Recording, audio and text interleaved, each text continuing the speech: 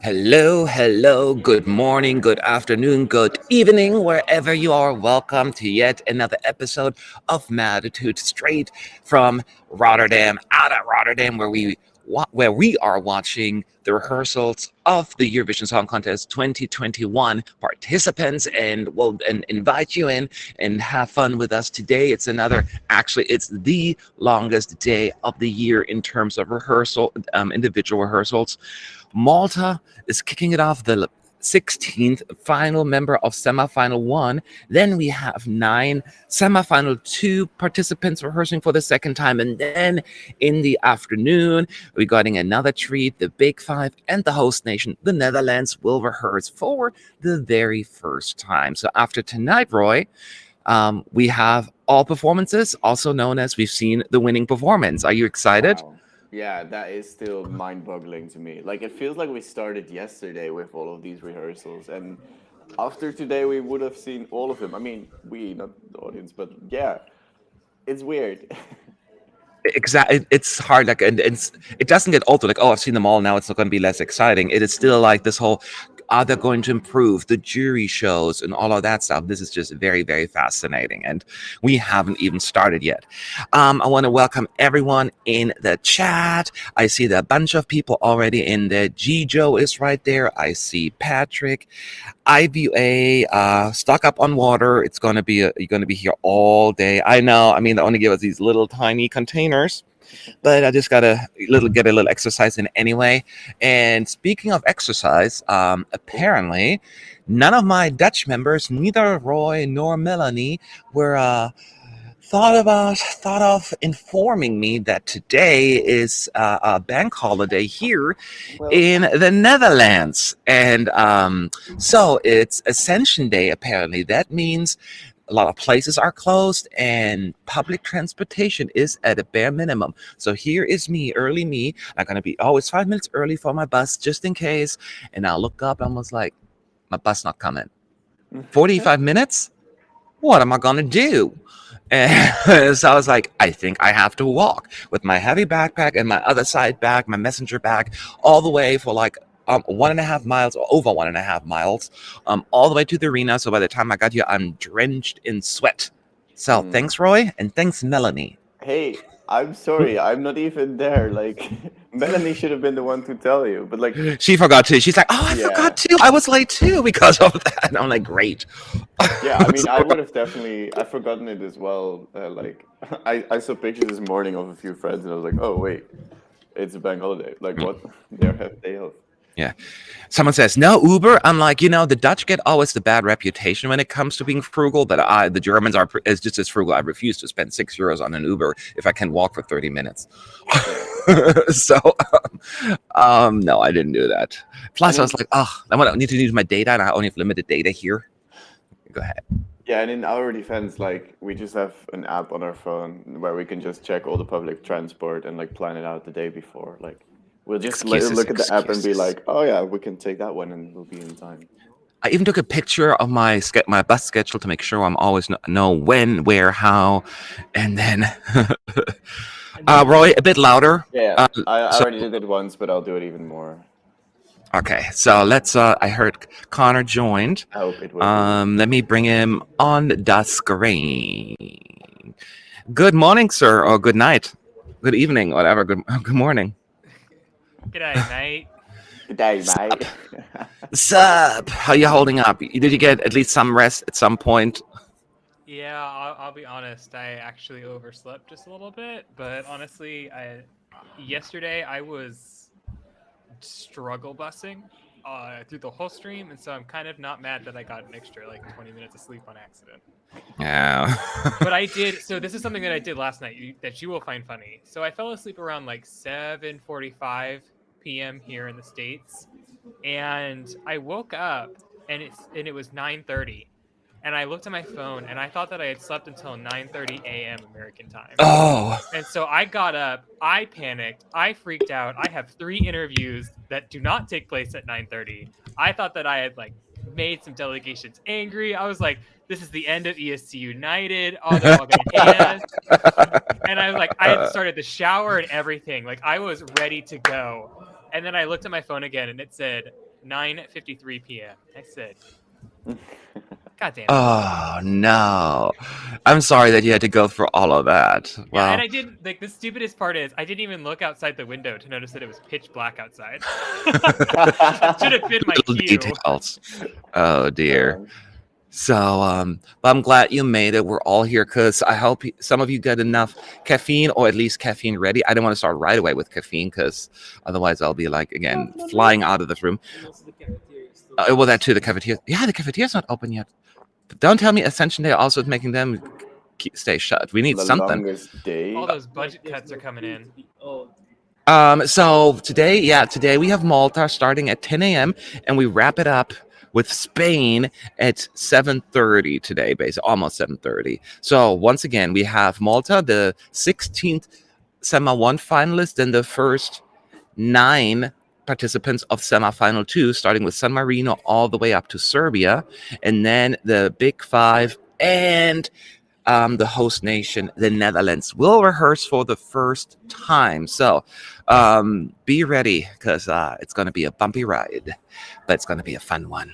Fasten your seatbelts, whatever that phrase goes. I love your shirt, Connor, Anita is saying. Thank you. They're little palm trees. Fun fact, when I was still thinking about actually going to Tel Aviv, I actually bought this shirt because of the palm trees. And then, lo and behold, I didn't have the money to actually go. So that was an impulse buy. Yeah, so the first rehearsal will start in 4 minutes, as pointed out, Malta.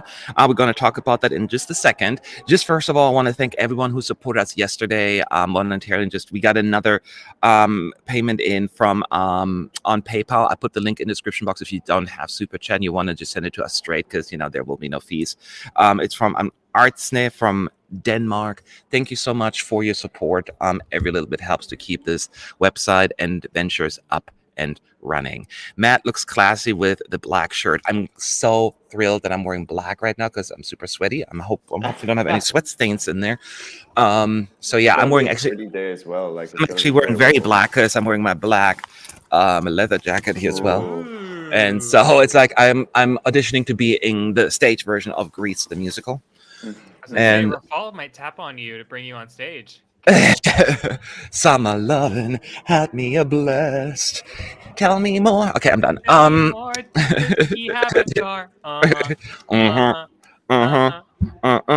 Okay, so Malta. Let's focus on Malta and any questions that y'all have in the chat. Of course, super chats always go first, but any questions, we try to answer them as much as possible at ESC United in the chat. And make sure to follow us on Instagram and Twitter or Facebook, of course. Melanie is in the arena from Malta to Serbia, taking little snippets of the performances as well as several pictures. So we'll post them throughout the day. Make sure to follow us that as well. Now, in regards to Malta, I'm hearing that there is going to be a change in outfit costume. What do you guys think about that? Really? That's at least what's been said. Like, that's the news that I'm hearing. That actually really shocks me because they were very adamant about not doing that. There is always that thing from when they rehearse to the meet and greet to when they hear the dialogue that's happening, often shit happens, Yeah, but I mean, Destiny, I think there was a post that Eurolosco had also just spoke out about it, that they were very adamant that they were going to put her in what she was happy with. And in the meet and greet, she specifically stated that I feel powerful in that outfit. So that's why I'm shocked that they were like, yeah, let's change it. According, rumors. But yes, like, if they actually did that, like, I mean, it's their decision, but that must have been quite the conversation. Connor, can you turn up the volume in the app that I sent you? People cannot hear you. Okay, how is that, chat? Okay. Better, I would say. Okay. Literally all I do is move it back to 150 and move it back to the spot that it was at before. That's literally all I do. Yeah, it's weird. Yeah. So let's see how that works. It kind of will figure this out as we're talking, because to us when we talk, it sounds fine. Like you guys sound equally, like you sound to me. So, but when it goes through the streaming process, it sometimes changes it a little. So yeah, but it's possible even that her dress will be basically the same, just in a different color. Maybe that's a compromise or something like that. I don't know. That would be maybe a little bit like she can still wear what makes her happy and just a different color. I don't know. Because it's not even like she should be happy, and it is true, but I agree that it's just the contrast is just not strong enough because it's like she disappears in the background. So it is a fair. Yeah. I don't know. It'll just be something that I guess we'll have to wait and see. Yeah, actually, her new outfit is on her Instagram, so I'm not sure if one of you I can try to bring it up. I don't know how. Moment, maybe. Destiny. Called Destiny is not necessarily a very uncommon name here. Wow. I don't use. Oh, that one. Okay, I see it now. Definitely different. A different dress. Well, it's not really a. I mean, yeah, it's a dress, but it's like a mini dress. It looks like it's a. Is it an asymmetrical dress? Wow. I don't know. I can see part of her right thigh, but I can't see it on the same. Like it's not like a uniform cut on both sides. Yeah, so I guess the local backlash was really bad. So they I mean, this will already help, like with the pink and the yellow background. Like silver is just for both quite complementary. Well, and keep in mind, if they're gonna move her out of a pink dress, they might have also changed some of the colors, the solid colors. I don't know. I am glad. I'm okay with the color that they've chosen. I think that's a better color for the pink backdrop. And I think that'll make the contrast a little better. I'm disappointed a little bit that she did go with something else that she actually felt comfortable with. So I wish she would have stuck to something like that. But yeah, I mean, that's how it goes. My stance would be as long as she feels as comfortable in this silver outfit as she did in the pink outfit, I don't really care. But if they made the change so that she would look better on stage, but she doesn't feel comfortable in it, that's where I would draw the line of like. Yeah. Wow is saying people literally bullied her into changing the dress. The comment section under her first rehearsal video was a shit show. So that sucks. I don't think you can see her legs, right? I don't know. We'll see. But yeah, I do approve of the color because just for the camera work wise. But yeah, we could talk about this for hours. But the reality is she did change it. And we'll see how it's going to look. Because people were like, and speaking of, I see it on screen. Well, actually, it's only the arena we see right now. We just we finally get to watch them getting ready on screen yet. I'm not sure if you guys get the same thing. Join the room still. Yeah. Yeah. I am very prepared. So we Sorry, see. I'm trying to post the interview with Tick still. Czech Republic will go up next. Interview, yeah. And Connor, I know this is like tech stuff I'm asking on live stream. Did you load the other interviews into the same folder, right? Yeah. Yep, okay, just make sure. Okay, cool. Yeah, we haven't looked at them because we were doing other stuff yesterday, but we'll work on those today. You are fine. So we just see a far shot and the arena with the green room in dark, and we see we see Destiny and the 4 dancers standing center stage getting ready. So I think they must have started the process by now, so we'll get back. So yeah, we just have to wait. I'm gonna mute you for 1 second. Oh, somebody's having some static. I'm not sure who that is. Static? Is that me? Like a beep sound. Beep. Do you guys hear that? It's almost like a dial-up sound. I don't hear anything. Maybe it's because I plugged in my mouse and like I hear that on my own end as well. Yeah, I don't hear it on my side. Well, I hear it on my side, but I don't think it's me. Okay, you can hear it. Yeah, now it's gone. Okay. No, I had another beep. But let's give it a second, see if it's going to get better. So. The 1990s are returning on our stream. Yeah. 80s coming back. Can you hear it? Can you hear it? I mean, we've had plenty of 80s this year, so in a way, that song is like that should be the title track of this year, really. Yeah. Yeah. So, we just saw something on screen, and now it disappeared. I saw so they're getting ready. So, Is it true Eden got asked about the whole situation in Israel at her press? Wish people could leave politics out of their poor Eden. What is she supposed to say? They're like, yeah, let me make a phone call and see if I can fix that. That's not how, like, it's, I mean, if I would be in a situation, I would be like, I would give a beauty pageant answer. I just want peace. I just want everyone to be happy. You know, like, what are you going to say? It's stupid. Well, and I'm sure that it's one of those well-intentioned journalists who thought this would be a really good question to ask given the current events, but didn't think, hey, maybe this isn't the right time, you know, to be asking this type of a question, especially as everyone's trying to still process everything. And while she's at Eurovision at the same time. So, yeah, but I haven't watched. I'm unable to watch any of the meet and greets because they all conflict with our run-throughs. So, yep. That's true. You have them on demand. You can just, if you're bored, just watch them all because there's nothing better to do, right? Well, sleep is overrated. That's my plan is to watch as many of them as I can while I'm at the airport next week. Shameless plug. We are having the interviews up on our channel. Connor is doing an amazing job with them. Check them out. They're great. Yep, they are fantastico. Yeah, and Melanie also did interview Adrenalina, so she will have that up at some point as well. Oh, yeah, I need to get that still. Forgot about that. Still do. Yeah. And Benny Cristo will go up in 2 minutes. Not in 2. Yeah, actually, we'll go up in a few minutes as well. You know what? I'll post it now. Let's just public, and here goes Benny. Yay, Benny Cristo. That interview was so chaotic, but chaotic in a good way. so when we started that interview, because this won't make it actually in there, but he entered the room, and his entire video was sideways. But it wasn't like sideways, like, you know, like when you are doing a video call and there's the 2 black bars and then a long shot. His whole entire video was this way. So it looked like he was like on the wall. So I asked him and I was like, how did you do that? Like, I've never seen someone enter a Zoom room with an entire like full screen vertical thing. And he was like, I'm Spider-Man. And I was like, with your energy, I'd believe it.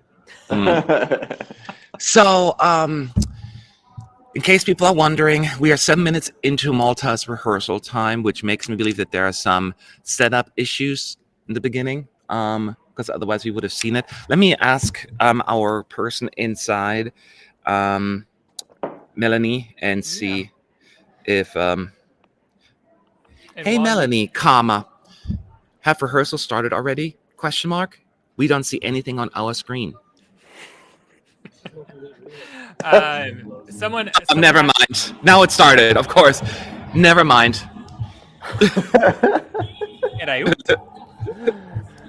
Here we go. Okay, so we see her silver dress.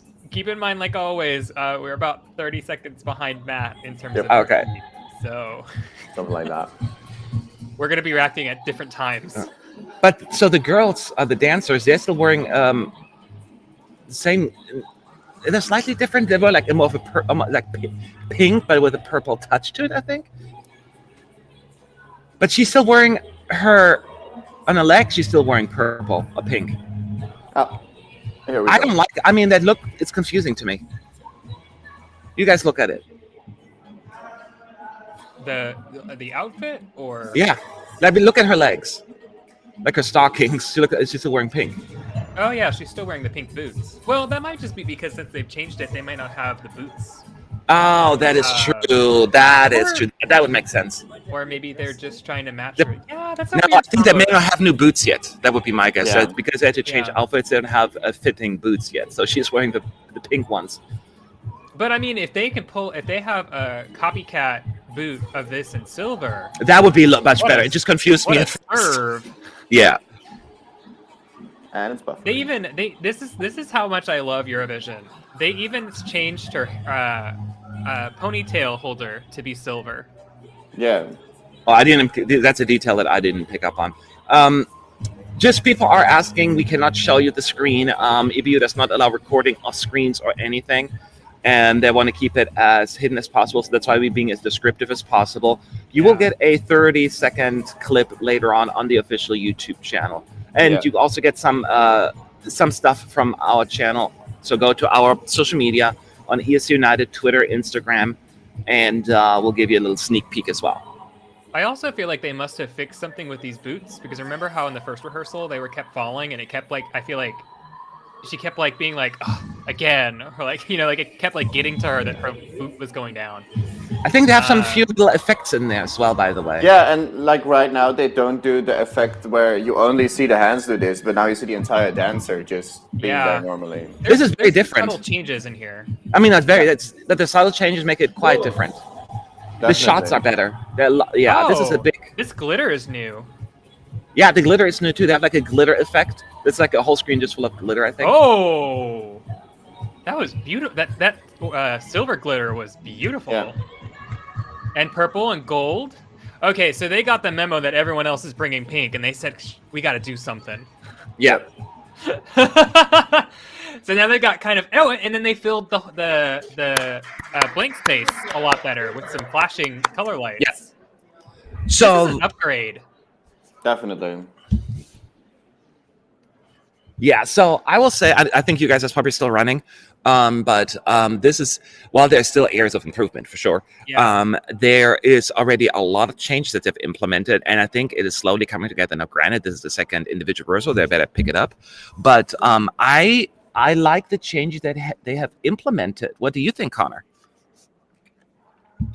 You still watching? Sorry, no, I was chewing. Okay. No, I think at least visually.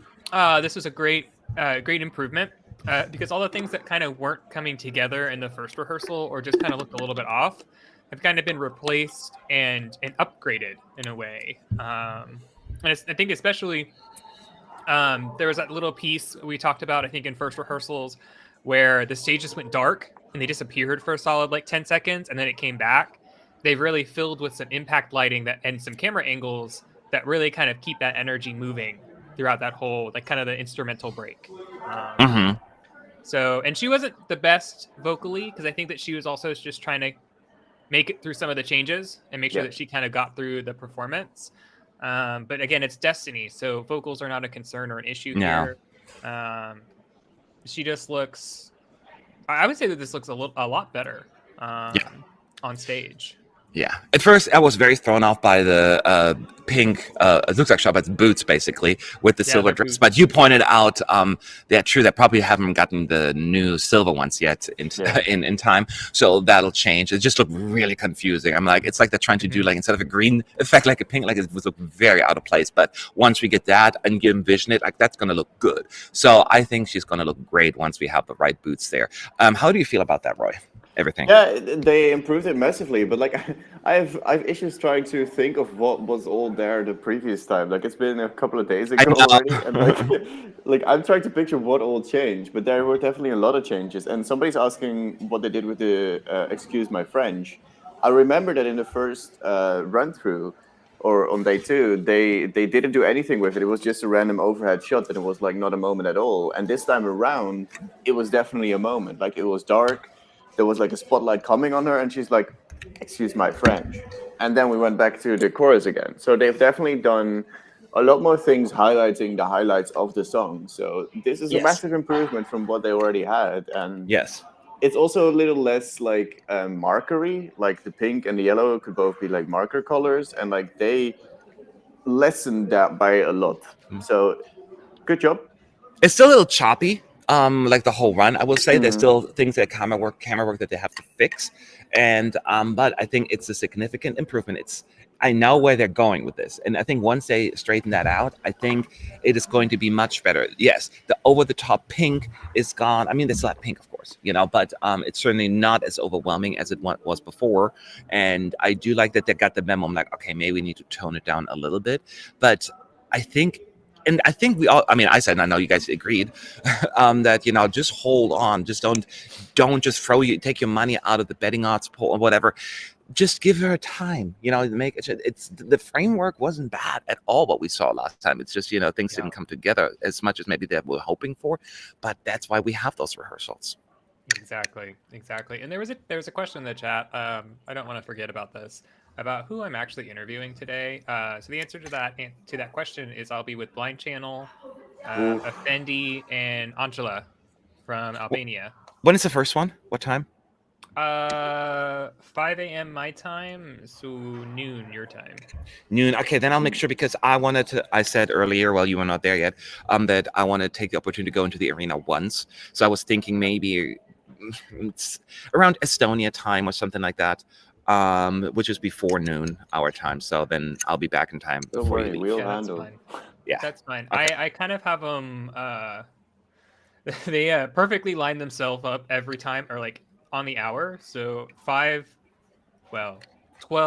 1, and 2 are the times that I will be gone. It's the Central European time. That's cool. So I'm probably going to miss at least one or 2 runs per act. Yeah. So I had to plug in my iPhone. I mean, at 12 we have a break, so like that one you won't miss much for. Perfect. Oh, that's Love that's that. right. Forgot about that. We have a break anyway. Okay, I'm just plugging in my phone. So, all right, guys, everyone in the chat, if you have any questions about the performance for Malta at ESC United, we'll do our best to answer them. Are Destiny dancers also wearing something different? Connor, you're good at that. No, they were in the same pink outfits, which is part of the reason why I'm curious as to if these boots, the boot staying is deliberate, because it's the same pink color that the backing dancers are wearing. So it's kind of like, if they're not changing it, I can see where they're coming from, but also I'm kind of hoping it's what we were hypothesizing, that there's just a shipping delay. They just if the whole point of her wearing something else also kind of just stand out from the rest, so then also go all the way. So I'm almost certain that's exactly what it is. Do you still have winner vibes, or more like just top 5 max? I am not sure yet. I haven't picked anyone saying this is a for sure winner at this point, but I want to wait until I see some of the other, like France is a big favorite, and see what they're come up with before I'm really comfortable making that kind of a statement. How about you guys? Same. I mean, especially same what we saw yesterday. I'm not comfortable making any winner statements right now. I mean, for me, it's different. Like, I never, ever saw this song as a winner. Like, I still don't see how it could win. I don't know. It's fun, but I don't see it as a winner. Like a song, imagine having a song with like a lyric that includes dummies. That is still a weird idea I'm not used to yet. Yeah. I don't know. As a reminder, Destiny has a total of 20 minutes, so she would probably get 2 more run-throughs, even though she only has 2 minutes left. I think they were running behind a little. Just hold on tight. We may have already a little bit of a delay here. See some questions here. Any info about Goa singer's health? So we haven't heard anything official through the media yet, the press notifications. I'm not sure if anything in the press chat has been mentioned. Some people said she was, they said negative, but I haven't heard anything official yet. No. Let's see here. Do we know if Destiny's dancers are Maltese or imports? Well, that was this whole controversy a little bit. Not controversy, it's a little dramatic. There are imports. I think they're sweet. I don't know exactly what kind, but it's Sasha Jean-Baptiste who did the staging. And she insists, of course, I want my dancers, or like people that I work with. So that's what they had to use. So it was not in Destiny's, she was in charge of that. Yeah, and there was a big backlash on social media about that. A lot of Maltese dancers were very upset that they had gone with individuals outside of Malta, especially given the fact that this is potentially tipped to win. You think that you would want a entirely Maltese, well, not entirely, but a Maltese team on stage. Was kind of what they were saying and how they were feeling. And I get where they're coming from on that one. Yeah. What happened to Tyler? Haven't seen him for a couple of days. Hope is all well. Tyler is currently busy.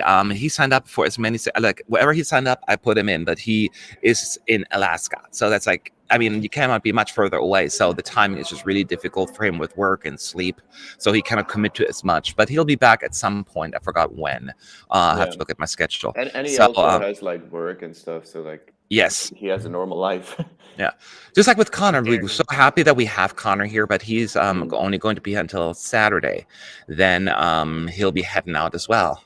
So, but we have another great team picking up. Sean will be here, Gabe will be here, and Roy will stick around as well. So it's not going to be too bad. And we're going to have, because Melanie will be here for the shows as well. So, and we're all going to be here. So we have plenty of people to entertain you. Yeah. Pyro run now, Melanie is saying. So we're going to get some pyros with Malta. Maybe only get 2 run-throughs now for Malta. Yeah, definitely, because it's already 20. So, like, they're already running. So only 2 run-throughs for Malta, apparently. And Melanie said that right now. Cool. Stefania climbing the odds. I was just checking that. Yeah, I saw that as well. She surpassed Sweden and Finland. Who? Stefania surpassed Sweden and Finland. She's now in 10. Correct. Yep. I think her boots are this time strapped to her dress, as you can see. Do you see that? So they cannot slip anymore. I don't see that. I see it. I thought. Oh yeah, she has like garters. I got you. Yeah. Oh, but she had that last run through as well. I just didn't notice them. Yeah, that must be. There must be like no elastic at the top of that boot then. If it. Those boots are supposed to. I mean, it could be. That could be elastic, but like, with all the movements, it could slip down. I guess. That's true. Yeah, she is doing her dance moves. And she's making, not silly, but she's making like sassy faces. I like that. Mm-hmm.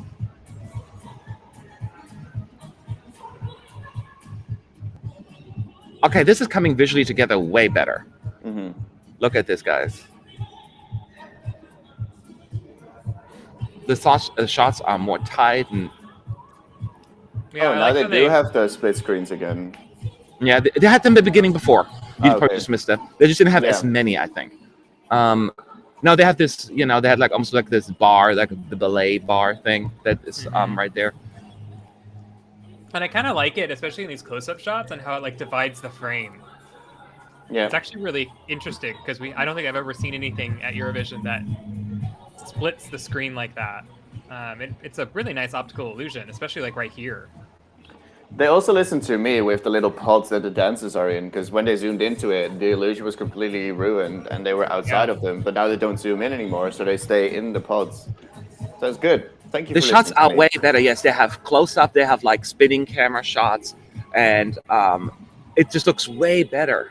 And they have that glitter effect again, like all this confetti, golden, purple stuff in the background. Yeah, and there's also a lot less hot pink in the staging. Yes. Which is also a really big improvement, especially because, there is already so much hot pink on stage. When the bridge happens, I'm just real quick, it's lots of boom, like these those confetti effects in the backdrop. It's actually quite cool. So that's sorry, kind of a quick, because I'm like here. They have the rainfall fire thing. Pyro curtain. Pyro curtain, yeah. Yeah, this looks beautiful. This like breakdown section is beautiful. And then it goes to excuse my French. Yeah. This is a grower. Well, I mean not a grower, but staging. Oh, and the thing is like big as well, like the pyro curtain. Yeah. That's the correct terminology, guys. Now I understand why they put her last.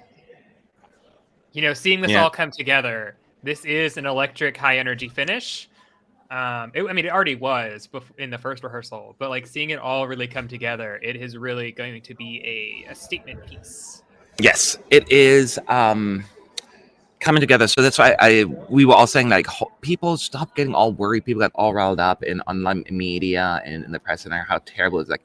They're still working on this, and this is exactly what we're talking about. It's coming together. It is. I think it looks good. And the energy is already much better. The camera shots are way more tight. And once she gets those pink boots off, I think that's going to look even better. I have good feelings about this. So if you're a Maltese or a fan of the Maltese song and you hear all negativity, I mean, I don't know. It always happens that way with the favorite. You get all that backlash. So don't worry about it too much. I like it. Do you think the staging concept goes well with the song or makes it bad? What do you guys think? It fits with the idea of like my idea of the song, I guess. Like I think this is a great performance and they'll have a good result, but I'm not sure if it's winner worthy. Yeah. Well, I think that it fits as well. I mean, it's supposed to be a song about empowerment, but it's also a pop song. It's not like a like sad message or anything like that. So the staging fits very, very perfectly. And someone had asked if there was a close-up for Excuse My French. Yes, basically what happens is they go into kind of like a flashing light breakdown on stage where there's no white light. It's all purples and blues and pinks. And then it's flashing, and then it goes, there's a spotlight on her. It goes, Excuse My French. And it goes right back into the original kind of designing from the rest of the performance. So yes, they've framed that piece a lot better with this new design. Yeah, that's wonderful. Yeah, no, I'm relieved because I felt really bad for Malta and all that. In my view, too much of the backlash there. Yeah, this is hopefully pleasing a lot more people. So I cannot wait for you to find out what it looks like. You know, you get 30 seconds. That's something. But I think you'll be okay. I mean, I hope so, at least. Somebody's saying Malta too much JSC vibes. I don't know if it's Junior Eurovision. No. Listen to the lyrics. I highly disagree there. Yeah. Yeah, this is not a type of package that a entrant from Junior Eurovision could potentially pull off, especially vocally. Like just I mean, vocally they could, but just the amount of the amount of like energy and support, like breath support that this type of a staging and song requires, is not something that a 14 to 17-year-old. Well, I shouldn't say 14 because I think that limits like 10, 8, 7. I don't remember. A child could not vocally pull this off as well as she has. Yes. So. ARM is saying people were disappointed with Netta as well, but she still won. That's exactly what I said. It was I'm getting a total Netta vibe. I'm not saying that means Malta's going to win. I'm just saying don't count her out. That's what I'm saying. We get that a lot, and I've been doing this for a few years now. There's a lot, and sometimes it doesn't work out, you know. But it's not easy to win the contest, and you can make the case that Malta was too high in the betting odds in the first place. That it was never a winner. A lot of people are saying anyway, so it's tough. So, yeah, we shall see. We shall see. But this is it for Malta, from what I'm hearing. And we're moving on to San Marino. Yeah, Senhit teased on her Instagram with like little stickers of Florida and like also like a dark silhouette with a question mark on it. So they're definitely playing into this. Her and her team are very, very smart about this. Mm-hmm. More mystery equals more press attention. Exactly. Yep. That's what they're looking for. In the meantime, we're going to have Paul the rapper for San Marino. I don't know, we called him Paul during our review video. Right. Yeah, we call him Paul back in the video. We don't know his name, so I just called him Paul. So since then, he has been Paul the rapper. And he will probably once again take the stage. And because Florida is busy judging bikinis. And we'll see if he is going to be in next week for at least the jury show. Because that's the bare minimum he would have to do. Mm-hmm. If you want to learn about who is extremely excited that Florida may be making an appearance, you should check out our new interview on the ESC United channel. A certain someone really, really wants him to be there. I won't say who. Well, I want him to be there. Yeah, so in the meantime, we get, as I call him again, Paul, usually Paul Ryder or Paul the rapper. So we'll see. But the question is, do you still think, I mean, anyone, the two of you at least, do you feel San Marino is still a fairly safe qualifier, or you're not certain? I mean, here's the thing with San Marino. It's not that I don't like the song. I absolutely love Senhit, like, to death.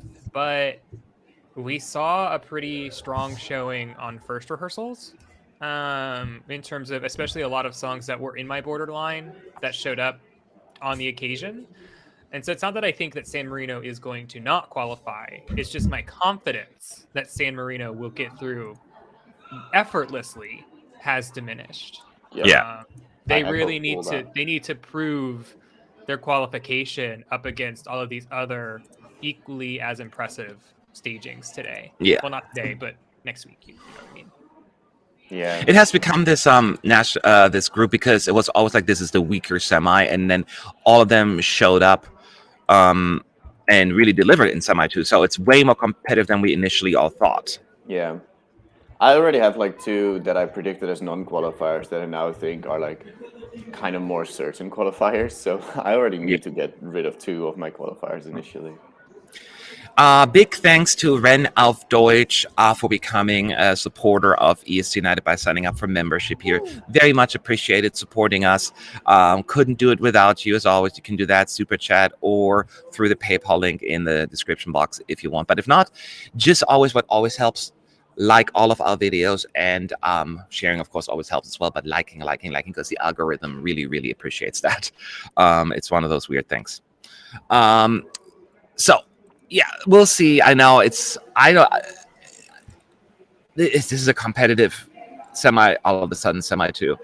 It was some of these players that were not on our radar or like were we like uncertain of, they seem to be really pulling it, But others were like, okay, you're not quite as delivering as I thought you were. So it's tough. And like to qualify my statement, I mean, the more that I've sat on this decision and this issue, like despite this, and if you watched the expert jury, I was not very kind to Austria. I have them qualifying now. Like that's how much this semifinal has changed for me, based off of what we saw on day 3 and day 4. And so that's why I say that, like, it's not that I don't like Senhit and I don't like San Marino, but so many things have changed for me that I'm just like, crap. Yeah, and like It's tough. Kind of a similar thing happened with me. Like Serbia was my least favorite song going into this, but with the staging, they completely changed my mind about it, and it's now a dead certain. I mean, dead certain is a bit mad, but it is way higher More on my list. And yeah, definitely. And then others, I thought I was very confident, like they're going to do well. Moldova, I'm like, now I'm having my doubts, So it just flips. So we'll have to wait and see how that's all going to pan out. Oh, thank you so much, Alex Danes, for your super chat. No question along with it, but if you have one, make sure to ask it. In the meantime, let's see. Aka's mouthful. Actually, afterwards. Oh, is that Flo? Oh, she changed the headpiece. Oh no! With Flo Rida on it. It's Flo Rida on it and a bunch of question marks on the side of her piece. It says Flo Rida. She is like question marks. She is trolling us. Damn you, Senhit. Girl, check it out, guys. I hope it's working for you. Yes, it started for me. Yes. The backup changed as well. She just taped him over. She just taped the pictures from her Instagram all over the pictures on the crowd. That's phenomenal. Yeah, that's so silly. Oh man, I love her. I want her to qualify just for being. Okay, but here is my problem with this. Thank you. Go ahead. This is not my problem with San Marino. It's my problem with this stage. That cord is still on the very prominent on the floor. Yeah. For this spinny platform. Yep. And there's shots with it in it. Yeah. I noticed it as well now. Maybe it's just my attitude, energy. No, I find this more energetic now. Yeah. Also, why did they always leave the crown on stage? Because it's just chilling there. Oh, I didn't. It's off on stage left. You'll see it right. Nope. Yeah, I see it. It's right there. It's in the light too. That's the problem. Yeah, maybe they just barely misplaced it. Like I can imagine it is supposed to lay on like the black part. Yeah, by the way, now when the rapper comes in, they are on the catwalk. That's when the first time he shows up, and Senhit is right next to him doing her dance with the other 4 dancers as well. Just giving us lots of energy. And with the rapper part, it works well better as well. Okay, this is looking much better to me as well. It is Al Aska. Paul the rapper. Thank you, Renee Bernard, for the super chat, by the way. Thank you. Again, no question with it, but It's very much appreciated. Yeah. So now we know that Florida is coming. Well, No, I think basically it's been confirmed. Yes. Has it been confirmed? No, I said I think it's nothing. basically been confirmed Yeah. with all this trolling. Yes, with all the trolling, it is confirmed to me as well. Someone says Samuel, not Paul. So his name is Samuel, the rapper. But to me, he'll always be Paul. You can't make a state name out of Samuel. That's unfair. Oh, and he's actually I don't remember this from the music video, but he's also performing in his back half. Yeah. Like he's like, oh yeah, Adrenalina. So he's not just standing there like he was in the first rehearsals. They actually gave him extra parts. But so people are. Yeah. Go ahead. It is awkward how he's just kind of walking back and forth on the catwalk and the stage. But that's just rapper swag. Yeah. He's kind of clued out. I think that this is an issue with our faux rider, but he's just kind of a little unsure of what to do at times. Malta is going up in the odds, and I knew that was going to happen. I don't know why people, if you think it's a winner, just having the first rehearsal not being quite as good, don't just jump off the boat right away. It's a dumb thing to do, and it happens every year. But hey, it's your money. I don't give a damn. IVA, thank you so much for becoming a supporter of ESC United. Thank you.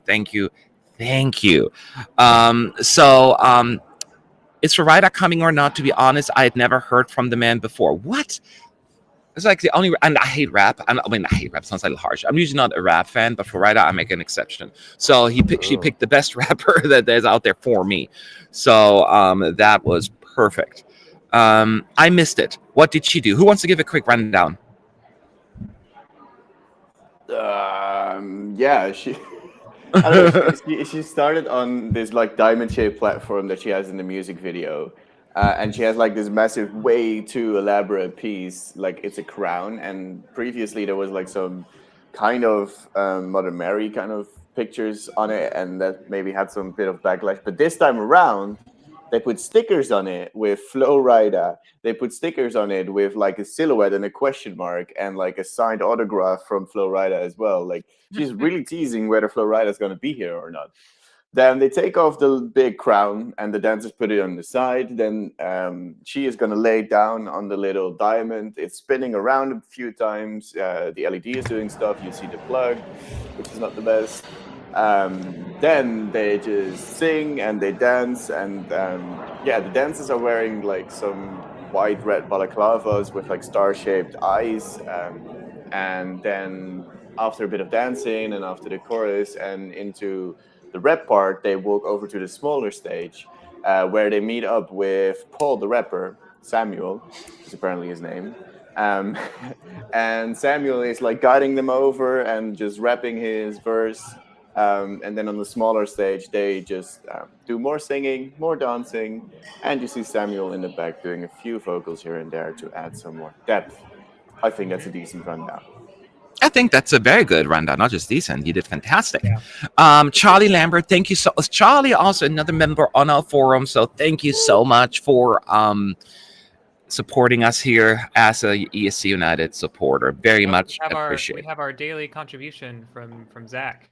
Oh, Zach! Because I miss Zach here. I'm not gonna say because we always had it every other year he would be here, and that's now kind of like another thing, and that's not fair. You just don't want to work with us. We get it. I know, no offense. Offense taken. Stand-in rapper stage name is Don Jiggy, according to Eurovision TV. Don Jiggy. Real name is Samuel. By the way, I like T-Pain, Florida. Any T-Pain? Okay. Whatevs. Whatevs. Someone doesn't like T-Pain. Now, anytime somebody poo-poos on my Florida, I'm upset. Now, I get it. Speaking of stand-ins, though, I did some research on the stand-in from Ukraine yesterday, and it actually was a Dutch stand-in performer who was the stand-in for pre-rehearsals. Mm-hmm. So that is why student. Yeah, so that's why she knew the staging, the blocking, and the Ukrainian lyrics so well, is because she had to perform it before Goe even made it to Rotterdam to actually get to the stage. Always these rumors. So she was not with the Ukrainian delegation? No, she's a student, I think, at the Amsterdam Conservatory of Music. Yeah. Where do all these rumors come out? Where do they always come? It's just so annoying. I don't believe anyone again. I was texting because this is what reminded me because I was telling I don't remember who it was. I was messaging someone yesterday. I think it was James. James and I were talking about white voice and how a Dutch person from Amsterdam can do white voice as good as Katarina from Ukraine. Mm-hmm. And I said she better watch out. She has competition now as the lead vocalist of Go A. On Instagram, she's called Emmy Funstein. Just go and follow her. She only has 1,200 followers, and maybe it will help her musical career. And it says that she is a jazz vocalist. Really? Yes. Wow. So Emmy Funstein. Oh, here's the camera. Oh, it's not focusing. What? That doesn't help. Anyway. You have to do the influencer. You got. Yeah, I have to be the influencer. That's right. Is that? I'm so terrible at this. It's not working. Well, Never mind. I'm terrible. Emmy Funstein on Instagram. Go and follow her. Like, she did amazingly. Wow. Yeah. Like, damn. Yeah. 100%. She definitely has a potential career in Ukraine because a lot of people on the rehearsal video were saying she speaks Ukrainian better than Ukraine. Nope, Ukrainian. I was right. She speaks Ukrainian better than I do at points. Yeah.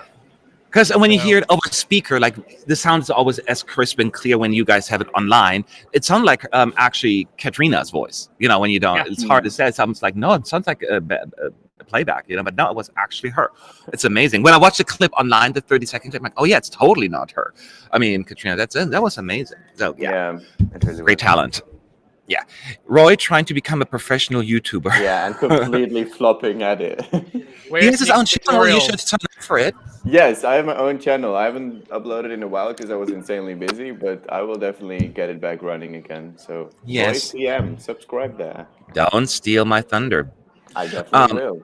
All right, I definitely will. Do you think the chemistry between Senhit and Florida is going to be awkward since they never performed together, or do they have no to little interaction on stage? Well, here's the thing. I mean, chemistry comes down to sometimes you have chemistry or you don't, right? If they click right away, it could work. It could be awkward, sure. But that's hard to guess right now. At least they talk to each other, you know, so they know each other. In terms of the interaction, they interact. When he raps, she's right next to him, and she does like just dancing around him, But it's not like they're really like interacting per se a whole lot. It's more like she's just kind of doing a shaky dance around him. Is that about right? Shaky. She's doing a shaky. Shaky. Shake it like a Polaroid. I don't know. Don't do that. You will ruin the picture. Roy will take over Matt's spot. No, he won't, because I've got the magic button here. Bye. So, oh no. That's mean. No, of course not. We're friends here. We're not competitors. And I'm always the kind of person I don't like. I mean, I'm competitive in Mario Kart. I will admit that. But in life, I'm not that competitive. I'm just, let's just all do our thing and get along. Mm-hmm. But in Mario Kart, it's different. I'm going to whoop your ass. So here we go again.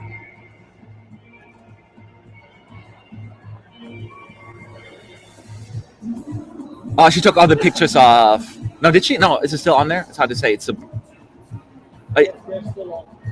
the lighting is really bad. Yeah, you couldn't even see what's on there this time.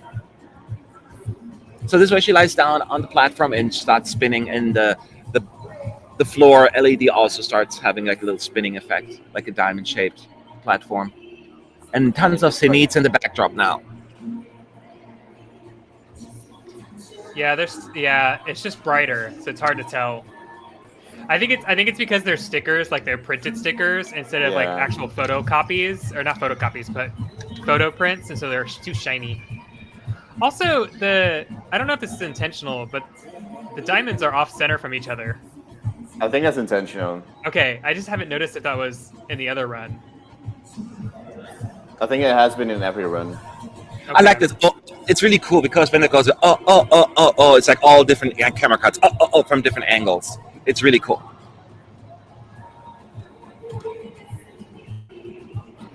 Oh, well, she just said, "Are you ready to hear Flowrider with me?" So, yes. There you go. She wouldn't say that if it wasn't true. Or would she? Or She's still it can trolling all us. be a massive troll, and in the end, he will not be there, but it will all just be remembered for it. She's the real Eurovision queen now to me, and I'm not like always like yes, queen, you know, but she is. That's one. Yeah. It's in heat now for me. We also get the transparent LED screen, which is so awesome right now here. This is where she's kind of dancing. She has energy. Oh, I love her. I love how she interacts with him. Yeah, she does interact with him a little bit. And I like how every like vocally there are pieces of this that are different from the first run.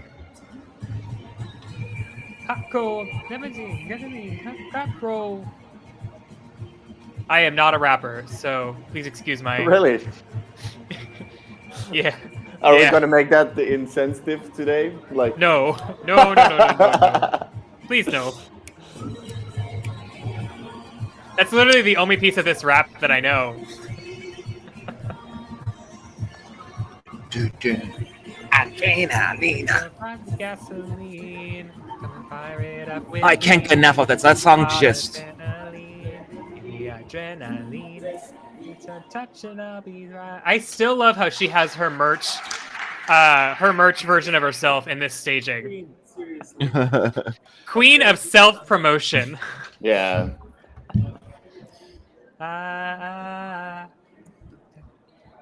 So this was San Marino's second run through. It's technically past their rehearsal time. I'm not sure if they're going to get one because it's not their fault that Destiny was running late or the people there. So we shall see. Yeah. Someone I put in the chat, do you think that who is a stronger opening, San Marino or Lithuania? And I think that's a very hard question to answer because I think that they are both very electric openers Yeah. for different reasons. I think they're both great. So Melanie is saying Pyro Run again, guys. Whoop whoop. It's great having Melanie in there. Do you let her out at sometimes? Like, will she ever do that? Okay, good. Yes, I let her out in the evening when they unlock the chain. Now she has a lunch break at noon, and then she comes out. Yeah. Okay. I mean, if you think about it, she's only in there for 2 hours. It's not like that horrible. You know what I mean? Sorry. It just feels like you're stuck in there, but for 2 hours, and then she goes back and in there again for 2 hours, and she comes out and again for 2 hours. So, and everyone knows today's the long day, and I think they're worse places to be. Let's put it that way. Yeah, definitely. Mm-hmm. Mm-hmm. All right. So sorry about that. I was responding to her. Do you think San Marino can win the televote if Florida is on the stage? Honestly, I don't know how much impact that will have. I don't know. I don't want to go that far. I think it's going to be a little bit more of a hype around it. I think that's maybe it. But especially since he doesn't have, I would say, the strongest following in Europe. I don't think that it's like San Marino. He has a lot of fans in San Marino. Oh yeah, he apparently has a lot of fans in San Marino. The whole microstate is just showing up to support him at every turn. But it's like I just don't see Flowrider's appearance tipping in their favor. I think that if they win the televote, yes, Flowrider had a small bit in that, but I think it's mostly credit to Senhit and her performance and her potential. I can actually see it being a more of an attention grabber if they make it to the finals. Do you know what I mean? Because I'm like, Flowrider just qualified for San Marino, and now Americans may pay attention, or those who are not into Eurovision. There is an international star in the finals now, that kind of thing. Do you know what I mean? So I can think that is more like thinking ahead of it.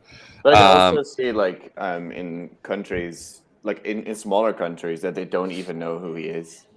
Like, there will definitely be countries that have no clue who Flowrider is. Like, my parents didn't know either that he was like a big thing. But he could be one of those. He's that. You know the song. Like you spin me around. Like, oh, that's him. So like, that's the kind of thing. Like Engelbert Humperdinck was to me. I'm like, I don't know who he is. And I heard that. Oh, that's Engelbert. Okay. Please don't bring that back up again. I don't want to relive that. Sorry. I was gonna say, speaking of that. Around that same year, that's how people are when I bring up Cascada from 2013 Germany, and I'm like, oh yeah, well, here's someone who's gone to Eurovision that you may know, and they're like, oh, and I'm like, yeah, Queen, we stand. Yeah. Oh, they're zooming even into Senhit and Florida the picture. Oh my God, that troll is so hard. I love it. I love it. San Marino has to win now. Screw Emma friends, has- Malta. It's got to be San Marino. Emma has submitted a super chat. Thank you so much for your super chat, Emma. I know. No question. Just want to say that you guys are doing a great job, and I love your vibe. Keep on going. Thank you so much, Emma. We appreciate your contribution. Yes, thank you very much. Sorry, so we're gonna have pyros apparently now. Yeah, that's the Yes, album cover up there at the top. That was an album cover. That's what it was. I thought it was just a picture of them. Yeah, The no, album cover. that's the single cover. Pyros. This is like during the pyros.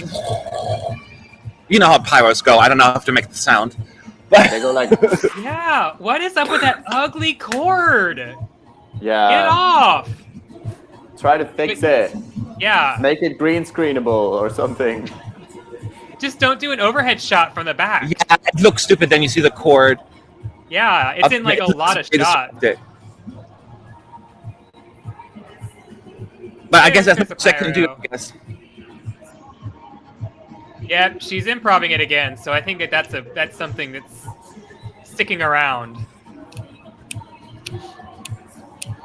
Are you ready to flow ride with me? Is that what she said? I didn't catch that. Well, right. Yeah, maybe. I don't know. Here's again Paul Ryder.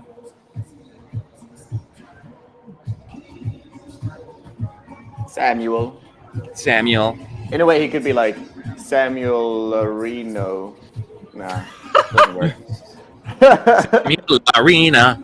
Dum dum da dum dum. Like What? try to fuse Oh. Samuel and San Marino, something like that. He actually found his light this time, so he's found his blocking.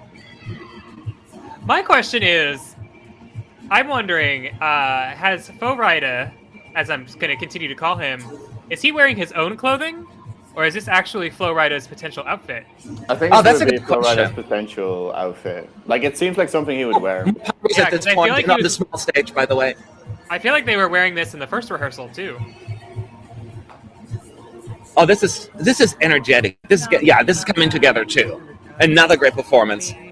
So high adrenaline. She's definitely treating this like a concert performance. Like, Yeah. she's like, yeah, come This is- on! Because God forbid if she ends up getting sick, that's going to be her performance now for the live on tape. Yep. So that is what we also remember. So they're giving it their all in this one because it's actually a very important rehearsal. We keep forgetting about that. Yeah. So Can you imagine how awkward it would be if she goes, yeah, are you ready to flow ride with me? And then Samuel walks out. the actual live show. Me. People will Yes. be like, is that Flow Rider? Like, again, Europeans won't notice because they'll be like, who's Flow Rider? But just Flow Rider showing up on the final, like, it's actually me. Hi, hello. Bum bum ba-dum bum bum. Definitely a strong showing. Yes, I think you not- guys liked it as well. Yeah, Yeah. not surprised by that at all. I thought it was really good. The energy is there. Senhit is great on stage and with the pyros, and yes, the chord is distracting, but I don't think there's anything they can do if the prop is brought in by the broadcaster or by the team, right? And if they bring like a chord in, I mean, that's what it is. But I mean, the court could kind of say, but it's not the end of the world kind of thing. You know what I mean? It's not like a Loco. No, I cannot vote for it. Yeah, no. No, it's I not voted that for it, bad. but that chord, that It's damn not- chord. It's I think not the that first bad. rehearsals, I didn't even notice it at all. So, like, I only noticed it today. Yeah, it's just a problem of like it's 2021. Why is that not a cordless feature? Legit. I mean, sure, but like again, my question goes back to why did you bring something to the Eurovision Song Contest that requires a 3-prong plugin? I don't think it would be a 3-prong, but yeah, it Two would be a prong. plugin. Yeah. You're American. Sorry. We're in Sorry, Europe, I'm man. I'm so sorry. I had to bring all my converters with me.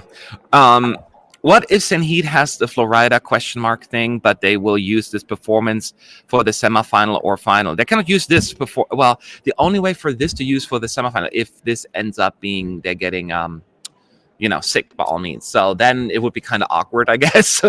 But I don't think it would be that big of a deal in the end. It would be just like nobody knows what it stands for and represents. So I wouldn't worry about it too much. But yeah, they would use that performance.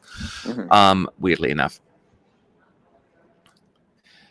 That is true. Come on, Connor. Cordless equipment would cost San Marino its entire GDP. Yeah. Sorry, you have a whole pyro budget, which is good as a cordless machine. Ah. Yeah. So Sorry, just I'd like to issue a formal apology to the country of San Marino for my actions. so Estonia is rehearsing next. San Marino is done. Technically, Estonia it was ready 5 minutes ago, but today we're running on like a 10-minute delay. So Uku Suviste, and you're gonna be around for a little bit, Connor, right? Yeah, no, I'm around for the next hour. Okay, so I am going to flip it over to you guys. I just want to walk into the arena for just a minute because I haven't been in there yet. Okay.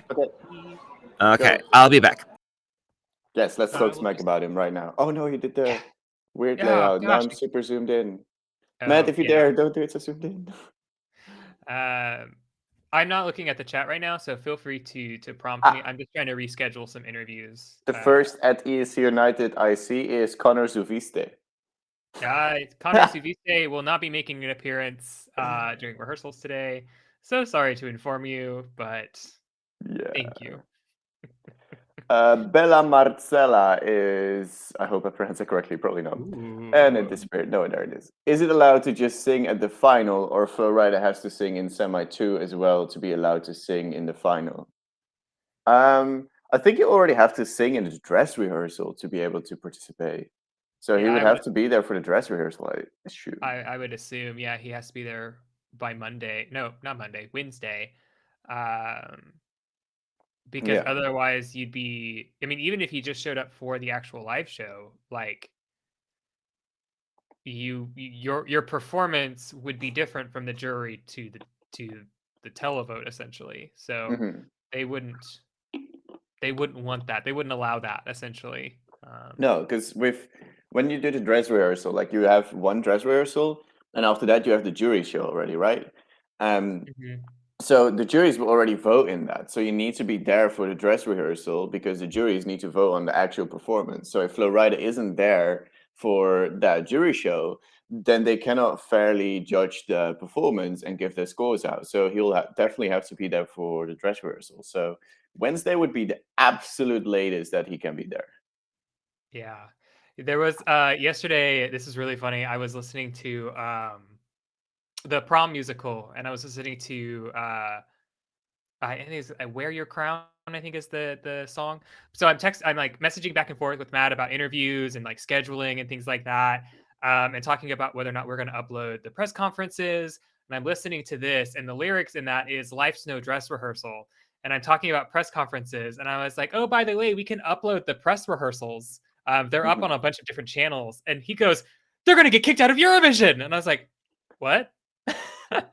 And I went back and I was like, oh yeah, I just combined the two thoughts that I was having together because I was both singing along and also typing at the same time, and it was. We are getting Estonia right now. Wow, that woke me up. They're trying to. I think they're trying to pick up on time again. Yeah, it was like so. Like I was just vibing, and all of a sudden it was like. I have to get back into the. So yeah, we have Uku on the stage. He is sitting on his knees with like a white sort of moon behind him, and there's a bit of fog happening over that moon, and some lightning strikes coming down on the LED. I always snap on like the opposite beat. I'm noticing that like recently. Snapping on the upbeat? No, like the opposite beats. Like you have like the doom, doom, doom, and then I would do like I don't know. Yeah. That's the upbeat. 2 and 4. It's just I don't know. I just do it exactly on the one where you don't hear like the pounds. I got you. Yeah. Oh, that's right. Matt's gone. Yes, let me do this for you. Yeah, Matt is gone. No, I was gonna. So he's standing in the middle, just singing a song, and there's like some flashing lights around him that are pointed towards him. And there's some clouds in the background and some blue lights coming up. There you go, chat. Let me know if you can hear that or not. Yeah, well, oh, yeah, right. Right. Smart boy. I'm back. Oh, no. Oh, Were too you not bad. I allowed put it in? on. Were you not allowed in? Yes and no. You have to append that on let you in like 10 minutes before each performance. No, that's happened before. You have to be there 10 minutes before Okay. for each performance. So I'm like, I'm not gonna do that. I mean, you can still do it for a later one. Yeah, I'm not. I don't want to be into that desperate. I just want to check it out. I can always do it tomorrow Okay. or later tonight. Sure.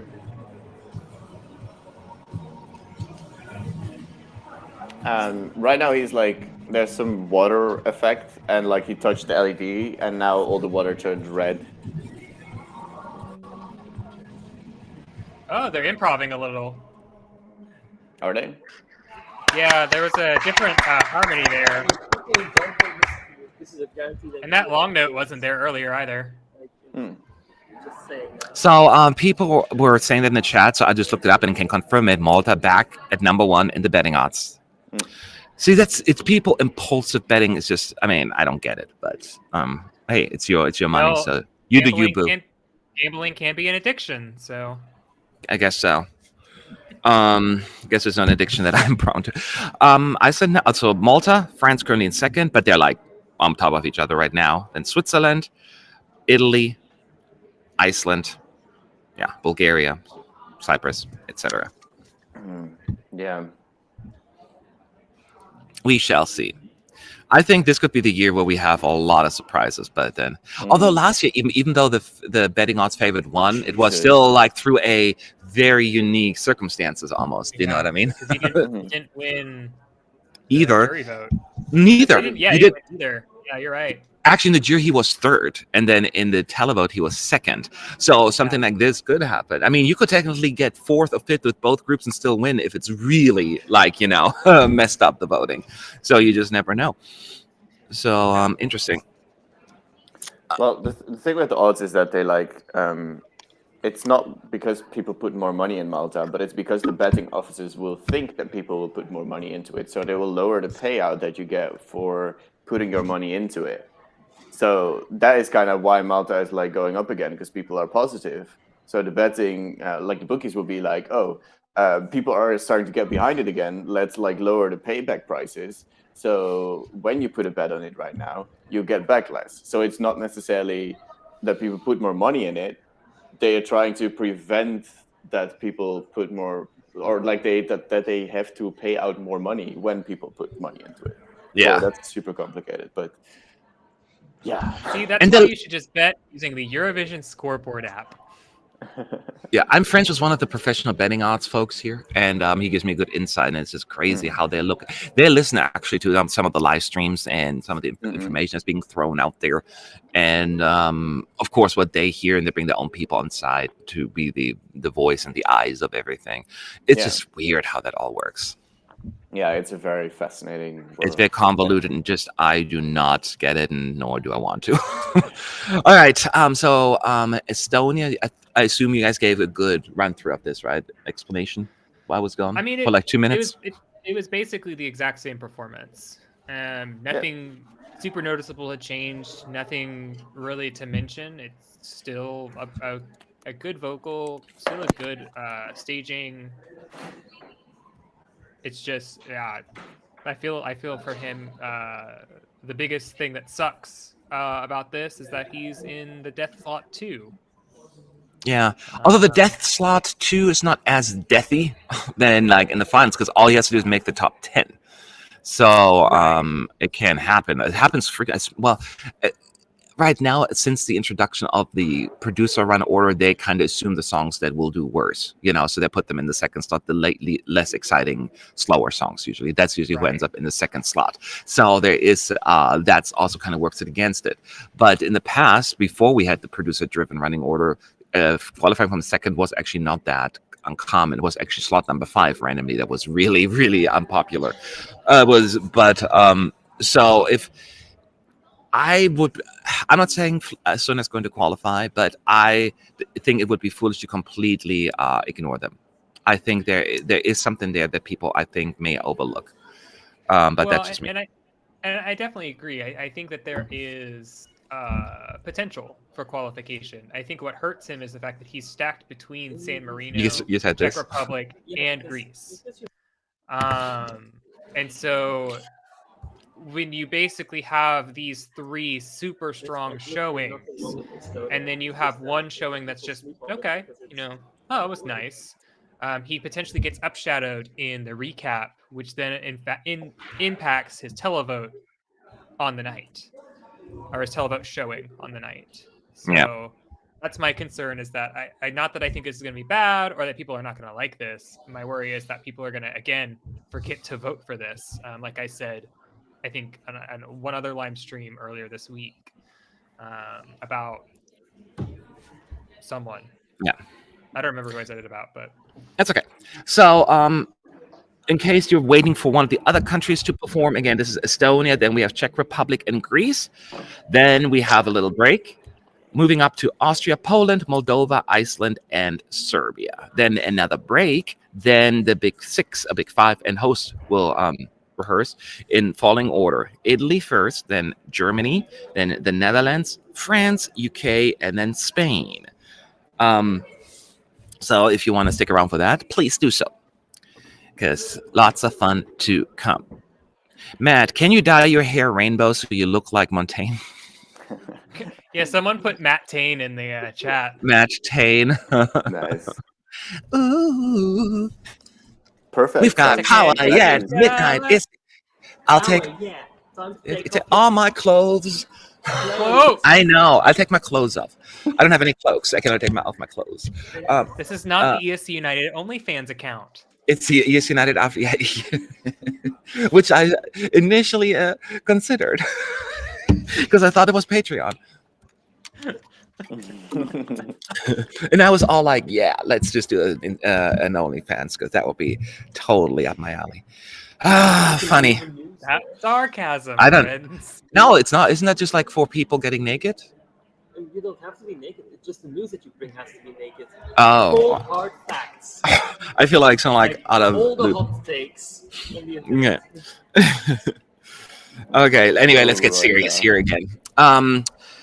Which of the big 5 countries you find the hardest to predict what the staging will look like? I find Netherlands the most hard to predict. Yep. I feel like. How about you guys? And I'm also like, I'm not fully sure what they will do LED wise for Italy. Yeah. Like I can imagine how they will be on the stage. Like that will be quite similar to Sanremo. But what will they do with the LEDs? Because that's not really something they had much of in Sanremo. Yeah, that is true. Yeah, I'm kind of torn a little bit between Germany and Spain. Just because, well, hopefully Spain is an upgrade from Destino Eurovision. Hopefully. It really needs to be. But for Germany, my concern is that it's just going to be mostly solid colors. Something to really kind of vibe up the back. But I just don't know. I don't know what like choreography, LED, blocking, like what that's going to look like for them here on the big stage. Yeah, I agree. All right, while we're waiting for Estonia to rehearse again, let's see if we can squeeze in some questions. Eva Silic, I missed Malta's performance. Did they keep the pink suit? No, they're wearing a silver dress now. Only the dance is still pink, but Destiny is wearing a silver dress. She still had pink boots on, but we're almost certain that these are just temporarily because the new boots have not arrived yet. But they're stand-in boots. Yeah, stand-in boots. We're back with Estonia.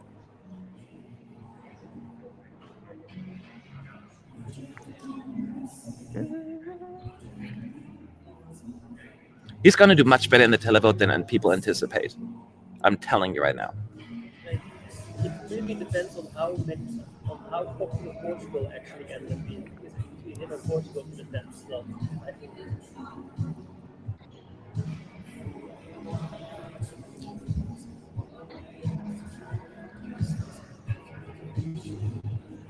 be gone. He has to jump into the water. Now he's drowning. And now he's singing again. It's magic. Thank God. It was so scary. Oh, he's drowning again. He's drowning again. He's drowning.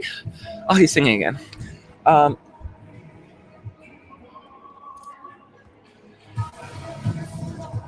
Is it just weird? Does he sound lower? I don't know. I missed parts of the first performance. It sounds like he's taking the lower vocal this time, which makes sense. It helps you rest your voice. Yeah. But in the verse, he sounds really low. In the first run through, they didn't have him drowning, right? No. No, they didn't. I remember that. Like, I just remember him standing there singing the song with some lightning and some clouds. I would think they would have to if it's their whole cut. They would not just, let's just not do it this time. They had it in the first rehearsal, but not the first rehearsal of the second rehearsal. I don't remember it. Hey, I'm on the beat now.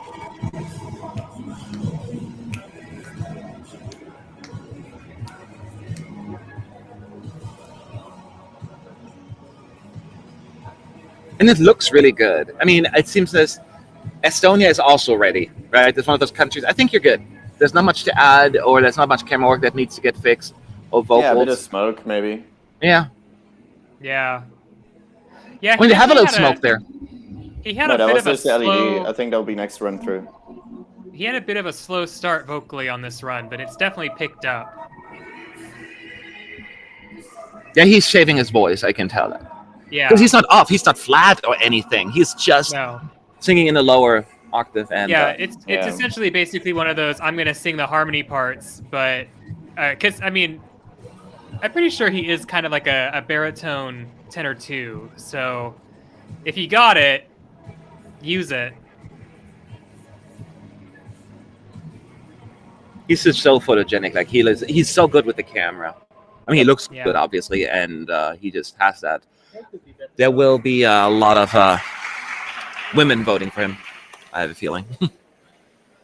I do like how they have a lot of hard cuts in some of the chorus, where they kind of flip angles a lot.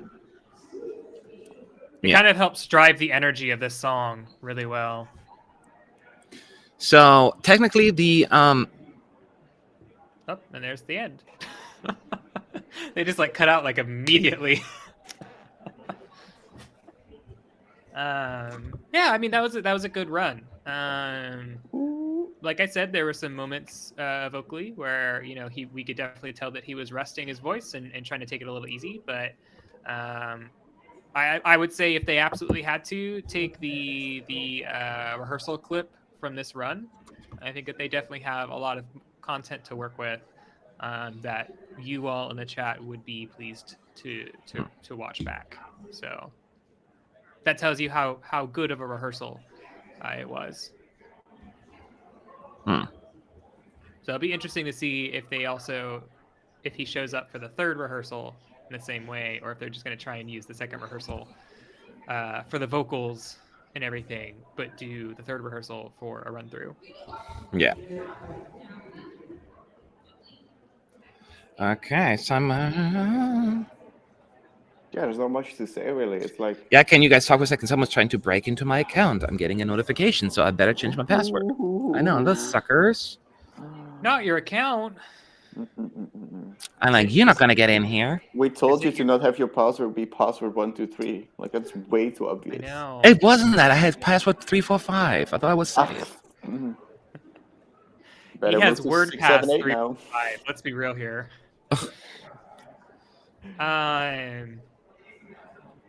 Let's see. Remember, you can at ESC United on the chat, and we can see your questions more easily. Someone says I wouldn't rule Uku out just yet. I would agree with that comment. I wouldn't say that we are ruling him out. There are just some more stunning stagings up to bat, or coming up actually right after him. Yes. And so that's his challenge, is he has to stand out against a already standout performance. So, Matt, you get to choose if you want to be Måneskin, Matari, or Matane? Matari. Well, Matari is clever. Matari, but I like Matane. It flows nice. Måneskin is probably not the best option for me. So, Matane. I'm Matane. When I heard Oh, Matari, from Matahari. I thought it was from Hatari, and then. Oh, it could be with too Mat. Hatari. It could also be Matari. That is I was- something I would love to see. Mat and Matahari. Hatari. I got a Matari. no, No. people in the chat are asking where I am. Do you think the whistling in the German song has to be live? I don't think No. whistling has to be live, right? I don't know. Is there whistling? No.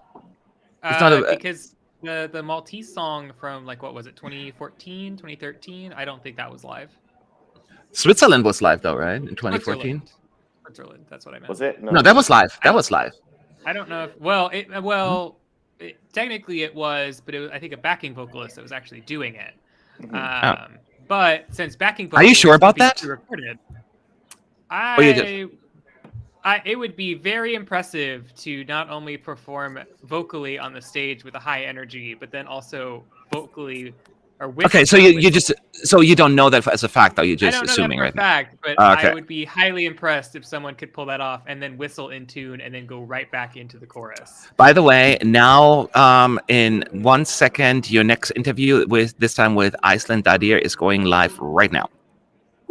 So if you want to watch Tyler interviewing Daði and Tyler, forgive me, Connor, hi Tyler, Icelandic welcome. representative, the interview is now on our YouTube channel. Someone had asked in the chat. I did not miss that chat. I'm sorry, I don't know who it was. But someone had asked if I was able or would be able to interview Montaigne. That's still a work in progress. We're still trying to work on that. We're working with the head of, the press individual. Again, thank you to Holly for the contact to see if she has time in her schedule and my schedule to get her in. So we're What still is she working on doing? it.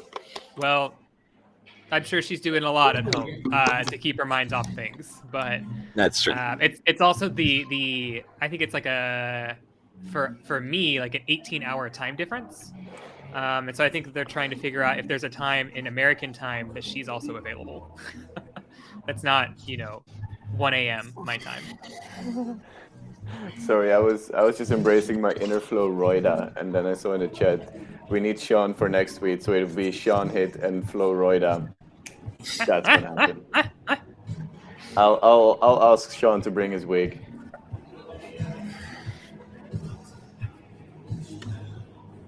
Oh shoot.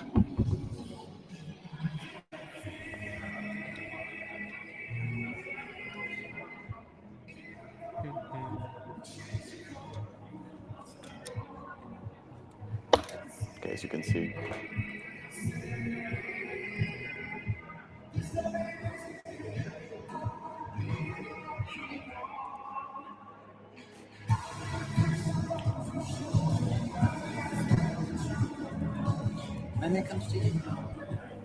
There we go. He fixed that. He was a little flat there for a second. But this is the one that's gonna be uploaded to YouTube and will be the stand-in rehearsal for not the live on tape kind. Live on tape in case Yeah. something happens. Yeah.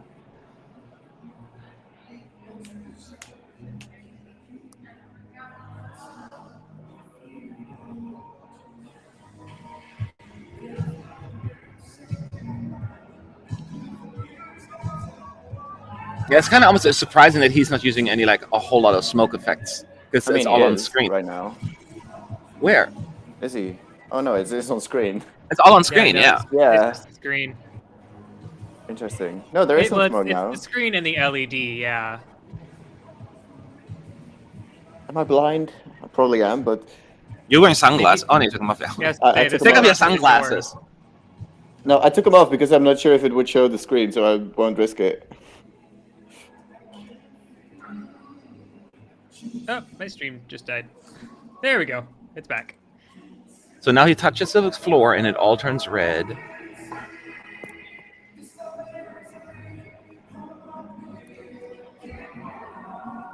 There's a little bit of smoke on the side. That's about it. But it's Yeah. not like covering the...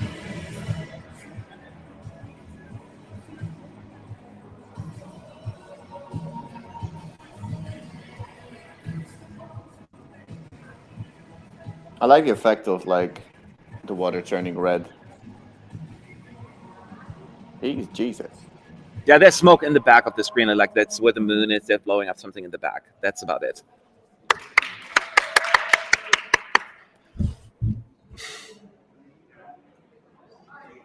So, that was Estonia's third and final run through. That means next time Uku takes the stage, he will be on Wednesday's first dress rehearsal. So that's it, and that's where the pressure begins.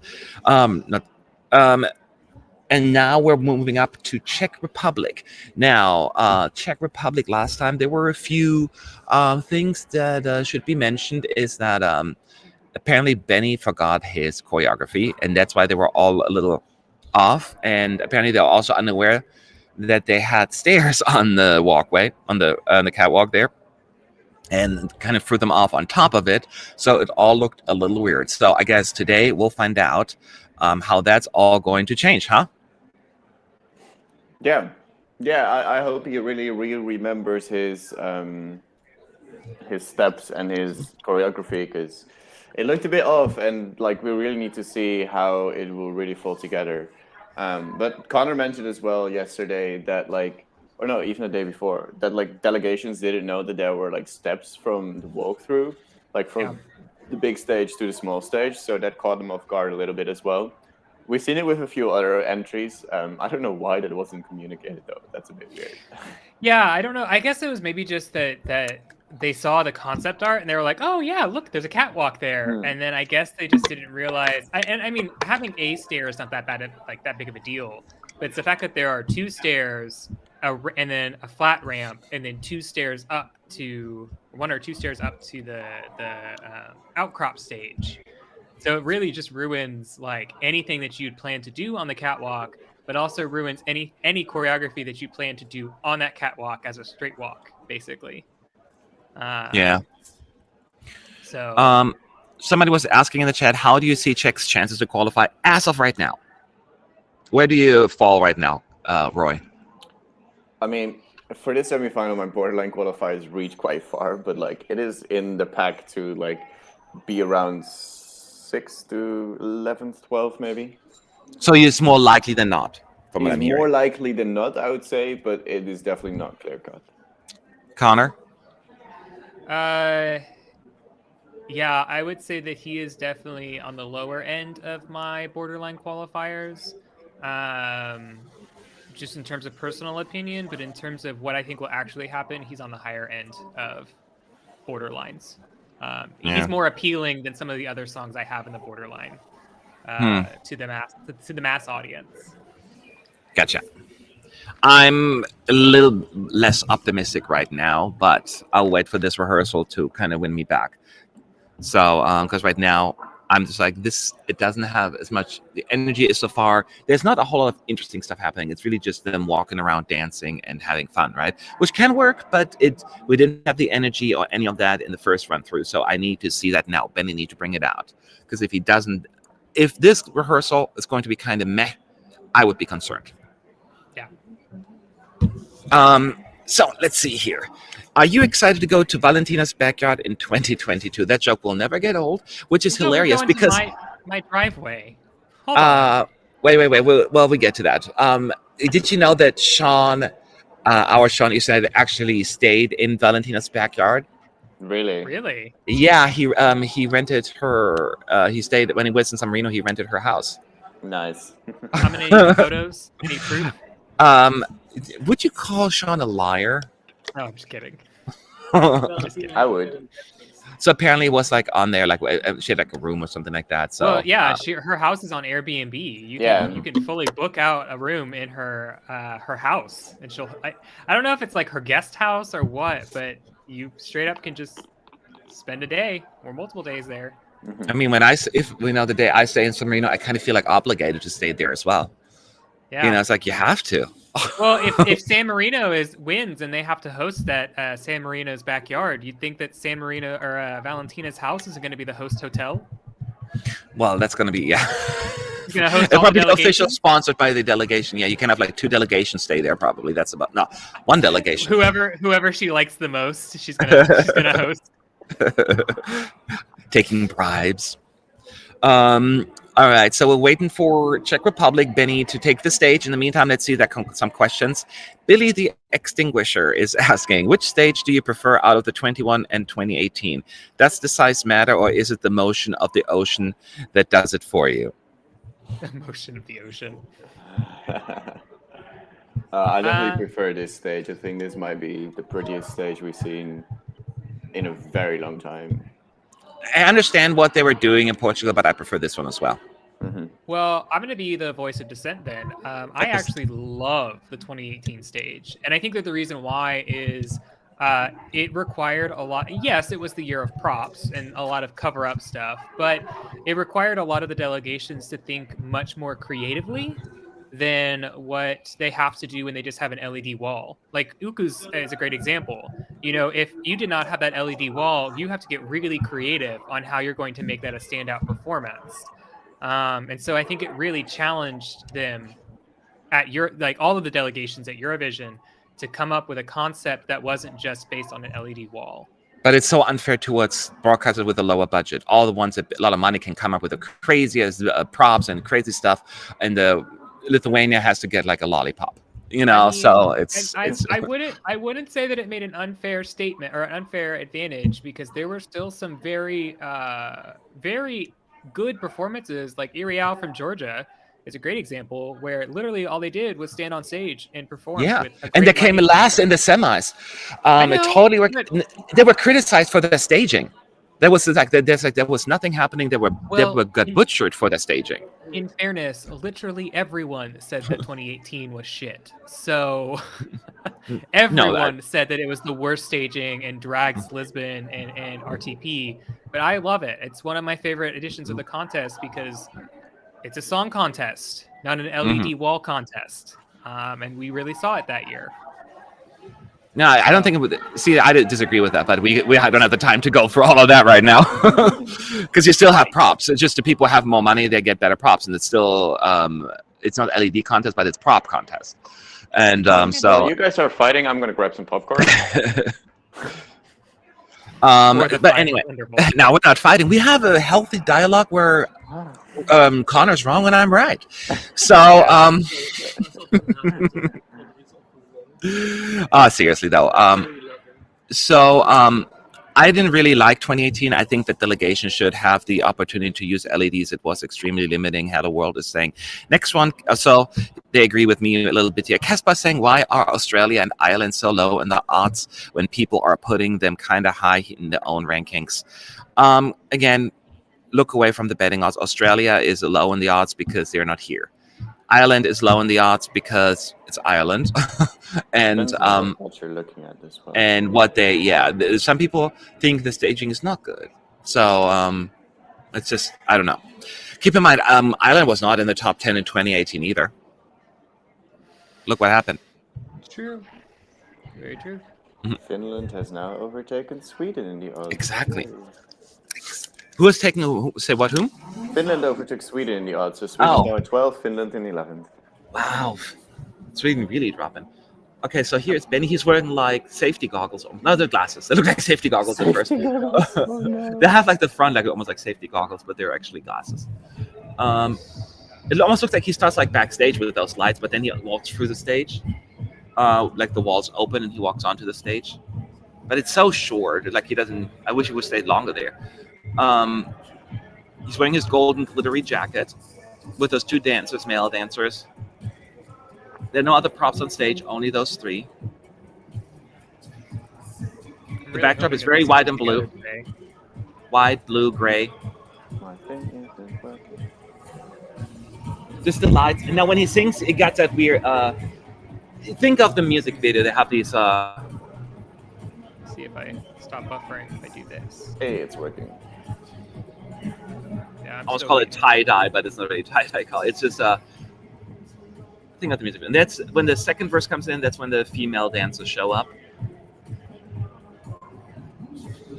I love the glasses he's wearing. Yeah. Benny's doing a little better, but he's still not 100% in terms of like energy. There we go. He does remember the choreo though. Yes. Yeah, I mean, he's not doing Well, dancing. He's really just looking and turning around. You know. They have practiced this, like I said, or he said in our interview. They've been practicing it in the hotel redundantly. The oh my god thing is where he jumps around with them. That's basically what's happening.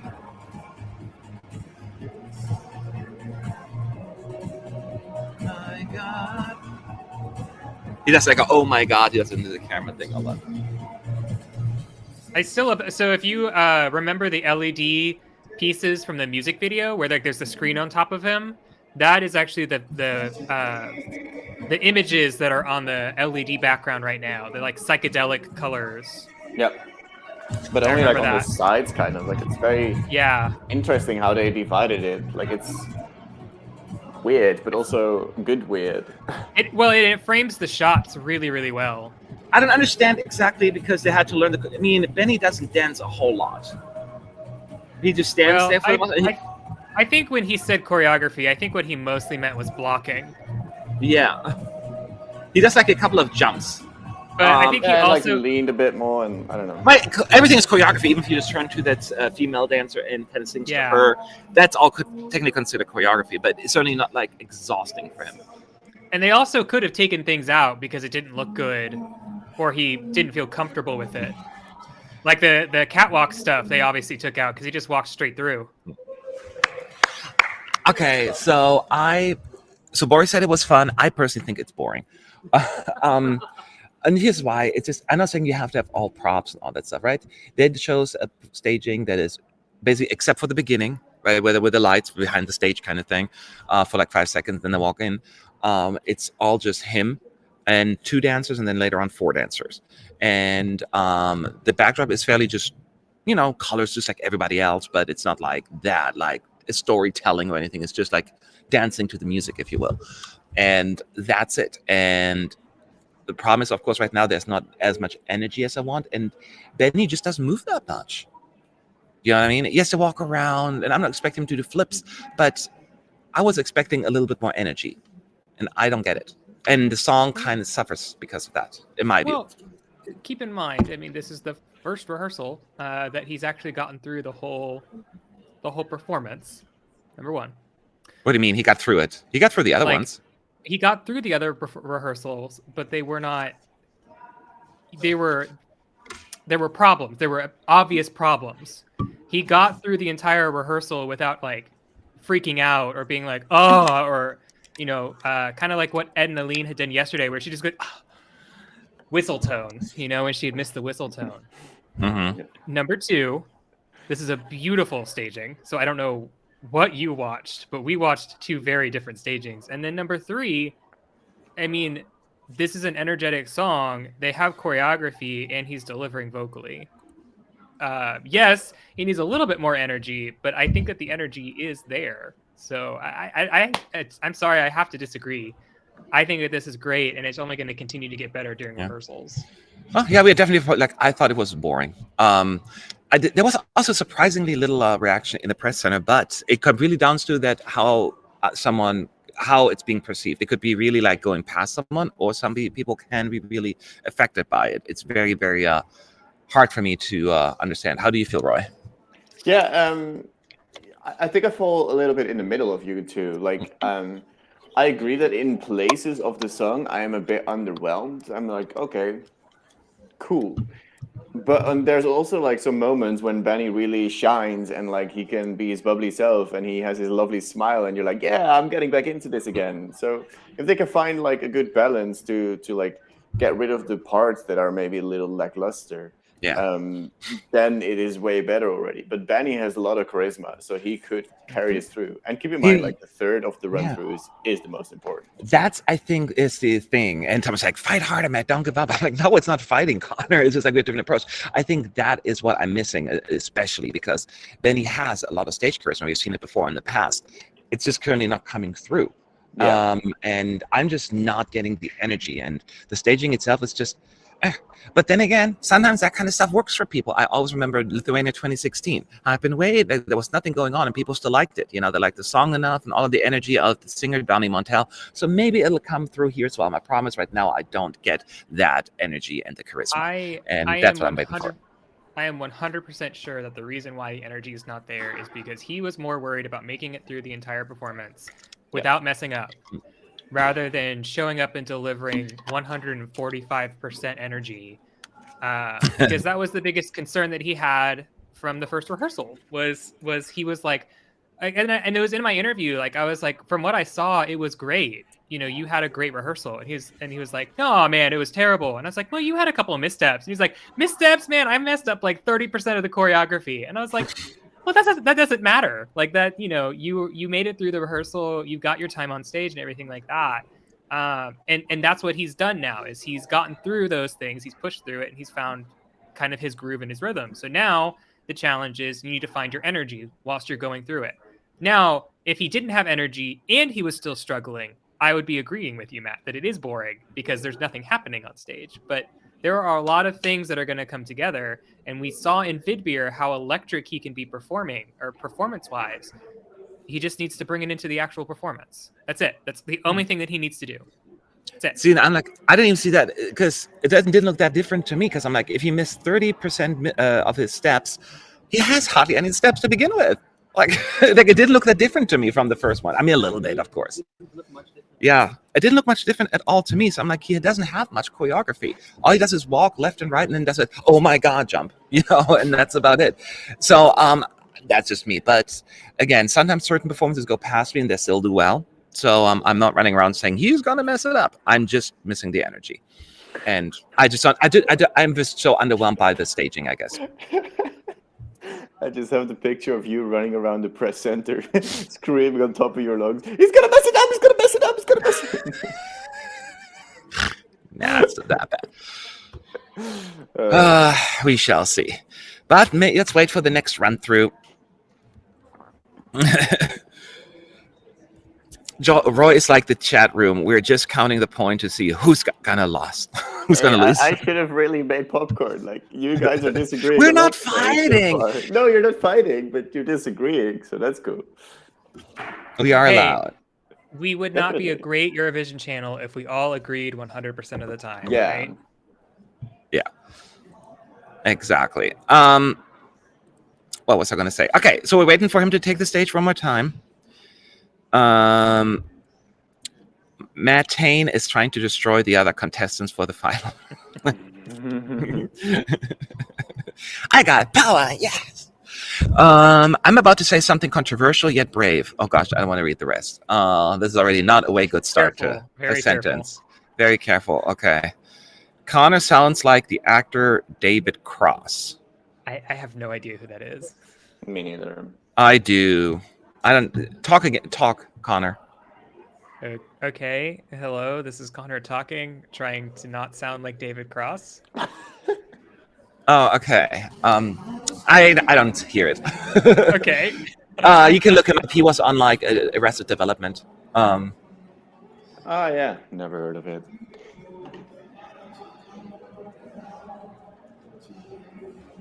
And Chipmunks is Squeakquel. He was in that one as well. So that's the thing. Okay, so let's see.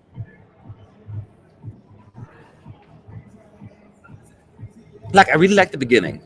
Like when he comes out there. The beginning is really nice with the LED bars. And opens, and then there's your dancers. Yeah, the camera work is also not the best. Different glasses than the first render? No. Oh, I don't think so. They look the same to me. Maybe not. Okay, now there's a little bit more choreography there as well in the beginning, but it's not a whole lot. But okay, that's a little bit more now choreography as well. I think in the beginning. Maybe I didn't notice it the first time. Yeah, maybe you didn't. Excuse me. The girls are fighting. Attitude. There ain't no apocalypse. As you hear on my lips. It's time for some attitude. I don't care. I'm happy you're here. I'm gonna make you smile for a while now. I'm like, oh my gosh, she's so beautiful. Come over and How much is he singing? It's hard for me to hear. Is he singing a lot? Yeah. all of it. It's all very live. echoey in here. Well, I mean, obviously it's live, but He doesn't have a lot of backing vocal, pre-recorded vocal. No, I'm not even sure if it is pre-recorded. Like, I think it might be live. Like, I just hear one voice, I think. Yeah. Well, there's some moments where there's some harmonies. That's a fair assessment. Boris was also saying that he feels there's a mismatch between him and the backup dancers. The energy his is lower than the backup dancers. Yeah. Yeah, he's more laid back than they are. Like he's giving the chill vibes, while they're giving more the high energy vibe. Mm-hmm.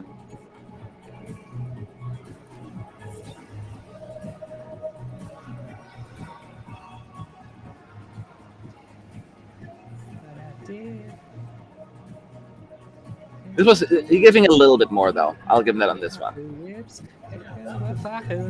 But he needs to be like this all the time. Don't care. Gonna think yourself for a while now. Oh my God, you're so beautiful.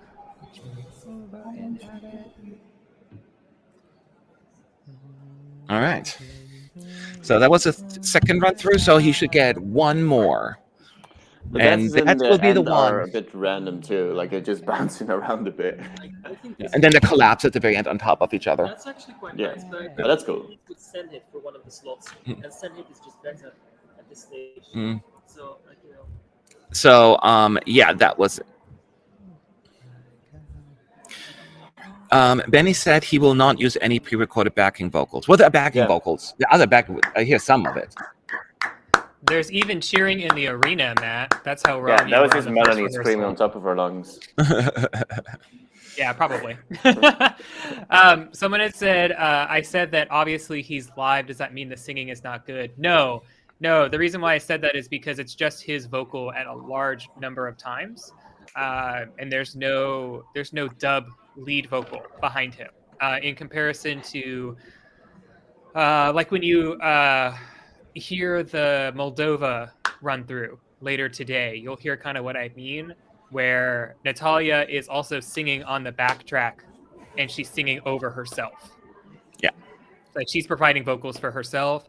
Benny Cristo has a vocalist somewhere in there. We don't know if that's live or pre-recorded, but most of this song is delivered with just him on stage as the lead vocalist or the feature vocalist. Yeah, I think he has a backing vocalist off stage. Yeah, he has to have at least one. He has at least one. Yes. Yeah, but I think I hear one voice all the time. But like, it's Yeah. yeah. Press conference starts, it's about to start. So Oh my God. by the way, Matt, my blind channel interview has been rescheduled again due to COVID testing. But that means that if you want to go into the arena for a rehearsal after this, you can. Nah, it's annoying. They don't let you in at certain times, and I don't have that kind of time. I don't care that much. I'll find a time. Okay. I probably will go for a little while, even maybe one of the dress rehearsals. Yeah, that's fine. That's fine. So we're getting one more run through for Benny, and she's at 4 seconds. So we should get it on a screen any second now, because they're usually the countdown and we're starting in 5, 4, 3, 2, 1. Oh, at least you get that. Well, We just get. no, we don't get that either. But I'm saying little we don't get it this time either. I'm just saying that's okay. usually what they do in the arena. Okay, Okay, by the way, he took off his glasses this time around, which I think is better.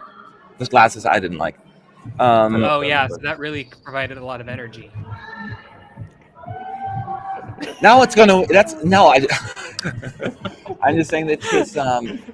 You're getting salty now all of a sudden. Like I need to put in the leash a little here. Jesus. Connor needs some sleep. I probably really do. I'm probably getting cranky. I probably haven't had enough Diet Coke to really wake me up. Okay, now he's giving us the smile. Well, yeah, and yeah, this that's is the a one. important one. This is the cut that is important. So why not give Well, all he the has energy to. here? Right now, he has to give the energy. Yes. That's what I'm saying is why not give everything here and give a little in the earlier part rather than getting exhausted for the third run. So he's the only one who cannot do it for all, unlike others who couldn't do it from the first run. I mean, there's been occasions where that also I hasn't know. been the case. It depends on how well you take care of your voice, honestly. Your voice and your body, but honestly, I don't care. I'm happy you're here. Wanna make you smile for a while now.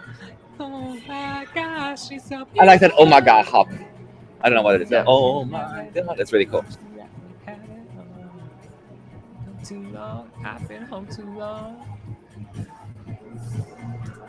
He sang a bit in Czech. Oh, that's a bad camera. Oh no. There was a big camera coming from the ceiling blocking him completely. That was awkward. Oh no. He You sang think a I'll line get a in different Czech as kind of Yeah, well. they have to friend? cut out that shot. You're so beautiful. Oh my god. Oh my god. Oh yeah, I see it. It's like locking him completely. Oh, yeah. Things I did, I don't know what I did. Apocalypse, no apocalypse. Yeah, this is definitely his best performance. Honestly, I don't care. I'm Now I happy have you're to here. okay, Gonna fine, make I you will. smile for a while now. Oh my God, you're so beautiful. Why don't you come over and have it?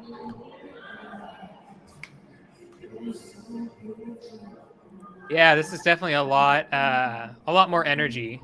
Yes. It's his best run through for sure. Yeah. See, I told you he could do it. Well, I didn't say he couldn't. I'm saying bring it up. I'm saying he has to. I still not necessarily a big fan of the staging. That won't change my mind. But Oh, that's fine. it's it was definitely he definitely brought it up here for that very, very important run Yeah. through. It's usually not as important as it is this year, obviously. Yeah. Usually it's just another one, but this time around they have to. I will say I wish there was a bit more diversity in the LED background. Like, it just stays the same idea. Yes. Yeah. I mean, and that's fine. I mean, I just really love this song. As you can tell by my singing along for most of the rehearsals. You won't get that from any others, so I'm so sorry for everyone Yes. who listened to that. But no, I am very pleased with that turnout.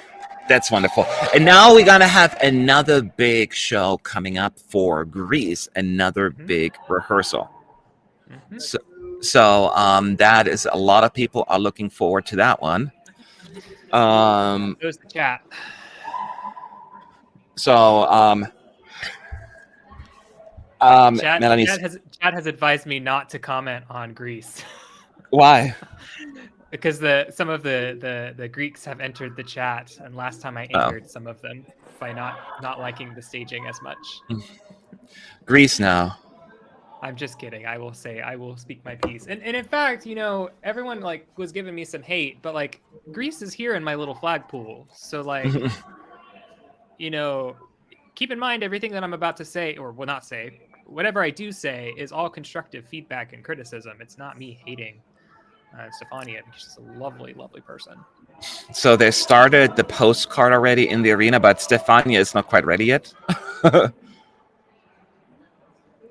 So they still again have to start over. So just hold on to that one. We'll get to that one. There are probably some minor issues. I mean, the only thing that I had with Greece was, I personally would have chosen a different settings than the cityscape thing.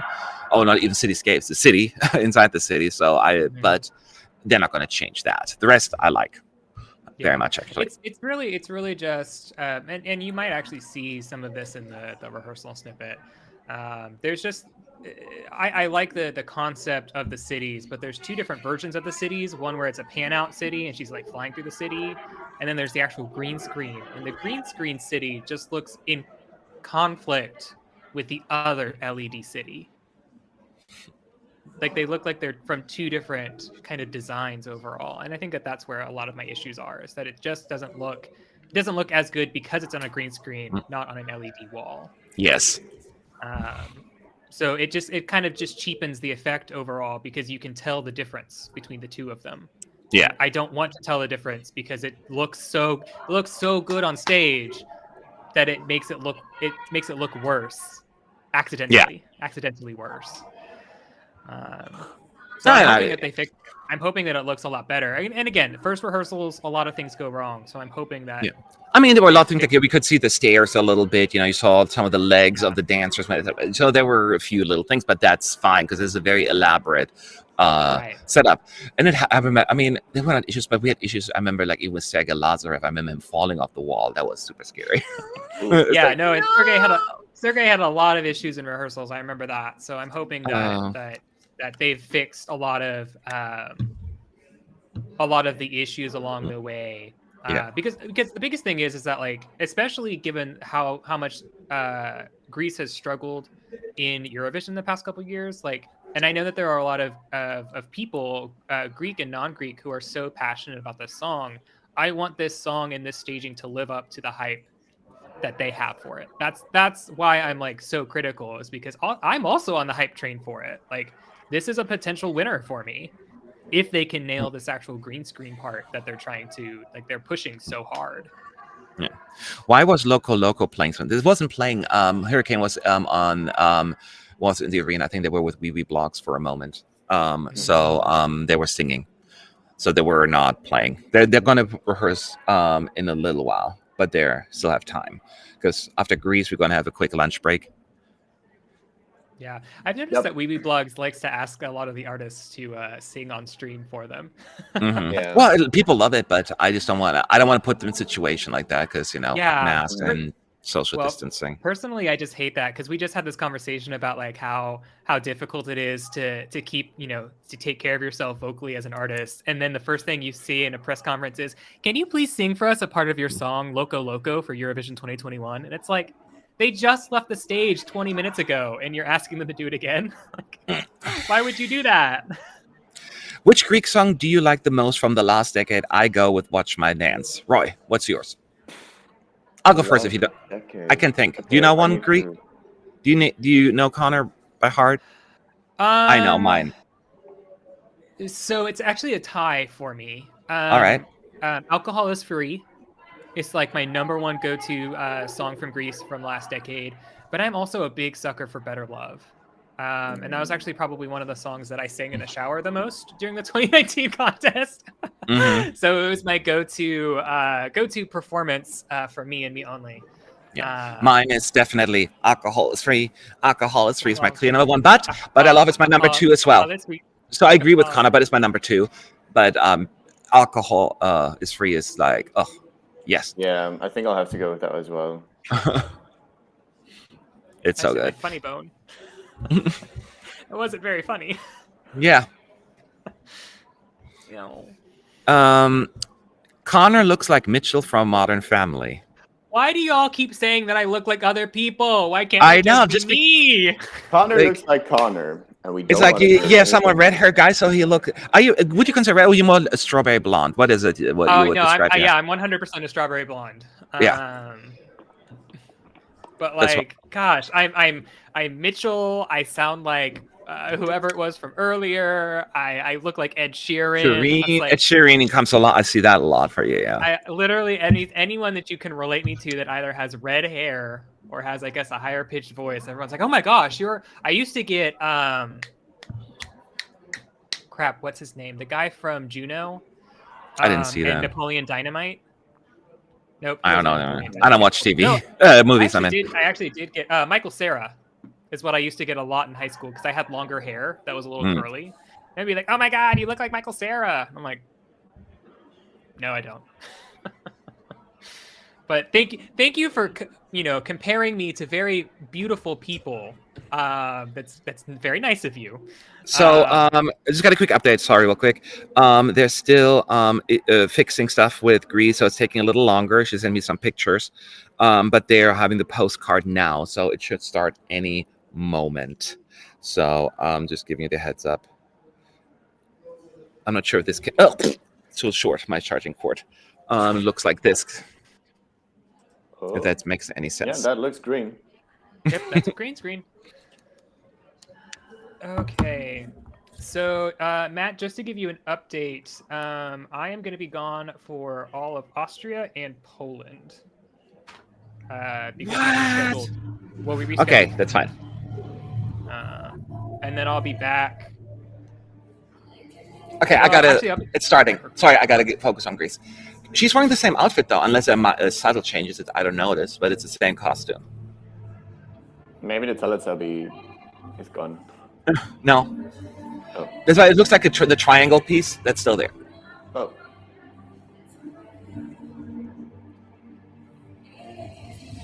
Yeah, no, the outfit is definitely still the same. Ah, there she is. They did fix it though, because before it was like two separate pieces, I think, and now it's like one purple. Is it? I thought it looked similar, but it's minor. It's very subtle then. Yeah. Like the illusion of the triangle is fine. It's just that it like peeled over a little bit because it was. Yeah, I think it was just that it had pulled up or down just a little bit. I can see still his legs in this one. But it's in the green screen. Yeah, I can see still part of the body, but maybe it's not. It's just what it is, I think. Oh, this winter vibes pan. This is actually worse right now. She looks good and she sounds good from what I can hear, but the green screen is not working well right now. It's worse than before. Oh, but she sounds so good. She does. So like, screw you for having these vocal cords. Yeah. So the stairs look good though. The stairs look pretty good. Like I don't see them right now, or do I? Oh, I do see a little bit of it. Yeah, I think the issue here is that there's too much purple on the LED screen, and so it's coming down onto the floor. So the floor is showing up on the green screen too much. In the shadows sometimes, that's the problem. Yeah, and so there's shadows bouncing from the floor, from the LED to the floor to the white. So I think that's what's causing the green screen to key out too much. But the stairs look good. The stairs are gone. So and now the way they're dancing together, that looks good too. Like when they're on the city and all of that looks good. When they're further out, it's not as bad. When they're further out, it's way better. Just when I get closer. Her outfit and her hair is also not as green anymore. Exactly. So they fixed some things. Definitely. Oh, I love when she gets with the notes now there. That sounds really good. This is a pretty shot when she actually leaves the green screen again. You can see the purple and blue lights in the back. Oh, this shot looks a lot better with them on the stairs. Yeah, that's the stairs one looks much better. The further out shots are better. Once you get closer, you can see still the shadows. It's still good. It's just really good. Just some stuff to fix. There's a lot less things to fix now, which is good. Yeah. Yeah. Good job. Good job. So, yes, I think we already said it. It's really when as soon as the dancers come in the beginning where it's a closer shot, that's when you can still see the arms and the legs and kind of just like the shadows mostly, I think, or even sometimes even more. And then even when she's standing there, you can see her shadows. So that's still kind of needs to get fixed. But once they go further out and they're dancing on the stairs, it all looks good, right? Yeah. Then it looks fine. Exactly, yeah. So, go ahead. The one thing that I think really, now that I'm like watching this back again, I think, and Roy and I think had talked about this on the stream. The one thing that frustrated us the most is the fact that opening shot where it's just her on the stage and it's a back shot and you see the whole arena, beautiful lighting design, and then it switched into that terrible green screen keying, and we were like, it went from like, oh my gosh, Stefania is gonna win to green screen. like. And so like that juxtaposition of holy cow, Greece is gonna win again to what's happening. That is like the thing for me. Like the start of this song, the way they have the camera work and the lighting and the way she stands there. I don't think I have gotten more winner vibes from any of the other songs, any little part of the staging than from that part. Like that looks absolutely stunning and incredible. And then we have a green screen. Yeah. See, I feel differently. I feel the opposite, actually. No, the exact opposite. To to me, it's like she's shown like she's on stage singing. It's really pretty, and then she's taking us into a brand new world. I almost get like a aha Take on Me vibe, where all of a sudden they're just sitting in a restaurant and they drag him into a cartoon world. I'm getting a similar vibe from that. I think that is the idea. I'm on the stage singing this pretty song, and now I'm moving off to this fantasy world, and I like that. The transition just wasn't in the original rehearsal, not quite as smooth. I think this is done a little better already. It's just, fix those little like lighting the shadow things, and I think then I'll get even more into it. Right, and that's what I think. And Roy, I don't want to speak specifically for you, but at least that's how I feel now. Is that I'm more, I like this performance more now that they've kind of streamlined and fixed some of those things.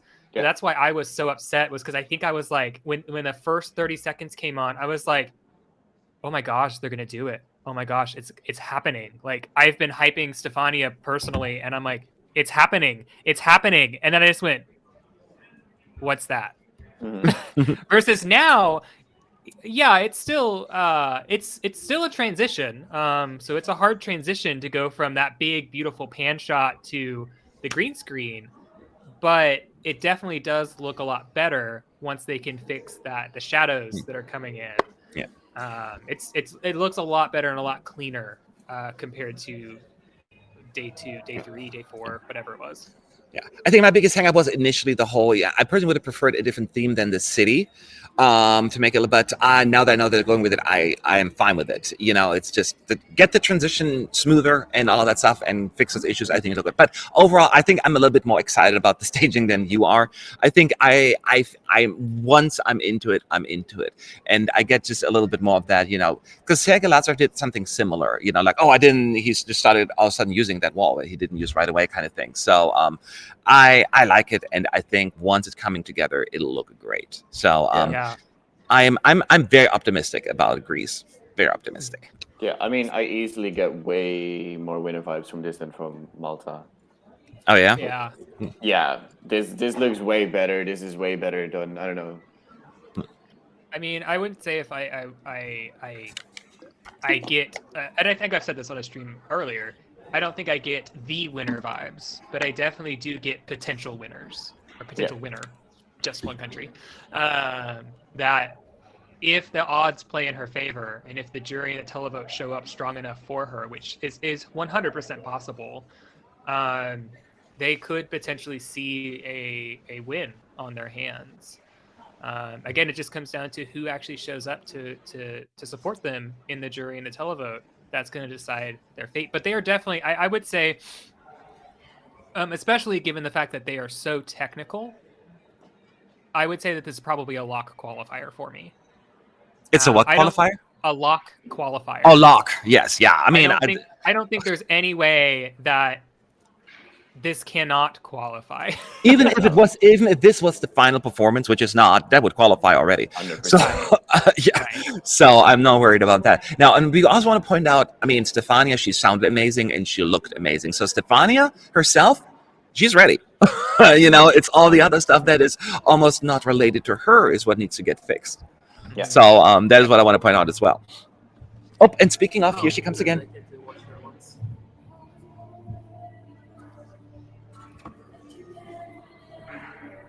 I think it's also worth mentioning that the online press chat is completely silent. Yeah. Really? Yeah. No one has said a single thing in 16 minutes. That is weird. Then they usually for them, yes, it's very weird.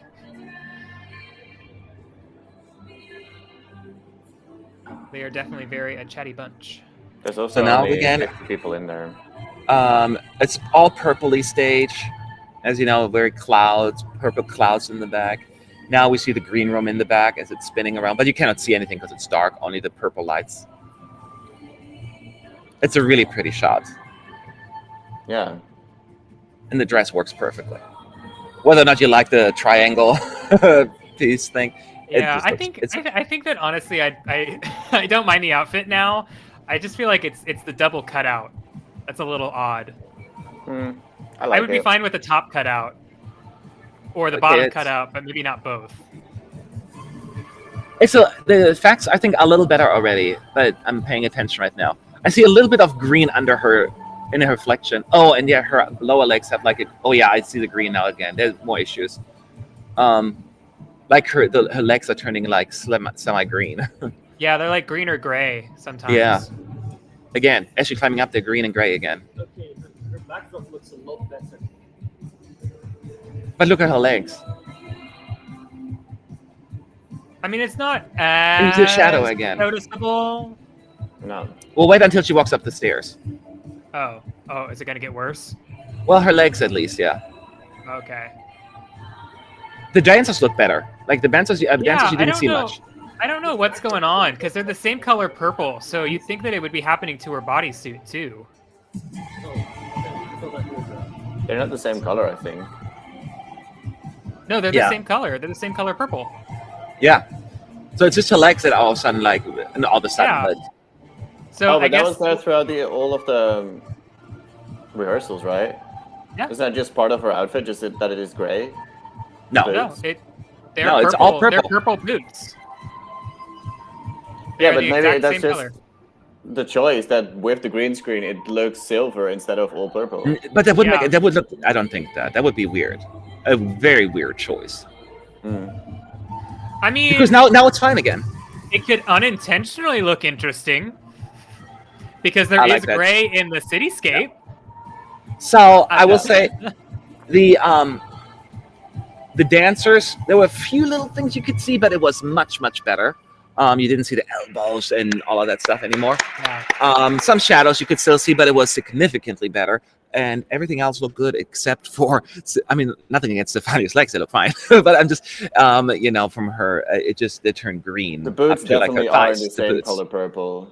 Yeah, they turn like a green purple, gray. No, but like purpley. also like when she's now performing, they are already kind of gray. When she's performing in the beginning? Yeah, no, like right now in the ending, like that is also like more gray than what the top part of her suit is. It looked the same to me, but it could I be. didn't- I have to yeah. double check. I didn't notice that at all. I didn't see that at all. I mean, I think, especially with that run, things came together a little bit more.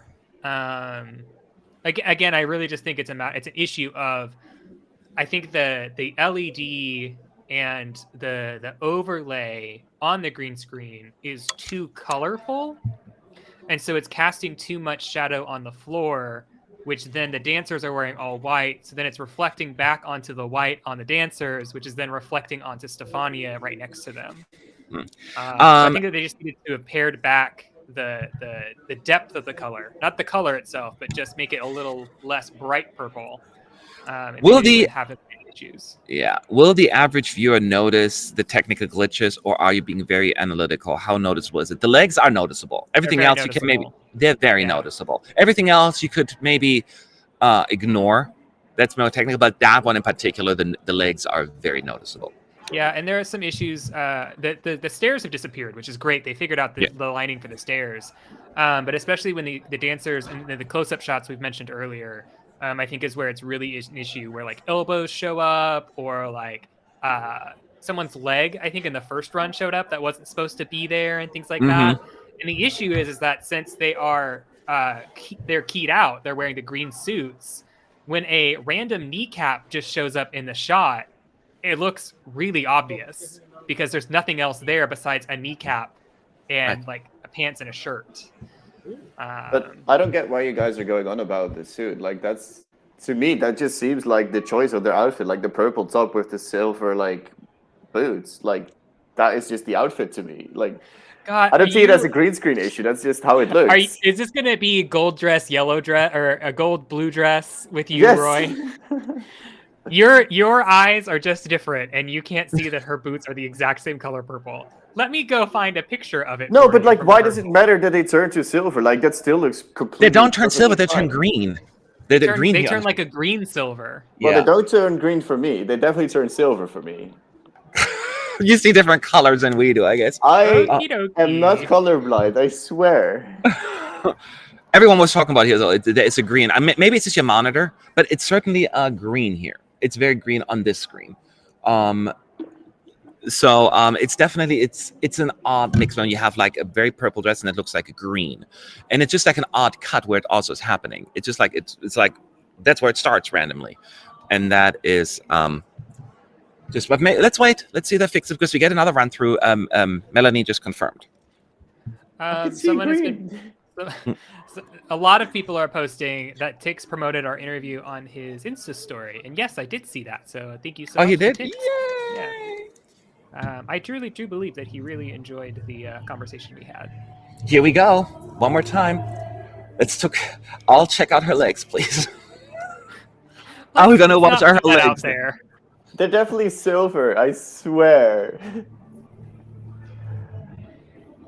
It's so purple. I don't see any gray now when she's walking. It's the same color. It's supposed to be one long purple outfit. There is definitely difference. Like, it looks like the boots are like a bit darker or a bit lighter. I don't know. But when the green effect comes in, it goes up to her knees and higher. The green effect. That's where her boots are. No, they are literally the same color. They are not. I swear. Look at it. They are But literally there's the a same. difference. No, I guarantee. I mean, they're more sparkly, but they They're are more purple. sparkly. They are purple boots. They are purple. See, and then, but they're but now very look at much them. more sparkly. And so when they are different shades. guys, real quick, when the last dance starts, the song, right? When you start singing Last Dance, you can start seeing her legs. It almost goes up to her thighs, all the way up her thigh. The green. That's where and her that's boots not. are, though. This Yeah, is not so what it's it's an supposed to look like. I think it's an issue that her boots are too sparkly. They're reflecting too much light, and I think that's. Yeah. I mean, look at problem. that, Roy. It is green, and that's the only issue that we're having. They're coming in like 1940s black and white conversion, Yeah. like silver. I think it's just a slightly different color of purple, maybe because of the boots. Like this is just a tiny smidge that is hard to even see. But now you can see the stairs actually. But that makes that issue. That's causing the issue with That's that probably green. because the boots are a different material than her suit. But Yeah, now you can see some green on her arms as well for a second. So it's certainly not intended. She was not supposed to look green like that. Okay, but at least you guys agree that the boots are different than. They are like two micro shades off from each other. Yes, they are two micro shades of color. Yeah, but that is They are not me both being purple. blind. That's just me being extra. You said good. they were silver. No, you said they were They're silver. silver now. No, they're Yes, green they're now. With They the are green screen, silver. they're still silvery. They are silver in the green screen, but they are purple on stage. I know. That's what we're saying. Anyway, guys, let's focus on not just on the boots here. Everything It looks else though good looks. still. Yeah. No, let's be serious here. There were some more. There's still some issues with the color, like the I saw the stairs this time around. I think that was his knee of the dancer. But the rest looks good. Like the camera work itself is good. Stefania sounds good, and that is all coming together. Yeah, it's all locking in. I mean, it's Yeah. not a bad performance by any means. And No, it's a fantastic performance. I will go. Yeah. Okay, let me be clear here, everyone.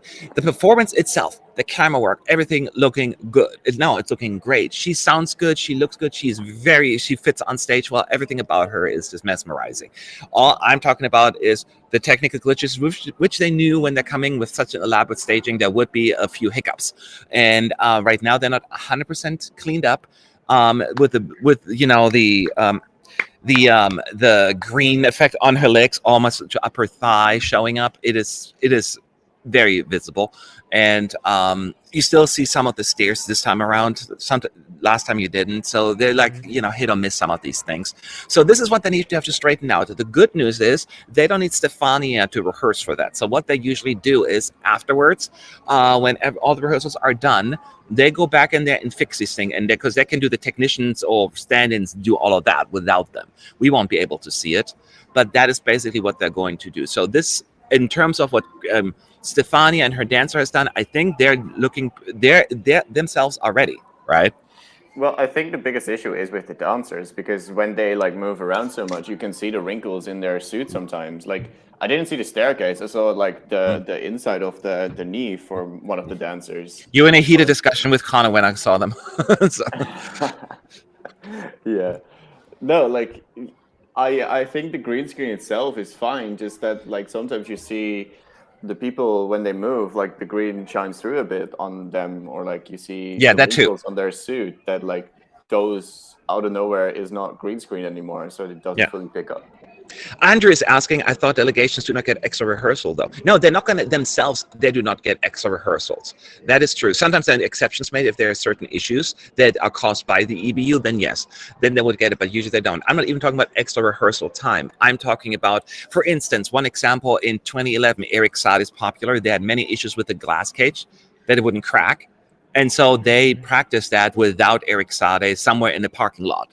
Right, so over and over, and then sometimes in the arena that the show it will crack at the right time. So a similar concept here. They can just make sure and practice the green screen effect. That's not technically rehearsal time. They're not getting extra rehearsal time. The dancers and singers. It's just making sure that the rest looks good. Just to clarify that.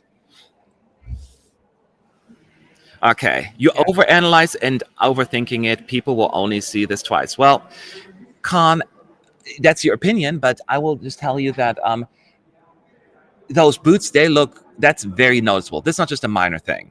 Everything else you can maybe look away. This is one of those things where, depending upon what rehearsal clip they choose to show you all later today, I think that you're going to see why we're discussing these boots so much, is because it takes you out of the experience. Like, the experience is so immersive and so, I mean, now that it's been actually put together and it doesn't look as clunky, it's actually really cool that when it actually doesn't work, and especially when it takes like her lower body into a different color altogether, it looks it removes you from that immersion experience. Yes. And it's a subconscious thing often as well. Like, yes, we may sound we're overanalyzing it, but there's a lot of subconscious thing happening when a person watches it on TV. They don't even know why they like it or why they're not getting distracted by it. And those things can be significant. Yeah. Any other thoughts? I didn't mean to interrupt you, Connor. I know you were. No, I'm just agreeing with you that the boots don't seem like they're that important, but they could. It is. Yeah, that would be, because then people are like, oh, you can. What's wrong with her thing? It would. That's that kind of reflection. Hi guys, do you think this year's contest is one of the most unpredictable one when it comes to finding the winner? Also, do you think it's more open than 2019 and 2018? I mean, 2019 was already pretty open, to be fair. I mean, look at the results. So I feel as it's going to be similarly open. People saying, well, Netherlands was the betting odds favorite, and then he won in the end, but it wasn't as clear and cut. Just because he ended up winning, it was still a wide open contest. So I feel as we're going to be in a similar situation this year. What do you guys think?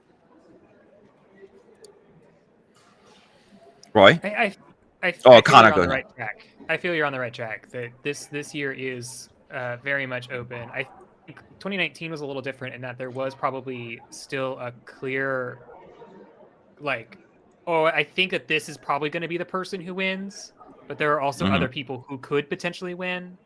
Versus this year, there's no one who's like, I think that this is going to be the person who actually wins right now. It's a bunch of people who are like, so this person could potentially win.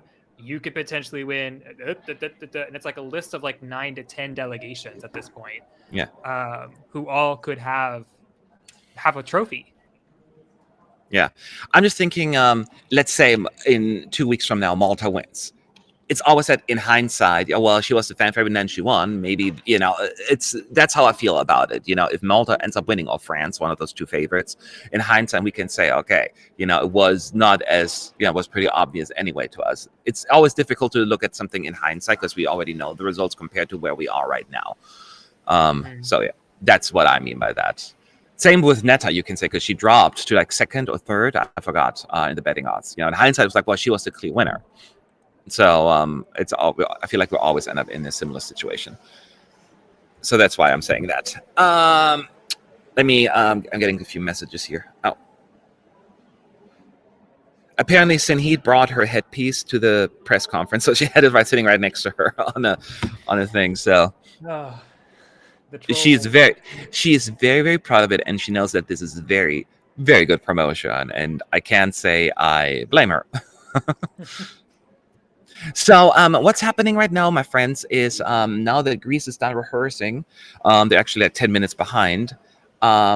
We are moving on to Austria, Poland, Moldova, Iceland, and Serbia after a quick lunch break. So we all get to go away for a few minutes and just get some sugar in our bodies so we're not going to pass out, or caffeine. Let's just answer a couple of questions here real quick. Lyndon ESC said, and you predicted Cesar Sampson so well. I did? Well, I thought it looked good, but I didn't. But there was also a little bias because it was my favorite that year. So, but I thought there was a lot there that people didn't see. To be fair, he only did midfield with the televoters, but I always thought that there was a lot of jury appeal there. So I guess I was somewhat on the right track there. But sometimes, it could go the other way too. Let's see here. Will you give your blessings to Tix and Effendi? Why would we give our blessings to them? I think that Tix is a fan of Effendi, right? Because they're basically flirting back and forth now at this point. Oh, really? I didn't know that. I don't think that that's our blessing to give. If you would like that blessing, you may want to talk to Tix and Effendi. Yeah. Do you think Supergirl would have done better or worse than Last Dance? I mean, you can all comment on it. My personal opinion was I think Last Dance is much more more universally accessible song than Supergirl. So I think it would have not done better. Roy? Yeah, Supergirl would have done way worse than this. Like this is so much more adult-like and more grown-up, and like the staging is really well done. And I don't know, Supergirl was just a bit less well produced, a bit less thought through than this year's song is. Okay, Connor? Yeah, I would agree with everything that you've said. Okay. Did the chat say anything, by the way, about the boots or Greece in particular? I know it was quiet for so long. Did anything else come in? No. Basically, here's the chat. I can literally give it to you. Too bad the camera does not take a close look at the Greek dancers. They are really handsome. Will there be another run for Greece? Or Austria? There's a break. And that catches you up on the press chat from the entirety of the Greek rehearsals. Wow. I don't know what happened to the press, but I guess that they decided to take an early lunch break. Yeah. We shall see. But we were here. Exactly. Well, ooh, somebody's beeping again. Oh yeah, that then is when I plug my mouse into my laptop. Okay, so it stops after a little bit, so I guess. Yeah, I'll unplug it in a minute because I also hear. Or you can unmute yourself. When you do that, just unmute yourself. Maybe that helps. Do you think Måneskin will do the best among the big 5 countries? Well, we'll tell you after Spain rehearsed. So I am not going to go down that rabbit hole just yet. So yeah, let's just take a break because I need to grab something to drink, and I'm sure Connor and Roy need to do the same. And we're just going to play a few clips and just enjoy them, and we'll be back. So don't go away. You can all just shake your legs and just stretch a little, and we'll be back in the near future. So for Austria. All right. See you then. Sounds good.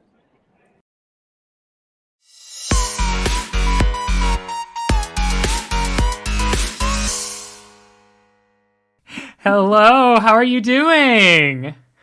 I'm great, thank you. Connor, nice to meet you. It is nice to meet you. How is Eurovision for you right now? It's what can I say? It's big. Yeah. It's huge. Yeah. And it's so it's only just begun. That's true. I mean, yeah, we are. It's I'm losing track of time. It's like day 3, I think, of rehearsals right now. Something like that. Yeah, that's right. Yeah. So still plenty of time ahead of us to have fun, experience Rotterdam and everything like that. I'm probably not going to experience much. It's going to be a lot of work. Yeah. I feel like some of the other artists have been telling me that, there still has been a little bit of downtime. Something that they maybe didn't expect is so much downtime. Are they still keeping you really busy, or do you still have some self-care rest time in your schedule? No, I have no spare time at all. Yesterday, I started working 6 o'clock in the morning, and I was done. I had my first pause at midnight. Yeah. Wow. Yeah. So I was even handed food from the side, here, eat this. It's very much like I don't know if you've ever watched like at the Olympics when they have like that marathon and they have water bottles on poles and you just. It's exactly like that for me. I know exactly like what you're talking about. Yeah, and I kind of feel like I'm in kindergarten because there's always like people that has to watch me and has to make sure that you have to go there now. Okay, I'll follow you. Take my hand. And then, yeah. Yep. They're shepherding you along the journey a little Absolutely, bit. Yeah. Well, one thing that I think a couple of our audience members and our readers are curious about is, what kind of made you want to participate in Melody Grand Prix? What was kind of the reasoning behind your entrance? I have been a huge fan of Eurovision for many years, but since I was young. Mm-hmm. But I had a really, really big artist career in Norway, and I wasn't really planning on participating until I had this song, Fallen Angel. And it just sounded like the perfect arena for that song would be Eurovision, because it's about, it has some of the same kind of the same theme as Eurovision. It's about diversity. It's about encouraging people to be themselves. It's okay to be extra. It's okay to take space. And also I thought like Eurovision was a really really nice platform to give this song a more visual life as well. Yeah, you can kind of tell a story at Eurovision that you can't do on like a studio album. Yeah, exactly. Yeah. And the more I played with the idea of participating, the more I understood that, okay, shit. Oh, sorry. That's okay. We can edit that out. Okay, shit. I was like, wow, I can really accomplish something here, no matter how well it might play out. Yes. But I can really like I can help a lot of people here. Yeah. And the more I opened up and told my story to people, the more people seem to resonate with it. So yeah, I'm really just here to tell my story, to inspire people, to motivate people, and make some fun memories, and to meet all the other artists and have a good time. Yes, that's the important part. It's making sure you soak in the time there at Eurovision while you've got it. It's only I'm trying. It's only 2 weeks, so I know. But I'm here on a mission, really. Yeah, and I think that's something that's really important to point out is you have been very vocal and outspoken about issues of like mental health and your own personal journey as well. Do you feel, or do you find that kind of those issues and your music kind of intersect a lot, or do you try and keep them separate? I guess they do now. They didn't earlier. Well, in Norway, I've been described as the soundtrack to all the good times, the soundtrack to the weekends, you know, to all the parties and stuff. But now I'm really trying to focus on also being the soundtrack of the sad times, I guess. So yeah, I guess they go pretty much hand in hand. Yeah, they've really kind of connected together to be a more authentic version of yourself than trying to kind of put on maybe like a mask of happiness and things like that. Absolutely. And I think that's like it just adds a whole new dimension to both me and to the music. I mean, we're all just people. We have our ups and downs. But but most people, you would be surprised by how many people that are actually struggling out there. I mean, it's fucking everybody. Yes. And once you start talking about it, then like everybody can relate to it. I'm surprised there aren't more artists that really try to focus on that. It seems like a lot of artists, they tell their story once and then that's it. But I'm really, I don't know. I had it in Norwegian in my mind, but I couldn't say it in English. But yeah, I'm really I'm here on a mission. Yeah, no, I totally understand what you're saying. And I think a question that's connected to this is, knowing what you know now, is there any, like, if you could go back in time and visit the younger version of yourself, do you think that there's any advice that you would give yourself? What would you tell younger Tix? Good question. Well, I think I turned out pretty well, okay, I guess. So, I don't know if I actually don't know if I would tell him anything or like disturb the process, because I mean, that process of evolving is so valuable to me. It's what made me able to reflect on my own emotions and also other people's emotions. And made me able to see what other people might be feeling. But I guess, okay, if I could go back, I guess I would tell myself that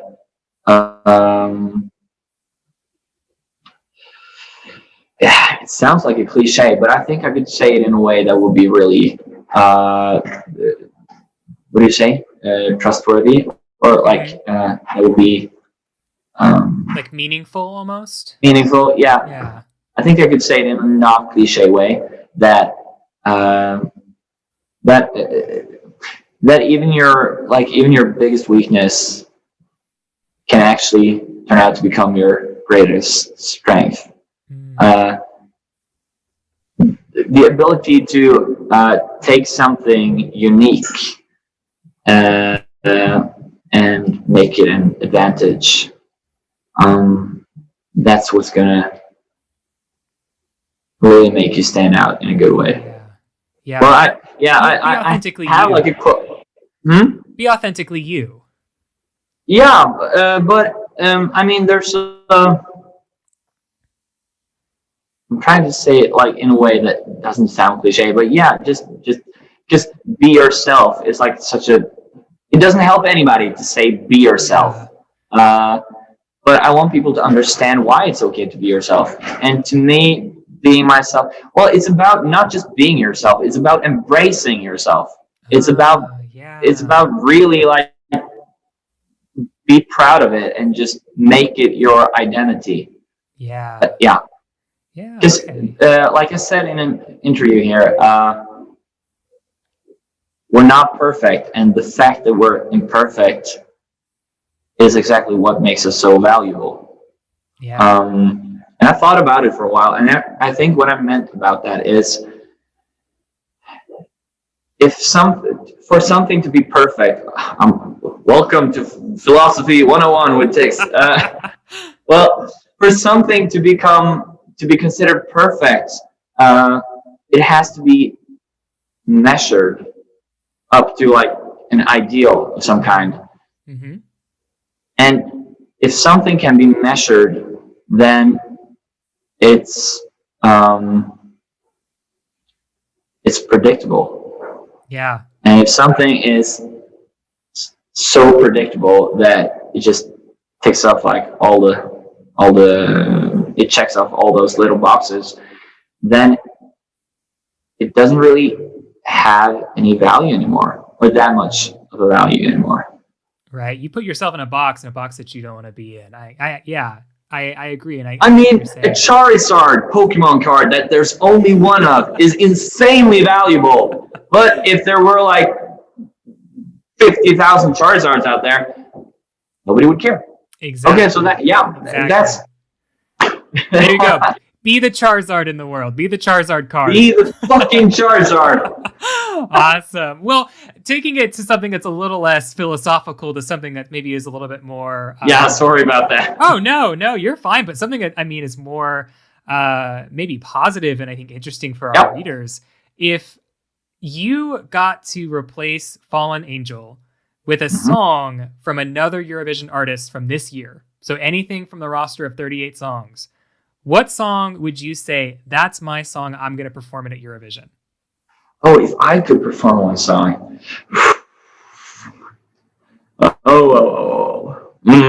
It's a hard one. Yeah, it's really difficult. Because there are so many, there are so many different roads I could take. I could choose to focus on the message, or I could choose to focus on the song that would be easier to sing for me, or the song that's the most catchiest song. Or I could, I think I was actually right before my first stage rehearsal. I was warming up by singing along to El Diablo by Elena from Cyprus. I just love that song. So I think maybe that one. It would be kind of awesome to sing Ukraine's song too. That's true. You're going to work on that would be Ukrainian. That would be weird. Yeah. Hearing me, I don't think I could pull that off. There's no way. But yeah, I think,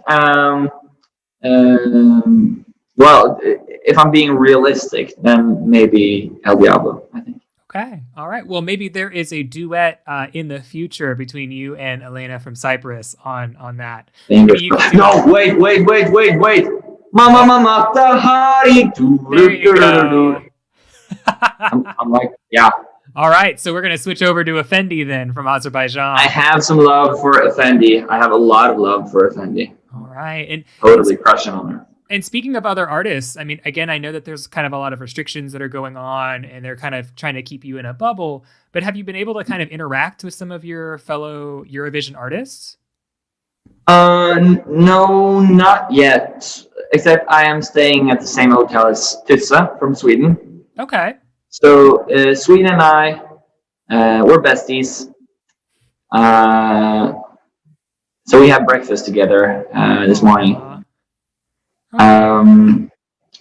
But other than that, people tend to they have their stage rehearsals and then they just kind of disappear into an interview here, and then they have to go there and then there, and then you just it's just a black hole of interviews and stuff. Yes. A lot of things happening here. Yeah. So I think because of the restrictions, things are in many ways a lot busier this year, but still kind of like maybe just for the artists. I don't know, but it's a lot quieter here also, I think. Yeah. There aren't that many people at the arena. Right. It at least gets you and helps you get into the state of mind that you need to get into for whatever you're doing versus worrying about, oh, there goes. I don't know. I want to be up here. I want to party. But, I know. But I'm also kind of grateful that there aren't, I'm like a little, well, it's okay that there aren't parties like every night here because I would have been exhausted by now. Yes. And it's only been like 2 days for me. Yep. Yeah, well, perhaps the reunion of Eurovision 2021 artists can happen so that you can all get together and have a party once everything kind of calms down just a little bit. So maybe if you want to be the chief, so amazing. Yeah, if you want to be the chief organizer of that, I will put that responsibility over on you. Seriously, I can't take on any more responsibility right now. My calendar is packed. Yes, well, we've got a while probably until that might happen. But I do have one final question for you. And this is mostly just because I know that your career is not going to end after Eurovision. It was there before and it'll be there after. But what are some things that are upcoming? Do you have any projects, albums, concerts planned? Anything like that? Yeah, I do. Hey. A lot of projects. Like I said, I am on a mission right now. Not only in Eurovision, but like in general. And the mission is basically that just to make the days go by a little easier for the like tens of thousands of kids that are like scared to go to school every single day. Mm-hmm. And I really think I can do something about that. So that's what I'm working on right now. Yeah, and to spread awareness about mental health, obviously. Because I mean, being an artist, you have to focus. You have to focus on. You have to focus on the music all the time. You have to focus on like the financing of stuff. But I don't really have that. I don't really have to concern about that anymore. Okay. So I think I'm in the right place to really make some changes. At least in Norway, that's where I'm going to start. Okay, so there are definitely big things on the horizon. So if you haven't already, or if you are curious, where can they kind of follow you and find out what's going on in Tix's life? Well, Instagram, Tix Music. But I'd rather that you didn't follow me, because if you do, then you'll see all the really awkward videos that I put out where I'm like worshipping my queen, Effendi from Azerbaijan, and that will be kind of awkward. But if you're into that kind of stuff, then yeah, you can follow me. Hey, you can merge the two kingdoms of Tix and Effendi together, so I don't think that that's awkward at all. Alrighty. Well, I want to be cognizant of your time because, as you mentioned earlier, you are busy. You've got a schedule. But thank you so much for taking some time out of your day to sit down with me and with our audience to kind of talk a little bit about your. Man, thank you, Connor. This was really nice. Felt like you're relaxed on a safe space. It was nice. Thank you very much. You are more than welcome. I'm super excited to see. I mean, I know that you'll be back later this week for second rehearsals and dress rehearsals next week and everything. But just make sure that you're enjoying the time and having fun. Everything else will fall in line as everything kind of comes along throughout the weeks. So I will try my best. Awesome. Well, have an amazing day. Thank you. And bye everyone watching, and bye.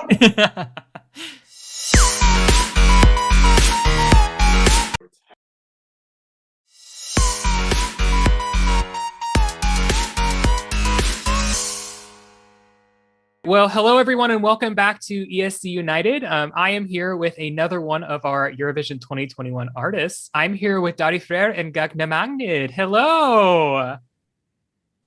How are you doing today? Very good. Good. And how has the Eurovision experience been for you so far? It's been nice. Like, it's been different, I think, to most other Eurovision experiences, but it's fun. Good. Yeah, and I know that especially this year it is a little bit different, and I feel like every delegation's kind of doing their own thing. You know, I know some delegations are doing a lot of rehearsals. They're in the hotels. Some are just kind of hanging out and enjoying the moment. What does like between rehearsal time look for you all? It's very chill. We had some, like, we run through the act like a few times, but we're ready basically. So okay, so we're just having a good time. All right. And I think one thing that I'm the most curious about is, you know, last year with Think About Things, your song like erupted overnight. You became a viral sensation and everything like that. Did you expect that song was going to be so successful? No, not at all. I didn't expect that to happen. Like, even if we would have gone to Eurovision and if we would have won the competition, I wouldn't have expected it to go as far as it went. Okay. And do you feel like that song has kind of changed your career overall as well? Like it's night and day. Night and day. For sure. Like I did all of my I was working as a full-time musician before the song, but now I can work outside of Iceland as well, which is new. Yeah. And for the other members of Gagnamagnið, as some of you I know are not necessarily musicians in your full-time day jobs, what has it been like being cast into the international spotlight overnight? It's so strange because as you said, we are not like basically part of this business. So like having this chance is just a wonderful opportunity. Yeah, and some of us have gotten to include our other things into this, like Jói with the video game, and for me making the jewelry for the band. Oh. Yeah, it's been very surreal, and it's such a good opportunity for me, like to with the video game, to like do some creative stuff that I want to do and have a platform to like explore that. Awesome. Well, and speaking specifically about the video game, I did download it last week and I was playing through it, and it's very well done. So congratulations on that. Some of the music I know is inspired by kind of redos of some of the other songs from Söngvakeppnin and things like that. Is there ever going to be a moment where we get like an album version of the music from the video game? Yeah, I can confirm that we are trying to push an update on the video game where if you finish the game with 3 stars at every level, then you can download the music. It will be like a reward for finishing the game. So it will only be available for download for the people that finish the game 100%, and it will never be anywhere else. Well, there you go. There is some motivation there for some people listening. If you want to get those tracks, finish the game, put in that time. Well, specifically for you, Daði, I know that you have really made advantage of this pre-recording backing vocals rule this year by putting together that choir, the Eurovision choir this year. How many people are in this choir? Just approximately. You don't have to know the direct answer. But how long did it take to get put that together? I hired a guy to put it together because I saw like very early on that I was not going to be able to have time to do that. I can't remember the exact number. It was like between 40 and 50 hours, I think, that it took him to just line everything up. Wow. Yeah, he said you shared with us a video where he finished it, where he was like, okay, it's finished. Yeah, like he showed us the finished version, and then the camera panned to a beer. Well, I hope that you have paid him well, because it sounds really, really great. And I know that the Eurovision community was very, very excited, myself included. I'm actually in the submission pool in there. So I was very excited to be a part. It's my one claim to fame is that I was part of a Eurovision song. Yeah, I was really, even when we were putting it together, I wasn't like the rules about the backing vocals weren't that clear to me. So I'm super happy that it actually got to be in the final version. So if you sent us your vocal, you are 180-ish million people are going to hear you sing. All right. Well, I cannot wait to hear myself on the Eurovision stage. I had an issue with your rehearsal. It was actually stuck in the buffering, so I actually never got to watch your rehearsal despite being online press. So this is going to be one of those things where like I watch it live and I'm like, oh, hey. One of the things that I'm kind of curious about, you all are known for a very specific type of branding. We're seeing it here in this interview, your kind of 8-bit style with your faces and everything. So how did that branding kind of come about? And how many versions of your face do you own in your closet? It came from the instruments in 2017 because you're not allowed to play instruments in Eurovision. It all has to be on the backing track. So from there we made the computer instruments, and then we got the computer aesthetic, which led to the pixelated faces. The color is we wanted to have a color that nobody really uses too much, so we could like have it our own. And there are 4 different versions, 4 different outfits. There's this one, there's the one we have on stage here, there's the one we had on stage last year, and then there's the outfit from the music video, which Lovísa Tómasdóttir made for us. She also makes our stage outfits now. And then I have this cup. You have socks. My suitcase. You're wearing the socks, I have right? 2 different versions of Bring out the socks. socks, my friend. Oh, okay. Yeah, I think that's. Sorry. A suitcase with her face. Suitcase. Oh yeah, and there's the black sweaters as well, the hoodies as well. Yeah. Those Yeah, have my face true. on, so With the Gotcha. I have 2 video games with my face, kind of 3 video games Yeah. with my face. There you go. All right. I was just curious because you see your face like all over. Oh, yeah, there's cars also. There's 2 cars and there's a bus in Iceland. Actually, Yes. 2 buses. I saw the buses. They look those wraps on the buses look really, really, really I good. have 2 like small smart cars in Rotterdam. Awesome. But, they're here. Awesome. Well, we'll kind of wrap up here because I know that you are all on a very busy schedule today.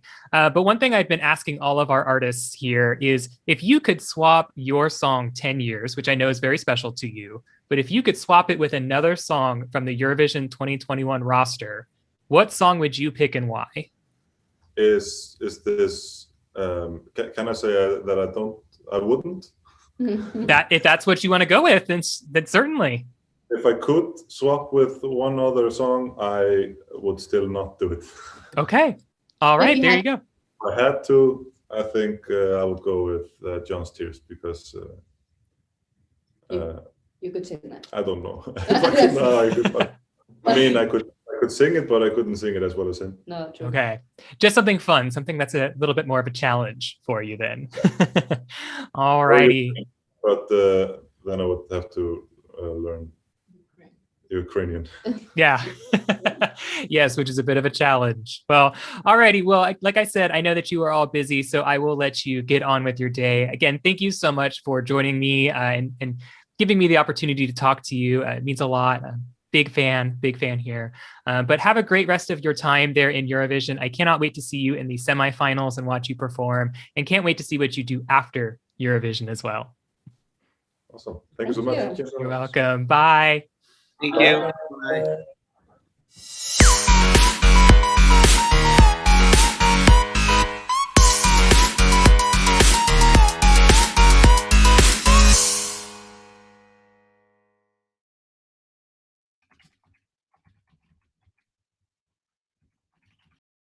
Albania brought us a lot of smoke today, and we need to calm down, relax, breathe, and talk about Albania's first rehearsal here in Rotterdam. You ready? Let's talk Eurovision.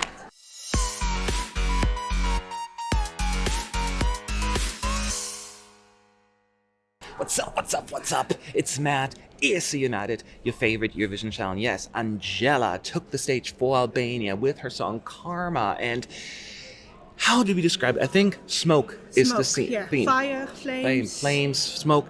And it's amazing. I mean, correct me if I'm wrong, but we have this, I mean, first of all, she's wearing something like a silver bodysuit kind of thing, but it has a lot of fringe hanging from them. It's beautiful. It looks like a dress you would think she would move around a lot. She's not moving a whole lot, just a little bit, but it's mostly just her standing in place and then moving around a little like this. And the focus is her, but then everything happens behind her and to the side of her. There's red smoke coming, like the big booms coming, and then blue smoke, and it seems like the blue smoke is battling the red ones, like the battle between those two colors. What do you think? Guys, I'm still recovering. She's like, like, you know, if I watch rehearsals, I have to do a lot of stuff. So I'm just watching, do my stuff. We're in Rotterdam, and this is Eurovision 2021 rehearsal day number 69. I forgot, I lost track. I think it's 5 actually. But it was a long day. Feels like less. Technically 15 countries have rehearsed. It's a little bit more tricky, but we'll go through our personal winners and non-winners of the day. Who has improved? Who let us down? If at all, let's talk about it. Let's talk Eurovision.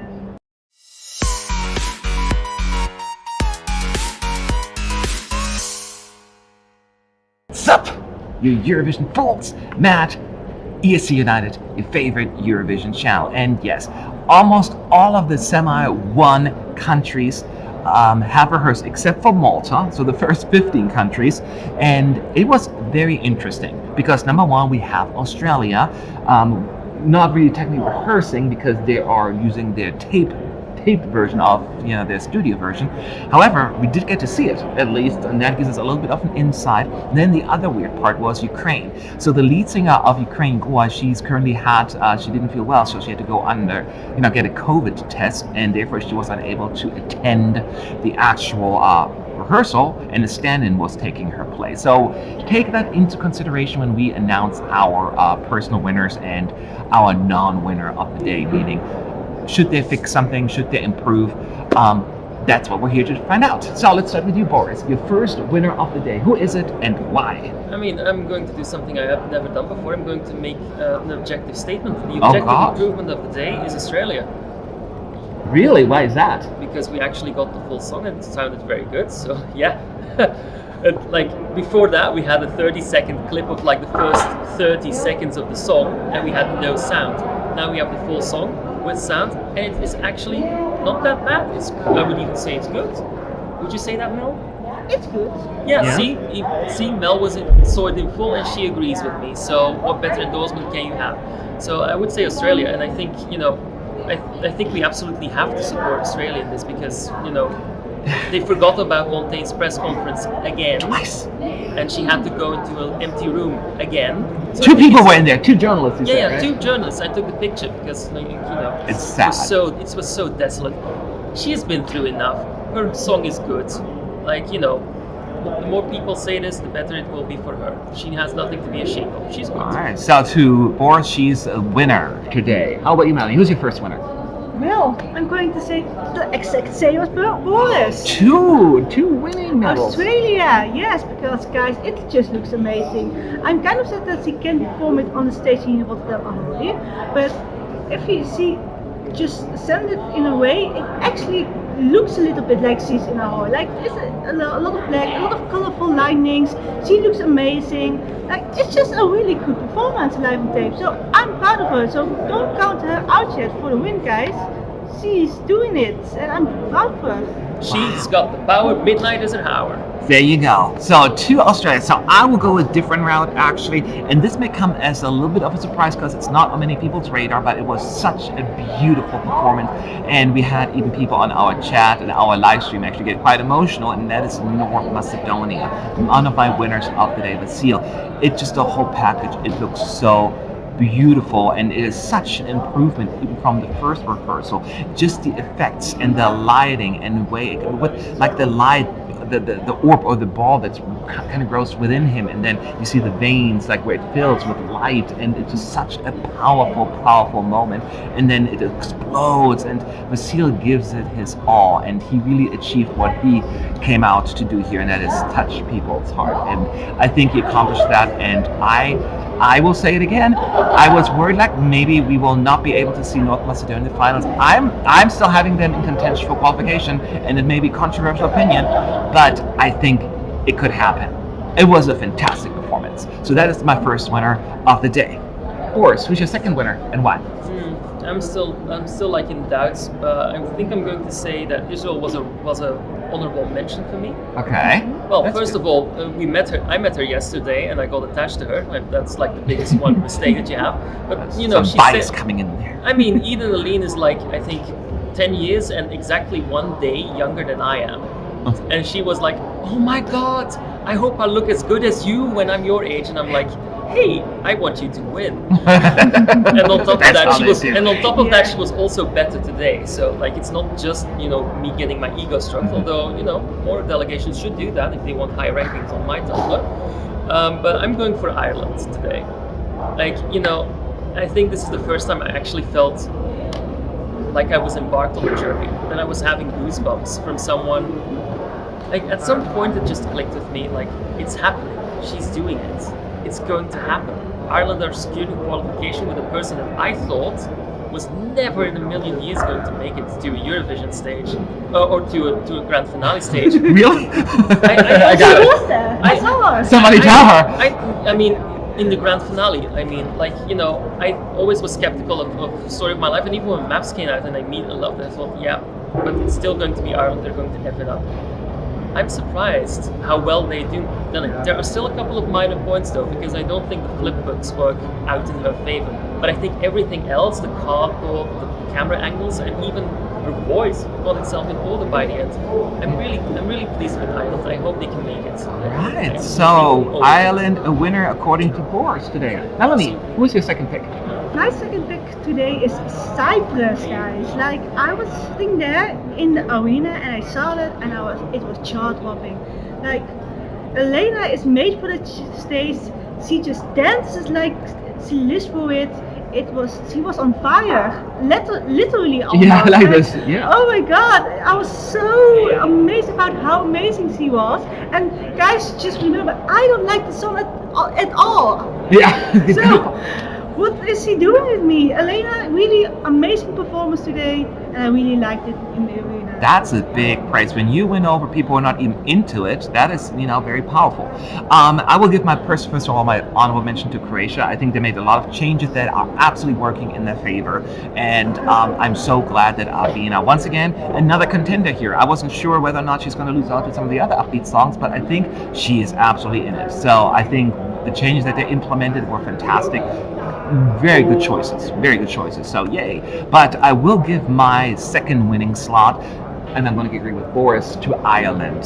They had 3 run-throughs today. The first one was actually where she didn't do quite as well, but that was because it started when I'm not sure she tripped when she got off the treadmill, but then she lost a little focus of her vocals, and then she caught herself, but then after that, the next 2 run-throughs, she was like really good. I think they maybe cranked up a little bit of the backup vocals as well, but regardless of what they did or why they did it, it is working, and she's coming into her own. It's not just her voice and it sounded better, it's also her confidence. Like, there's something that she just puts out there that just makes you want to smile, and it just looks good. It's just a storytelling that is really, really working well. I'm surprised that not more people are feeling it, because I am absolutely feeling it. I have a really good feeling. How many times can you say feeling in one sentence? Her voice is so good. Like, like she just, I don't know. You can sometimes just feel it in the air. She's glowing in it. It's like her song. She feels it. It's just something. There's some special spark there. So I thought I was also quite impressed with Ireland. It was. There were lots of good rehearsals today. A lot of them have improved, but those were my picks. So now let's talk about our non-winners. The performance where we think, maybe not your best day, or maybe it wasn't bad, or it was even good, but this is the one that stood maybe out to me the least. And Boris, what's yours? I thought there were 2 who were not as good as we saw previously. Belgium is one of them, but I'm not going to pick them because I do feel like Czech is still very good. No, I'm going to pick Sweden as my loser. Really? Why is that? I think the technical aspects let Sweden down completely. I think Tusse was completely swallowed by the strobe lights around him. He was swallowed by the white light, he was swallowed by the red light. It left me cold, and I am someone who likes the song. These technical issues, these existed before on the Saturday, and I thought they would fix it. They still haven't. It's starting to get a little bit late for Sweden now. I worry for them. Like this could be a year where they don't make it. They have to pick it up now, and they can no longer afford a bad rehearsal run, because next time they're on that podium, it will be on the same day as the jury finals. Yep. And if they're still not good, I fear for them. Oh dear, Boris is not too certain about Sweden right now. Melanie, who's your pick and why? I'm going for Azerbaijan. Azerbaijan. Yes, I haven't seen the camera angles first of Yeah. all, but I was in arena and it just misses the energy that I wanted to have her. Like I hope that the pyros made it more, bring it more alive, but it still wasn't there yet. So I really hope that she still can bring the energy on stage in the jury rehearsals. But for me, it's like in a semi-final with a lot of pop songs, she's actually not delivering it. Yeah. No, and that's what a lot of people in here said, but it felt empty and it feels Yeah. like the energy was missing for that reason. So I completely I mean, I understand. feel like Azerbaijan's problem is that she's just miscast for this song. Could be. Yeah. But my personal non-winner of the day is actually going to be Romania. Romania, actually, even though the staging now looks really good, Roxanne is vocally not there, and that's the reason why she's dropping now. She's no longer in the top 10 of the qualification odds because it was she. I think I'm not sure if it's her nerves or it's just the fact that because she's very it's demanding, the song, like because she's running around, she's being lifted and she's running around and she sounds okay the first half, but then somehow she loses it and it becomes uncomfortably vocally. And I think it's whether it's focus or it's just out of breath. I don't know what it is, but it's similar to what Sweden said. We're running to the point where you need to kind of pick it up. If you want to get jury votes by Monday, you need to be ready, and this is my biggest concern. So visually, great. Vocally is my concern, and I'm hoping that they can fix it because the song deserves to be in the finals. But based on what I saw today, I'm getting a little nervous, and that's why probably the betting odds are also kind of responding to it accordingly. So there you have it. We have different opinions about the non-winners of the day, but that just shows it's a big deal. Agreeing is boring anyway. Like it's always like we agree with everything. I know, we agree. So, but those are our thoughts. I know you have the ability to watch some of those 30-second clips on the YouTube channel, which doesn't tell always the full story because they're very selective. Sometimes they pick the most positive ones, but still check them out and see what your thoughts are and who your personal winners and non-winners are by leaving your comment below. And we'll be back soon, the next day of rehearsals. Better get some sleep because it's going to be the longest day yet tomorrow. Yeah, so. What are we having? Like Everything. Like second rehearsals for like half of the countries in the second. Yes, semi-final? I think 10 countries yesterday from second And then the semifinal. big six as well For the first time, and those are the long rehearsals. So we're going to get lots of caffeine going here. Well, one of the betting odds and fan favorites actually rehearsed right now. John's Tears to l'Univers. My French sucks, but let's talk about it. Did he impress us or no? Little spoiler alert, he did. Let's talk Eurovision.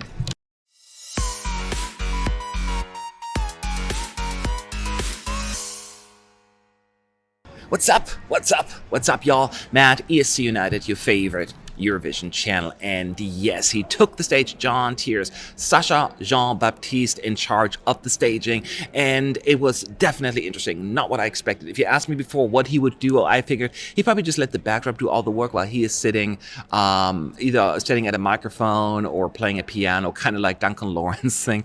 But no, he is actually a big part of the staging. So there are a bunch of pillars kind of joined together. It looks very artsy, and he's standing on one of them and singing in like he's wearing a dark jacket or a shirt with like silvery lines on him, and it looks kind of glittery, which seems to be also a very popular thing this year.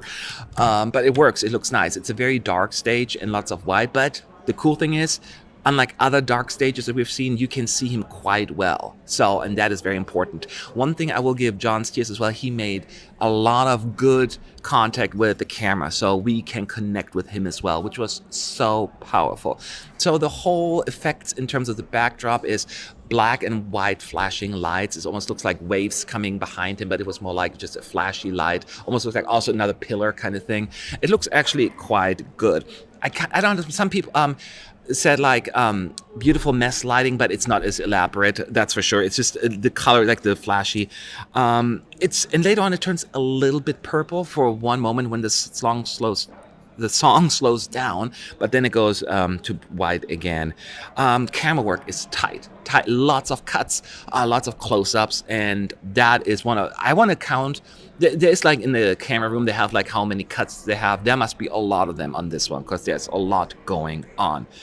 At some point when the slower part comes in, then the pillars break apart, and 3 different pieces, and he stands on like an L-shaped pillar.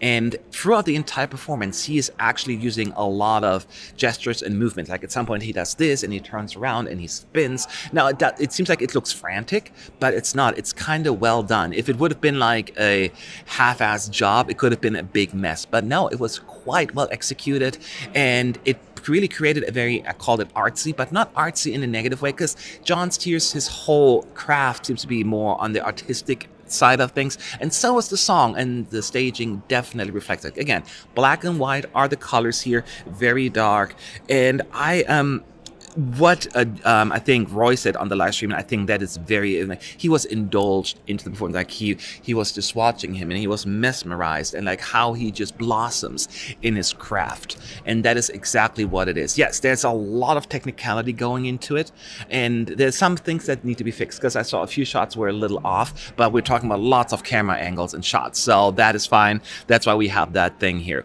But he was already giving his all. It felt like the big note he hit, and he knew that people are watching, and we were watching, and we were impressed. So I don't think that Switzerland has to worry about losing out in the betting odds. There's no way he's going to drop at this point. I would be surprised if he would, because it can only maintain. He did fantastic. He sounded good, and all the worries that I initially had about him maybe not getting over enough connection with the audience, that he kind of comes across as distant, not happening. He did fantastic.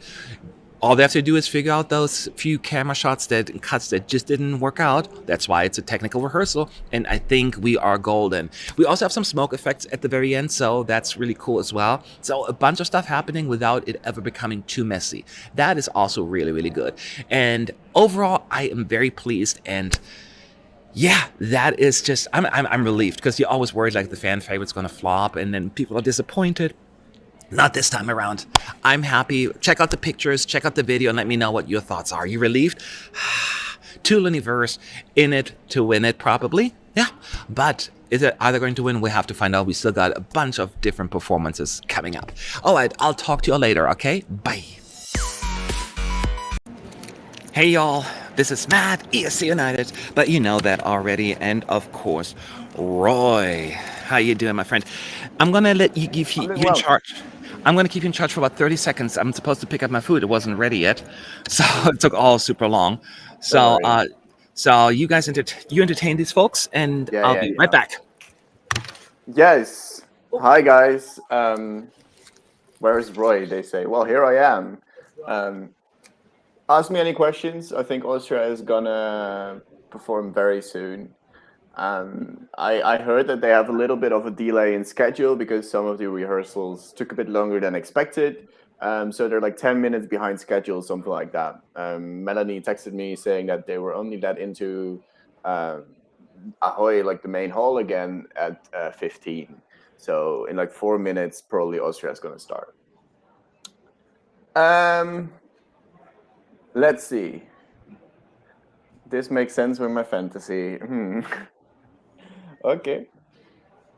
Hi, Roy. Not a question, just wishing you to have a great day. Well, I wish you guys all to have a great day as well, because everybody deserves a great day. It's a long day. I hope you guys are enjoying the ride so far, because we're here until like 7:30, I think, is the last rehearsal scheduled to be done. But if this like delay pulls through all of the other rehearsals, we might be here until 8, and then we will have had like a 10-hour live stream, which is a bit mad. Yes, we're getting another The Roy show. When is France coming up and Italy? I don't know the schedule on top of my head. I think Matt has printed it out, so ask the question again when Matt is back. But like at least after this block, like we have another block, then we have a small break, and then we have all the big 5 and Netherlands.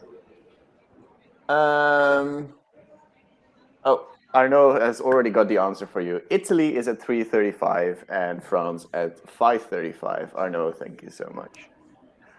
Where am I situated? I am at home in the Netherlands, but at home. I will move over to Rotterdam to meet up with the guys on location on Saturday, actually, after the live stream. I will rush to the train station, go to Rotterdam, and be there just when their press conferences are done. So I'm gonna meet up with the team, but I'm not there. Let's see. Are there any more questions? Are you from Noord-Brabant? No, I'm not. I'm not. Originally, I'm from Groningen. I like in this very small village next to it. But now I live in Zwolle. Yes. What kind of mustard should one have with bitterballen? Okay, this is a very difficult question because some people would say French mustard, but I like mine a bit more rough.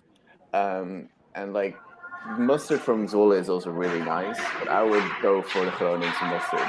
Groningen mustard is like, oh, lovely. It's very like spicy nearly, and it's perfect for bitterballen, in my opinion. Very weird questions,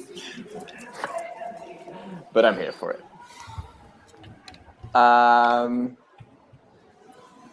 Yeah. What more? How is Czech Republic this morning? I think we all kind of agreed that maybe the energy was a bit lacking, and for me personally, I wish there was more diversity in the LED background. But it was okay.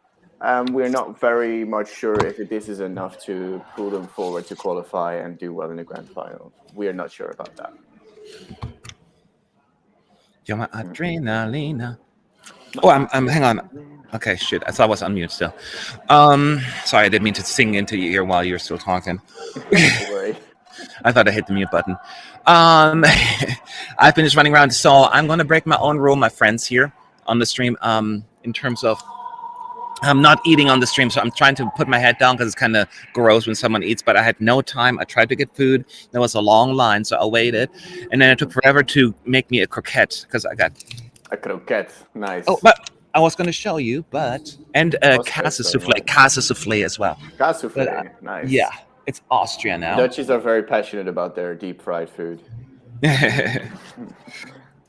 So, I need something hot. They're already using smoke from the beginning. And as, that's interesting. And as a reminder, Austria, Vincent, Buenos, Amen, at least last rounds where they used none of the backdrop LEDs. It's all about the amazing light effects that they have in the arena. Yeah, it just started for me.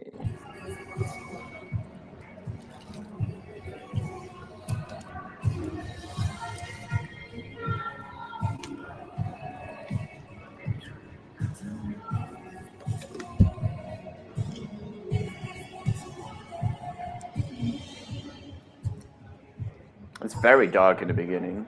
It's very dark. It's dark for the most part, but yeah. It gets a little lighter. You can see him. I mean, one thing I can say for sure, he is feeling the song. Like, it's his song, and there's an emotional connection to it, and I like that. And when you have something like that, that can often make a make or break kind of situation for him. Yeah.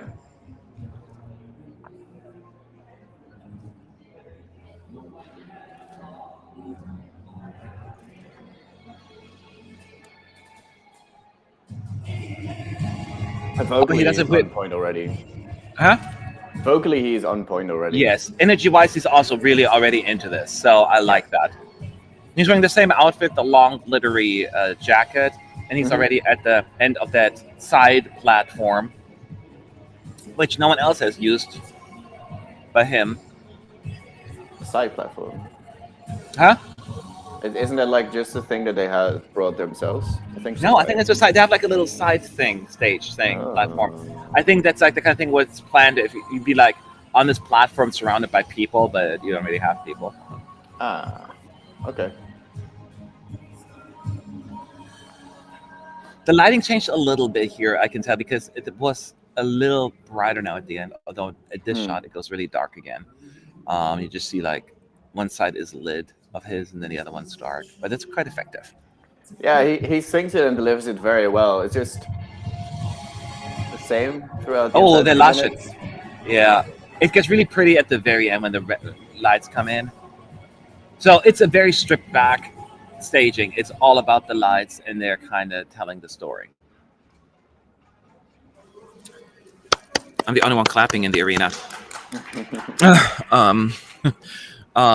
Here's the thing. I was critical about it. It's not. I want to be clear about this. It's not a bad staging at all.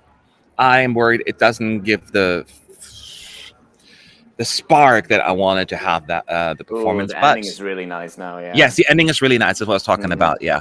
So, but it may connect. It can be really, as I said, it could be this moment of, genuinity, like just really like down to earth kind of place, especially after Greece. It's crazy good performance, not crazy like crazy. And then Poland's 80 sound and Moldova's thing, and then Albania, Iceland's quirkiness. So this could be like this moment of Zen, as I always refer to. And maybe the light effects are just reflected because it's the only one who does it. But I guess to me, I personally don't connect quite with it as much as I would like to. How do you feel? Yeah, no, he definitely gave a better performance himself. Like, he was more into it. He was more passionate, which is something I always really like. The thing is, like, the song itself, instrumentally, is kind of very stagnant and like very much the same throughout. And when you do the similar thing with the staging, with just there being lights all the time, and it's just kind of being that tunnel that you look into, it just gets a bit stale for me in points. Like, the ending part is very beautiful, and he's very much into it, but just it is a bit too much of the same, and therefore it kind of feels a bit too stagnant for me, and not enough energy transference or something like that. Yeah.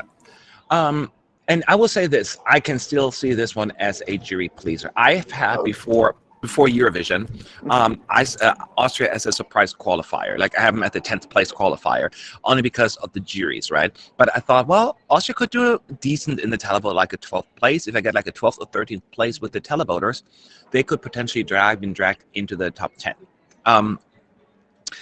I wanted to see a performance that maybe, even though the juries will like this one, that gets a little bit more to, that was more delivered for the televote as well.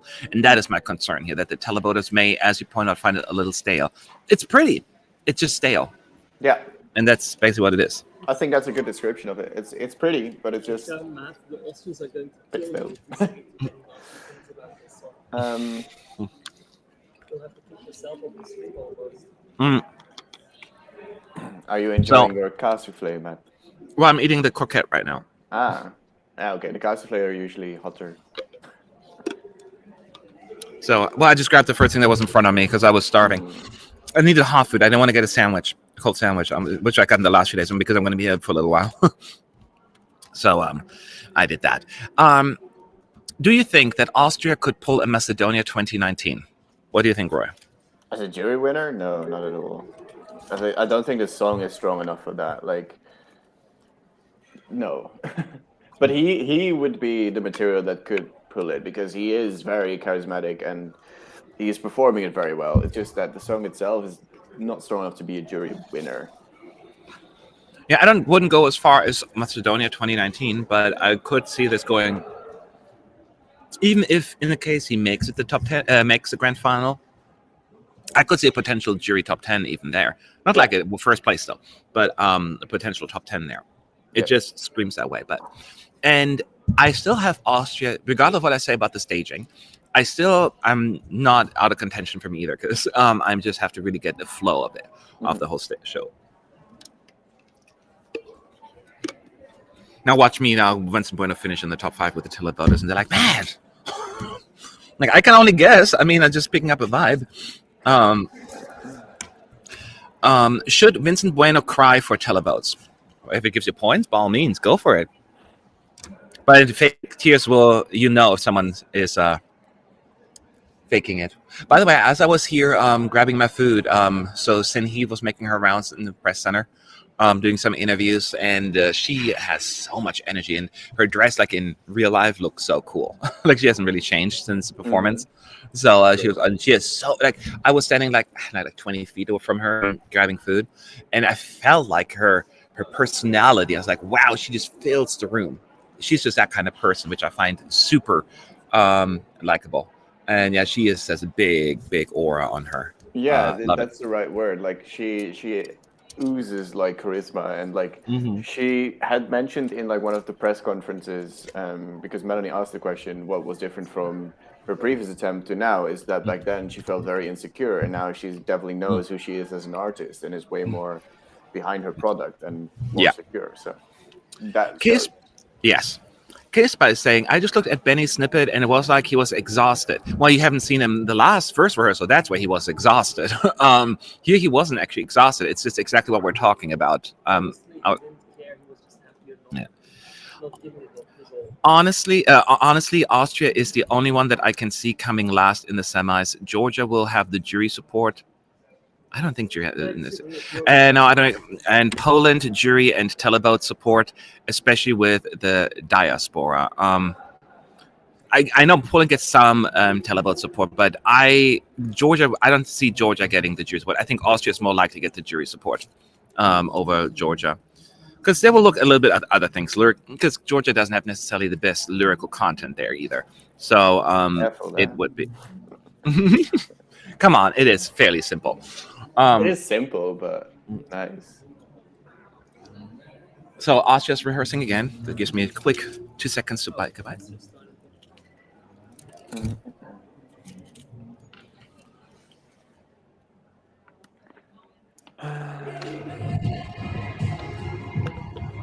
Here we go. The aim-in shots actually always quite pretty, but.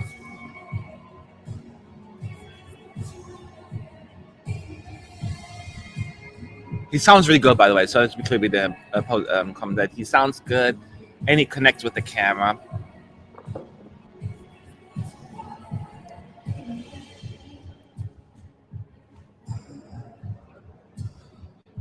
That overhead shot, I'm not a big fan of. Like as he starts in the second verse, he starts walking, and you see an overhead shot. It seems unnecessary to me, but again, now I'm getting nitpicky. Oh, the side shot of him walking is kind of cool. Yeah, that one is cool. Did you see all the side lights, like sort of an arc?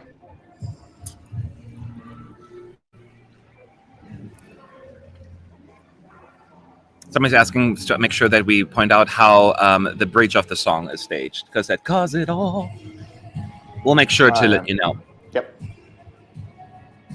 I'm a little bit ahead of Roy, about 20 to 30 seconds, so that's like a weird delay. I just had the overhead walk shot.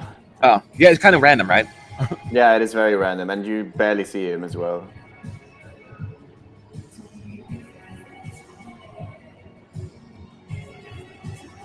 They also decided to not move with him when they saw like the side light shot.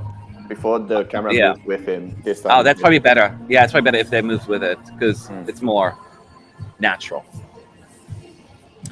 People asking this part, he's standing on the platform, just lights hitting him from all different sides, very subtle lights, like a white, light blue, little golden lights just hitting him there. And then when it goes quiet, that's when it all goes black, and you just see one spotlight hitting him on his left side. Yeah, I can definitely tell he's giving it way more than he did the first day, with like expressions and movements and passion. So it makes me more into the song right now.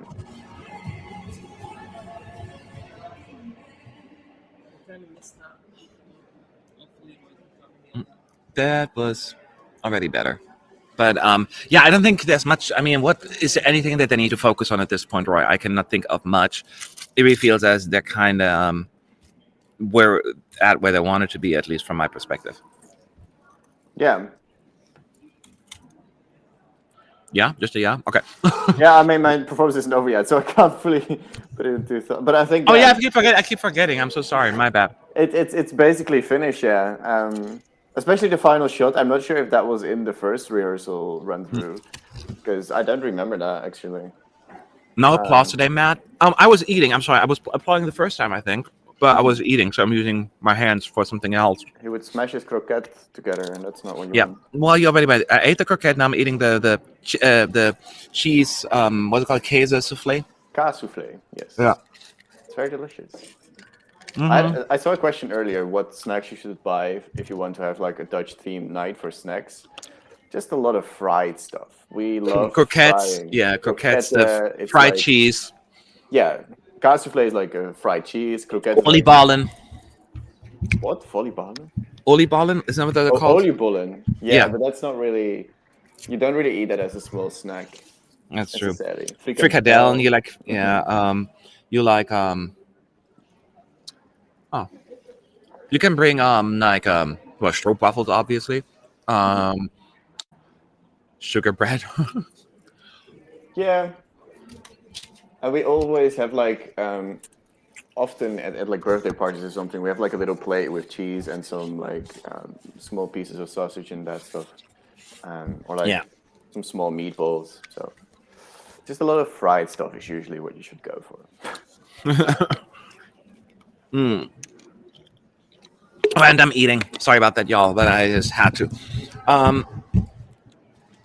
Roy, what does...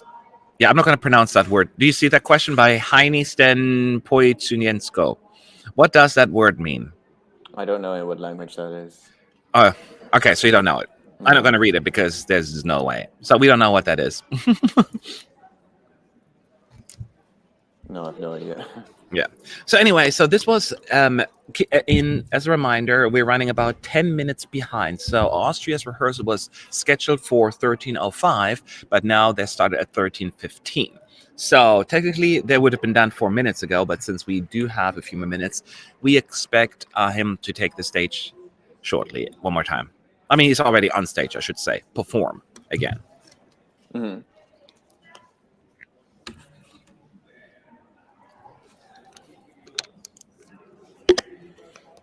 Yeah.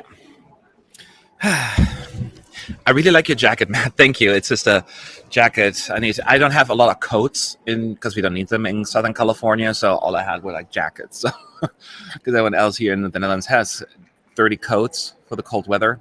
And never gets cold really where I live. It never goes to like 0 Celsius. I mean, that's not a thing. And so I'm just not really... I didn't want to buy an expensive coat just for like this short amount of time. This is the warmest thing I have. Which Amen do you think will get better jury support? Because I think it could happen with both of them. It's very interesting, Kespa, because I had both Amens as a potential surprise qualifier. I put both Amens before rehearsals in my 10th place qualifier. Since they're in different semis, I'm just feel as that potentially North Macedonia could now outshine Slovenia. And I think at this point, I would say Austria has probably a bigger chance of the jury support.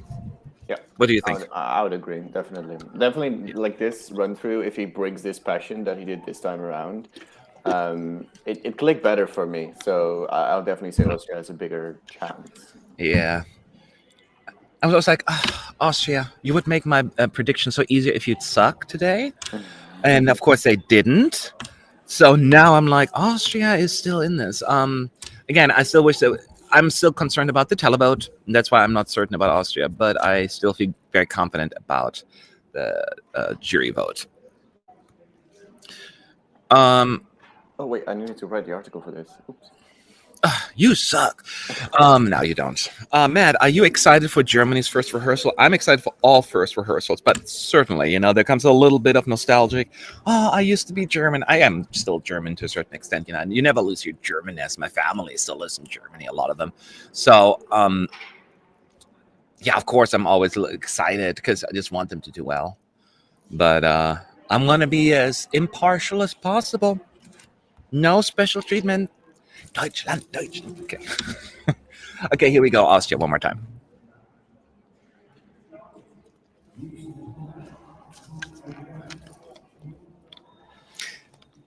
They added more smoke effects here at the beginning. So you see his profile like from the side with the light hitting the camera, and you see the smoke going past him now.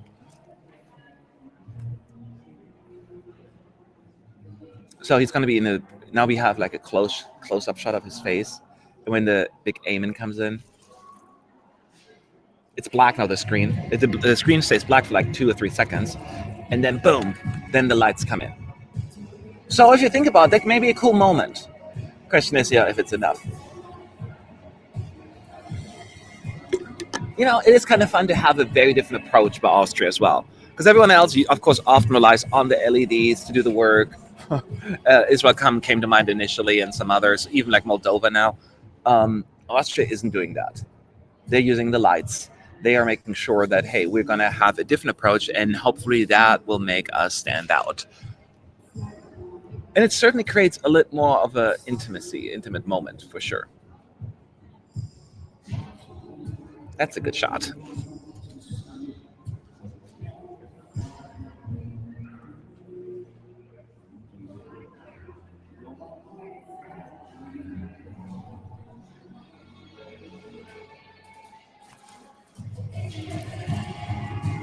And he does his whole like, dang man. He gets into it there.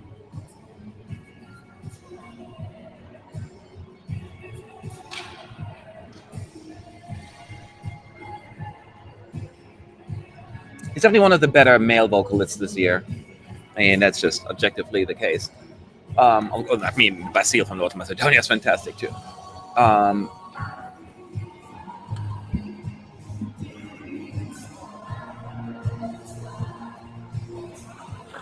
It's my favorite part of the song, when the bridge comes in.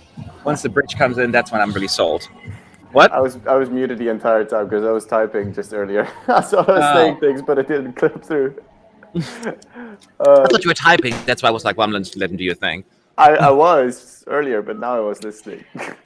I was saying that the sidelights now weren't stagnant like all the time like this, but like they kind of went in like a wavy pattern on and off.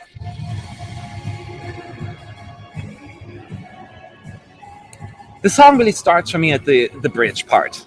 And I wish it would be more, they would have accentuated the beginning a little bit more. But see, and now I'm clapping. I was just eating earlier. I clap for everyone because they're putting their heart and soul into this. So yeah. So yeah, the second half is great. So yeah. Definitely. So this was Austria's rehearsal. That means we are done with them on time, actually. For them on time, which means 10 minutes late.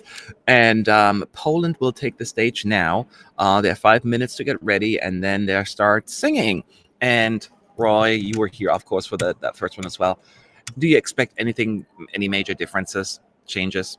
Wait, from who? I'm sorry, Poland. Oh, Poland. I don't think so. Like, it was already quite well done and quite ready, I would say. Like, the concept is quite strong, and I think the LEDs look quite good. I think there were only a few camera shots they need to work on. So I don't think they'll change too much. Yeah. I agree. The staging itself of Poland was already pretty darn good. They did the best they could, and it looks nice, very 80s. And I like that they kept it actually quiet, energetic, which the song needed. I was worried they're going to say a little bit too stagnant, but that is not the case. Our criticisms were always, or concerns, I should say, were always about number one, stage presence of Rafał, and of course, the song in itself. Like, is it a song strong enough to really, regardless of the good staging, to win over enough votes? So that were our concerns.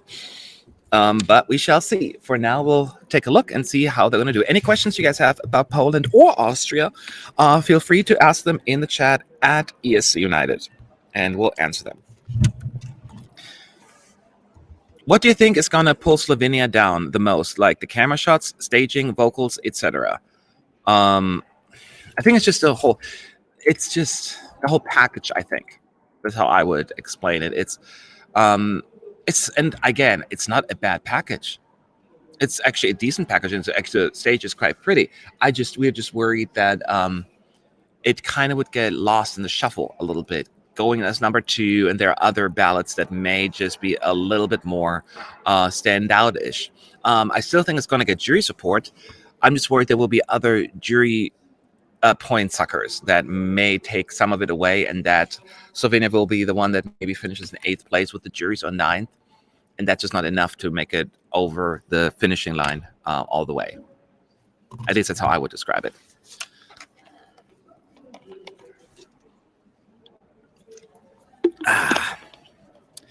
Thank you. So Cameron is saying, I think Rafał just needs to enjoy himself and look happy on stage. Then I may connect to the song more. Otherwise, the staging is great. I agree. Just enjoy yourself. Keep in mind, that was also the first individual rehearsal. He wasn't there. It's all about technicality. Where do I look? Where are the cameras? Where do I walk? So I expect hopefully a little bit more enjoyment on his part as well. So let's see.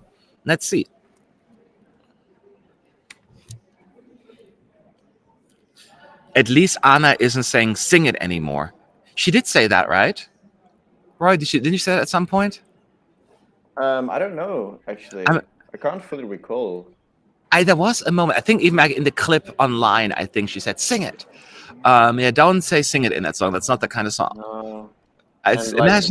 you don't know how much audience there will be either. So you'll have like 3 people in the green room be like, hallelujah. Yeah, it's just not the kind of song that you like. It's like, imagine Vincent Bueno, like everybody sing, amen. It's just like it just seems not that kind of song that you want to sing along to.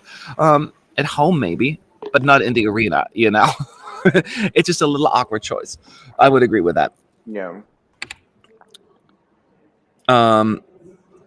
Yeah. Let's see some other questions. In the second rehearsal clip on YouTube, it doesn't sound like she says it. Okay, well, it comes out. I don't know what part they showed you. I don't remember her saying that yesterday, but it's like such a minor detail. We've watched like so many rehearsals, and then like 3 times. It's like there's no way it can stick. You know, that one time during first rehearsal of the second round, she said, you know, it's not like I can remember all of that. In the second rehearsal clip on YouTube, it doesn't sound like she says it. Okay, we said, yeah. What do you think is the most likely to be last in both of the semis? Oh, not ready to go there yet. How about you, Roy? Last place in the semifinals. Mm-hmm. Yeah, that's gonna be tough. I mean, I'd already had like my idea of my last place of the second semifinal hasn't changed since my prediction. And that initially was Moldova, so maybe that, but I'm not fully confident yet. So here we go with Poland, Rafał. Again, he has his 4 dancers wearing white outfits with black shirt, white jackets, white pants. And he also does that selfie stick effect, just like what Lithuania does. It's just a little less slick, I find. But I like how he pushes the camera away and it spins. The stage, again, magenta, then purple, pink colors, very 80s squares, you know, all of those. The grid. The 4 dancers holding those lights in their hands. And he's wearing all black with white, no, black shoes, but white, yeah, white, black shoes.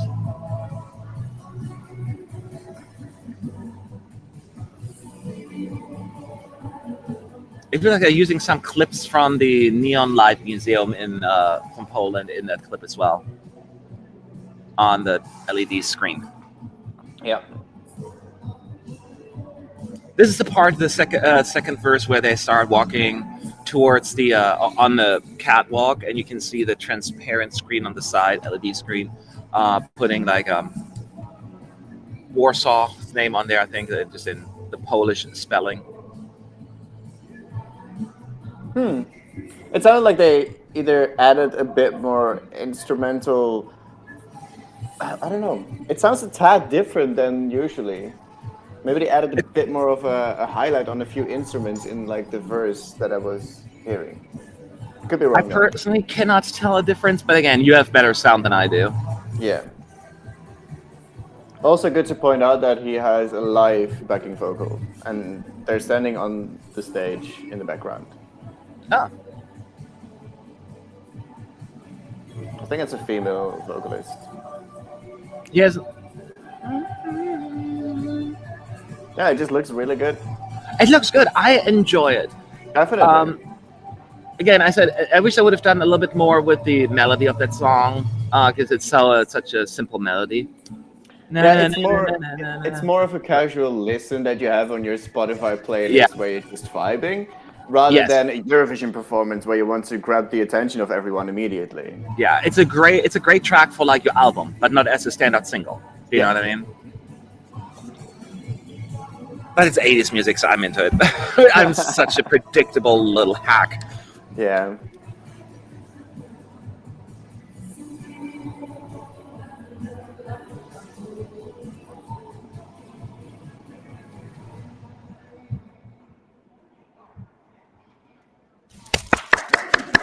Okay, I'm literally the only person clapping. So I'll clap for you then. I'm officially the nicest person in this press center. I'm just won that I title. believe this immediately. Yeah. So that was the first run through. Any thoughts, Roy, besides what we already talked about throughout the 3 minutes? Or did it basically sum it up perfectly? I think it just massively elevates the song. Like, it definitely helps a lot with the package that they had. Like, this staging is they kind of nail it with this. It's not like it's going to be like a world beater all of a sudden, because the song is still the song, but the staging fits the song very well, and it definitely gives it a better chance of doing better in the competition. Yeah, I guess that's true. Yeah, so I'm still not sure about Poland's qualification chances. I'm mighty nervous about it. But that's just me, right? So any questions at ESC United in the chat? And let's see here. First of all, thank you, Sussex Squad, Jackie, for the super chat saying, hey, you. Well, hey, you, right back at you. At ya. So that's very much appreciated. Let's see some questions here. Jelly Official says, I don't know why people are not clapping, because everybody deserves that, no matter if you like the song or not. That's what I'm saying. If you're in the arena, you clap. You know what I mean? So I feel like just give it a little bit of respect. But hey, that's just me. Okay, Poland or Denmark? Which one will win last place? We already said that we will not make that kind of decision yet, but I can tell right now, Denmark will not come last. I would say neither. Denmark will not come last at all. And I don't think Poland it's hard for Poland to come last anyway. But I feel like Poland will be like San Marino 2019 and will be a surprise qualifier. Oh, that's a good point.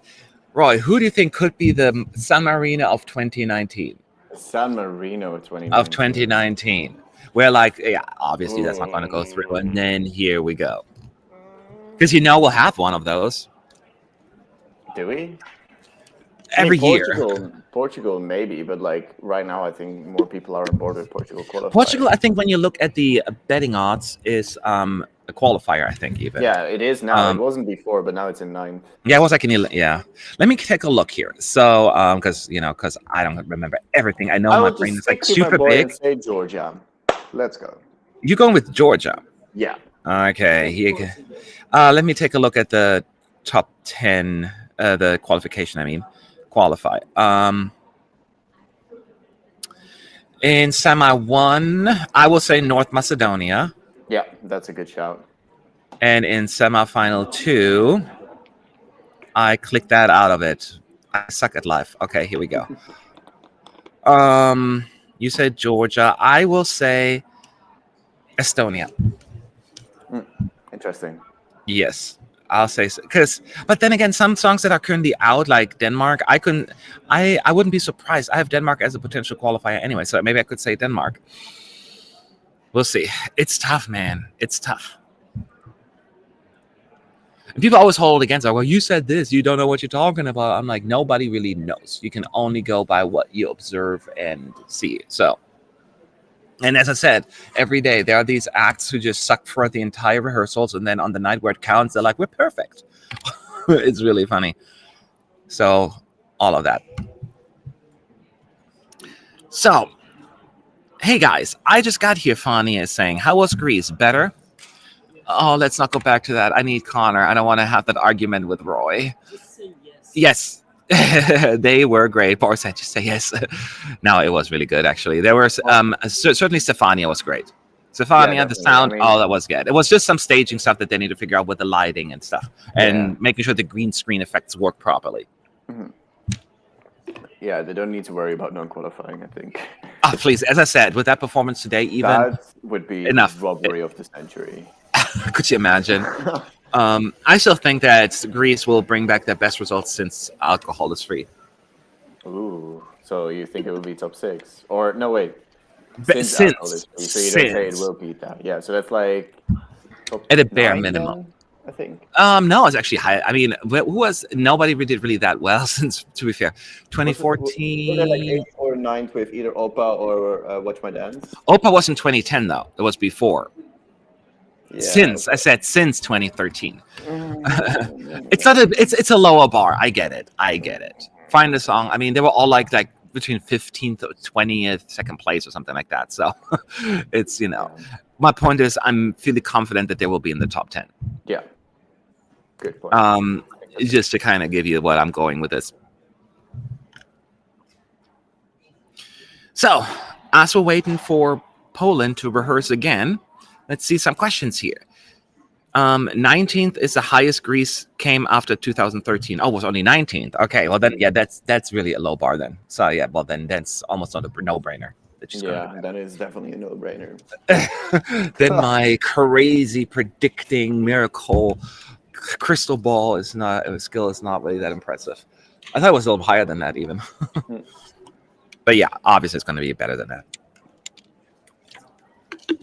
Kispa says, it's when the bridge starts, that's when she says she sings in the first rehearsals. The second rehearsal snippet starts right when the bridge ends, so we can't hear that. Oh, she's talking about the say it. I don't recall her saying that. I have never picked up on that at all, so I don't know. No, it's not. They were talking about it's not in the snippets. That's the whole point. Okay. Because the snippet that they used, the official one, was right after the she said that. So Poland is gonna rehearse next. Is rehearsing right now. Forgive me. Then we have Moldova, Iceland, and Serbia. And then we have a quick break, and then we're going over to the Big Five and host nation. And I think that's the most exciting part for tonight, huh, Roy? Yeah. We'll see all of the acts after that. Like, that is a mad concept, but yes, I'm excited for it. Yeah, me too. Me too, very, very much. And then tomorrow, in case you're wondering, it will be the remaining semifinal 2 participants, 8 of them to be exact, rehearsing. So we have a fairly early day. So, we're gonna leave fairly early here, and then on Saturday it's an even shorter day where only the big 6, I'm just calling for today, will rehearse for the second time. Yep. And then basically we're done with the individual rehearsal stage. Mm-hmm. And on Saturday I'm coming over to Rotterdam. Oh, has that been decided on Saturday? Yeah. Has Melanie not told you? No, she didn't tell me. It's a holiday and that I have to walk, and she didn't tell me you're coming. It fits in perfectly. Like, if I rush to the train station and I have like 35 minutes something after the stream, and then I'm in Rotterdam just when the last press conference is kind of done. Okay, so you just wait outside Ahoy? Yeah, I guess that like me traveling towards Ahoy would be equal amount of time that you guys need to get out or something. I don't know. We'll see. I guess that is true. Yeah, let's just meet at Aloha. I said Aloha. We're in Hawaii. Ahoy. Yeah. Aloha, Rotterdam.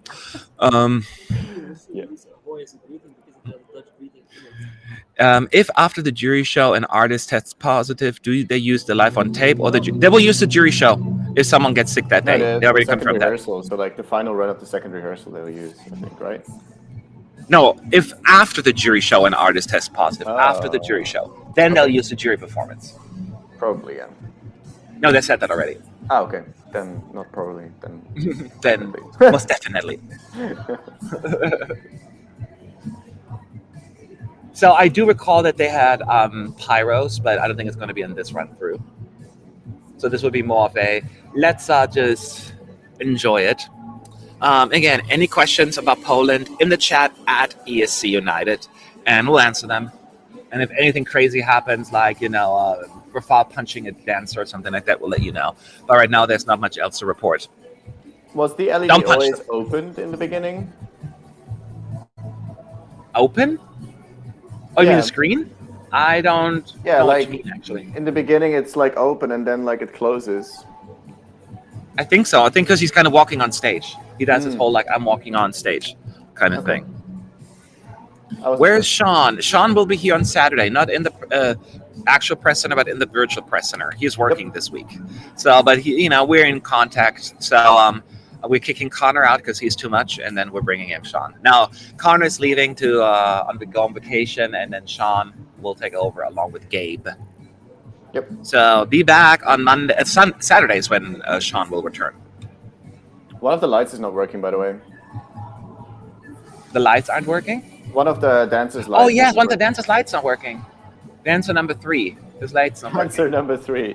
Well, he's on the third, like Jendrik. 1, 2, 3. One of his lights not working. 0 points. They're not going to qualify now because that is a disaster. Yeah, cannot be fixed either. Yes. Okay, there's some Gabe love in the chat, but I'm gonna get jealous. Maybe I should not bring Wow. Yeah, what's this? Now, of course, I love Gabe too. Yeah, we all do.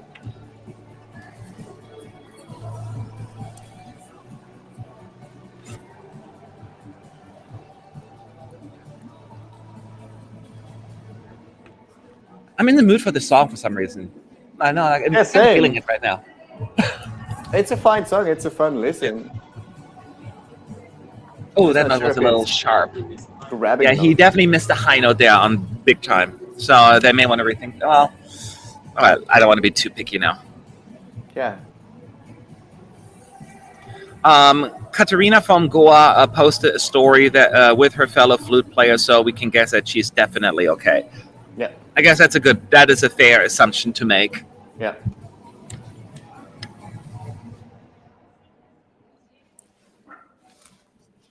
Okay. Oh yeah, he missed the high note. Yes. But to be fair, that's the first time he really missed it, because I think Yes. for the other run-throughs, he's been good. Yeah. All right. Who's the next question? Arnaud's in the chat. Round of applause for Arnaud. Melanie is the queen of ES United. Yes, she is. She's the queen of social media, too. Yes. In the top 10 of the odds, there are 4 countries from each of the semifinals. Is semifinal one still regarded the stronger one? Well, this comes down to personal, subjective opinions, right? What do you think? Yeah, I don't think you can necessarily look at the odds and be like, oh, the semifinal is stronger than the other. They're just very different, I guess. I don't know. They're just. I think semifinal 2 is more full of wild cards. Like we said, like from 7th to like 14th, it is super open for who would qualify. So like that is the big difference. But I don't necessarily would say they are necessarily weak. Just all kind of very different. I think that is a good assessment of the situation. I got a round of applause. I love you guys. We love you too. Yes. You got 2 rounds of applause. So I don't want to spoil you though. So that's the last one you're getting. Okay. We're done. I'll give one clap. You get one clap. How can someone be part of a team? You can.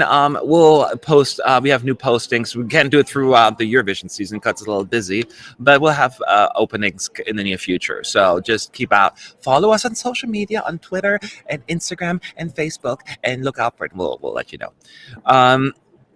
Who do you think is gonna win Eurovision at this Prince? At this point? At this, yes. Yeah. Yeah, again, staying away from it. Roy staying away from it as well. I want to touch it with a 4-foot pole at this point. Georgia is definitely winning.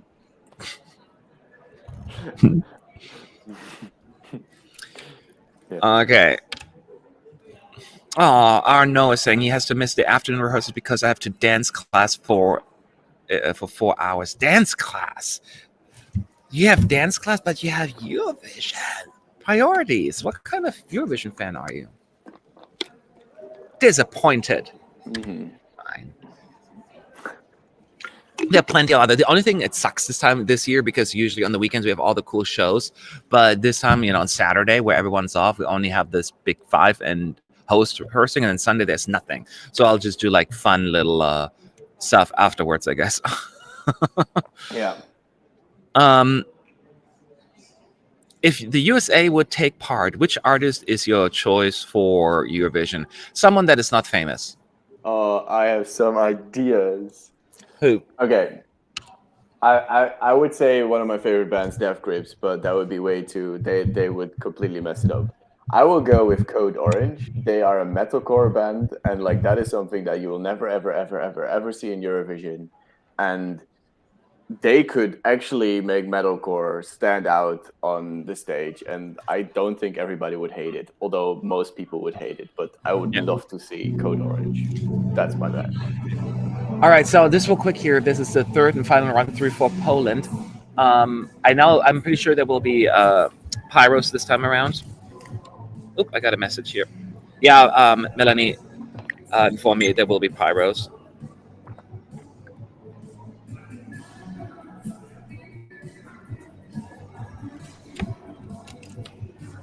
Okay, so now they have smoke, by the way, on the stage. I think I did I say that already. I'm multitasking, so my brain lapsed a little here for a second. That's a cool fact that works.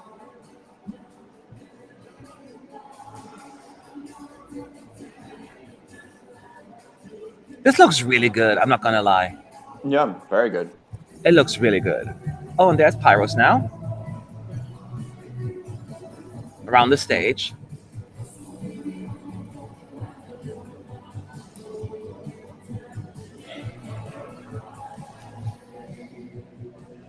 This is where he's taking off his sunglasses, by the way.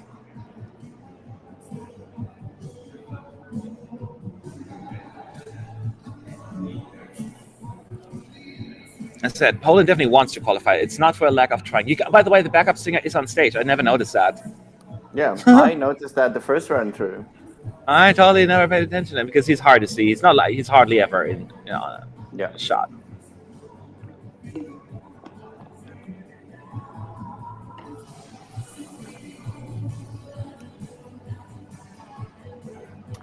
I will say that in the online press center, nobody has said anything about Poland. For how long? About Poland? Yeah, like the last message was 15 minutes ago. Austria was so good.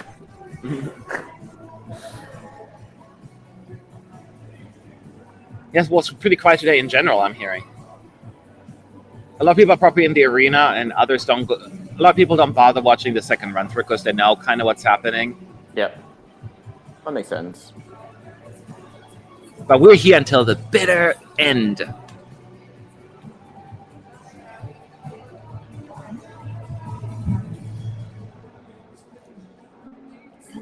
I know it's asking, you know that Roy's waiting for the Netherlands. Who are the most excited for the Big Five and host rehearsal?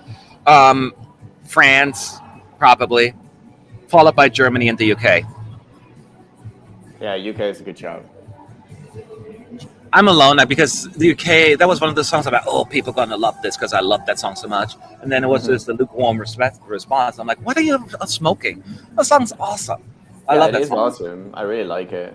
Yeah, so I'm really rooting for the UK this year and just kind of. It sounds very like British as well for some reason. Yes, and people use it as a bad thing. Like, it sounds like something that you always see in the British charts. Well, it's great. People are always excited when they bring like something. Yeah. Oh, that sounds so Serbian. That's a good thing. But when it's like it sounds British, it's like a bad thing. No, it's. And that's what they've been wanting for a while as well. Like, or what we as Eurofans have been wanting. Like, send something more that sounds like the UK. And now they do it, and then it still gets the lukewarm. Yeah. Okay, let's see some questions here. This was before Poland now done rehearsing, and we're moving on to the next country on the list. Yep. Moldova. I had to think here for a second. First question here at ES United. Vaso Zoom. Do you think Italy's song can be appealing to the average Eurovision viewer? Okay, Roy, you have to answer that. I'm the wrong person to ask. It can be appealing. Like my first reaction to it was also I was super enthusiastic, but also because finally a rock song, like something very different one in Italy, that made me very excited. But yeah, I don't know. If they bring the right outfits, if they bring the right staging, they can definitely appeal to audiences. It's not a very offensive song. So I can definitely see some appeal. Yeah, I hear you. Next question. Arnaud again. I feel a deep chemistry between us. I'm excited for the exact same countries. I know, I'm super excited. And not that I'm not unexcited for anybody else. And you just need to ask me for my favorites. So I'm curious Spain, I almost have like an idea what they're doing. But maybe they'll prove me wrong. Can you guys describe how the postcards to performance look like? The one with the song title and country names showing. We don't see these postcards in here, so I cannot describe it, and neither can Roy. Nope, we don't see it in online press either. No. Maybe doesn't Melanie get to see them? I think I just hear them in there. You only hear the postcards in there, right, Boris? In the arena, you only hear the postcards, right? You can sort of see them more or less if you have eagle vision and you look at the screens. You can also see the title screens. It's like a halo. Okay, but they don't see the whole. You can only hear them. We haven't seen them. We'll see them in the first proper dress rehearsal on Monday. So I guess that just means you have to come back. Sorry. I could see Italy winning the entries thing. What do you think? The one says. I cannot answer that question. So Roy. The entries. Yeah, I could see winning the entries thing. I know what that. Yeah, I thought the whole thing maybe. Maybe restate that question. Sorry, because do you mean like it could win the whole thing? Adam says I like the UK, but it just lacks that little extra, which makes me fear it might be last again, just because it will be the best 6 or 7 favorites. So among most people, I just love it. I hope I can't get enough of it. It just makes it's the most danceable song to me. It's but I like the brass, I like the beat. It's just like my feet just can't stand still. And I'm not even necessarily a dancer, but I love it. There are rumors that Andorra found a sponsor and they're coming back in 2022. What do you think? Is it true? I've heard that before. That's basically saying it will be back in 2022. We hear that. So, but me being the whole, okay, let's wait. Things change all the time. We've heard that about Turkey frequently. So I'm staying away. It's a bit different with Turkey though, but like, wasn't one of the participants for Andorra one time was like, yes, oh, yeah, Suzanne Georgi, yeah, I could finance it if need to be. We'll see. Wait until like November to see the full list of countries for 2022. Yeah. So the question was by the one and only. I could see Italy winning the entire thing. What do you think? I cannot answer the question. Was my point. So you go ahead, Roy. What do you think? It definitely stands out. I'll give them that, but I don't think it can win. Like, I personally think it is too simple. And like, I know that I am very much into rock music and into metal music, but like, I don't know if juries would go for this super much. Like, I can definitely see a lot of appeal with the televote, but I'm not sure if the juries will give this as much love as the televote could maybe do it. Okay, well, next question. What do you think of the Bulgarian song? It's my second favorite after Iceland. Interesting you said because the Bulgarian delegation just sat down over there, so I'm a little bit under pressure, but I think... But you know how high up it's in my ranking anyway on a personal level and how much I love Victoria last year and how much the song... It's just my kind of music. It's just my kind of music. So I am very much fond of it. And the staging obviously was breathtaking. It was very... just creative without being because there's always this thing that you can get too tacky with staging that is elaborate. Like it's like, okay, that's too much, but it never felt that way. It just felt really like, okay, this is good. Makes perfect sense. And it tells a story that kind of goes along with the lyrics. So I'm all in favor of that. There's Anthony Johnson saying, hey, Matt, coming there from the US. What? How hard did it take to travel there, and will it be hard for Florida to make it? It wasn't that hard. I mean, I had a little hiccup, but I'm not Florida. I'm not being recognized by the people at the airport. The only little hurdle I had to have, you just got to have a negative test within 24 hours, a PCR test, and then you need to provide a document that says you're going there for work. The EBU said, use the voucher, the accreditation voucher that you print. So I printed it, and the lady at the counter was like, this means shit to me. Oop, that means nothing to me, right? And I'm like, well, this is what you're supposed to print. I'm like, how can you prove that you're working there? I need some kind of evidence. I'm like, I showed her my approval email from the EBU and nothing happened. She's like, she didn't get it. So eventually they called the consulate, I think, in the Netherlands. And they're like, yeah, he's fine. That's cool. Okay, Yeah. she's flashing that pageant smile of hers. Yeah. So the staging, obviously, will probably be very similar. They have also like the 80s grid almost thing, but it's not 80s style. It's just like a grid thing that is very pink purpley. The dancers have shirts, and the shirts open now. I thought they were open before. I thought they were open. Roy, were the dancer shirts open last time? I think they were, right? Just started for me. But last time I meant. I don't know. I thought they were. Maybe but I will notice it when I see it. Oh no, they definitely were. Yeah, they were open. Yep. She's wearing that silvery dress, very like a classy looking dress.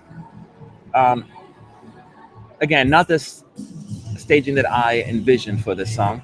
Yeah. She's just standing on the platform, a square platform with the 4 dancers who are like having a sunglass from the music video, but nothing else fits like the music video except for the choreography.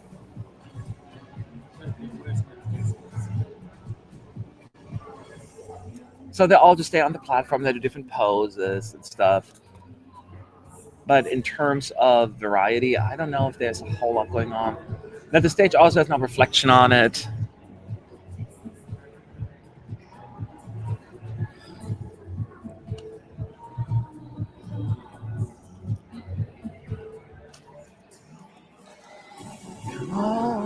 Now she's on by herself on stage, twirling, like they're spinning around, and that's the definitely gimmick. more smiles and more like Yes. energy. Although I will say it feels a bit pageant smiley to me. True. Not genuine. Mhm. Like she doesn't have facial expressions. Like, Oh, actually interesting. The middle, like the spinning platform, like the middle part, the circle is standing still while the square around it is spinning. oh, that what it was? Okay. Yeah. Oh yeah, she's walking. She's like walking on it in circles. And the good news, we don't see a chord. So I think that's We battery do see a ridden. chord. We do see a chord actually. You do see a chord actually? I didn't see it. I just like literally when you mentioned it, I saw it. I didn't see it. Yeah, you can see it. Really, I'm going to pay attention. Not on this angle. I mean, I've when watched they're the from second the back, then that's when you can see it. I will say she's putting a little bit more energy into this year. This is already Yeah. a significant improvement from last time, just like a lot of them do. Yeah, but there's still very little to get excited about. Yeah. And so we got a few claps here for this one. So yeah, that was what did you catch any significant changes? I don't think so. It was just her having a bit more of a smile. Maybe the ending LED is a bit different, but not that much really. Yeah, I'm sure that makes subtle changes that we don't even notice. So basically, mean okay, they're not that.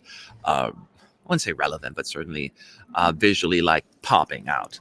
So Yeah. I couldn't say there was much. It was all about Natalia being way more. Whether it's into it, I did feel in the beginning. It felt a little bit like when she was smiling because she was even dancing. Like, no facial expression change. It was like the same smile, and. Yeah, and that is kind of almost like strange. So it would be when you dance, you would more like, you would make like this kind of face. So not just like a frozen grin. So that felt a little awkward. But yeah, in staging terms, it's just again, it is my fault. So I'll take full responsibility here. But maybe because I had it envisioned a lot more colorful, playful. Staging because the song kind of asked for it. When I even heard this song, I'm like, okay, this song clearly felt like something that they've written with the staging in mind because there are like long instrumental parts. I'm like, they're going to do something with it, and I was told now that's not the case. Yeah. I should Connor join, so let me bring him back in here. Yeah, I see. Come over. Let me bring. Oh, Connor. I see this question from Adam. No cakes, ice creams, candy, not even a small lollipop in her mouth. Anything sugar on stage? Nothing. Nothing. No jaws being ripped off with, none of that. So, did you catch the performances at all? No, Caller, you were busy, right? No, I've been doing interviews back to back. I had Effendi at 1 o'clock.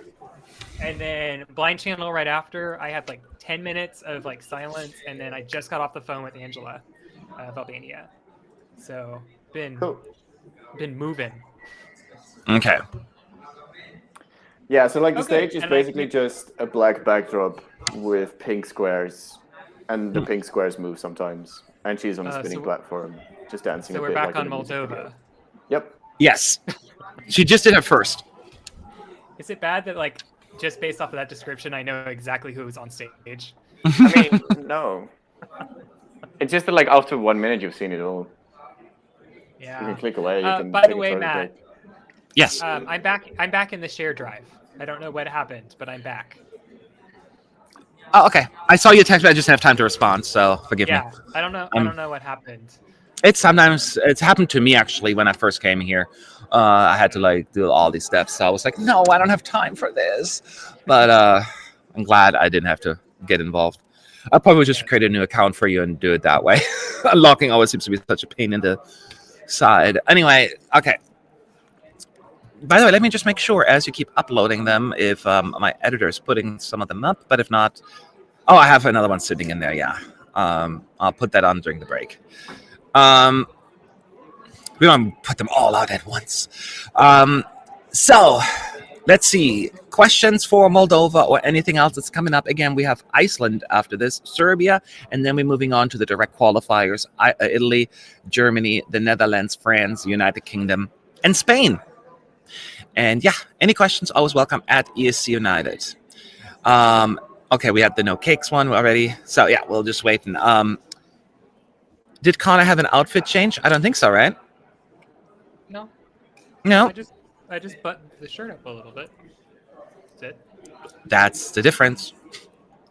That's the big difference. Yeah, that's just.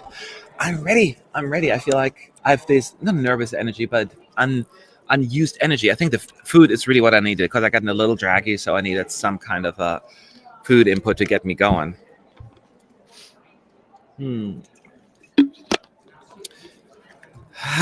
So, a lot of people talking about Greece is uploaded. So if you want to watch the Greek snippet, go in there.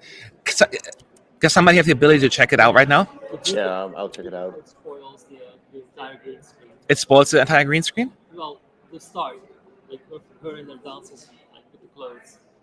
Oh, but it's a camera work clip. Yeah. Shows the effect.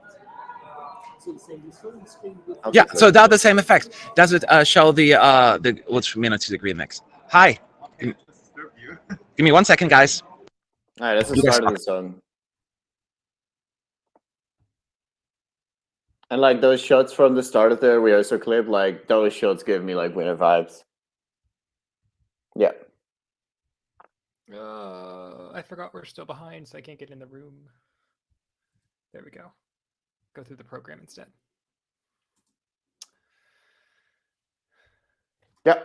Okay. Yeah, that's the start of the song, basically. The nice shots. Yeah. Yeah. I guess I don't know. It's a very safe snippet. Yes, that's very fair assessment. Is it the very very beginning? It's like when you transition from like you just don't get like the really pretty shots of the show.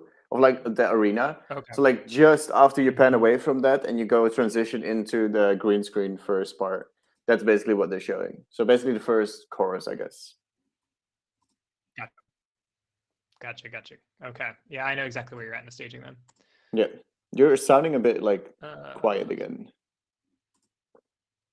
Sorry, hold on.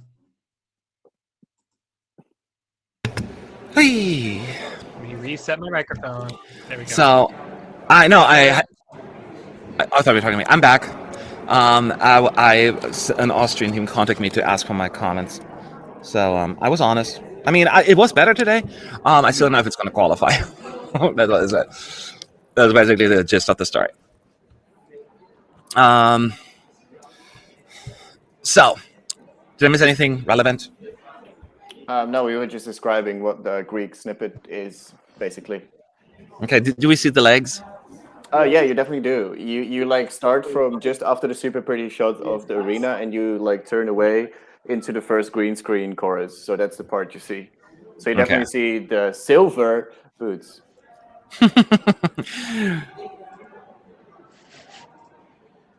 Okay.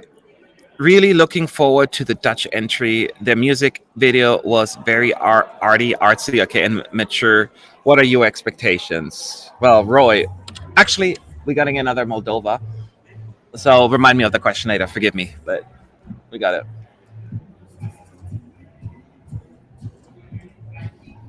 There's a little bit of smoke now, by the way. So that's nice.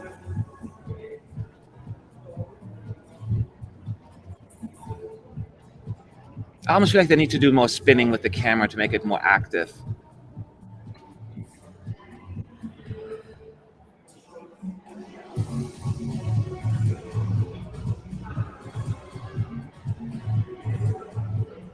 Like this instrumental part is so long, and then it starts over again, and it's all they do is just dancing, like, you know, and there's nothing else happening. Connor, of course, joined the live stream again. I need to turn up the volume again.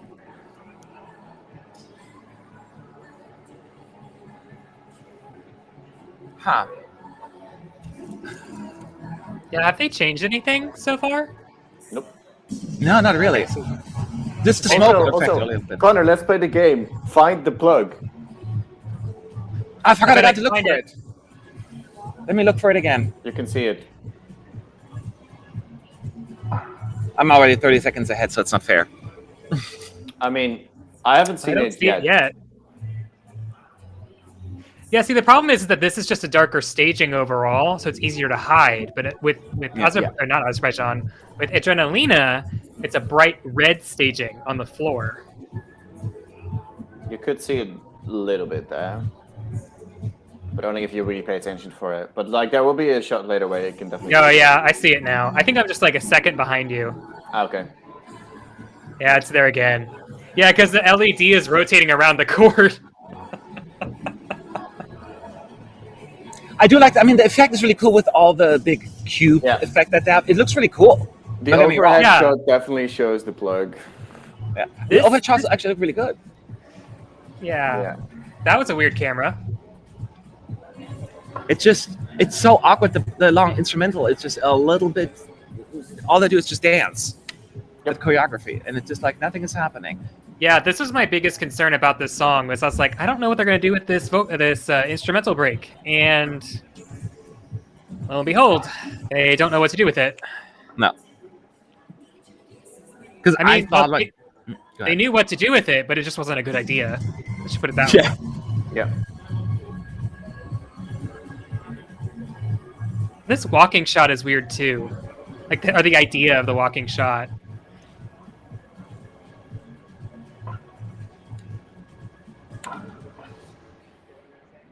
All right. And then the 4 dancers pass out on the platform. I mean, not literally, like. Well, she hit the note. Yeah. Has she missed the note? I mean, that one, I feel like that's her biggest. She didn't on the first rehearsal, she didn't even sing it. She didn't even try. She's like, come over, I know that. Is she attempting a high note? Because it's not really. Maybe it'll come together in the third run through, but. Yeah, we shall see. Maybe they have. I don't think they had fireworks, huh? Or like pyros or anything. Yeah. No. Can't fully remember. Thankfully, it looks like we get one more. A majority of the chat, now that they have watched Stefania's rehearsal, are agreeing with us that the boots are a little odd. I didn't say that they were silver. I said that they were a little off. They are silver. Not an our screen, green. Yeah, it depends on what your screen is. They're silver in the clip, yes, but they're supposed to be purple. Yeah, but I don't mind it as much. I think it looks quite decent. It was definitely green on ours. Well, that sounds like a you issue. Well, it's an issue regardless whether it's silver or green. Well, I wouldn't go so far as to say green. No, I agree with Roy that they are silver on the green screen, but they're not supposed to be silver. They're supposed to be purple. Thank you. We're getting fired now. The intention. I can is only for her to speak have, on our screen. I can only speak what we saw here. The intention is for her to have purple boots on stage and on the green screen, and instead we're getting purple boots on stage and green boots in the green screen. An accident. It's not supposed to be there. That's the point. All right. Do you think Moldova might be the biggest disappointment in the rehearsal so far? Adam is asking. What do you guys think? What was the question? Was Moldova the biggest disappointment so far? All In terms of staging, yeah. And what I expected of it, overall, I would say definitely. Yeah. Based off of my expectations. Yeah, it's a bit of a letdown. Also really funny earlier. Now, I guess. We retweeted about Senhit in the press conference. She said today I thought it was a very inspirational quote. She said we only have one fucking life, right? She actually said that word. We have one fucking life, and then she had to correct herself, and because the EBU does not like that kind of stuff. And she actually responded to our tweet, going like with Jennifer Lawrence, like, "Oops." It was really funny. Nice. She's a queen. Love, love, love her. So Let's see here. In your opinion, who has the best staging? There are like 3 that come to mind. Oh, there's so many good. Ukraine is incredible. I think Portugal was absolutely stunning, and I also think Switzerland was amazing. Yeah, those 3 spring to mind. Those are definitely 3 that. Greece, of course, comes to mind here. There's so many. Cyprus was amazing. I feel bad, like Lithuania was great, but Lithuania was like we kind of get, we've seen it before kind of thing, so it feels bad at not pointing it out. Same with Norway in that regards. Like that also looked amazing, but we already know it. Yeah. I will throw Denmark in the ring. Oh yeah. Denmark was definitely a elevated version of the staging from Dansk Melody Grand Prix, but it also fits the song better, so that was definitely a grow up for me. But Iceland is also in there. I don't know if anyone said Iceland, but I just really like the funky and quirky staging that they've come up with for the contest. Greece looks like a music video. Do you think people will understand it's all live? So, yes, because the snippet you saw, most likely I didn't see it. It's probably only from the actual green screen part. There are portions. She starts out actually on stage, and you see like the green room and all of that stuff. So it feels like she's like in the room, and then she just joins that new world. That's the part that you see. Like you see the start where she's still on the stage, and then they indeed do the rotation and then into the green screen world. Yeah. At the last chorus, she's also back to the real world. Yeah. Then the dancers, you can see them as well, their faces, they take off their masks, the green masks. Yeah. So they'll bring you back to real life. So I think it's that part is smartly done. Like you start in the real world, go to the fantasy world, and then go back to the real world. Yeah. For the lack of a better description. I'm going to be honest, the boots look definitely silver, but I don't think it looks bad. Yeah, it looks weird. I think it looks weird because when you're, it doesn't look bad, but it looks out of place when you're supposed to be all purple, and then you. But is she? Like you don't know if she is supposed to look. But if you have half of the people say the same what we're feeling, that's usually not a good thing. But maybe that's the entire idea, that she looks purple when she's in the real world, but that her boots turn silver into the fictional world. Like that could be an idea, right? That it just changes color, like. But that issue wasn't in the first rehearsal. Yeah, it was definitely the same.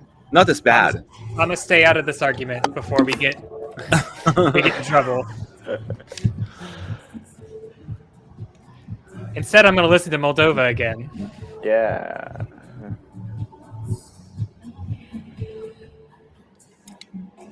Somebody else. Okay, here. So I don't expect any fireworks, pyros, any of that sort. Maybe a little bit in the end.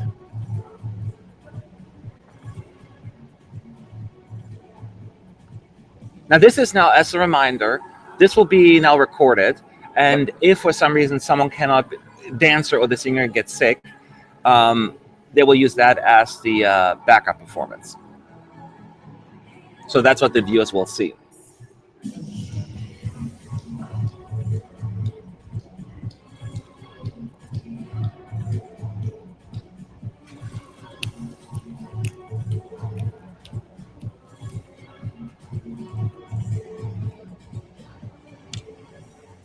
Like, I wanted them to go all out and just be crazy, but sadly, it's such a serious performance almost. Yeah. I gotta say, I mean, it still gets me moving, even if the staging doesn't live up to my expectations. I'm still jamming. I mean, the bass is still laid in very well, and it has a distinctive sound going along with it. So the song inherently is catchy. The staging just doesn't do anything to elevate it. And that's the thing. Yeah. And in a year where you have so many countries that massively elevate their song and their package with the staging, that is an issue. Yeah, exactly. Well, yeah, it's an issue of they thought they could just show up with a pretty good package and then realized, uh-oh, crap. In a lot of years, this would have still been a definite qualifier. But this year... exactly. Everything is so strong. Everything's a definite qualifier.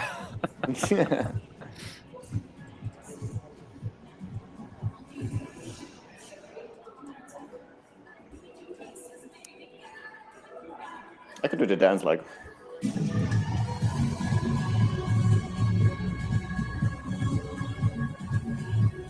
You would think like the dance would go super crazy here with that big long note, but they're just doing their own little like stupid-doo dance.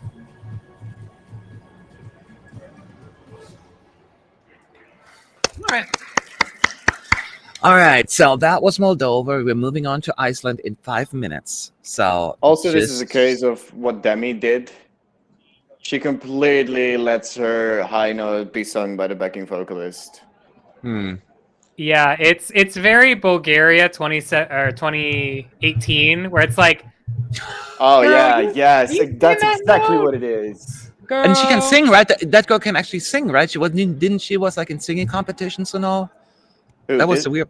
Now from Bulgaria 2018. I don't remember her name. The female singer of the group. Anyway, let's answer some questions while we can. The issue with the boots is that they are reflecting too much of the green screen. That was my issue. If they had used a matte color, the effect would have been easier to pull off. That's probably what it is. And maybe it really depends on your resolution or what kind of screen you're using. It may look more or less green wherever you're watching it from, because here it looked pretty green.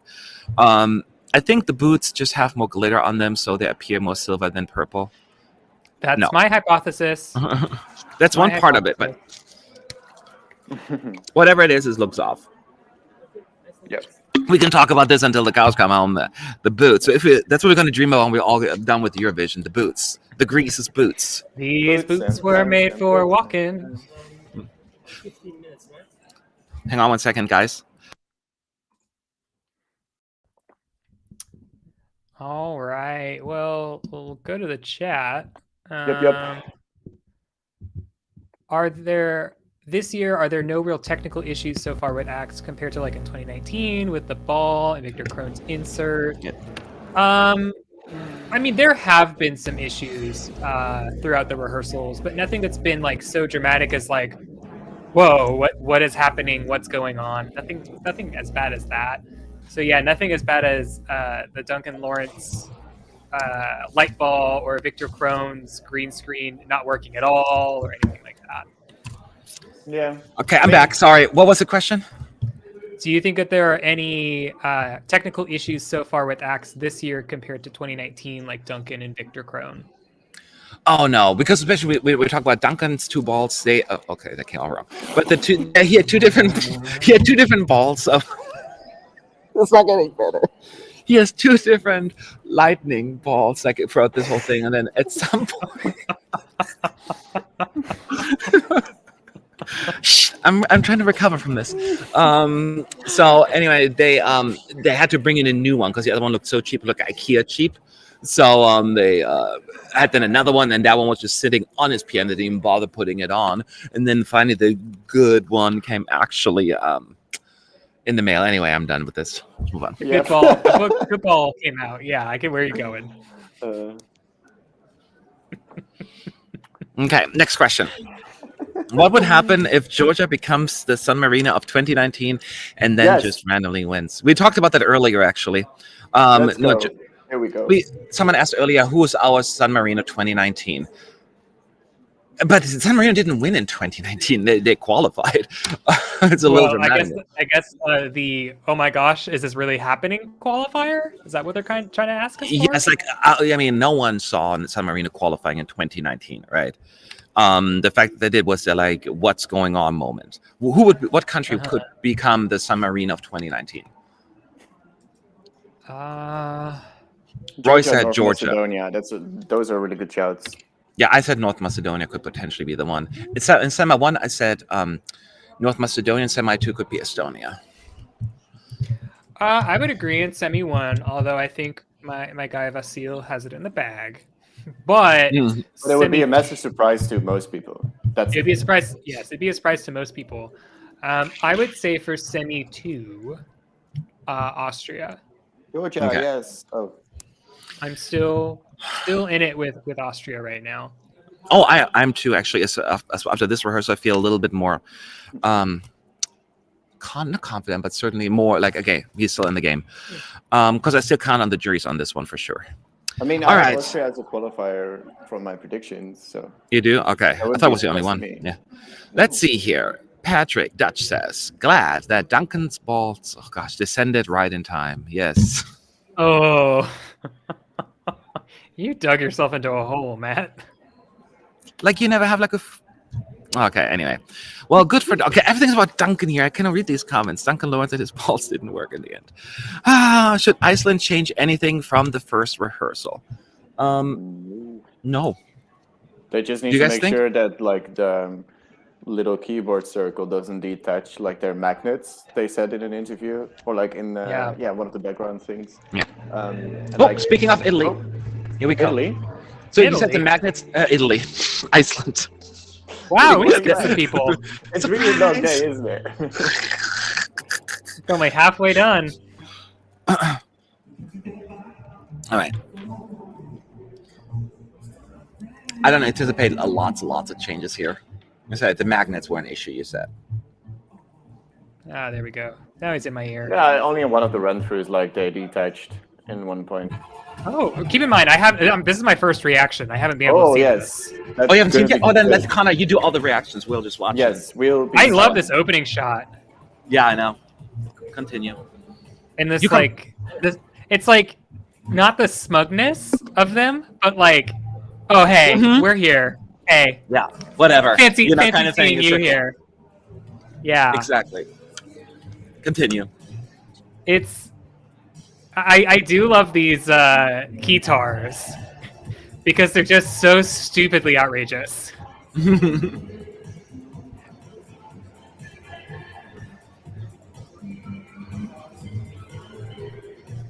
Keep talking, Connor. You're the. Sorry. Ah. I'm just vibing. I mean, I feel like I should be too. And I feel like if I remember, because I downloaded the Think About Aliens game, I think that those are the sprites are actually from the game. The LED sprites. No, the sound you hear, guys, is like 30 seconds ahead of Connor, so Yes. has a delayed response. Also, fun fact: if you didn't watch the Daði Fair interview, Daði's sister actually made all their jewelry for this performance. Oh.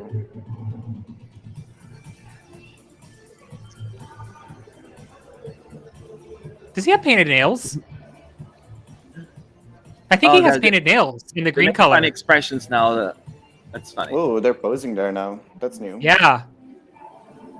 Also, I love the rainbow lights. Yeah. This is so funny and so beautiful at the same time. Like, it's like that fine line between, like, this looks beautiful and professional, and, like, this is so outrageously stupid. That LED is different too. I like it. Oh, yeah, and they've got that, like, pulsing, white shot, or not white shot, like, fan shot. And there's the Corolla wind machine. Yeah.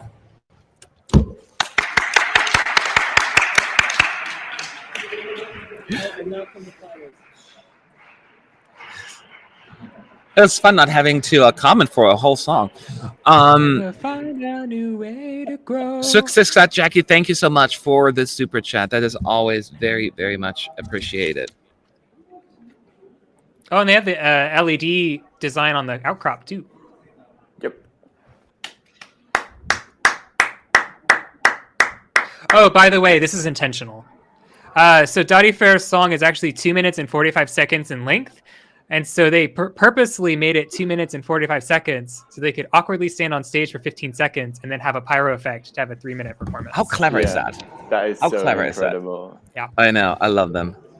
I know that there's So- a lot of discussion on that. We got an announcement from the EBU, the press. Oh. We politely remind you that the health and safety protocol must be followed at all times, and especially when conducting interview with artists.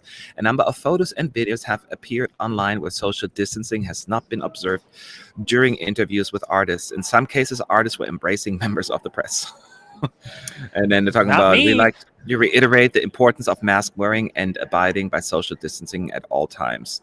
So there's more to it, so I'm not going to go follow that. But yeah, so some people did not follow. We're very strict. Well, I it's look- really easy when I'm all the way here in America for me to follow social distancing guidelines. Yeah. I lived in California. I still live there. I hope when I come back. But unless things have changed. In California, they were pretty, on top of it anyway.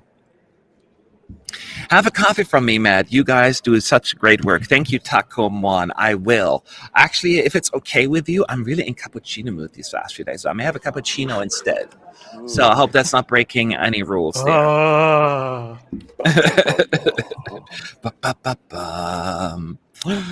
So yeah. So now, but Connor, back to the topic at hand. Iceland. What do you think? Controversial yet brave opinion. I just got winter vibes. Oh, I thought something you were going to say you didn't like it. No. I quite literally think that Iceland's about to come for Destiny's wig and just run away with it. Snack it. Just whoo. But no, that was campy, entertaining, quirky and funny, professional, and well done, like polished. Yeah, they had changes as well. Yeah, and I think that honestly at this point, I feel comfortable saying that this could potentially be both a televote and a jury winner. Really? Potentially. Like, this is the song that I think if it's going to happen to Iceland. Yeah. That's not me saying that I think it's going to happen, but I think that if it does, it's going to happen to Iceland and catapult them to a real safe victory. Especially since the last couple of years, there appear to be more like radio people involved with the juries.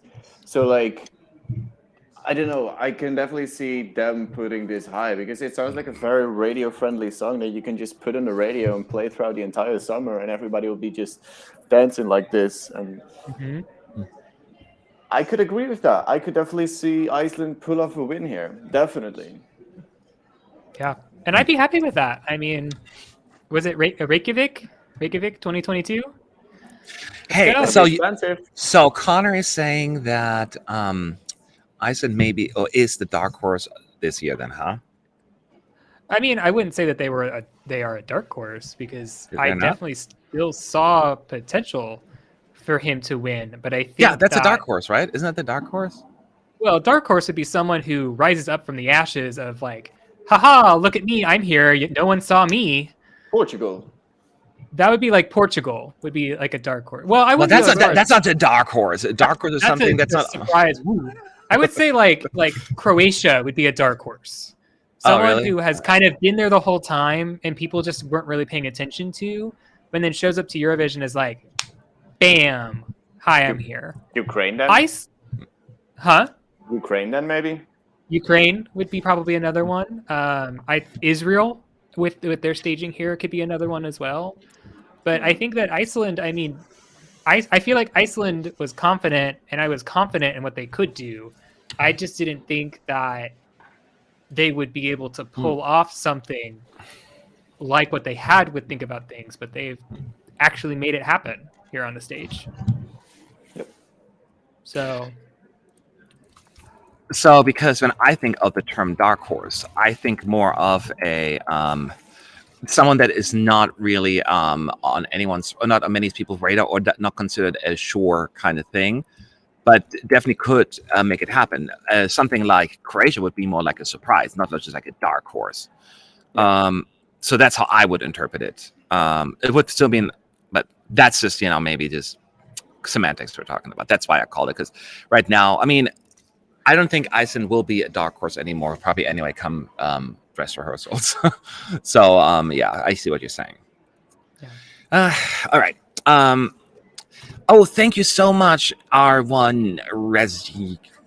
Sorry. He says it in the end. Okay, Matt, sorry for getting you in a tough corner concerning my question about Duncan's ball. Yeah, it's all your fault. That's the least you can do. No, I'm kidding. Have yourself a croquette or stroopwafel today to make up, Richard. Thank you so much. Oh, gosh. Yeah, you got me really in a hot spot there. But I think I wiggled myself out of it quite nicely and professionally. Shut up, Connor. Okay, so... Okay. You wiggled yourself out of that one? Yes. I did. Excuse me, I got... wrong pipe here. Okay, so I'm ready for another Iceland. But no, I'll go back to the original thought. I'm glad that you feel that way because there were some people in the chat who felt the same way as you, Connor. There's more people talk about could Iceland still pull it off because there was a little bit more doubt. But something's coming together again, huh? Yeah. Well, and I think that it's more that Think About Things was very just camp, like all for 3 full minutes. Whereas I think this song allows them to just have levels, and yes, to still have that campy and quirky attitude, but make it fun and really have a performance with it. Rather than Think About Things was mostly about like the dance, it was about the instrumentals and things like that. This is more about putting on a show. I can only talk. Yeah, go ahead. Sorry. That was it. That's all I got. Yeah. I can only speak for myself because why I didn't have 10 years as much initial like radar as the win, because to me personally, and that is a personal thing, you can agree, disagree, that's fine. I always thought that Think About Things melodically was more instant to me personally. So that's why I was a little, like I didn't feel as 10 years, just musicality was not quite as instant, but I love the beginning of the song so much anyway, the way they do it. Yeah. But I hear your point. I completely hear your point, and it makes perfect sense. Good. I'm glad that you agree with me then. I'm just kidding. To quote themselves, they've got a good thing going. There you go. That's true. And we got another run through. It would be a fantastic winner too. Yeah. I'd be happy. Everybody would deserve a win, but I know, I get what you're saying. It would be just like, not just deserved, but also just like, it's such, even with, I'm not going to use that country to pick on them, but it's just like they're so successful. Sweden, of course, you would a deserving winner as well. Just like anybody. But the point is I'm more talking about it's everybody roots more for Iceland because it's such a small country and they haven't won and all of that stuff. Do you know what I mean? Yeah. So that makes them more rootable. And Sweden even crowned them as like unofficial winner last year in Melodifestivalen. Yeah. One critique. There is one camera shot after they do all the poses where they zoom in on his sister. That's a little bit of a weird shot. Wow. They just zoom in on her, but she's not singing. So she's just standing there by herself. It's a weird zoom in. I'm sure they're going to fix that. They're going to watch all of this like 18 times anyway in a row. Yeah. So But so far, if that's the only critique I have, then it's a good run so far.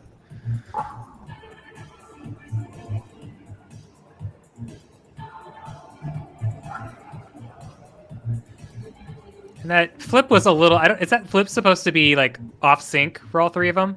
Yep. Yeah, it is. Okay. Yeah, they pass it down the row. The camera shot wasn't the best either because the audience was already blocking the "You're so fascinating" part.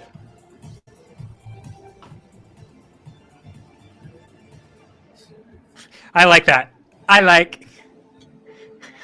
They just stand. they're darkened this shot a little bit like where I'm at right now, where the quiet. Oh, and I love these. Quiet part. The quiet part that's too dark. Now you cannot even see anyone but himself. I think his name is Stibben. Is the most animated individual in that circle. Yeah. He's like. Yeah. Anyway, where the choir comes in, the part was super dark. You could barely even see the idea, and you certainly couldn't see anybody. Oh, and they else. light up. Yeah. That was better in the last run through. Yeah. But even still, not that bad of a shot. If that was actually what happened, you can still see him. All right. Any questions about Iceland in the chat at ESC United? Could Iceland win because people think it's the song from last year? They are quite similar. I don't think so. People just listen to it, and if they like it or not, they'll vote for it. If they like it, they will vote for it. If they don't, they won't. I don't think that people will not go in there and analyze it to such an extent. I hope Iceland and Germany are far away from each other in the running order in the grand final. I don't know if they would cancel each other out. I think they go for a different kind of funny or, silly. So I don't think they will cancel each other out. So Barbara Pravi is literally having a karaoke concert in the bus. I can't with her. She looks so confident about today. Well, maybe that's a good thing. I just love Barbara. I love Barbara Pravi has this beauty of like like a woman of the 70s, like 80s. You know, I just like it's just stunning. And I don't know what, and I'm not, we would make it superficial about looks. I get that, but there's just something about her. It's just like, wow, she's stunning. She just like oozes like confidence and it's a power. quiet confidence, though. You know, it's not like in your face. It's like a quiet confidence. Yeah, it's not like smug or anything. It's just like, I know that I'm cool and I know that I'm good, and I'm just excited to be here. Like, yeah. And she's also, I mean, very lovely and very thankful as well. Yeah. So, and I think that's one of the best things about at least a lot of these artists. You know, again, we have a lot of artists who aren't necessarily tipped to be the winner besides Malta, but even Destiny is like, well, I'm not paying attention to that. And, you know, I know that Matt, you're like, well, I don't believe that, but like, they're not saying like, I am the winner of Eurovision. Yes, I can't wait to win the Eurovision. Like, we have yet to have someone who has shown up to a press conference or a rehearsal and been like, I am the winner. I will win. People of the United States of America to choose Joe Biden as the president. That's all I wanted to say. Thank you. Well, I did vote for him, so in case I needed to be an endorsement. Simon, he's from Poland. Okay, that's funny. I forgot what we were talking about. The fact that confidence and the fact that no one's claiming to be the winner. Yeah. That's right. That is right. Thank you. Vaco says that they're with me on Vincent Bueno and his rehearsal snippet. What was it? Thank you. They posted the rehearsal snippet, and I said that I think that Austria is a shock qualifier.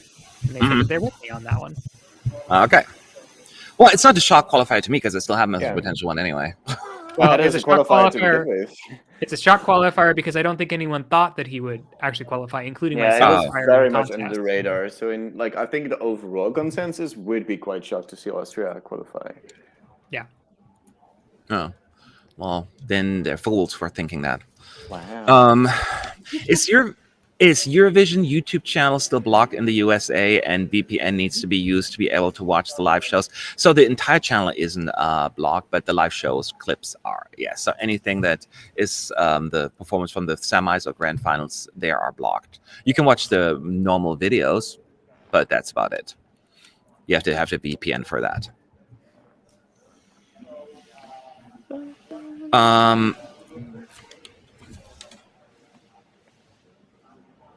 Such a catchy song. It's like stuck in my head now. We got one more, right? Yeah, because we definitely need to get the pyro shot in the end. Oh, we got the pyro shot in the end, the awkward one, the deliberate awkward one, I should say. Look, EBU doing another statement about social distancing. LMAO. Yeah, well, it's going to everyone, out to everyone, but I hope they're also going to address the individuals, whoever done it. I don't know who did it, so I can't speak to that, but if you have pictures, you can locate them.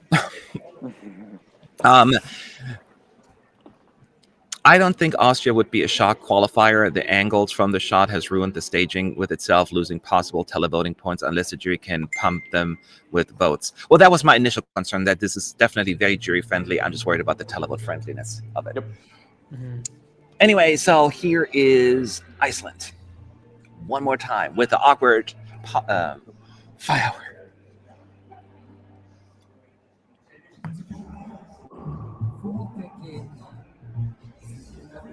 You know, I always love the lyrics of the song because they're so narrative driven in the way that, you know, often they're like very poetic, you know, my heart bleeds, da da da, and he's just like actually talking to his wife there, right? It's like you're having a dialogue.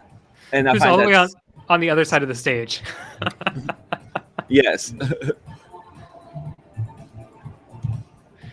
I think that's also like the campy part of this, is that he's singing a song about his wife, who's also on stage, but is also not near him at all. No, and it's like super serious about it. She's like, yeah, like there's just so many just like things that are like quirky about this that just shouldn't make sense, but they do.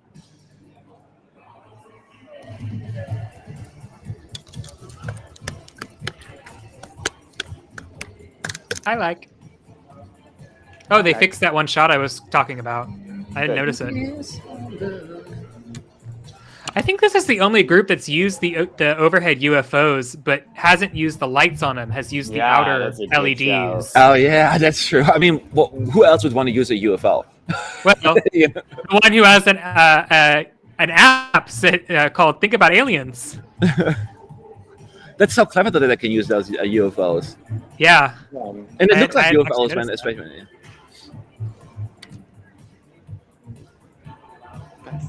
they are also using every single color of light that they have in the Ahoy Arena. Yeah, he has painted his nails green, the seafoam green. Cool. This is the recorded version also, in case somebody gets sick. This is what they will use. But no one will get sick, so don't worry.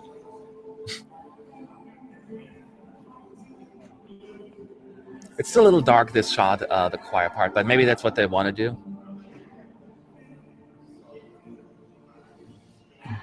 I guess it's what they want to do. Okay.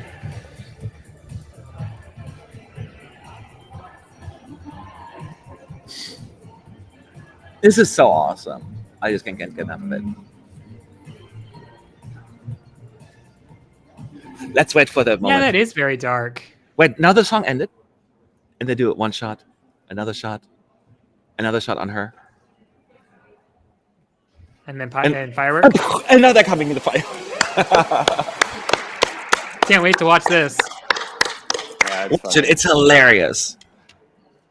I kind of missed the first time because I didn't think. I love how there are didn't- people cheering and you just hear them like. Woo. Oh, I'm getting a loop. So, if this were Iceland's actual performance, could it be a winner? that is. It's so legendary. funny, isn't it? And then especially like a shot on her and then him and then just like and then. The only thing I will say is that you hear the wind machine turn off because it's so quiet. It goes. It's even funnier, actually. Like, and I don't know if that's intentional or not, but it's definitely very, very, very noticeable. Yeah. How are the vocals of Daði and friends? Well, they were fine. They sound good to me, right? Yeah, just like you would expect vocally. Yep.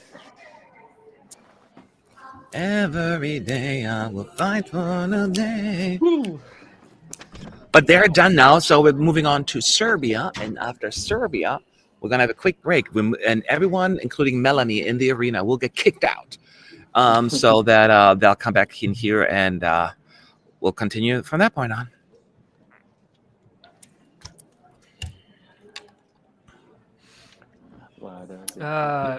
By the way, Matt, I'm going to have to do a little bit of audio work on the Finland Okay.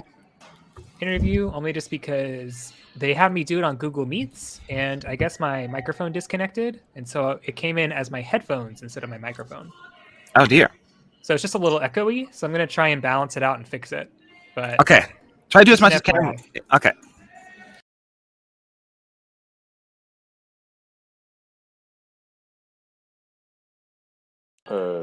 Hello.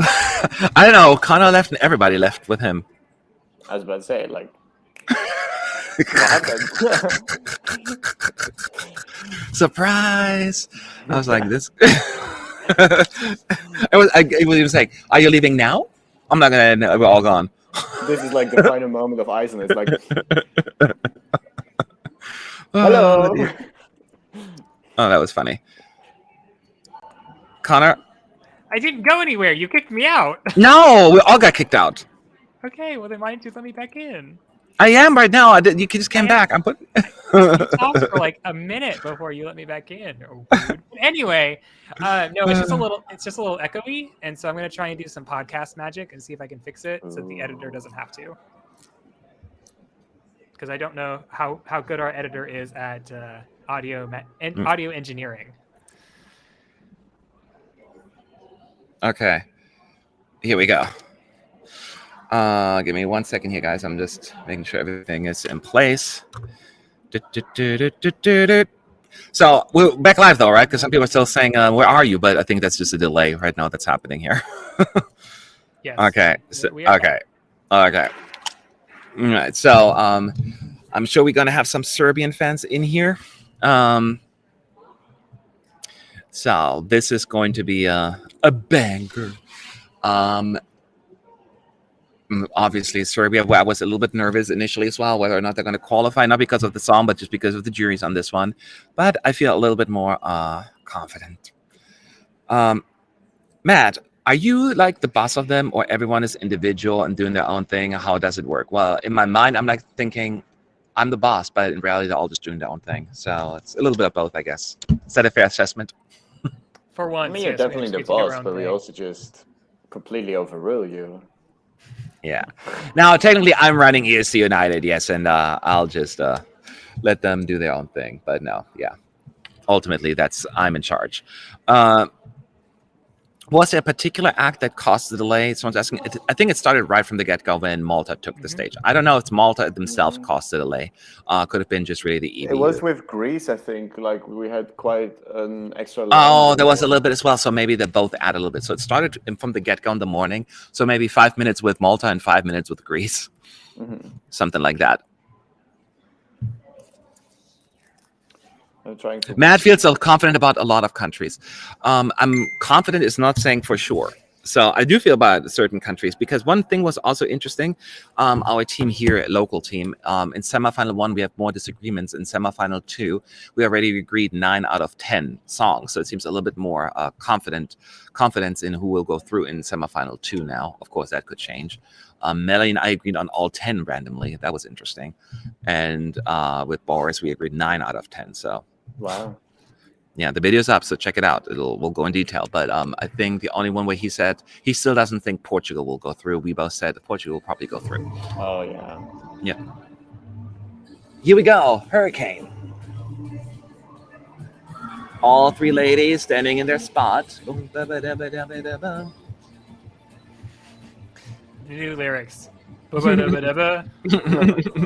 wouldn't be much different from the real ones.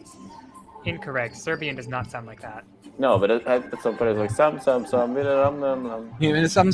diddle dum like dum. I would give that to Samantha Tina. The pop parade. Yeah, okay. So just in terms of the Serbian staging, I think we all know, in case you haven't seen it yet, all 3 stand like on their spot, like, you know, and they have like on like little LED white screen behind them, and then they start dancing when the chorus comes on. What's so funny? I put the sound way too loud. Like all of a sudden my speakers went to maximum, and usually I have it on 10. Oh. It went to 100, and that was way too loud. Loud twerking, as the kids would say. Like they're all wearing black, but they have like all like these white little balls on their outfit. And lots of lyrics, not lots of lyrics on the screen, like the ones that everyone knows, Loco, Loco, and Baby, Baby, Baby. The words that we know how to say, pronounce.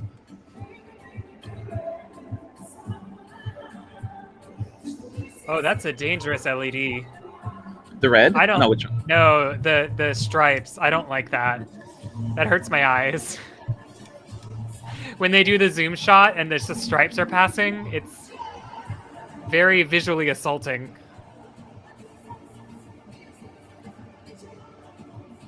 It's kind of funny because during the second course, at least, Sanya is her name, right? The brunette. Yep. She isn't even singing. She's not singing? No. Oh, some yeah, point you're right. Here comes the disco ball. Well, neither of them are singing. Yeah, now 2 of them aren't singing, yeah. Yeah. That's interesting. Hoopala. Why would you do that? I mean, there were backing tracks, so like, I mean, as long as she's singing the live. Is it me? Or But she's the one who's putting the high notes in that thing, so she was saving her voice. Is it me, or is it just way more messy than the first run through? Or like rehearsal? I don't think Serbia got the list or the notification about the stairs either. Because that walk did not work with the stairs.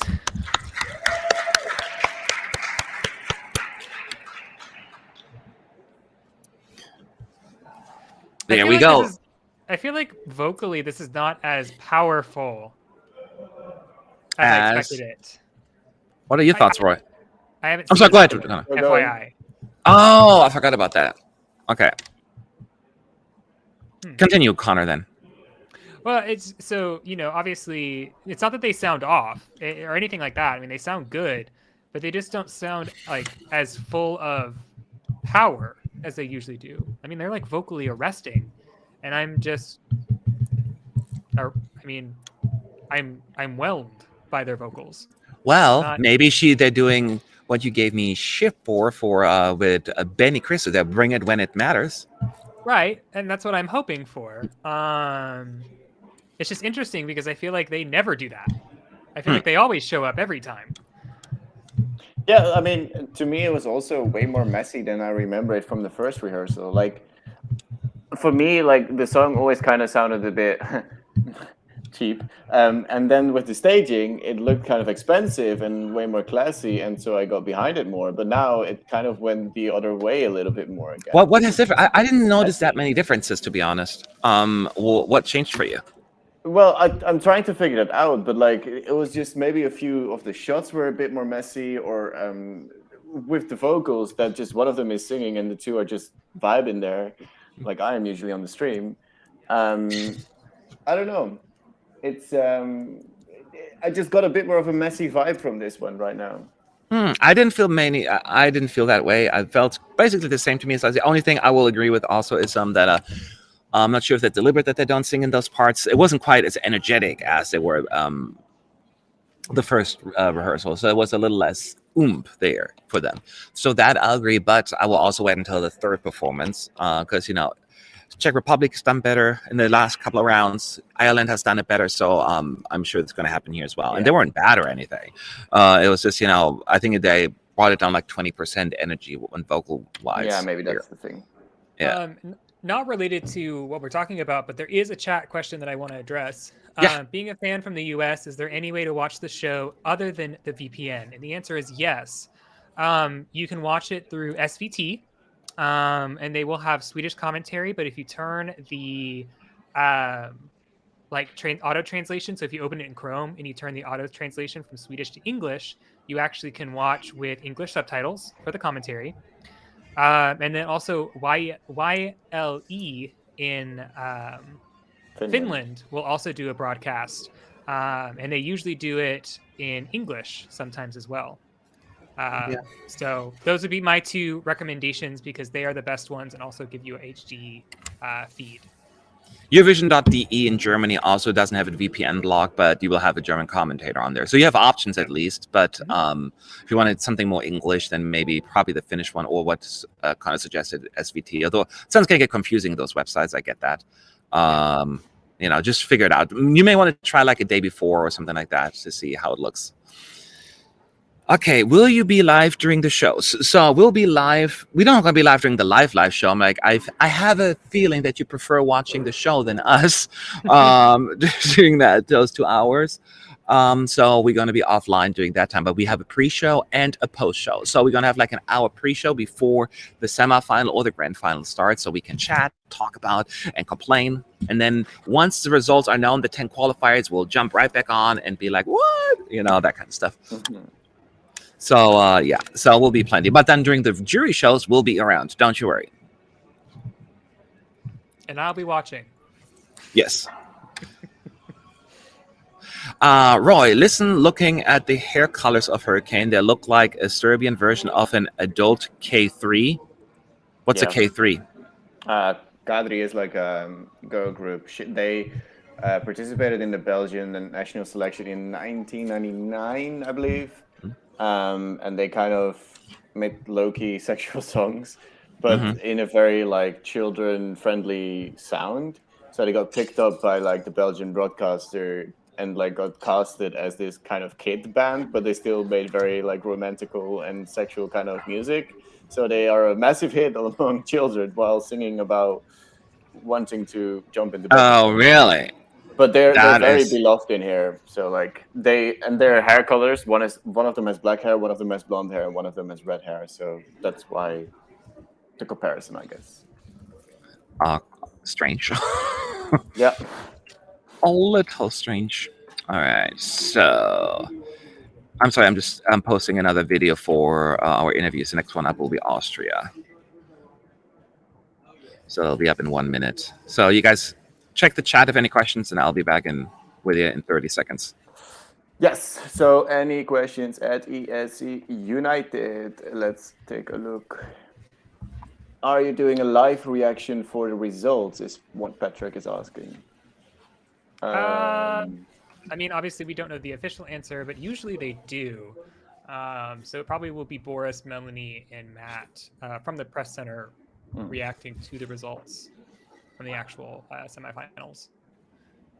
That would be a great question to ask once Matt is back. Yes. Roy's reaction if Georgia win. I will be... First of all, that's never going to happen. Secondly, that would be the best thing in the world. But also, maybe I wouldn't want that. I don't know. A lot of people are annoyed by the fire in front of Rafał. Do you feel the same? I can't comment because I didn't watch it. Yeah, there's a snippet of Rafał on the Eurovision website. Like in the end, they have pyros, and for some reason they position the camera behind Rafał, or like behind the pyros, so you see Rafał behind the pyros, so you barely see Rafał. So they pulled a Netta rehearsal clip where she's like whatever, and then it goes psh, and she's like right behind. Yeah, that's exactly what's happening. All right, I'm back. Oh, and time for Serbia. My timing is impeccable. All right. I'm doing some, and a dum.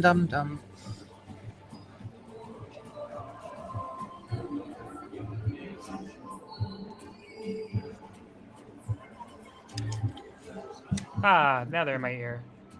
There we go. Okay, I was just given the opportunity to listen. I mean, we explained everything that they're doing. That you'll see in a 30-second clip that they're gonna give you.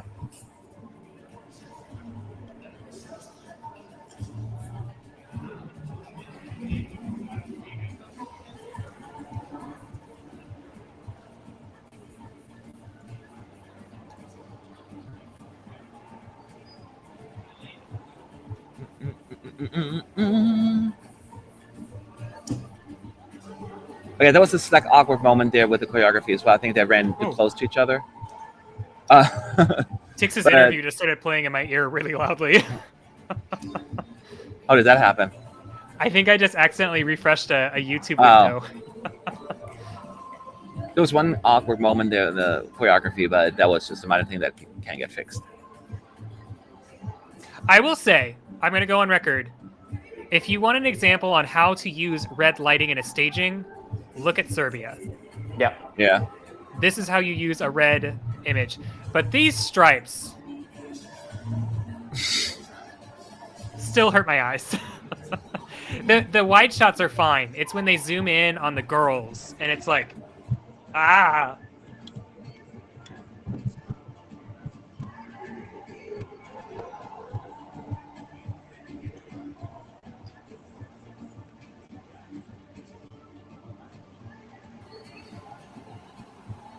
I also have to say, out of the three outfits, I don't remember her name for the life of me, but the cat suit is definitely my favorite of these three outfits. Because it's kind of hot. Says the gay male on the call. How do you like the vocals now? Kind of same thing, or they sound a lot better. On here, it sounds like kind of the same, so it's harder. Well, it's not it's not that they got better because they were on point vocally. There's just they're more full vocals. Gotcha. So it sounds like they're less strained. Not that they're strained, but like there's less tension in their throats. Yeah, and the harmonies came out, which is also missing. Oh, okay. Well, that's good. So they are on the right track. That's very important. Yes. Yes. Will the on-site folks stay the same, or wait, what? Actually, while I'm watching this, they are only singing when it's their time to sing. Yeah. They're actually using the backing vocal, which is very apparent in the clips. So like when Sonia has the lead vocal, she is singing, but the other two girls are using the backtrack for the harmonies. Mm-hmm. Yeah. Which is an interesting choice because as we've seen in this performance, we know they can all sing. So I'm wondering if that was a compromise so they could do more choreography if they sang less. Yeah. Maybe. That seemed very like clear to me too now. Like there's all the time just one person singing really. And for the rest it's backing vocals. Yeah. I don't know how I feel about that. I feel like because everyone else has shown up and is like, yeah, we know we can do backing vocals, but like we're still gonna do this. And like Daði Freyr, I mean, they, from what we know, what we assume, is that the backing vocals are also singing for the whole song.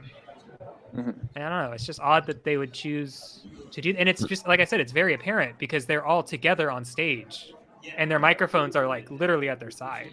Yeah, yeah, that's the thing that it takes you out of the moment. When you have like them not singing, even if because when you're like watching, like, wait, why isn't that woman singing? It's a little awkward. Then it don't sing, but just pretend you're singing. I don't know. Yeah, that's what I would say. Like, I mean, like, yeah, sing for your life. If you're gonna do it, try and pass it off like you're not, because then I wouldn't know. Like, and now the world wouldn't know that. Unfortunately, the other girls are not singing live to do all of those harmonies. Mm-hmm. So that explains why I didn't feel like it was as vocally powerful, is because they're switching. They're switching parts normally, but they're basically handing off responsibility for energy between all three of them throughout the whole song. Yeah. So you have to match the energy of a backing vocal, which is hard to do because if you're not on, you're off, and it's very apparent. That should be true. I prefer it over what they did with Hasta La Vista, though, in the national final, because that was a mess. Oh, like, 100%. When they were singing together, it looked and sounded like it were three lead singers trying to sing while they're not really a group. So, like, in a way, it really helps them, or like my view of them. So for me, it's fine and it works, I guess. Yeah, and I think to the casual viewer, they're not going to care. Yeah, they're probably not even going to care notice. But just to me, like personally, I'm just kind of like, girls, why would you do that? I mean, it comes to casual. I don't know how many people have an eye for detail, because certain things I miss, but other things they bother me. Like, wait, what is that? And that could be a thing that some people get stuck on. I don't know. Right, and that's my point, is that I think like to the casual viewer, they're just gonna be like, oh yeah, Loco. But I'm like, as someone who knows these individuals from last year and again knows what they can do, I'm just like, girls, you didn't need to do that. Like, they could have even brought two backing vocalists to fill the sound live if they were worried about it. Mm-hmm. Not being full on stage, but they deliberately chose not to. Yep. So I'm not disappointed with them, and I'm not disappointed with their staging. I'm just disappointed that they decided to take the easy route for Eurovision. That's what question is, yeah. But overall, I still think it's a fun performance, and I initially was like, they're going with a little darker stage than I anticipated, but in the end, it kind of works for me. So, whatever it is, if you like the song, you should be satisfied. I think that is ultimately, if you walk away from anything what we said and you didn't care, just say, you should be satisfied. And now we just wait. We get one more, right? Yeah, never mind. Oh, here she is. Oh, she, she. Also, chat. Sometimes it looks like I'm not into something, but I've been pointed out that I have a resting sad face, so I'm sorry. Or it's just like, when I'm vibing, I'm having a good time. That's just what you should know. My facial expression is just sometimes sad. No, that's fine. Sean asked me to do all the other interviews side by side, and I was watching one of them, and there was a moment where I was like, I looked like I was pissed. Yeah. And it was just because I was doing the interview at 4:00 in the morning, and I was like, it was like that moment where I was like, I'm tired. Hi, welcome to another. I have an angry thinking face, like when I think really hard, or like you do, like thinking about something, I make like the face. So and people are like, "Why are you mad?" No, I'm just thinking.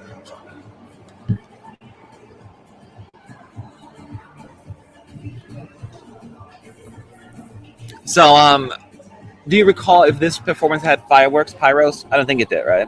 I think in the ending they had like one. Yeah, it definitely did because you could pick it up with the microphones, right? With the smoke coming out.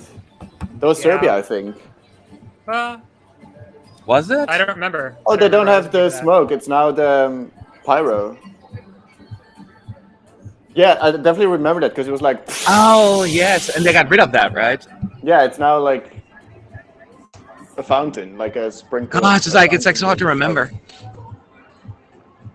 I know they're all blending together. So I'm glad they changed that already. Sorry, I have to rearrange you here. This is my favorite.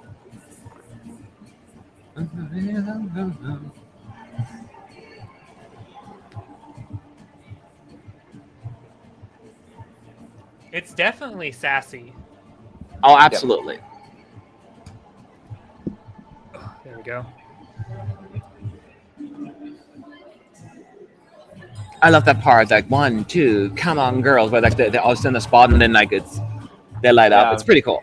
Especially when they like light up below them. That is really cool. I mean, I'm not there yet, but I know what you're talking about.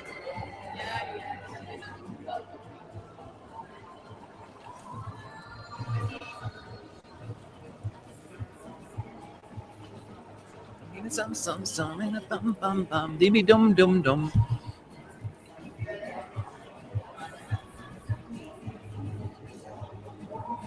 Yeah, let's do them hair flips, Matt. Yeah.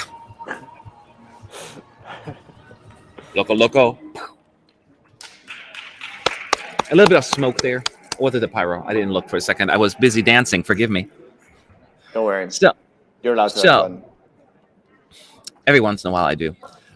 This is Serbia's final run through. That means we have, what is it, 15? Well, technically we only have 15 minutes, but it will be at least, it's a 30-minute break now.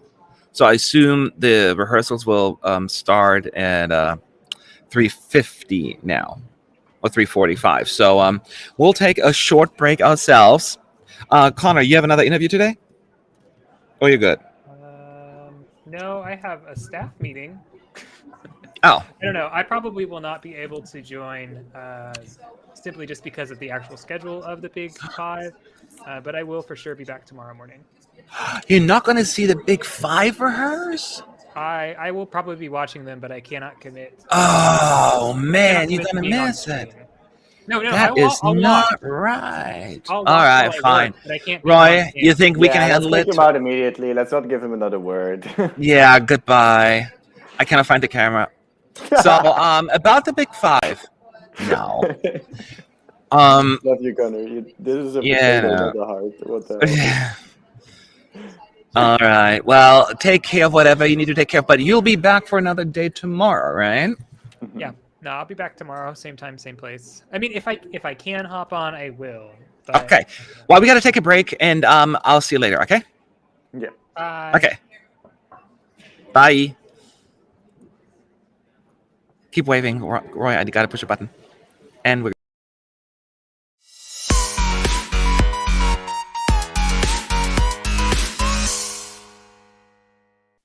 Well, hello, everyone, and welcome back to the ESC United channel. We're doing another one of our 2021 interviews. And today I'm joined by some of the members of GoA from Ukraine. Hi, how are you doing? Hi, we're fine. We're having the best time of our lives, you know. Awesome. And right now here in where I am, it's extremely rainy and cloudy and gross. How is the weather over there in Rotterdam right now? Well, I think the weather in Rotterdam can be compared with the weather in England. So it's like, now it's raining. In 20 minutes, it's sunshine. In 20 minutes more, it's raining again. So something like that. Gotcha. So you got to kind of dress for all occasions, pretty much. Well, yeah, but still, we have certain Eurovision restrictions. Mm-hmm. So we are not allowed to leave our hotel. That is right. That is right. I keep forgetting that. So in terms of that, the rain doesn't concern us at all. Gotcha. You can just watch from the window longingly as it falls. From the hotel window, from the bus window, and that's it. Gotcha. Well, I know, obviously as they kind of bus you from place to place, have you been able to at least see some things in Rotterdam, or do you just go from hotel to Ahoy and back? Well, we were able, yesterday we had an excursion over Rotterdam, but still with all, social distancing and masks on and everything like this. So we had an excursion. We had a chance to see a little bit of Rotterdam. So we like the city very much. So for us, it's not like a tourist city, but it's more like a city for living. Right. Well, hopefully maybe in the future someday, after all of this nonsense is over, you can go back to Netherlands, kind of maybe do some more of those touristy things and kind of get that tourist Fingers experience. Fingers crossed. Fingers crossed for everyone. Well, one thing that I was curious about, I know that Go A as a group has not existed forever. And I think if I remember correctly, it was back in 2012 when you all kind of formed together. Right. So how did the band kind of come about? How did you all kind of create this group? Well, actually, there's an interesting story about it. Before Go A, we all played in the rock and metal bands. Yeah, so we have this rock attitude about everything, but still in the beginning of 2010s I was thinking, I loved electronic music like forever, but I wanted to do a band that would combine electronic music with something, but I didn't know what exactly. But then I had the chance to understand everything. So I was, this was during my trip to India. I think it was in 2011. I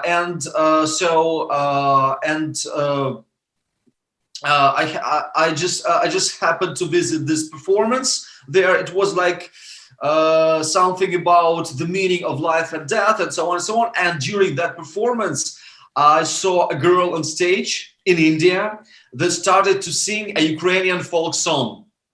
Oh, okay. Yeah, so it was very unexpected. Yeah. And for me, it was like a sign. So that's what I should do. After returning back to Ukraine, I had started to try to, find some members for the band that would understand what I'm trying to do. But it wasn't easy because nobody understood what I was trying to do actually. So, and then I met Kate. Mm-hmm. And we just met for doing one song, because I thought that it would be a good idea to bring authentic folk vocals into the song. And we did a song, we liked that very much, and we thought that, okay, so if we like what we're doing right now, so why won't we do this together, and so we started to make new songs, and so we started to perform as a band.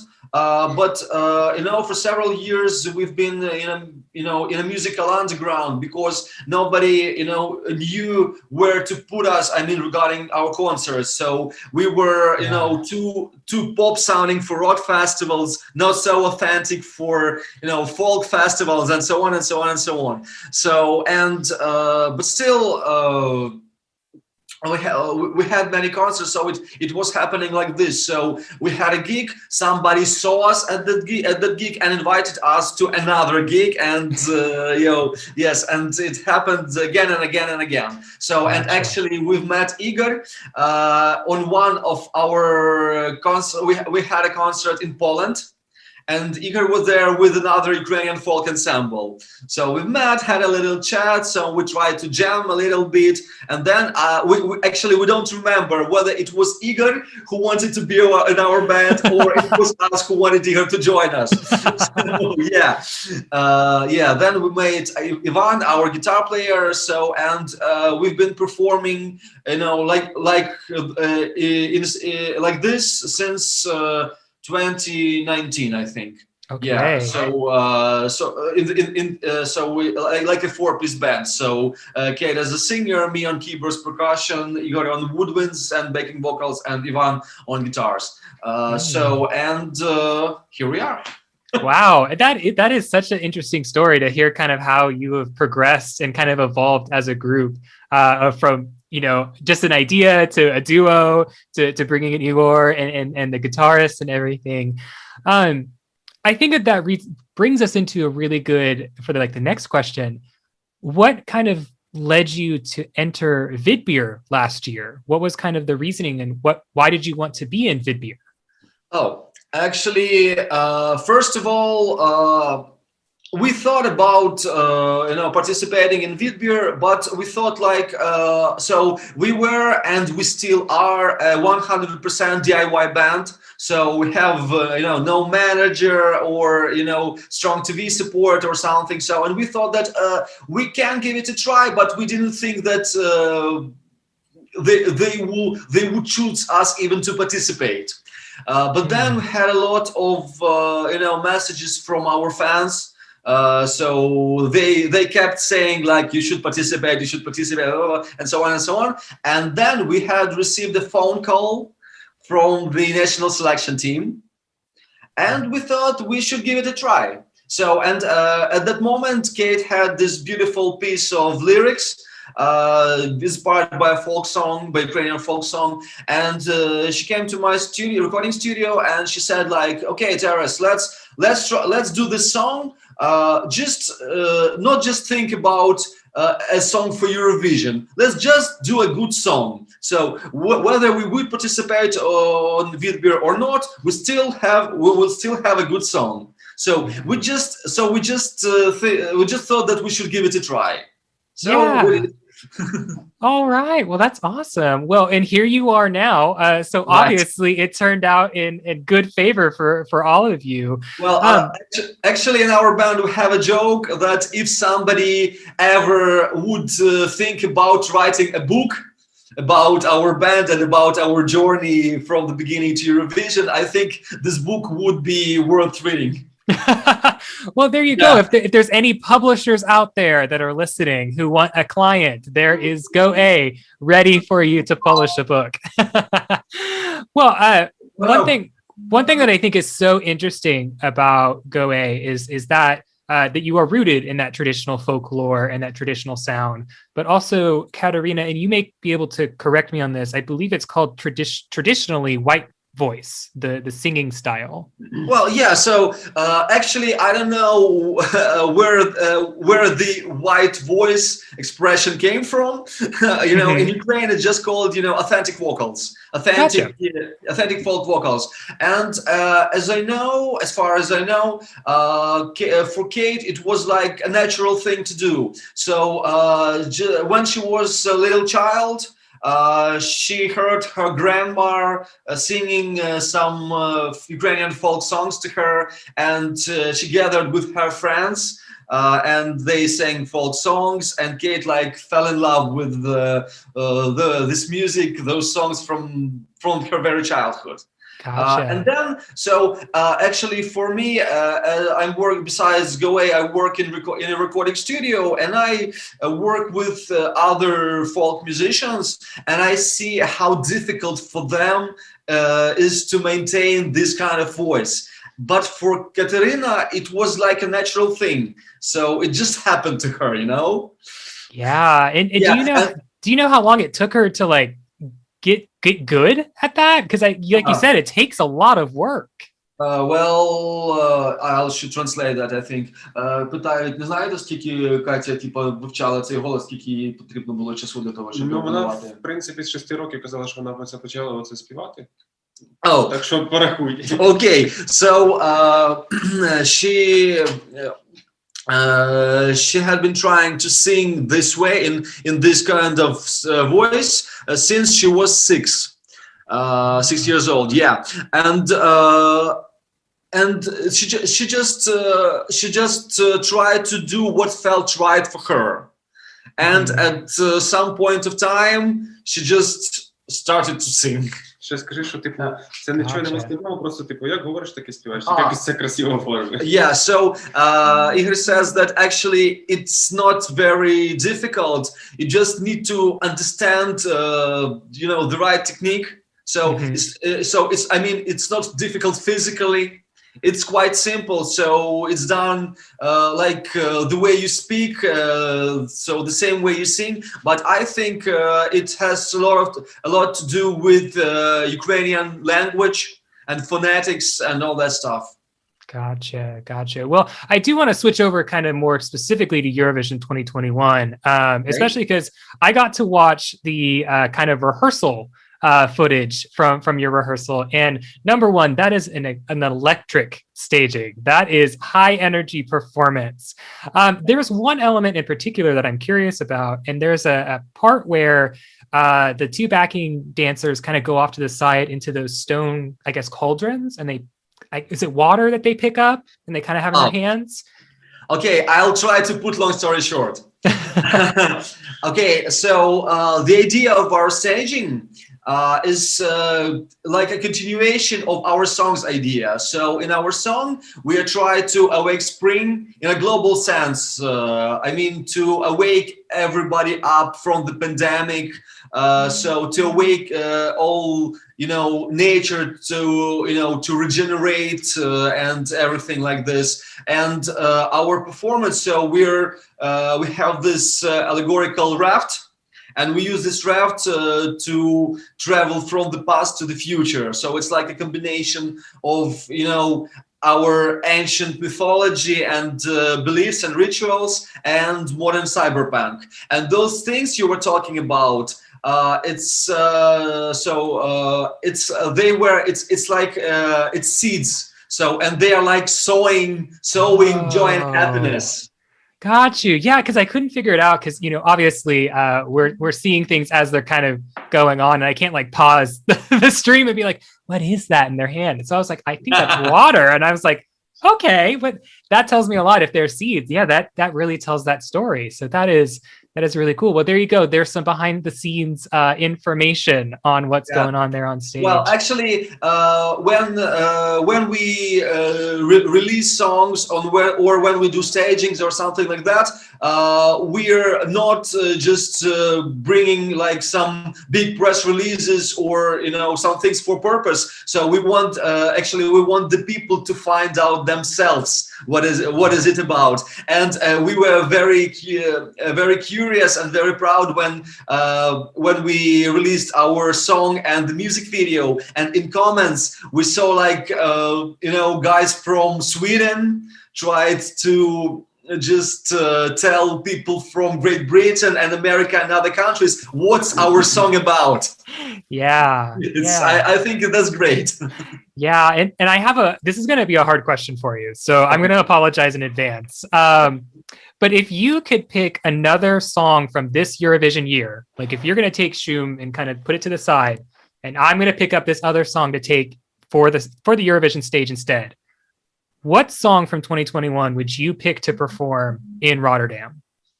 Well, that's a good way to ask what's our favorites. I got you.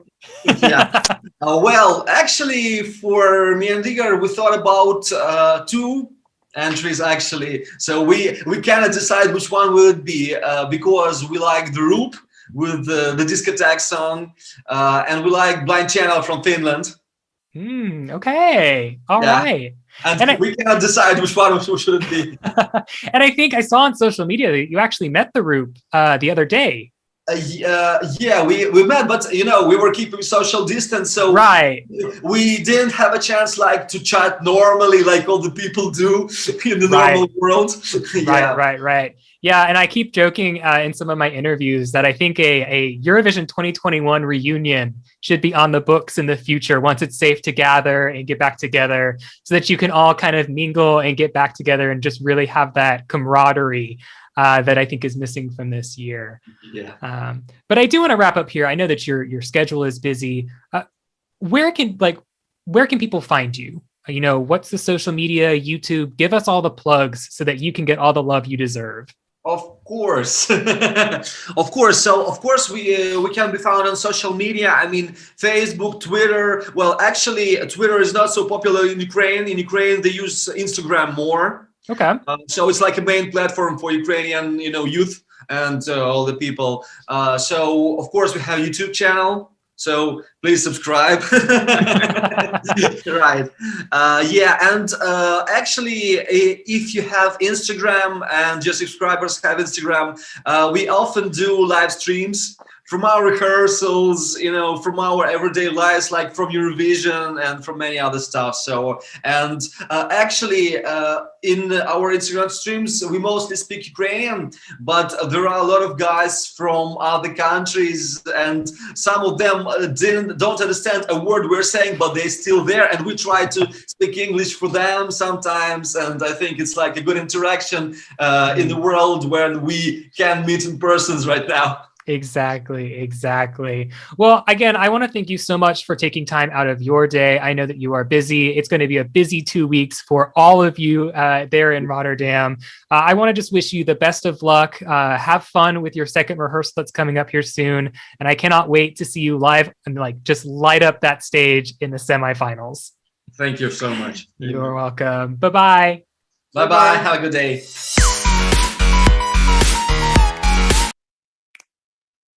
Hello.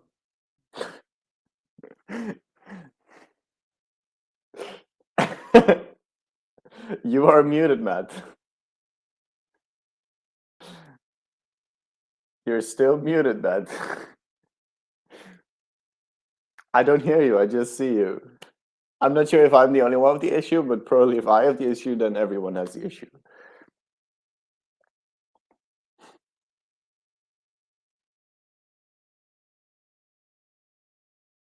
I hear nothing. I see your face miming, but maybe try to rejoin.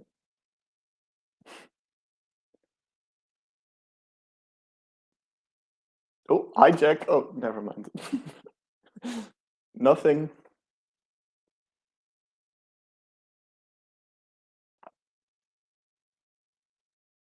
Well, yes. Well, I can like you can move your mouth, and I can like talk instead of Matt. That could be funny. I don't think I would do him any like favors with that, but anyway. Anyways, hi. Okay. I hear nothing at all. He said a word I cannot translate.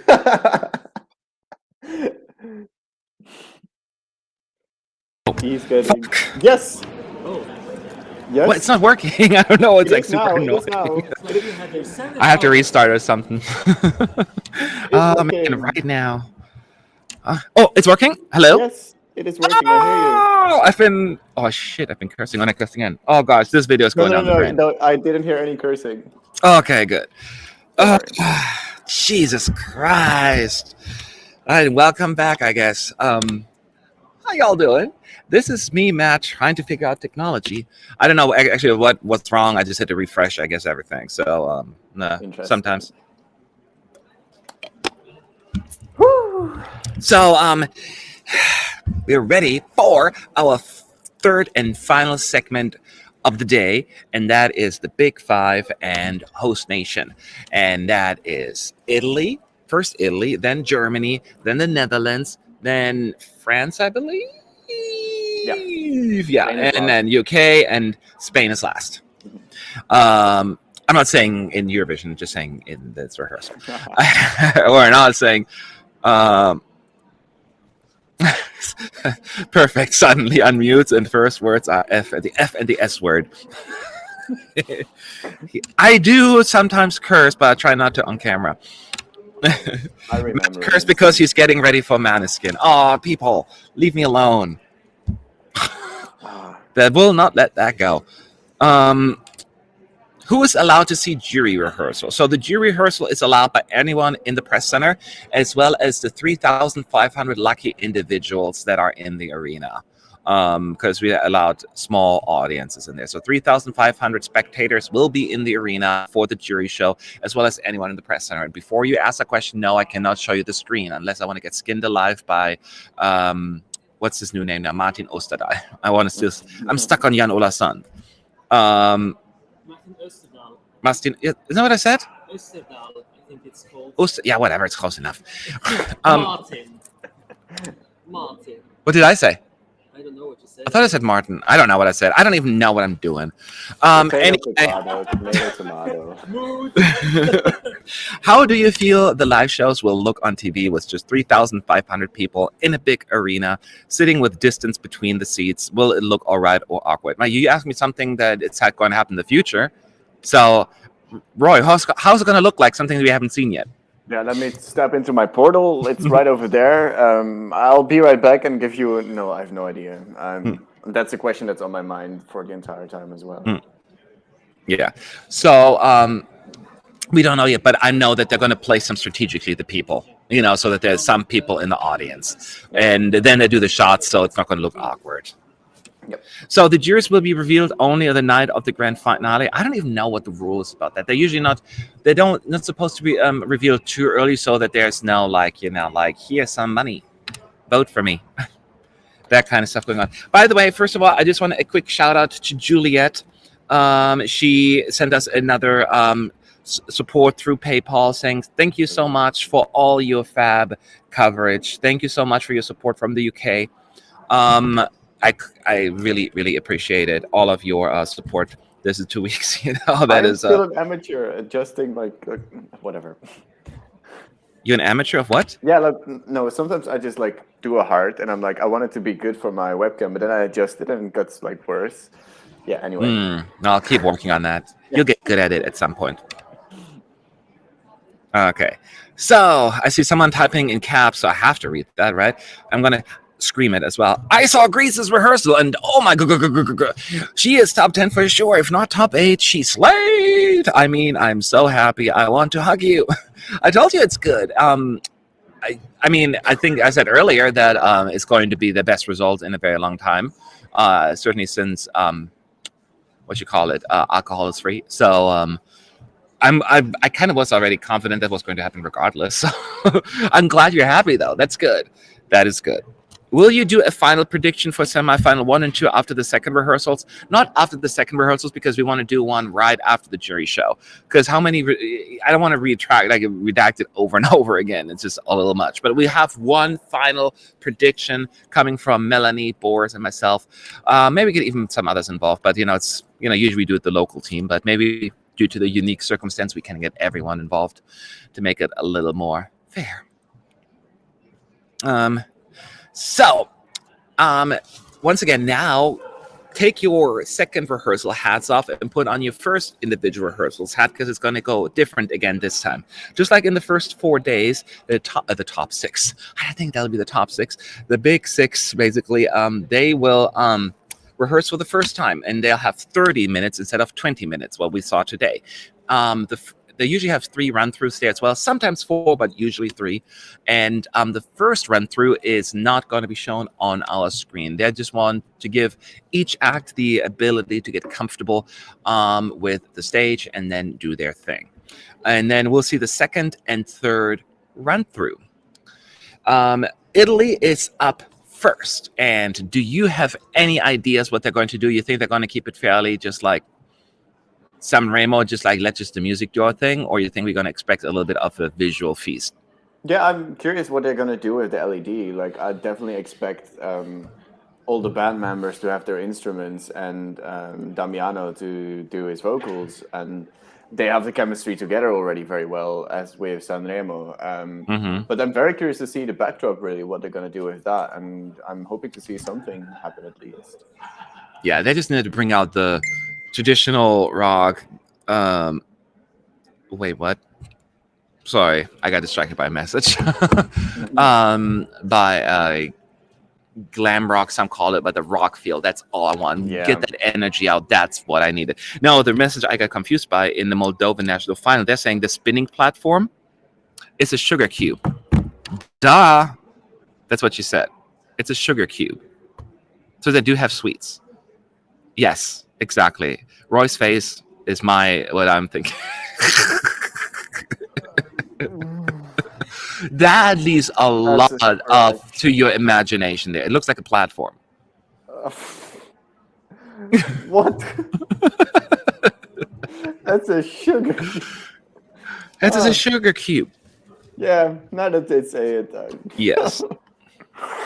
So there is sugar. Well, again, use your imagination. I guess it's a sugar cube. It looks like a platform. There's no way that you. If they it's not wanted like a to- cube. It's a platform. It's like flat. Exactly. That's what I was about to say. Like, we can have like a square then, like a cube. I don't know. That's yeah. Then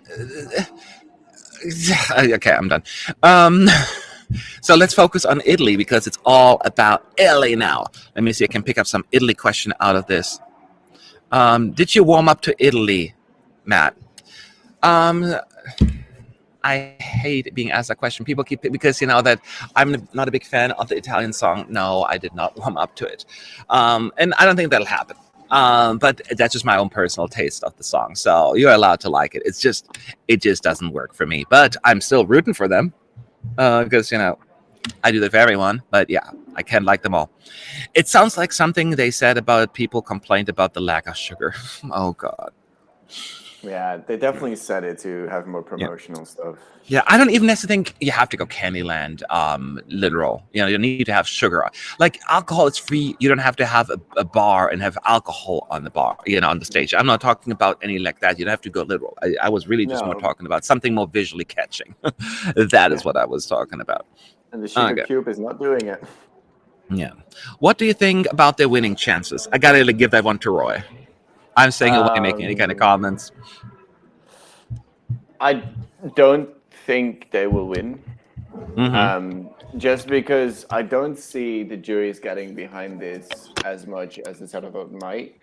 And then again, like it's still rock. Like you need to warm up to rock and you need to like rock really. And most watchers of Eurovision are not necessarily going to be your rock fans. I mean, I don't know. It's really tough because I am a rock fan, but I'm also not the biggest fan of the song anymore. And so I don't know. I like We'll rock have to too. keep staging. I like rock very much. It's just that song just doesn't click with me. I explained the reasons why in some of the review videos and our jury panel, and I don't have to regurgitate all of that again. But yeah, so I hear what you're saying. Is the jury permitted to watch both semis that they know all songs for the final once they make it to the fair to all acts? I'm sure they're watching the other semi. I'm not sure if they're being prevented from watching it. I don't think there is a rule in place for that. So yeah, they could technically watch it. Okay, Finland beats Italy, right? Salming is saying. I personally prefer, you know, I jive with Finland more than Italy. Yeah, massively. Yeah. Let's see here. Carla believes that Italy will win the televote. We shall see. We shall see. Any questions you have about this? Again, usually we would usually get something around this time for rehearsal. Like we would usually get a clip now, but we've been delayed today due to some technical difficulties. So we may have to wait another 10 minutes or so before we see the first performance of Italy. That's why someone's asking, has Italy been on yet? They should be on stage right now, but we haven't seen it yet. So just hang on tight. Did the 30-minute break start from Serbia's last run through? Yes, correct. Usually the 30 minutes should be from Serbia's last run through. And I think it was like 10 or 15 minutes after what was the original schedule? It was like 3:20 or something like that. I'm not sure. I mean, they didn't give us the exact time, so we just have to be patient. Okay. Do we finally know what the mysterious metal structure hanging from the ceiling of the stage is for? What mysterious structure? Yeah, I don't know either. There is no structure. There is like the structure that you're talking about, the UFOs. I'm not sure what they're talking about either, so I need maybe some clarification on that. Okay, right, don't go there. Yeah. They're saying Finland isn't even rock. I mean, metal is technically under the umbrella of rock, but just a very far out branch of rock, I guess. Yeah. Just came back to the stream. Is Moldova qualifying after the rehearsal? I don't know yet. I am not sure yet. That's what I was trying to say. Also, I got distracted again because I'm getting a message. So apparently Uku and Natalia from Moldova went cycling together. But before anyone start any rumors, it's not a date. So don't think. Yeah. I was going to cycle here as well, but then the bus was super convenient, and I just decided, 6-minute bus ride. Yeah, I'll do it. But then, of course, not to talk about that's a different story. Here we go. Do you think Romania will make it through? Our predictions are yet to come, our final predictions. Roy, do you have any thoughts on it?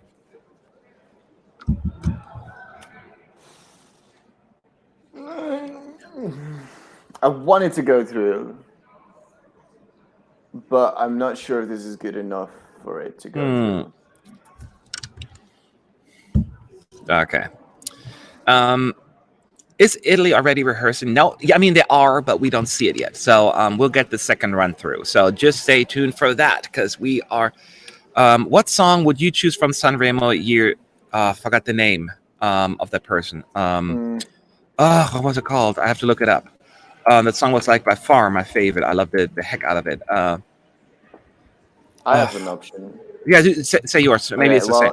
By a landslide, my favorite song, and it would easily be my Eurovision winner, is Irama with La Genezia Tuo Colore. I think that's the one. Is that the rock song? Like the very was it like the last song? Go ahead. It's with like the robot voice put over his voice in the chorus, kind of before a breakdown a little bit. I know the song. It's the guy who had COVID, so who wasn't really performing there. It was, maybe it wasn't it the one that I'm thinking of then. I think mine was different then. I forgot. I'd have to look it up. Do you remember how it goes approximately? No, you don't want me to do that. Don't put me in that position. I'm looking it up right now if I can find it. No, I can find it. It was. I want to say there was like a music video that had cars in them. That's La Genezia Tuo Colore. And it's the one I like. Yep, that's the same as me then. Yeah, it was awesome. That was like, oh my god, that could be my number one this year. Easily. And I was really bummed out when it didn't win. It's Irama, man. Okay, you love that one. That's what it was. Yes, Jelly Official. I was thinking that. Yes. Thank you, Jelly Official. Yeah, I love that one. Yeah, me too. It's like the only 10 out of 10 that I gave the entire season. Yeah. So like,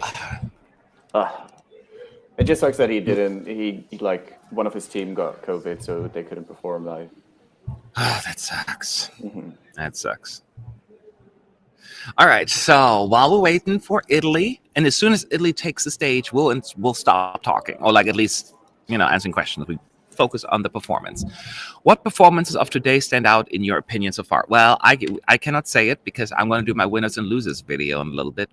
Roy, anyone specifically today? For me, like standing out is mostly like who improved the most. I would answer.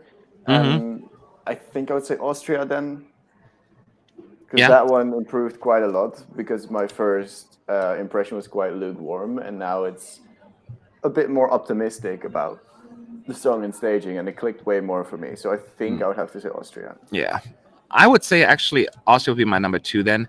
I think Malta was definitely the most improvements to me. That was really good. So I will go with Malta. Yeah, good shout too. Yeah. So is there more people in the press center today since the Big Five? Yes. I mean, it's not ridiculously more, but let me... Screen, don't come up on me now. Okay. Again, closet, high closet. We always start there. So here we are. You can see a few people. Those are Dutch folks. Let me see if you can higher up here. So there's still plenty of space, but it's getting a little bit more. Okay, we need... Hi, Melanie. Hi, Mel. Hello. So, yeah, that's what it looks like. Fun. Any of the fun, in a dum. Okay. What is most exciting day in the press center apart from the actual semifinals and grand final? To me, the jury shows, I guess. I mean, that is always a big deal to me. So I would pick the jury shows are really exciting. And of course, the aftermath of all the live shows. You know, the discussions and all of that stuff. Those are probably my two favorite. And I'm a numbers nerd, so I love dissecting and analyzing all the jury results afterwards. I get super excited about that. Is Boris there too? He's in the press conference right now for Serbia, right? Moldova. Sorry, Moldova. So that's why we know it's a sugar cube now. Yes. No, that's what Boris told me. That's what we found. And apparently he also said more things that Boris said here. Kirkorov said it's the highest and longest note ever. It's very difficult after dancing on high heels on a spinning platform, Kirkorov said. And he also said if she hits the note, it will be a Guinness record at Eurovision. Okay. That's what they were going for. Okay. But she didn't even sing it. It was the backing vocalist that sung it. Semantics. And then still, like, wasn't the longest note from, like, Albania. That was, like, 2017, right? That was a super long note. Albania, that was the current leader, yeah. Natalia's Greek vocal coach is also her backing vocalist. Then Kirkorov is listing all of his top 5 in there, currently in that room. Yeah. Okay. That's very interesting. So yeah, those are the few things that Boris reported to us. Cool.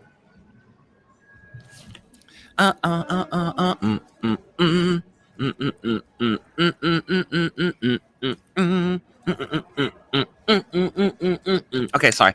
Matt, which person of different Eurovision media do you speak to the most, if any? I don't speak to anyone here. I don't like them. The competition, and if they're gonna cross me, I'm gonna kill them. No, I honestly, I love talking to as many as possible. I haven't had a chance right now because due to the staffing situation here, I cannot really communicate with a whole lot of people. Of course, I have a few German folks here that I've been talking to. I've talking to one of the guys who is a betting odds expert. With in the UK, we have a friendship, so we talked a little bit. There's someone from the German website that I talked to. We used to talk to Weeblogs all of. I haven't talked to them much this time because I haven't been around. When I'm here already, when they come in, I'm already doing stuff, and when then they're gone when I leave. So but there will be once this first round of stuff is done, we'll have more time to chat actually. So the talking starts usually the second week. It's kind of weird, especially with COVID right now. We cannot even go anywhere without masks, and it's very difficult to really have a proper dialogue, which sucks. So I miss the social part of Eurovision right now. Because usually at Euro Club or Euro Cafe or the Village, that's where we all meet up and talk afterwards, right? Because everyone is so busy running left and right in the press center. Yeah. And people in the chat, we can expect Måneskin any minute. Yes. We cannot see the first run through because it's the first rehearsal, and they want to give the artists their time and space to get used to the stage, and so they block out the first run through of the song. So we'll see second and maybe third. Yeah. I was gonna say something. It was probably a lie. That's also what I always learned. And if you forget, then it was a lie. Here we go. Oh, they're playing in the middle. Oh, okay. So he's shirtless except for a sweet band that he's strapped around his neck and down to his pants. Looks like suspenders almost. Or maybe these are suspenders. He's wearing silver tight pants. The stage is all silver, like white and black. Lots of flashing. I don't see any much backdrop yet. And I don't know what part of the song we picked up in. But I see on backdrop a little bit. I see like silhouettes of guitar players there. Oh yeah, there's a band, like silhouettes of a band in the backdrop, LEDs. Black and white. It started halfway through for me, but yeah, okay, we're here. Same for me. Okay, Damiano's not wearing a shirt and just has like a tie sort of loosely. Yeah, it's a suspender, so a tie, like a tie wrapped around. It looks like a semi... It's sort of a tie, yeah. But isn't like it a tied scarf, to his maybe. pants? It's hard No, to say. I think it's hanging loose in front. Oh, it's hanging loose? Okay. Then it's And a there's tie, a little yeah. stage where the drummer is sat on. Yes, it's like a little podium with red lights. They keep They're flashing. very separated on the stage right now. Now the stage is super red at this part. The color of the year, it seems. Oh, and then you have, it's hard to see them in the red light. Now there's a flashing white light as well. So they're not serving a whole lot of like visual like craziness on the LED screen. I mean, that's a little bit. Now see the drummer in the LED again.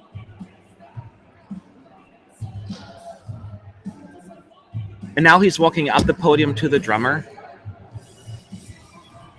While the guitar players are now, the bass player, like they go in front of the stage, rocking out with their hair and stuff.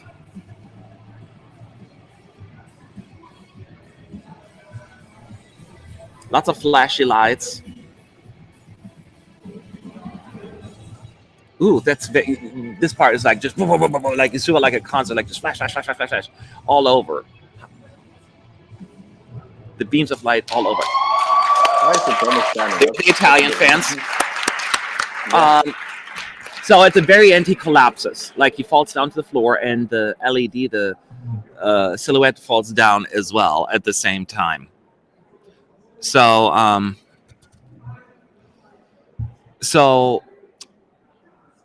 what do you think, Roy? I mean, mine is not over yet. Oh. They're going to go at least one more time, so just relax. So, but what I can say is it's certainly very much about the energy of the song. It is, yes, they do a lot of like flash, flash, flash, flash, and it's like all over, just like you're at a concert. It gives me a big concert feel, the staging, which kind of the band is. It's very concerty. So it's very hard for me to judge it because I have such a hard time getting into this song. So I can say that the staging itself changed my mind. Yeah. Somebody's asking how the costumes were. Damiano is wearing like a sort of gray silvery jeans with a belt, and then no shirt, just like some scarf, a very thin scarf going down. That's what he's wearing. So you can see his beautiful back tattoo, for example. I think the rest are kind of just wearing a suit. I'm not sure if they were the same color. I'm usually not the person to look at.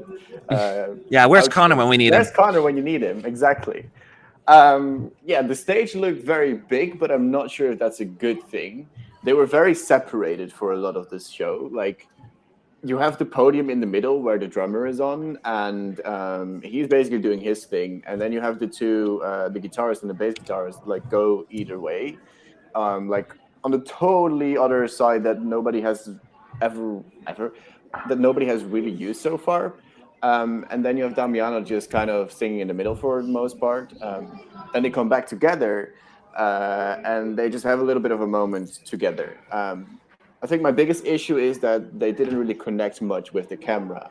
So this would be a very great performance if you were to perform it in a concert for a lot of audience and a crowd. I'm not sure if this is good for a television performance or for Eurovision, where you need to connect with the camera to get the televotes and to get the juries on board with you. That's my biggest concern. You totally stole my thunder right now. I was going to say that. Now, keep in mind, we only seen like halfway through or like a third through. We missed like the first minute or so. So there is still more to judge. So keep that in mind. My issue was also, it really felt like it's a recording of a concert. Do you know what I mean? Where they're singing to the audience and not to the viewers, which maybe will work for people. But I don't think when you're on a TV show that this is necessarily the best, wisest, most wise choice to make.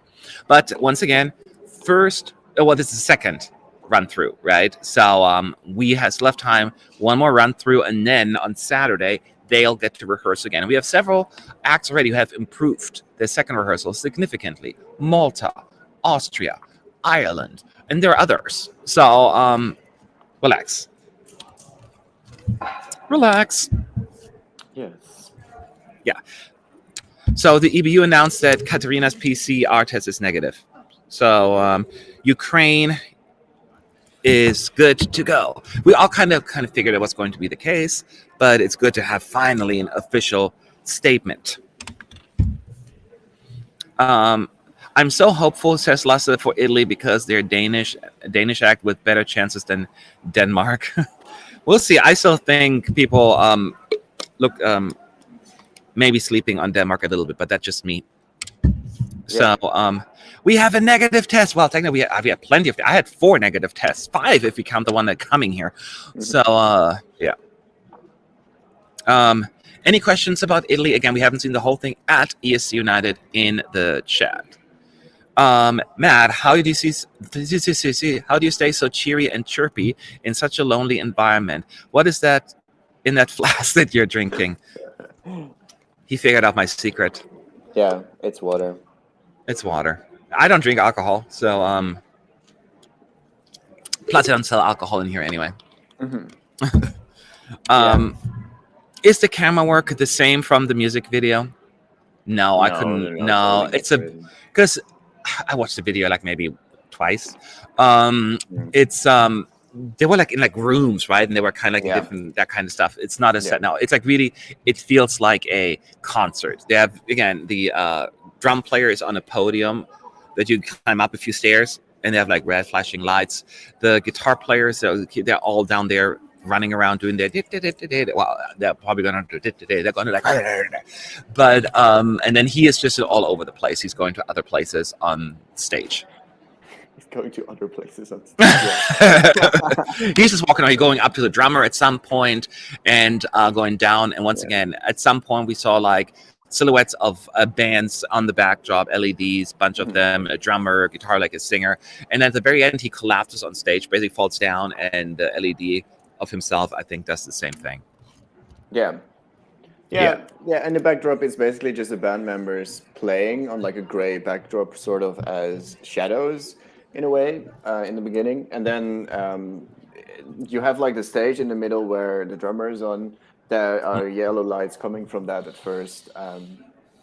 Yeah, I don't know. I'll pay better attention to the backdrop now. Yeah, it happened so fast, and it was just a short clip.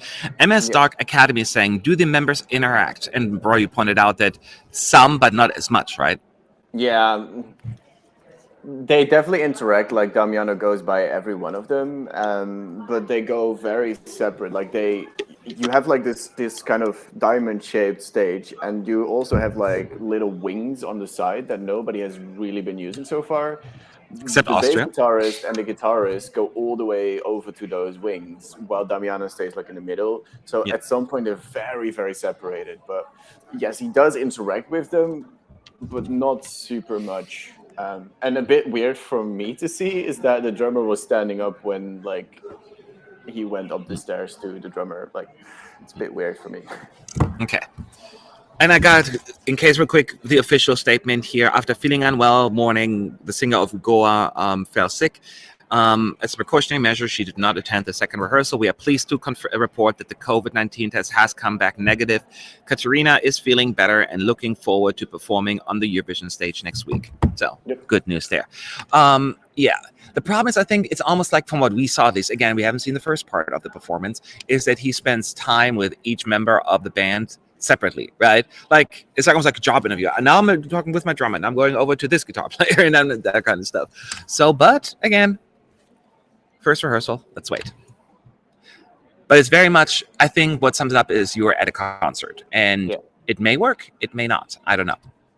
It's so hard for me on this one because I just it's just for me hard to say like, is it going to win? I'm like, I don't even know how it could win in the first place. But yeah, no, this is not a winning performance to me. I mean, Italy would have had to do something else if they really wanted to win. Yeah. I mean, Italy has not been known for having amazing stages, but amazing performers. This already sounds like what happens every year. They will do very well. Could be. I mean, I thought Mahmoud had a nice staging the first time, but even like in 2018, their staging was fairly simple. But at least they had stuff. They had like scripts. No, they weren't that, but they had like the lyrics on screen, and they'd walk to different places. In 2016, they went quite elaborate. In 2017, they did as well. But this one is not like nothing is happening. It's just, just a different feel. And they have like boo-boos in between, like 2014 didn't go too well. 2016 was okay, great. So we'll see. Italy's biggest screw up was in 2017. I mean, a 6th place, is that considered a screw up? I've seen worse. But wasn't he like the biggest landslide in the odds until like? He was, yeah. But that could also, again, it's also unfair to put that on him. Those are the betting odds. Sure. So I don't find that. Yeah. I think that song was not lost at staging. The song was lost up when they had to cut out like 30, 40 seconds from the song, and it like didn't have enough room to breathe anymore. Yeah.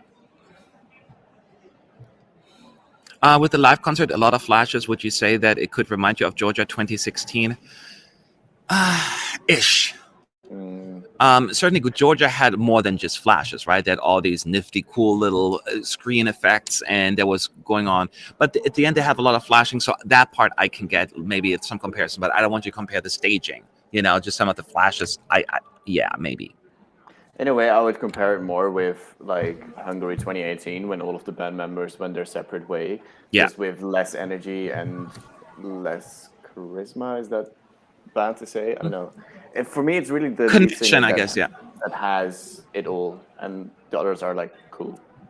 Keep in mind that I think there may be pyros and fire stuff like that coming. Oh yeah, we can't. Here we go. The first one too. Okay, so now it opens again. The camera comes in from behind the stage, and it opens up like that, and then he greets them. Not greets them, hello, but he stands there, the singer. Hello. I will say they stay true to their their sound and what they are as artists. So I got to give them a applaud for that. In the beginning, actually, they're all kind of together on the podium, except for the singer. But the 2 guitar players are on top of the podium as well, the platform, and then now they're walking down. It's starting for me now. Okay, and you do see in the beginning also their silhouettes on the LED as well. Oh, one of them is a woman. Yeah, you didn't know that? No. Oh. I listened to the song twice, I think. She's also Danish, which is why the name is called Måneskin, because it's like moonshine in Danish. Okay. No, I listened to it 3 times. That's not true.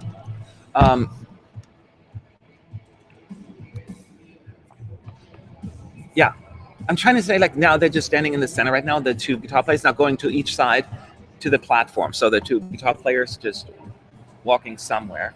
Yeah, they're using the small stage sides thingies to hop around, doing their rock thing. I wish they focused more on, like in the part after the first chorus, they focus more on Damiano himself, because that kind of helps deliver the song a bit better, because he gets very passionate towards the end, especially. Yeah. But it's right to shine a light on everyone. Now it's getting really dark, the screen, the stage. Like you can't see their faces again. It's just absolutely a rock feel. If you're into that, I mean, if you like the song, you probably will like the staging. Yeah. I just don't know if it wins over new people, kind of like Portugal style. You know what I mean? And we don't know if it will, to be fair, you know? So now he's interacting actually with one of the guitar players, very much. And then he walked with the other guy and like he's singing to him.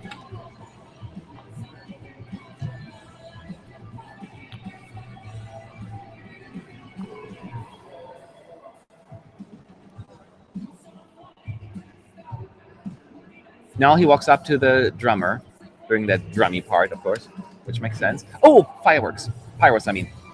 They come out of the thing. Boom, boom. Oh, and the shower, you know. They have the pyro shower. There's also a lot of wide shot in this. Oh, there's all the lots of pyros now everywhere, all over the stage.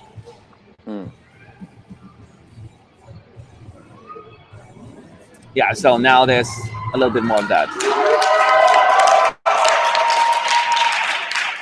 The pyros on the side are really cool. That was cool, yeah.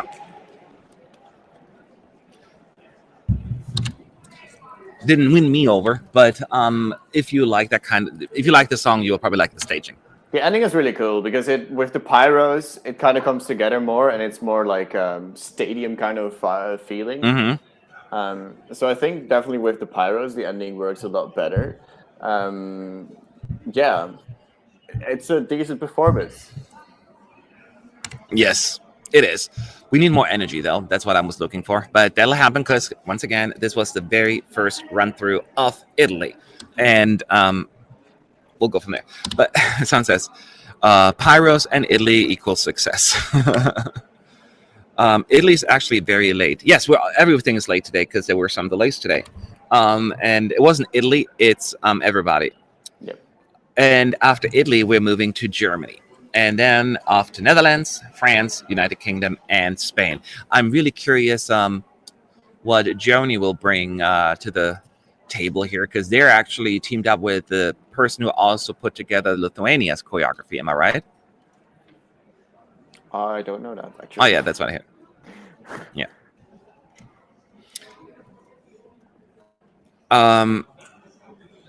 Are there more Pyros in Hungary 2-on-1? You probably meant 2018. Do you think they had more? No, I don't think they had more. No. Hungary had it like throughout the entire performance. Yes, and it's just at the very end. This is at the very end. You have like a pyro curtain. I will not use the same term again I did the first day. I learned from my mistakes. And you have the diamond-shaped stage. So on the sides you have like the fountains. And then on like the wings of the stage, you kind of have like 3 flamethrowers going like 1 in the middle and 2 to the sides a little bit. On both sides of the stage, you have that. Yeah. It is quite an epic ending to this. It is quite an epic ending. And, you get really like a true concert feel of the staging. Yeah. Question is, some people were saying also in the chat, should have gone something with more visual, like something to recreate something like the music video, right?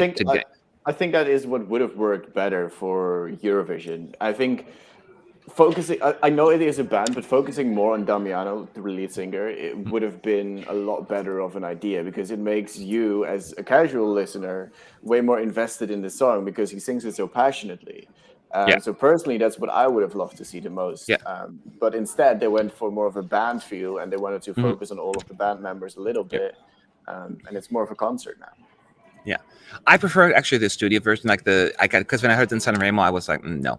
But when I watched the studio, I'm like, yeah, okay, I can see why people like it, even though it was still for me. But I'm like, at least I like the whole vibe, and I got the melody out of it a little better.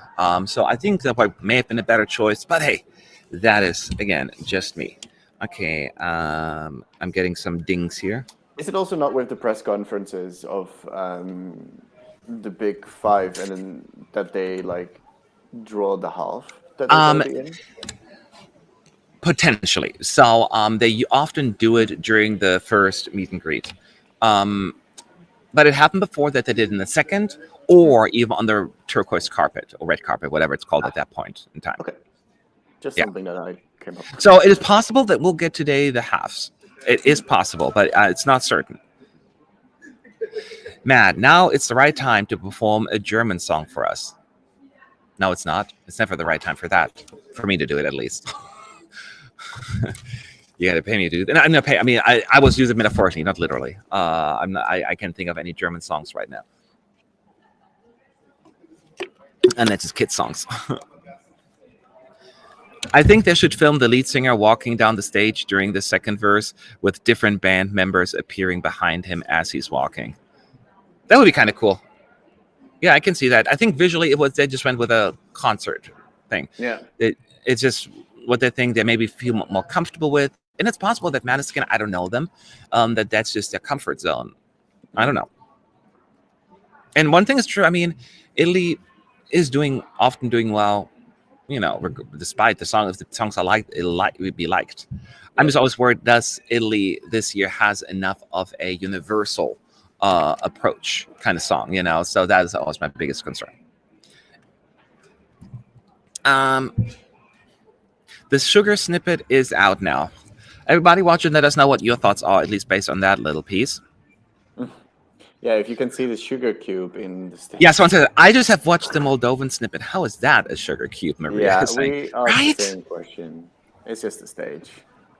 Yes. Let me see the snippet. Matt, please perform Vada Hada Dudada. No. I don't do tricks. I don't do singing on command. Iceland is out too. It looks great. Iceland, I mean, Iceland is you saw incredible. Yeah, And that's, I mean, that's like the thing people said in the chat, like Italy is dropping. You don't have changes in odds that quickly. Like it's literally just performed. It is not that Italy is dropping. It is more that Iceland was rising because Iceland had a really good second rehearsal. And once again, same thing happened with Malta. They dropped and now they're back up. You know, the second rehearsal. It's just a kind of how they react. So just relax. So it's all good. Iceland has more dislikes than I expected. You know, well, look at how many dislikes Toy had. Anytime you have a little bit more of a less than conventional song, you get dislikes. Portugal got dislikes. So the unconventional songs often get a whole lot more dislikes. So don't worry about that. Also, Ukraine has gone up a spot in the odds to 8th now. Yeah. I mean, I would not put money down on Ukraine to win, but I put money down on Ukraine to potentially make it top 10. I could sneak in a few dollars. Have fun. It's too volatile. Yeah, I think Måneskin are sticking to their live vibe. It's their comfort zone. That's what I was saying. You know, if that's what they're comfortable with, then let them do it. Sure, yeah. You know, so it's just probably it's it. Not probably. It's not maybe not the best idea for Eurovision, but if that's their comfort zone and they just want to put them out there as a band, then this is perfectly fine. Do you think the juries could rate Damiano's vocals? Is that the lead singer from Italy? Yep. Okay. He always sounds really on point. Finland, for example, not on that level. I don't know. I mean, I don't know. I have no idea. People need to stop comparing the two to begin with. Like, they're two very different genres of rock. Like, that's not comparable. And like, yeah, Damiano's vocals are always on point, but they're also so totally different than the vocals that Blind Channel is doing. So yeah, I don't think you can compare them. Just stop comparing the two. There's no need. Yeah. I think they just are compared by default because they're kind of like the most as closest to what we think of rock. Yeah. Right. They put rock, metal, and all of that in the same bucket because we don't have as many of that. It's just like when you have like country and bluegrass, which you wouldn't have in Eurovision a whole lot, you know, but they're different categories as well, and people lump them together. Now, for example, if Jorn were to win in Norway, then I could maybe see an example where you could compare Norway to Italy, but still, like, they're quite different. Yeah. So just. And it's fascinating because I loved Jorn's song. Like, right, like, oh, I couldn't get enough of that. I would have put, again, probably high in my ranking. So it's just weird how Italy just doesn't work for me. Yeah. But at the same time, people don't compare every pop song sung by a lady, and there are a lot. It just makes no sense. To be fair, I think there is a lot more comparison this year, actually, just because we have so many female pop songs in there that are competing against each other, especially in the first semi. Like we're talking about Cyprus, Azerbaijan, Croatia, Israel, Croatia, you know. So there are a few we kind of starting because we're worried that they are actually potentially, is there enough of a pool for all of them to go through? Mm-hmm. Right, I mean, so, but let's talk about Alemania, Germany. What to expect there? I assume they're not going to, I mean, do you think they're going to have the peace sign lady there? Roy? Wait, what? Sorry. For Germany. Uh-huh. Yeah. Oh, yeah. The hand lady. Yeah. Whether it's going to be the middle finger or the peace sign. Well, wait, no. It's going to be the peace sign. They cannot have the middle finger probably. But do you think she's even going to be there? Like this whole thing, or they're going to get rid of it? So, like, it's been their whole shtick. So why True. drop it now? I do think they're going to is trying to get that similar vibe, but just make it a little more slick, I guess, rather than just them just jumping around like silly. Would they I'm sure they're going to have a paint fight, like a paint throwing fight? Oh, can you imagine? That would be a little much probably to clean up afterwards and doing another round of rehearsals. Yeah. I doubt they're going to do that. Maybe if they have like a little bit of a... Yeah, that would be a bit... No, I think that would be too much for a stage thing anyway. I think that would be a little much.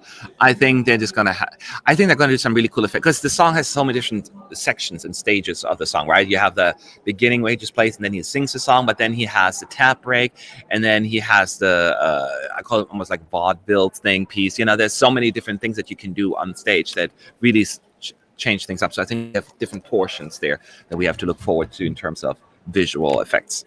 Mm-hmm. And of course, the ukulele will be a big part of it. I all of a sudden got really excited for Germany. I don't know why. I think it would put a massive smile on my face. Yeah, it's just that kind of song. I keep saying Germany is probably going to do much better in the televote than a lot of people will expect. But how well, that remains to be seen.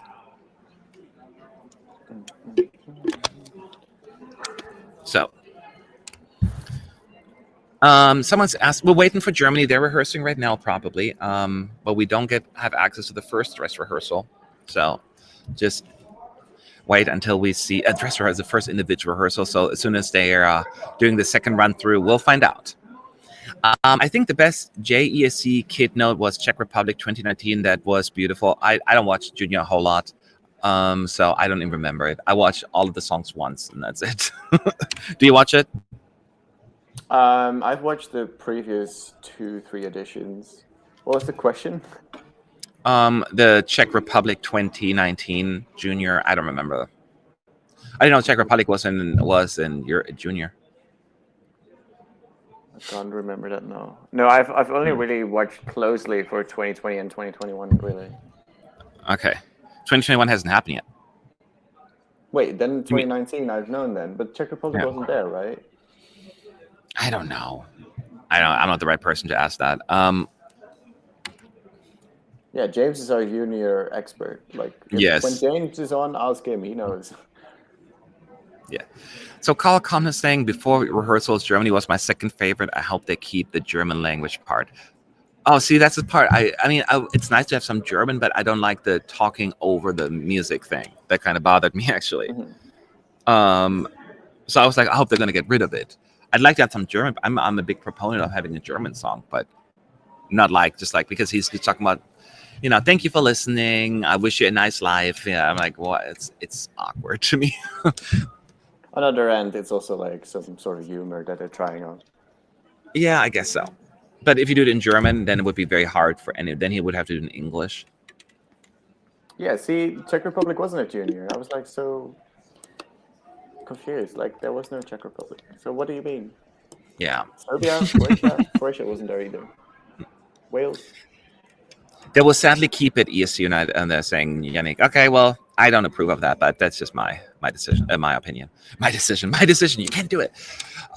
Matt, could you say the German line from Germany's song that Jendrik is speaking? I don't know by heart what he's saying. He's just talking about, that was my song. Meine Damen und Herren, this was mein Lied. Mein ESC-Song. I don't feel hate. Ich hoffe, Sie haben ein schönes Leben und bis bald, or something like that. Yes. I tried. Do you think France would give the host rights to another country if they win ESC, as they already need to host Junior? No. Are you kidding me? No. They have waited. They'd rather get rid of Junior before they get rid of the big. No. So, can you sing Liebe ist für alle da? Liebe ist für alle da. Where's that from? Love is forever. Oh, yeah, that's right. Love is forever. I can't remember the line right now. That's because the line was in Danish before she. I can't think of the line right now. I would do it, but I don't remember. Yeah, that doesn't help me, Boris. I just sang it literally. Yeah, but I don't recognize it.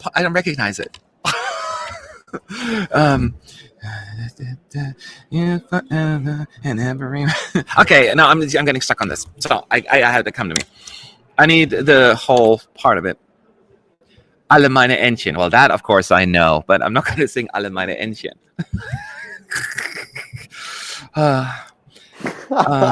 Holly is just trolling us. I got the chaos I was searching for. You got what? Holly was asking that, and she said, I got the chaos I was wanting for, so like. Oh, thanks a lot, Holly. Jesus Christ. I know the line, but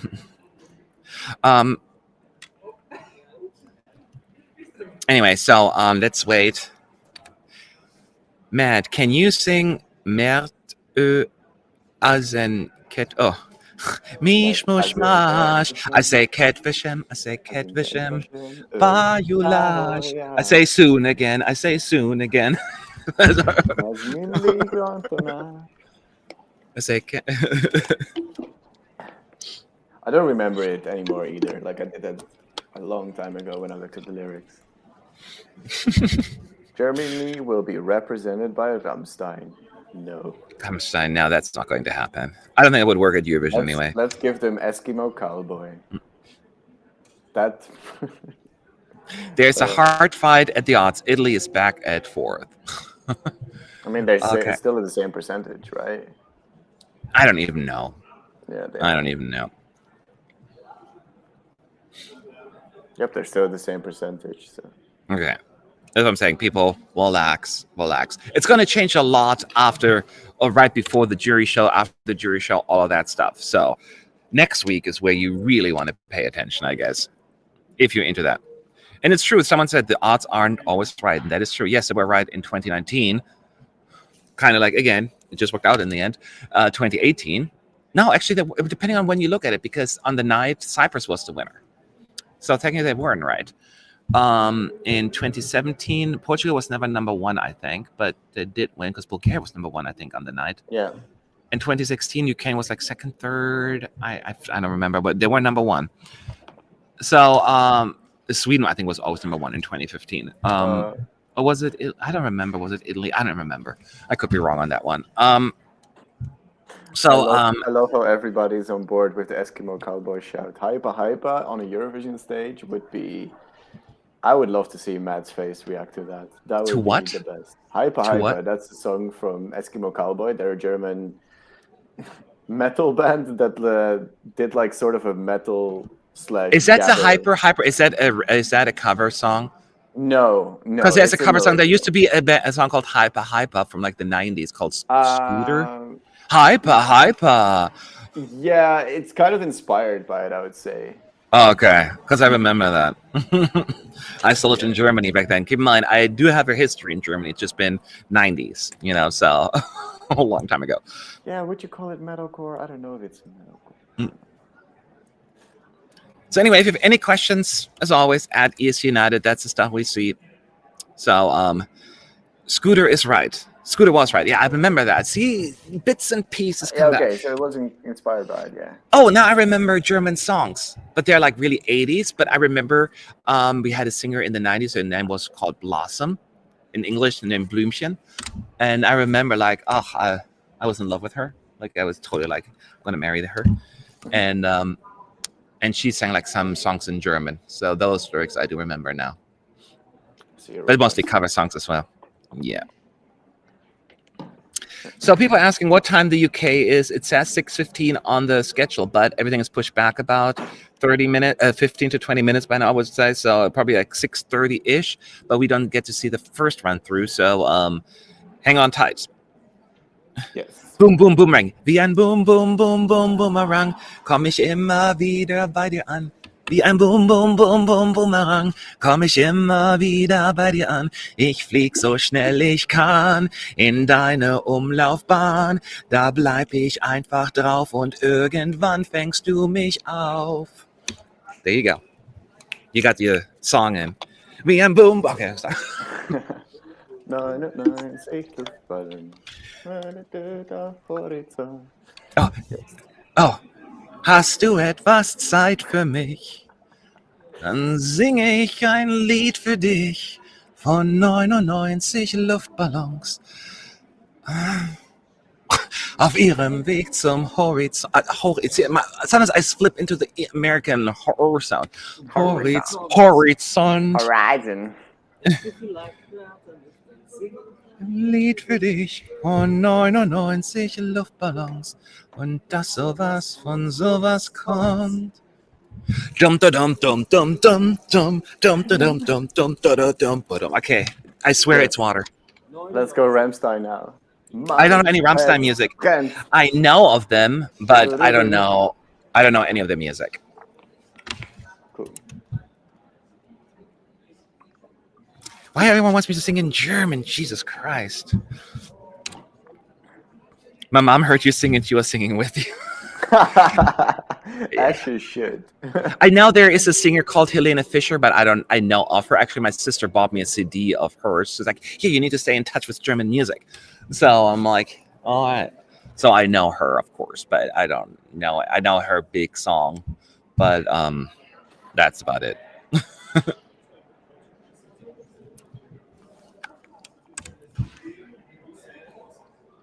So, but let's be serious here. It's okay, Matt. My uncle does the opposite when he's in Germany. Too long, he will make German sound when he's speaking English. So yeah, it happens that way. Because your tongue just at some point goes naturally a certain way, and you actually have to fight it. Yeah. Because Germany are too afraid to sing in German. It pisses me off. Sorry, I love my Germans. I'm German, right? But French. France sings in French. Spanish sings in Spanish. Spain sings in Spanish. Italy sings in Italian. Well, UK sings in English, and in Germany, English. It's the only big five country that doesn't have the, to do it. And it bothers me. I'm like, come on, try it. You think you're not going to succeed? You will. Just get the right song in. Yeah, we saw the junior last 2007. Oh yeah, Frauen, wie sie gehen und stehen, wie sie dich ansehen. Und schon öffnen sich Tasche und Herz. Und dann kaufst du einen Ring und ein Netz. Okay. Sorry, now I'm breaking. So once I start singing, I can stop. They asked me to do bada da do da, and I said bada how to do to no.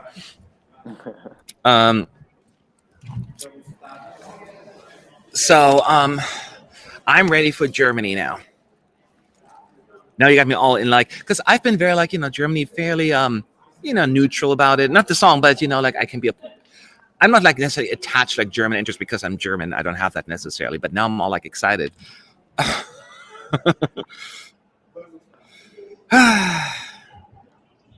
Katerina was so happy she went running along the corridor when she got her test results and got locked out of her room.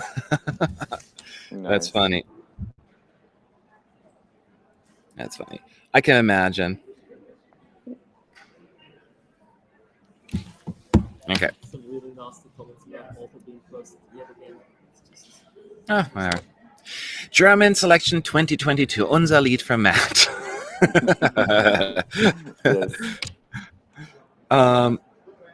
Matt, don't be sad that Germany isn't singing German. My country likes to sing more non-existing languages than in the native language. Where you from, Belgium? No, they only had Netherlands had also had a non-native, a non-existing language, right? Belgium had it. Netherlands had it. Belgium had it twice, right? Yeah, Why? Belgium had it twice. Oh yeah. Yeah, Belgium did it twice, right? Yeah. No one remembers each time, but I do. Yeah. Way to go, Matt. 12 points. Thank you, IRM. Doesn't Israel have it this year? Israel sings in English, even if you don't understand it. That's still. Yeah, no, but isn't there a little bit of a made-up language in there? I don't know. Some other languages in there. Yeah. I don't fully know. I don't know. All right, this feels. It's so weird now after those 2 days of action. We just have to wait now and feel the dead air. All I can do is sing German music. If you have to choose one song from the winners of the Eurovision, which one is your all-time favorite? I don't have. It depends on my mood. It really depends. And it's not fair to compare a winner from 1974 to something from the 2010s. You know what I mean? So I can maybe, if we go for the decades, I will be more willing to give you my favorite. So in the 2010s. For instance, I would say Austria was high up for me. In the 2000s, I would say Finland was my favorite, and that kind of stuff. I would assume Finland was one of your favorites, huh? Mine. Right? Yeah. Winners. Yeah, Finland has a lot of really good songs, to be honest. No, I mean winning song. The winning song. Songs. Oh, it's not my favorite winner of all time. No, that would be the Troubadour still. Oh, the Troubadour. Yeah. Okay. Or The Voice. Or Rock and Roll Kids is also amazing. Yeah. Rock and Roll Kids. Oh, that's interesting. That's my second favorite Eurovision year. Omaga, yeah.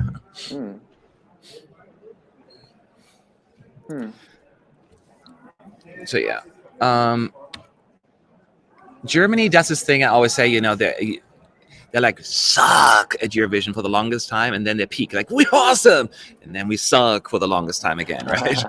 So it's just really weird. I mean, at least they have the moments where they don't suck, like Lena comes to mind. Although they had like a couple of years where they did well, but then they went down again. Then Michael Schulte came up and was like, yeah, and then they dropped again, So it's just really weird. Germany surprise winner of 2021. Could you imagine? People would.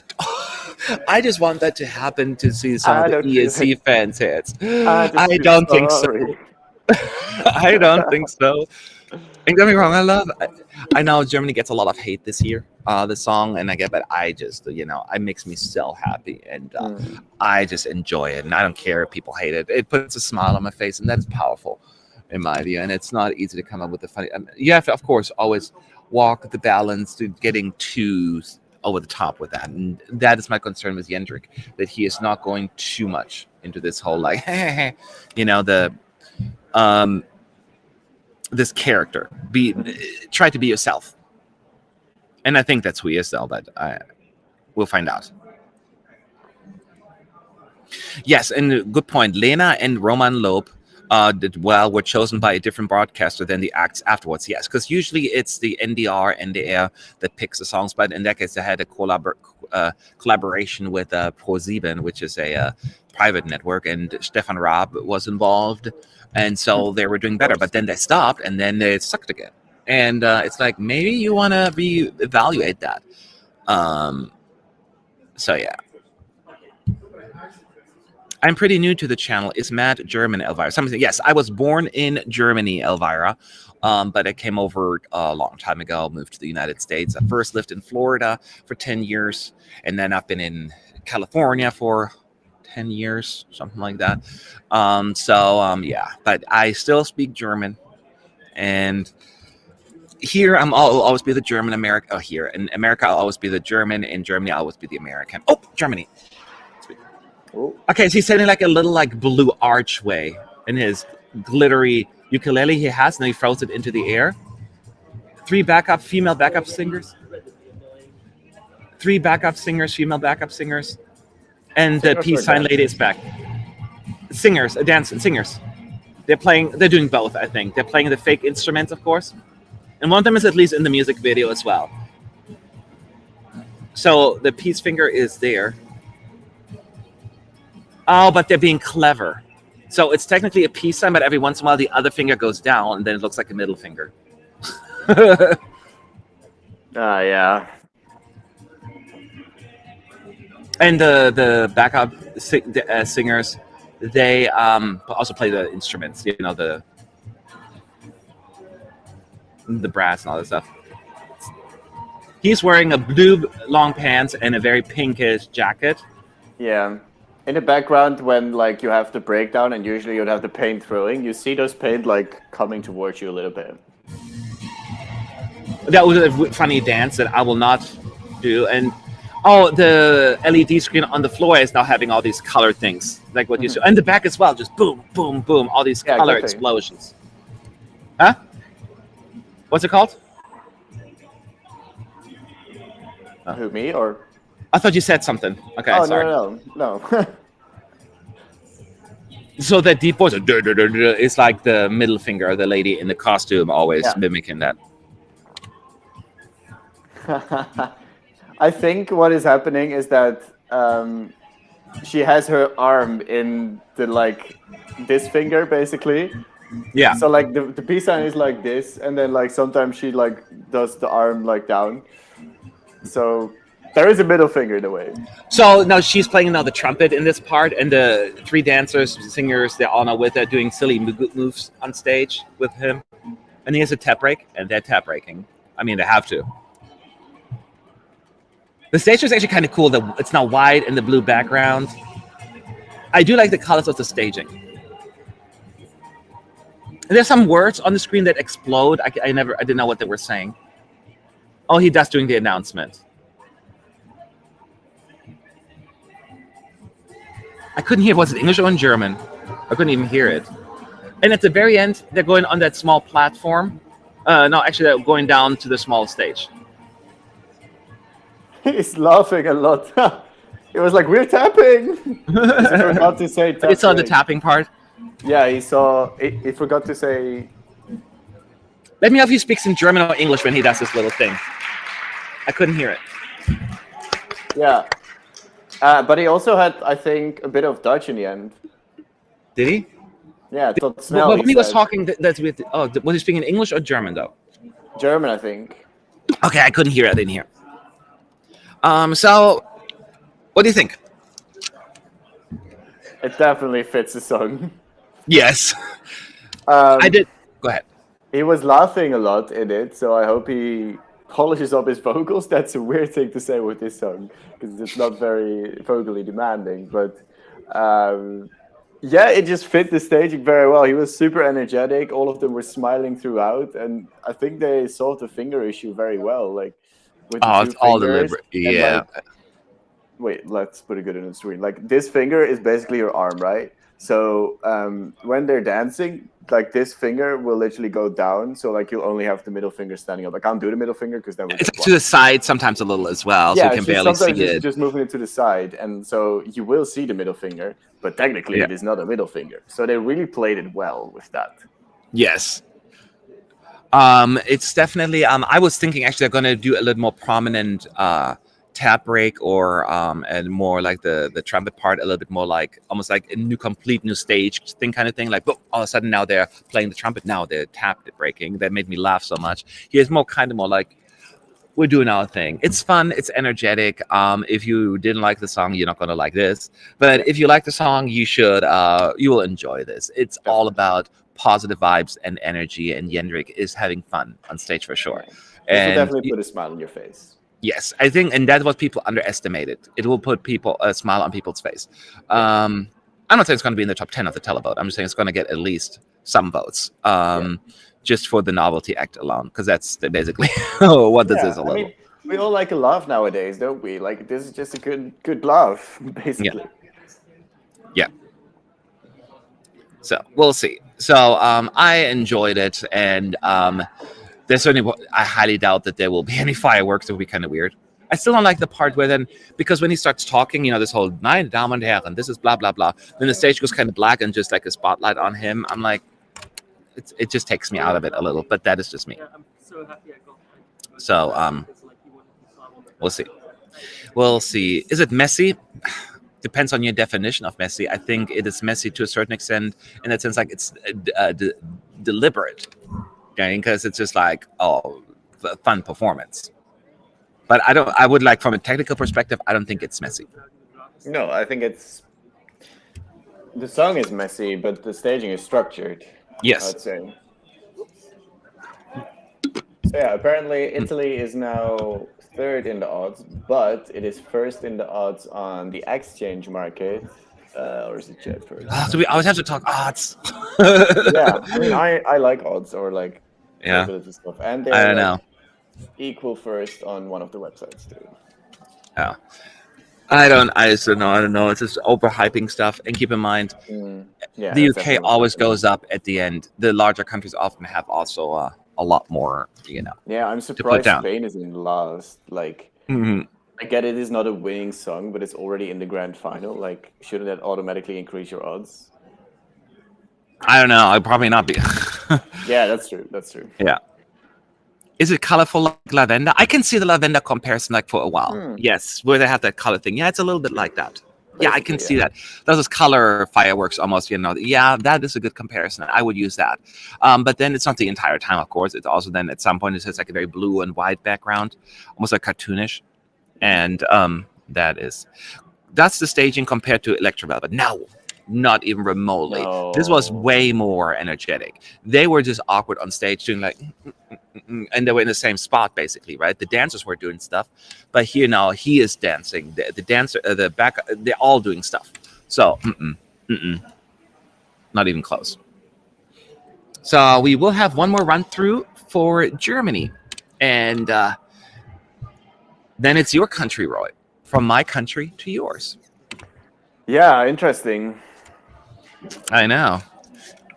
I tried. I think we both said that we just don't know what to expect from the Netherlands. I mean, it's not going to be super crazy, of course. Yeah, but Okay, I'll explain it just before we go to the Netherlands. We will have another run through of Germany first, but then I'll explain.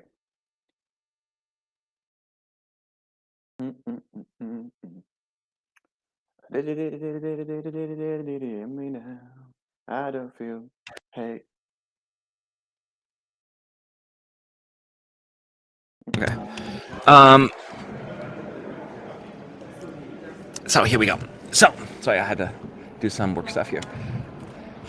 Any questions you have about Germany or any of the upcoming countries at ESC United? Is there camera shots like Mikolas Joseph performance in 2018 for Czech Republic?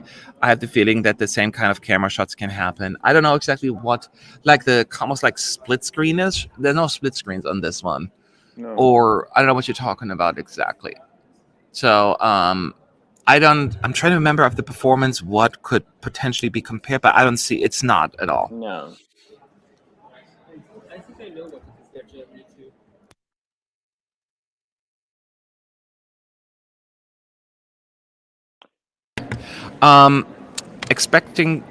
Expectations for UK staging, I don't know. I know people are saying that to make sure he won't do his dad dance, which I always find a little, come on. Could you call her the mommy dance? No. He needs to focus on his vocals, so I don't think he's going to move around a whole lot. That would be my guess. I mean, I definitely think it will move around a little bit. Yeah, I mean, he cannot be in the center of the stage with a song like that. I get that, but he's not going to do like crazy choreography. He's not going to do like a Benny or like anything like that. That's what I don't think he's going to do. Next question here. Is the color explosions you were talking about like Spain 2019? Yeah, that's what we compared it to just a moment ago. Like the color explosion you see in Germany, give it a little bit like the Spain 2019 Lavenda feel to it. But it's not the entire time. It's that, there will be other color, the very blue, white, cartoonish that I just mentioned. Do you think staging could make or break Jeangu, his song? I don't know. I'm still having a hard time seeing this one just going big at Eurovision with or without good staging, but that's just my hunch. What do you think, Roy? Yeah. I think it will be cool on the stage, but I don't think this is going to be threatening the top 10 or top 50. Yeah, I would think so too. Will you guys live stream during the turquoise carpet? There's nothing to live stream. From what we're hearing, all of the acts, the YouTube channel probably will do a live stream. They always do that every year. So you should be able to see it there. From what we're hearing, all of the acts are going to be on a boat. We cannot even get close to them. So all we can do is take pictures and wave at them. So why bother? Melanie's going to go there and wave for 5 hours probably at everybody. She's like, no, I mean, I find I don't like the red carpet anyway. I did it before doing interviews. I did it last time in Tel Aviv as well, but I felt sick first of all while I was doing it, and number two, it is so stressful and I hate doing it because everyone is so pushy and rude, and it's like, oh, I hate it, and I don't find that much value in it. So it shows the stream on the channel. That's what I'm saying. Yeah, that's what I thought. Okay. More questions. What about the clothing? I assume you're referring to Jendrik. Jendrik is wearing a pink-ish jacket. Like not a bright pink, but more like a purple-leaning pink. Blue pants. And some kind of shirt, but I don't know what color it was. Was it black? I don't even know. You remember what kind of shirt he was wearing? I don't fully remember, to be honest. Yeah, me neither. Do you think Germany can finish last with that staging? Well, I still not completely think that Germany has no chance of coming last, because I think, like I said, is a chance. I still think it's unlikely. Finally, some pink. Yes. He's wearing a black shirt. He's also wearing a little necklace, but it's just like nothing like. The backup singers are all like wearing white and with black stripes, and then they each have like a color that represents, like one is yellow, one's red, and the other one is purple, I think.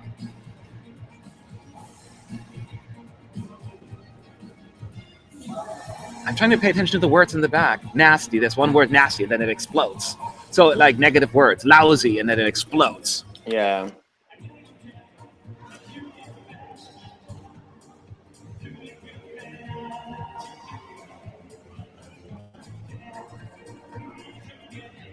Is he laughing again?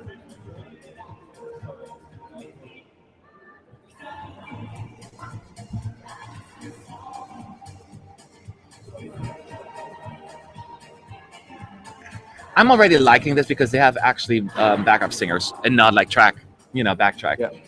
Makes me happy. And like the backing singers are wearing sort of white costumes with each a different tone of color. One is yellow, one is like purple, and the other is orange. Is it orange? I think it is. Oh, it was red. Well, it's orangey red. Oh, like, yeah. We're not going to have another argument about colors here. What kind of red is that, Boris? The singer, the backup singer. What kind of red is that? We're arguing what kind of... Oh, okay. Well, I don't want to put you on the spot either. Scarlet. That's what I called it, red. He said orange, but I'm not. It said like hate in German, and that exploded. No, it's fine. We were just... No, you shouldn't. Okay, so... I should know this because I looked it up before. I will try to pay attention to the message as well. Exactly, Scarlet. So yeah, there are a lot of words in the back. Hate, just like... This is the blue cartoony back. Ah, this is cool. With the trumpet Ugly. part, like the finger is kind of fighting the others, and like the LED moves too.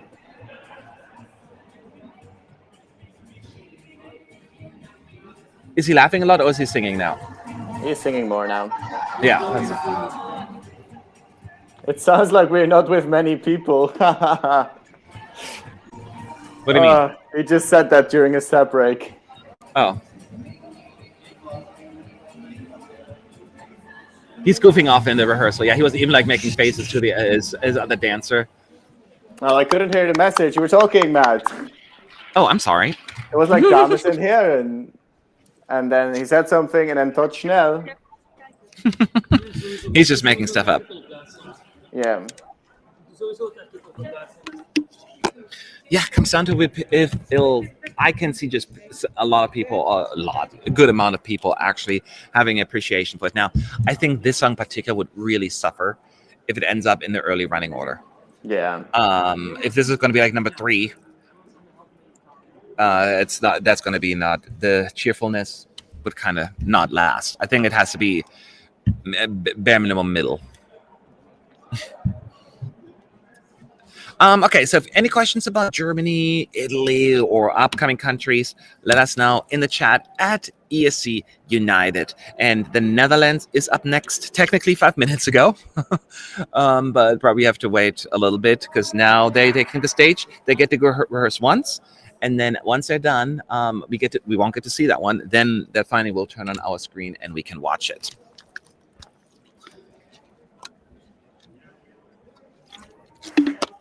Okay, so first question, Thomas. Italy is rising in the betting odds, overtaking Switzerland and now having a similar odds than France and Malta. Did it rise up that much already? Yeah, I don't know.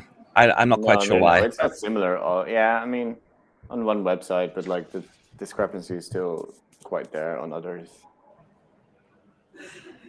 Yeah. I don't know. I didn't see the Italy performance as a winning one.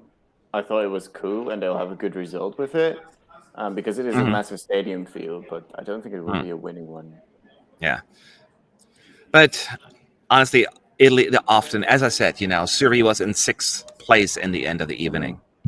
Apparently they used one of the pictures with the pyro coming down. So like if people only go off of pyro and a lot of press are very enthusiastic about it, then it looks amazing. Yeah, when Ireland randomly qualified, this sounds kind of harsh, but when they did unexpectedly qualify in 2018, all of a sudden they were like for a while 3rd in the betting odds. Mm-hmm. Yeah, and it's like there's often a big overreaction. Yeah, and maybe there's no overreaction. Maybe it will do well. I don't know. I just don't. But it's really it's one of those few times where I just really have a heart. It's thing that happened last time it happened was in 2013, and it could happen. Only Teardrops in 2013 was probably in my bottom 5 that year, and it won. So it's not gonna happen. Yeah. Anyway, any other questions at ESC United? Is he laughing a lot? I think the song is fun, but if he laughs all the time, it may come through as a bit unprofessional. The first time he laughed a lot, the second time he wasn't. Yeah, right? the first time when like after the trumpet break, they ran around the middle finger, and that's when he cracked up a little bit. But for the rest, it was okay. He's just having a bit of fun on. Yeah.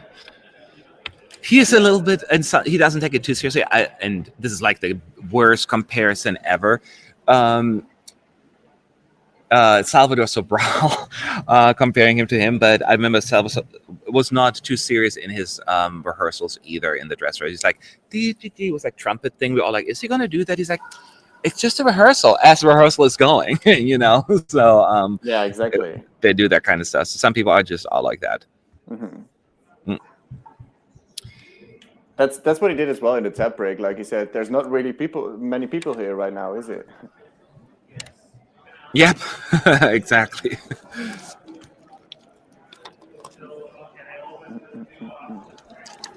Okay, any thoughts on what the UK might do for staging? I knew we don't have to wait long, but I would love to hear your predictions and hopes. Well, I think that they'll have, here's my prediction. I think they'll have brass players on there. They're going to play bring in their wind instruments and play. Like just a kind of in the music video. That would be my prediction right now, but I don't know. Yeah, that would make sense. Maybe a massive bonfire on the stage. No. 2 dancers, maybe 2 dancers, 3, instruments, and then lots. I expect it to be that, on like a mini stage. Yeah, I think. Well, he could be on the mini stage, but I do see a good amount of LED action there as well. But what kind of LED? I'm not. I don't have that kind of talent.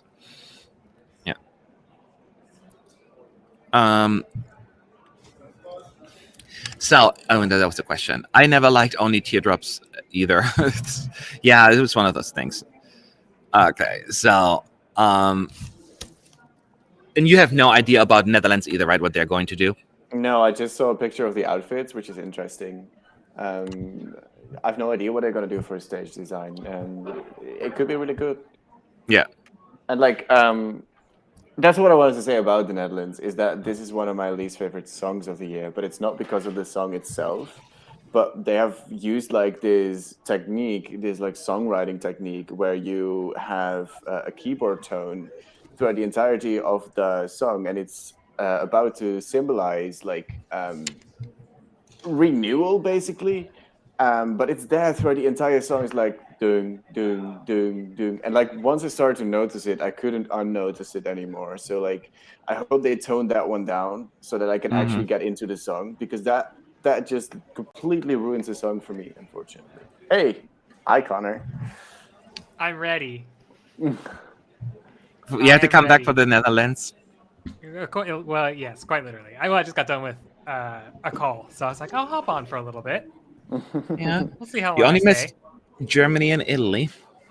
I heard Italy. I did not get to see Italy, but I somehow managed to miss the entirety of Germany because I guess my Zoom muted the entire stream, so I missed their cues, their starts. Gotcha. So somebody's asking, when will the Big Five make their draw picks? We don't know for sure. It depends. It could be tonight. Sometimes they do it at the meet and greet. Sometimes they do it in the next press conference on Saturday, and sometimes they do it on the red carpet. They've done that before as well. So you may want to stick around, but I don't know if we're going to have a live stream for that, because that's going to be, super late. And I'm not going to just sit here and trying to kill dead air until that happens. So Yanni's P saying, I agree with Roy. I love Birth of a New Age now, but the repeated piano key is kind of off-putting. Well, and something I'll say about that, I mean, a lot of these songs, especially in the arena, sound a lot different. There's a specific song. I want to say that I may be thinking of Israel's song. But there are elements of Israel's song where, like, in the studio, I'm like, it may not be Israel. I don't know. I'm thinking of someone, but I'm like, I don't know if I really like that. But then you hear it in the arena and you're like, I like this. I like this a lot. So I think it's just going to be a matter of when you're listening to it in your ears, it sounds a lot different than what it's going to sound like in the stadium. So yes, the piano will be there, but it's probably going to be not as prominent in the Ahoy Arena. Yeah. So I don't have a lot of concerns about it. So we probably still have a few minutes until the Netherlands will take the stage. Again, questions at ESC United. Germany 2011 had an annoying sound. The studio version 2. This is not noticeable at the live performance. I guess that's one example. I don't know. There's another song I didn't listen to much. And that's Taken by a Stranger, right? No. Yeah. Taken by. Oh, I know what they're talking about. Okay, never mind. I'm back. Yeah. Welcome back, Connor. Somebody's happy. Yeah, Ross, you got one fan. Well, you got one fan. I'm kidding. Albania, Georgia, Spain, and North Macedonia being ranked last everywhere is pretty sad. I find myself enjoying these songs a lot. Ranked last in the betting odds. Well, to be honest, in Georgia, Georgia is last, but it's not even that. Georgia is a flag. Not Georgia's turn.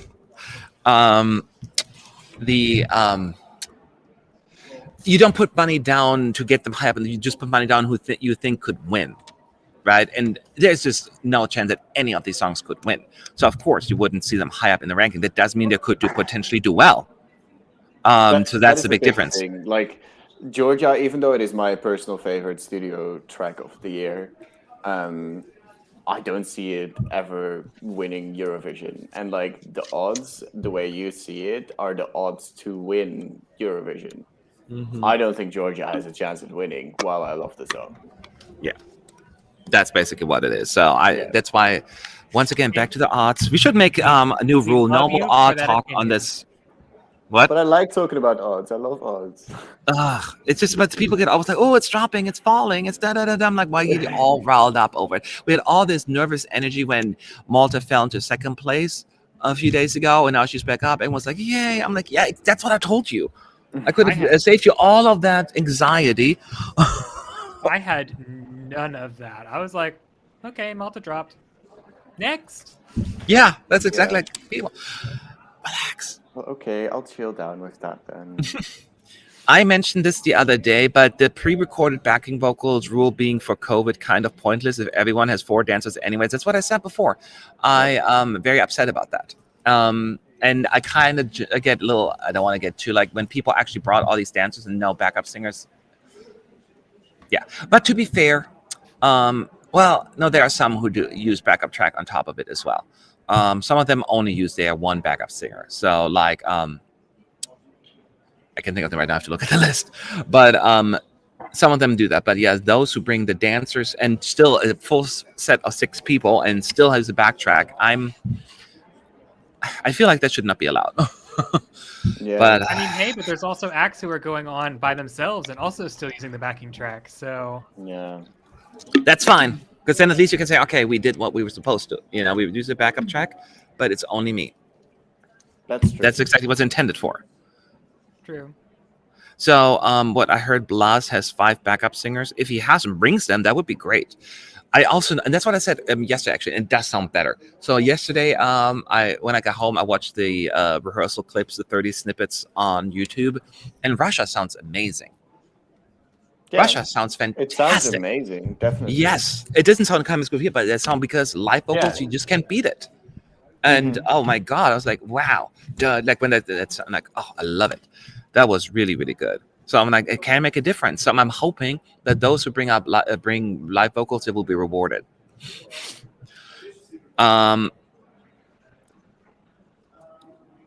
Can the backing track stems be altered in volume to adjust the way the backing track sounds on the broadcast? Just curious if someone with the mix varies from the studio version. That's too technical stuff that I cannot answer.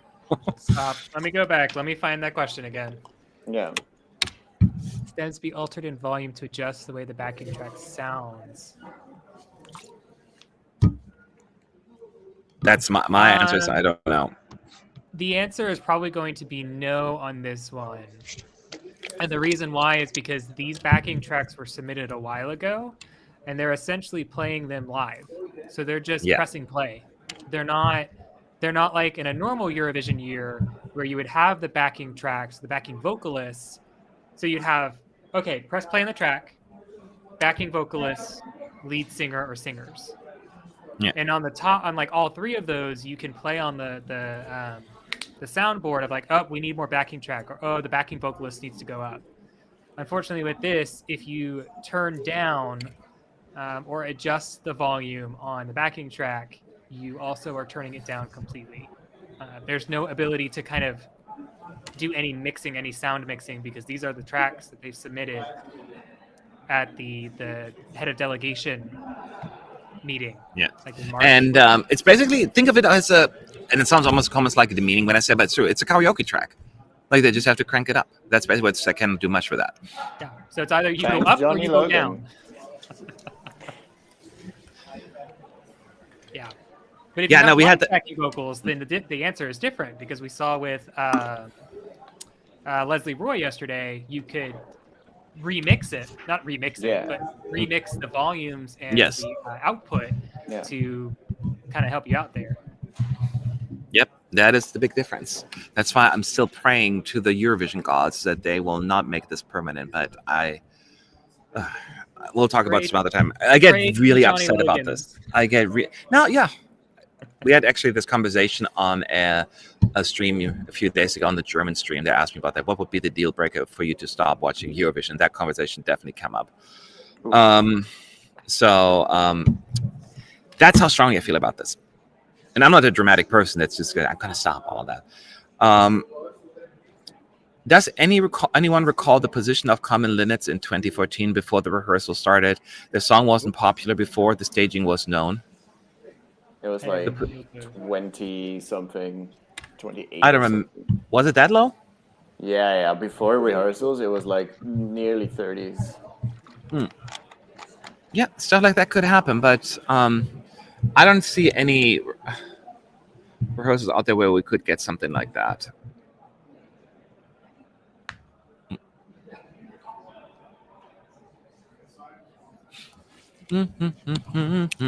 Okay, Netherlands, bring it on. Because technically your rehearsal is over in 10 minutes. Yeah, that got really far behind while I was going.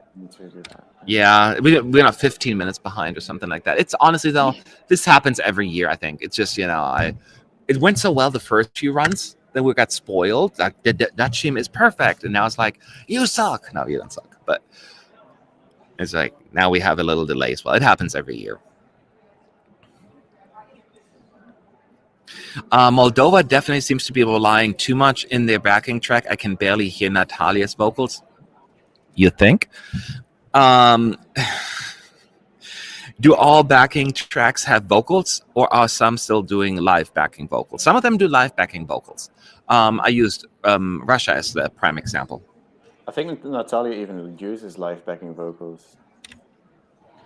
Maybe she has one back there. If she has one with her, yeah, she has one with her. So they bring up. I definitely do know that for the final note, she's like, and then like the other voice starts to overtake her. Yes. So like, the jury's still out on Natalia, I would say. Yeah. Some saying they were in 24th, by the way. Roy, somebody else. Okay. Well, it's in this rough ballpark. Yeah. So, who do you predict to be last this year in terms of grand final? I mean, it's always the odds that a Big Five country or host country will be in last, just because they never had to prove themselves in the semis. That's why they're often. But when was the last time a semifinalist was in last place? In 2019, we had the UK. In 2018, we had Portugal. In 2017, we had Spain. In 2016, Germany. 2015, Austria and Germany. In 2014, France. 2013, Ireland. Ireland was the last time a semifinalist finished last in the grand final. Wow. Yeah. And was it not the last time? I know there were a few. In 2012, who was last in 2012? UK was second to last. Oh, no. Who was last in 2012? Somebody, without looking it up, who knows it? Oh, not me. Oh, man, 2012, I know it. Norway. They came last. Oh, right, yeah. 2G. Yeah, so there was another semifinalist.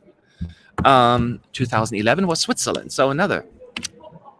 No, wait, not. Yeah, Switzerland, right? Came last in the finals. Well, also semifinals. So for a while, we had semifinalists come last, and then that stopped. Well, didn't the Big Five?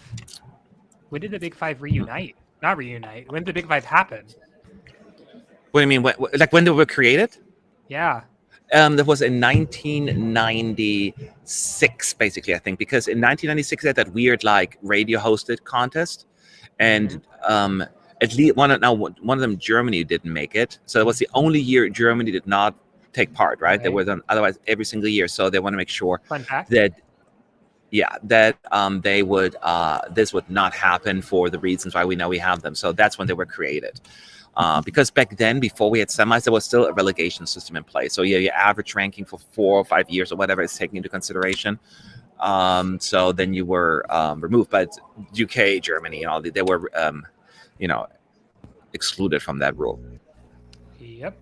Yeah, the relegation rule was always very interesting because there was a bunch of countries in 1994 that came into the contest and then got relegated out the immediate next year. Like I think in the I don't remember the amount, but I know like Estonia, Lithuania were both out, and I want to say someone else I think made their debut, and they were like just immediate like goodbye. It might have been like Croatia or something, but they were like and goodbye. You're saying the Big Four was introduced now? No, they were already created back then in the 90s for that reason I just mentioned. Some people are impressed that I've remembered all these last places. Really? It's not that impressive. Let me see if I can go further. 2010, UK. 2009, Finland. 2008, well, it was a three-way tie between Germany, Poland, and UK again. Because Germany or UK. It's like all the time. 2007. Now I'm struggling. 2007. It was not Germany. It was not the UK. It was not France. It was not Spain. He's walking through the whole list. I can't think of 2007 right now. Okay, don't check the chat then. No, I'm closing my eyes. 2007. Oh, it's not coming to me. No, I give up. My brain, I'm trying to think right now. It's Ireland. Oh, yes. They won that. Oh, that's right. Let me go back then. I think now I'm losing it. 2006. Yeah. I know 2005 was Germany. But 2006. They can't stop the spring. No, that one stuck in my head. 2006. I do. Malta. I do. Because I do. I love you like a fool. So, yeah.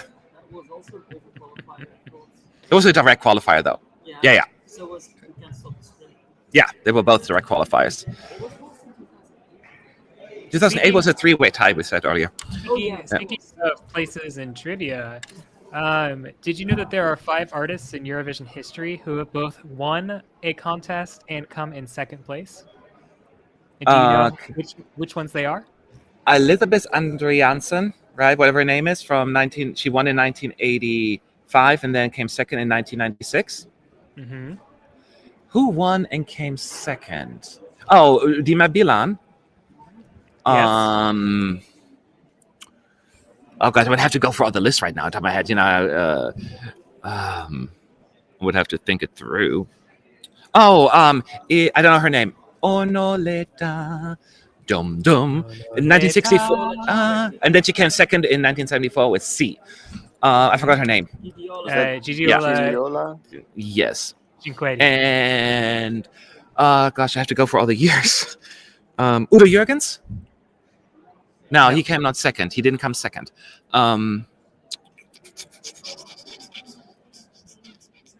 Think back. Go back. Go back even farther. Oh, yeah, the Dutch one, Jetty Pearl, whatever her name was. Oh, yeah. Keep going back. Didn't she get second? I'm second. Oh, Liz Asia. Liz Asia. Yes. You're missing one person. Go between Elizabeth and Dima. Elizabeth and whom? Oh gosh. Okay, so Katrina and the Waves? No. Dan International? No. Charlotte Nielsen? No. Backwards. Olsen Brothers? Oh, backwards. Didn't you say? What did you say? In between the 1980s and the 2000s. Oh my God, 80 Johnny Logan, 81 Bucks Fizz, Nicole, the Luxembourg lady. Here is Lot It Swing a Lot. No, Jam It. No, Johnny Logan. No. Oh, I know her. Why? Linda Martin. Linda Martin. There we go. Yes. That took you a really long time. It's not easy. I have to go for them all. You know. I'm impressed that you know all of them by head, like in consecutive order. Like, Hey, I gotta think it through. I have to have the list. I am only able to work through so many of the Eurovision artists, like the Eurovision winners, because like what was it, 2 years ago when we did that Eurovision winner bracket, and it was just numbers, it was just years, and it'd be like, who is on that year? Like, I gotta make this poll. Crap, who is this person? And I was like, okay, so now I feel like I know at least back to like close to like the mid 80s. I probably could work through all of the Eurovision winners, simply because that's pretty much who did well in the Eurovision winner bracket. You are incredible, Matane. Thank you. We're just goofing off while we're waiting for the Netherlands to take the stage. I mean, they're probably already rehearsing. Ask me another tough question. Oh, the question. Ask you another question? Yes. Oh yeah, here's a question that you may not know. So, do you know which Eurovision composer spent a year No. as a foreign exchange student in Shawnee, Oklahoma while in high school? Okay, that is ridiculous. I would know. It's Rolf Loveland, the composer of Let Us Swing and Nocturne. Okay. Let's see. These are all the trivias that I never actually used for the social media accounts. Oh. Wait, just hold it. Right now we see the Netherlands. Oh, are we doing the sand lake? No, it looks like sand again. Oh, what is he wearing? He's like a He-Man outfit underneath his blues thing. Like one of the He-Man? He-Man, yeah, like master, like one of those little weird I don't know what they're even called. Skeletor gonna come out? No. But he's wearing a blue dress jacket. And he's really close up, but the backup singers are right with him, like doing this. Here we go.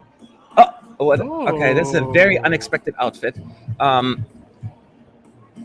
Oh, he's wearing a harness, Matt. He's wearing a harness. Is that a harness? That's a harness. Is that a harness? Okay. Sort of, yeah. It doesn't look like a harness to me at first. A He-Man costume. Yeah, and there's his twin brother. Yay! So when the Nimona Broccoli coming in, there is a dancer. Like they're doing like a very interpretive dance. Still there. I don't know Three how I feel backup about this singers. middle section. Like of his outfit, not of the song. The jean waist over jeans. It's been interesting. So the dancer is now walking all the way up to the small stage, but one of the singers, yes, the two backup singers are staying close to him. You see like some of the words that were on screen during the chorus. The backdrop itself is looks like cracks, like it's cracked and there's light coming through the cracks. Yep. This is beautiful.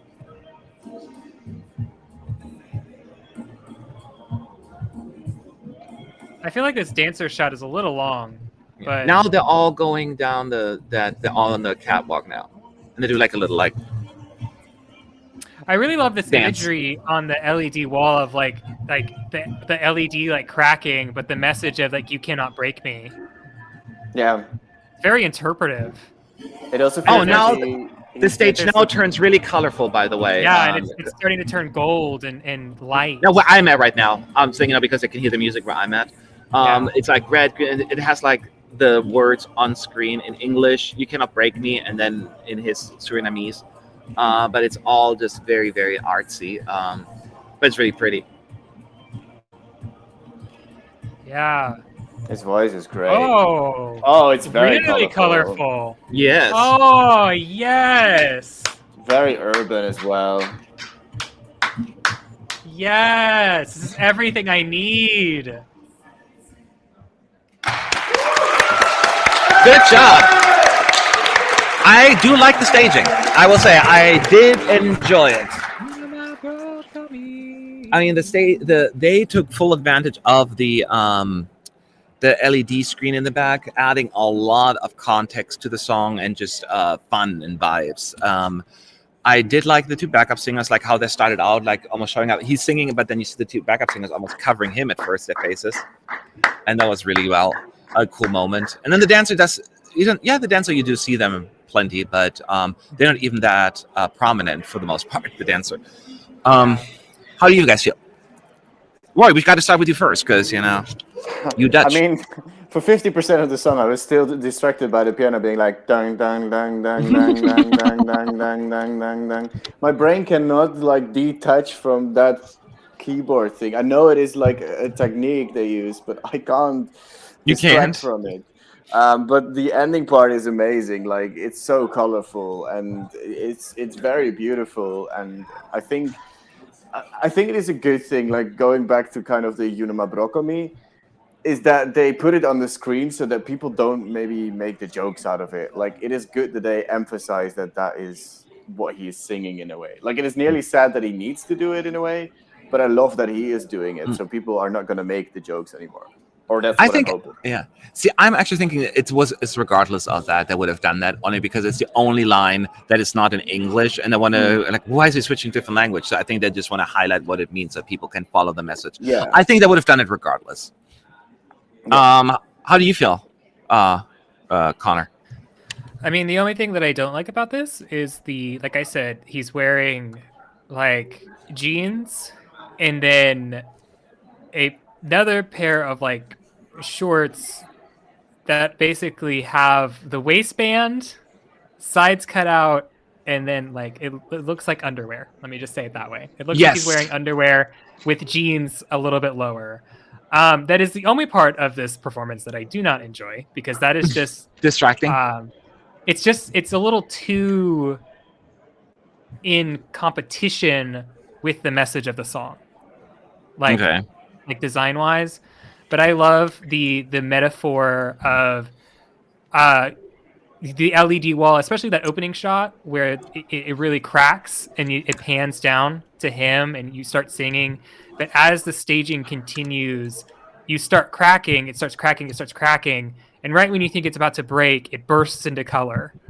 Yeah. And it's nothing. It goes from basically grays and blacks and whites to every color in the rainbow. Yeah. And that really visually works it's with stunning. the message too. Like I love that.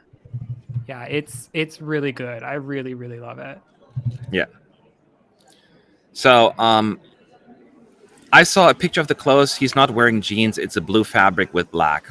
Well, it's hard to say on camera sometimes. When you see a picture, but on stage with the lighting, it looks like jeans to me as well.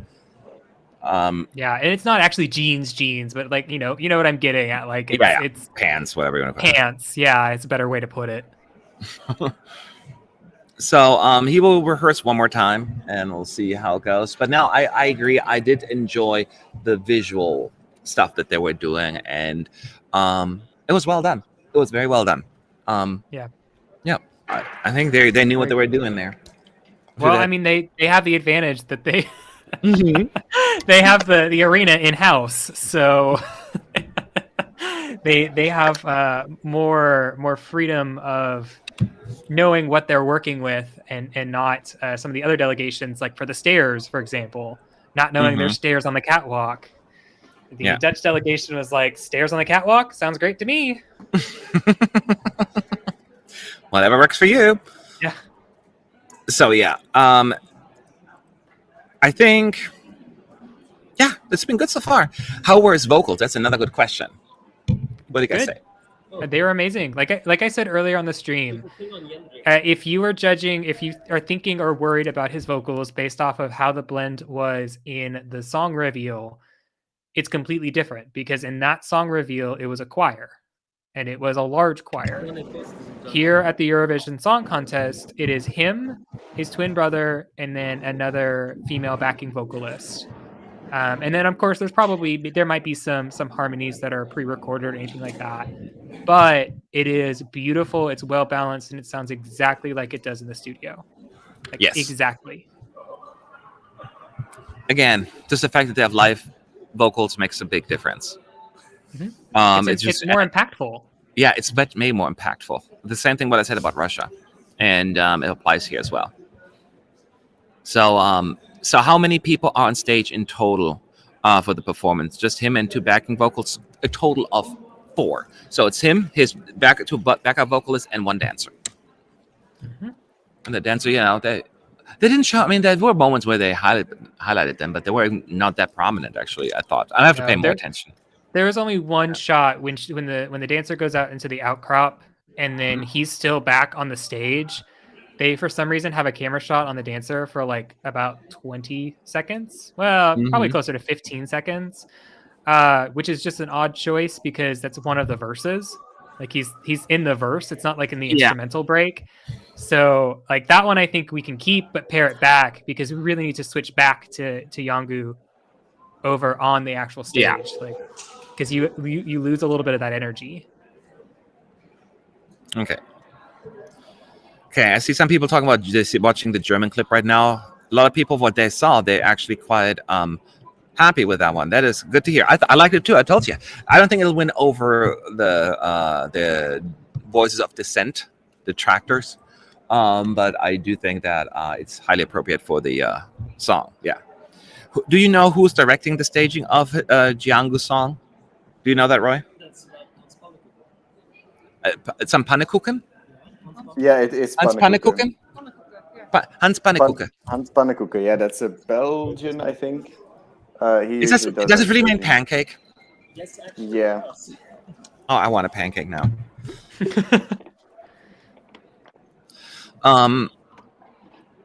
Can you see the Pannekuchen camera work? I don't know what he is known for. What else has Pannekuchen done? He also did the Comlinets. Okay. No, I wouldn't compare them because it's a different song. It's a different vibe. The Comlinets was a very intimate, like lots of spinning and trying to capture the connection between the 2 artists. This is a different deal. He also did Waylon when he was on his own. Oh, okay.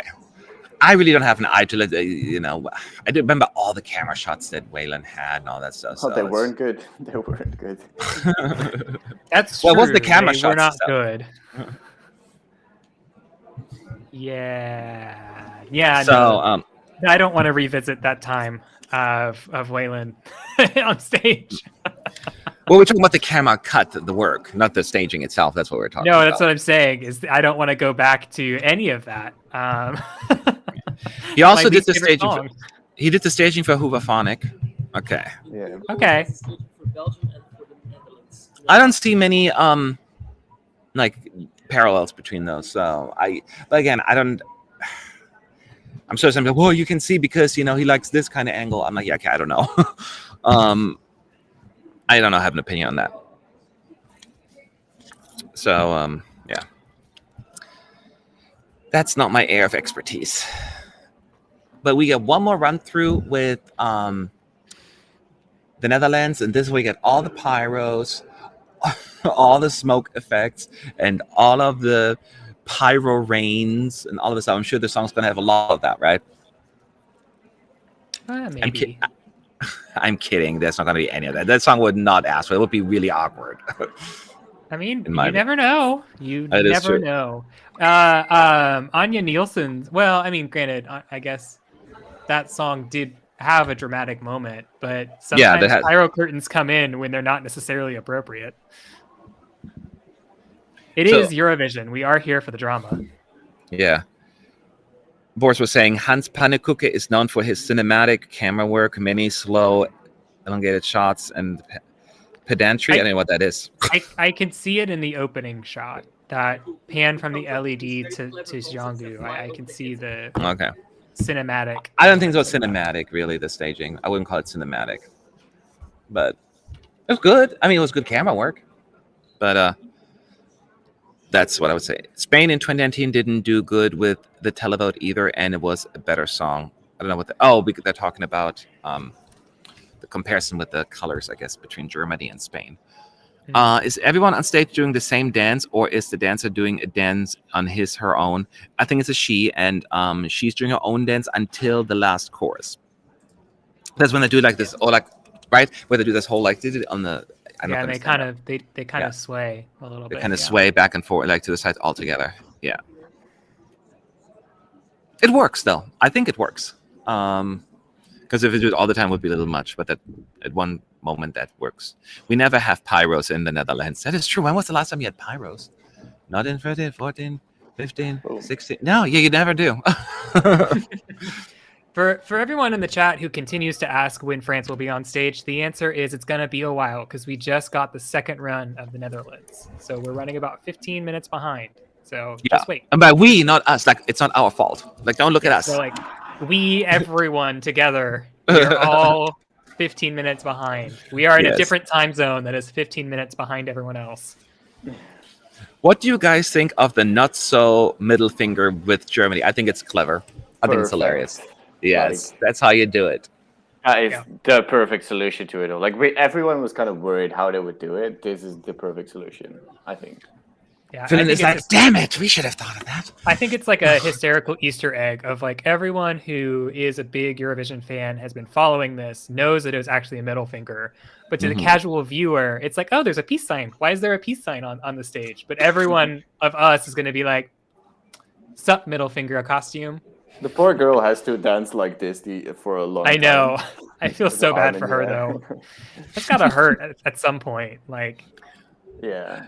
WM is saying the toppers had pyro. That was in 2009. So I guess 12 years ago you had pyros. Wow, that was such an amazing entry as well.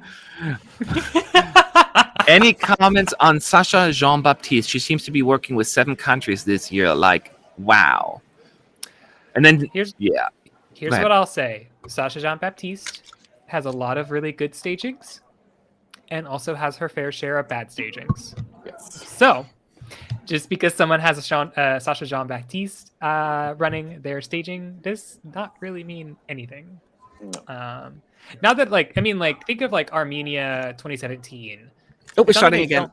I don't love that staging, but it's not the best staging that she's ever done. Oh, that changed it. Oh. Because the singers were before in front of him, now they're behind him. I guess it was too much.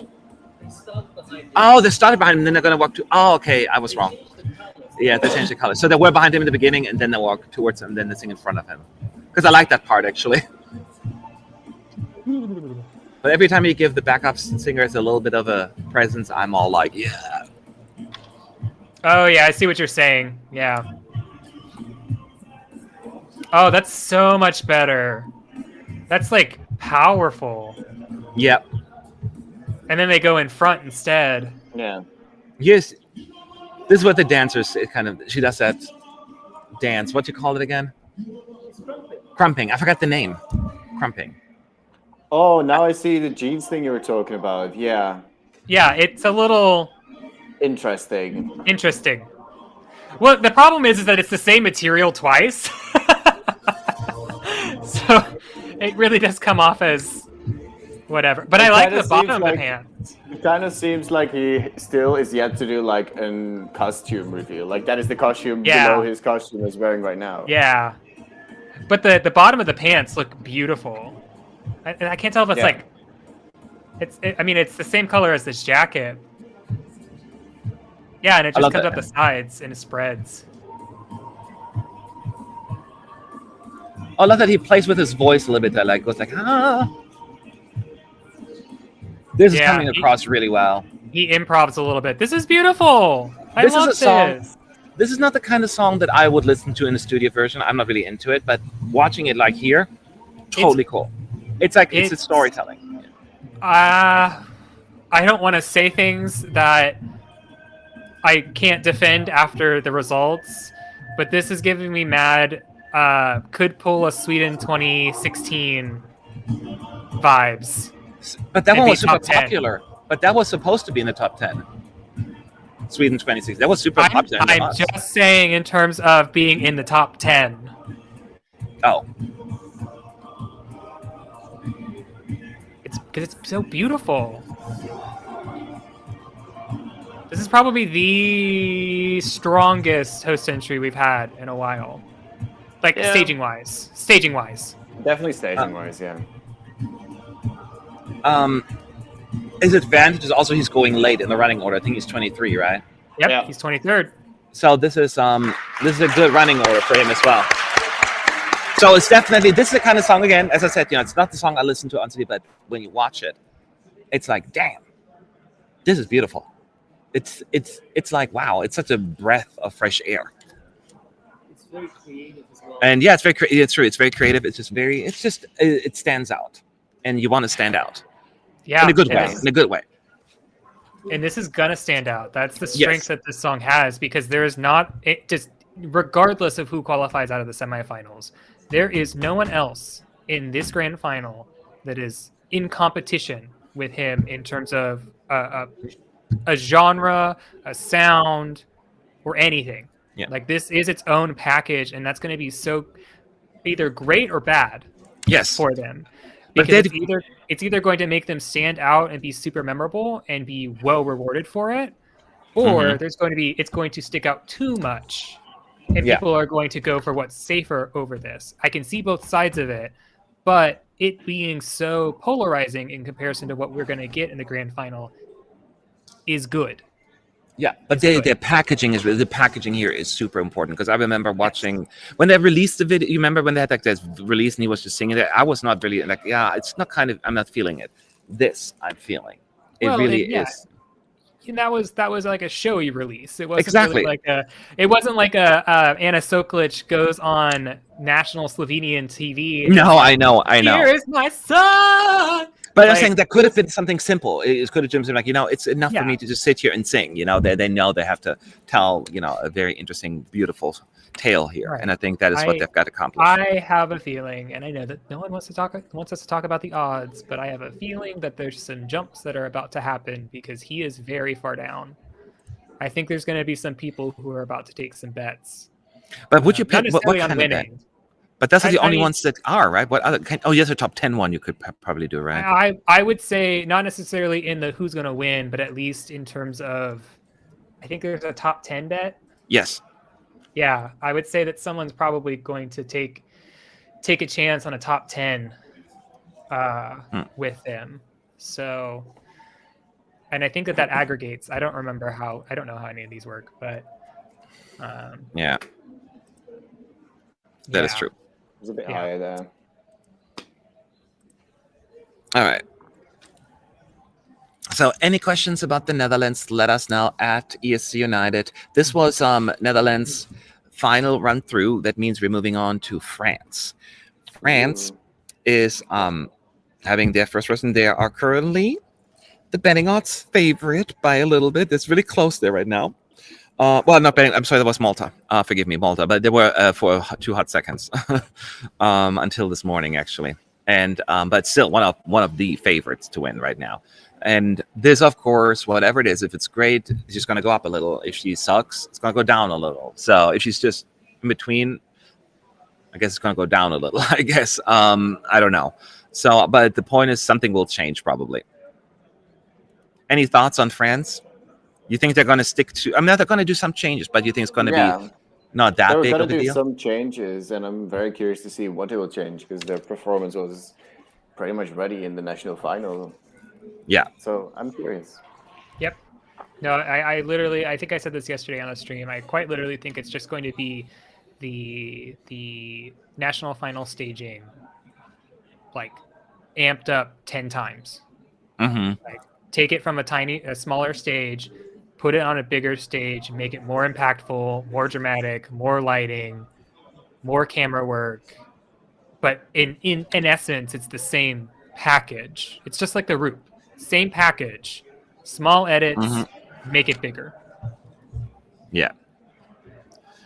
Okay, so any questions? Personally, Lily loves. I just want to know if France will keep their NF staging, but like clean it up, because that staging their NF was gorgeous. Yeah, I think they're going to probably just adjust a little bit to a bigger stage, because you do have the insane technology of that big LED behind you, that transparent one. Do you guys think it would make sense for her to be on the small stage from the get-go? Or should she be in the middle of the stage? The big one, what do you think? I mean, that's a tricky question, because if you want to achieve a lot of that lighting work all of those lights are on the main stage. Yeah. There's no lights behind the outcrop. Now, if you want to sacrifice that for the opening and then move her back at some point to the main stage, but the problem is that with her song, I don't see her moving. Yeah, I know. I see the camera work moving around her, but I see her staying still. So I don't think that they're even going to use it at all. Probably true. Yeah, that's a good point. But what I do want to know, and Holly has pointed this out, what are the odds of Barbara having the Eiffel Tower behind her? Oh, I think it's going to be low. I think very, very low. It's France. The Eiffel Tower is always there. That's not always. Did Madame Monsieur have it? I don't think so. Did they? Well, there were no LED walls. Oh yeah, that's right. What about 2019? Did they have it? Blas Hassani? Maybe in a bit of newspaper. Probably so. It always sneaks its way into the staging somewhere. Somewhere there is something that is Eiffel Tower. It is not a Eurovision Song Contest if there's no Eiffel Tower. Maybe that's what I'm just going to put Notre Dame in. I don't know. And I am like, see, we have other things. Before people start reading me, I'm 110% being sarcastic. Are you though? I am. I actually would like to not see the Eiffel Tower in this performance. Just give me 1 year without the Eiffel Tower, and you can put it back in next year. Okay, irrelevant question. I went to Ahoy last night, only to find the iconic LED screen on its facade not working properly. Have you seen that screen lit up? What? Oh, unlike the front thing. Countdown. Yeah, it's always on. When I walk in, I was on frequently. I don't pay attention because in the morning I just kind of more like tunnel vision, just like, where do I go? Yeah, it's usually on. What I've seen, she looks like alone on stage with some kind of look from the national final. Yeah, I think they're just gonna translate the national final performance onto the big stage, just like some of the other countries have done that has popular and successful national final performance. Speak Norway, Lithuania, and some others. Yeah, I would assume so as well. Yeah, so we still, as a reminder, we will not be. Is that rain or what is that noise? Are you about to die? Yeah, no, I just heard like it sounded like rain because right after I turned off the live stream 2 days ago, I saw like thunder and lightning was super loud. I was like, thunder and lightning, it's getting exciting. It's bright blue here, so unless 1.5 hours away, it's showering. I don't think it's rain. Yeah. Okay, so first, thoughts on Italy first in the odds. Okay, odds again, but I'm looking at mine. They're still third in the overall one. Yeah. So if you look at individual ones, maybe, but overall, they're still, I guess, still in third if you compare all of them. Do you think Germany, the Netherlands, and Italy have a shot at qualifying? It's gonna be tough for them. The competition is very harsh this year. Like, there's so many strong. They all go through. I'll put $1 million down. They will be in the grand final. I don't know. I'm really very concerned confident because I feel like they all are really going to compete with Luxembourg's population, like kind of like pocket of voters. So good shout, yeah. Yeah, if you can get the Luxembourgese on your side, then they may qualify straight to the grand final. Yeah. Nina my broccoli, Nina my broccoli, Nina my broccoli, Nina my broccoli. Nina night. I will say Nina night broccoli. I don't know because I only know the broccoli part. So it's like Nina night. Ma broccoli. Yeah, broccoli. That's all I know. Like my broccoli. Me broccoli. Me broccoli. That's not how you pronounce it. I always make sounds up. That's how I roll. At least you tried. Yes. A for effort. Yes. A for effort. Okay. Oh gosh, it's really raining. Hang on a second. Is it really? Hey Siri. Is it raining? Hey Siri. Is it raining? Why don't you turn off on me? I'm talking to you. Oh, she is talking to me. He is talking to me. All right. But I cannot hear it. Never mind. Over here, it's gonna rain. And oh, now it's really coming down right now. Really? Yeah.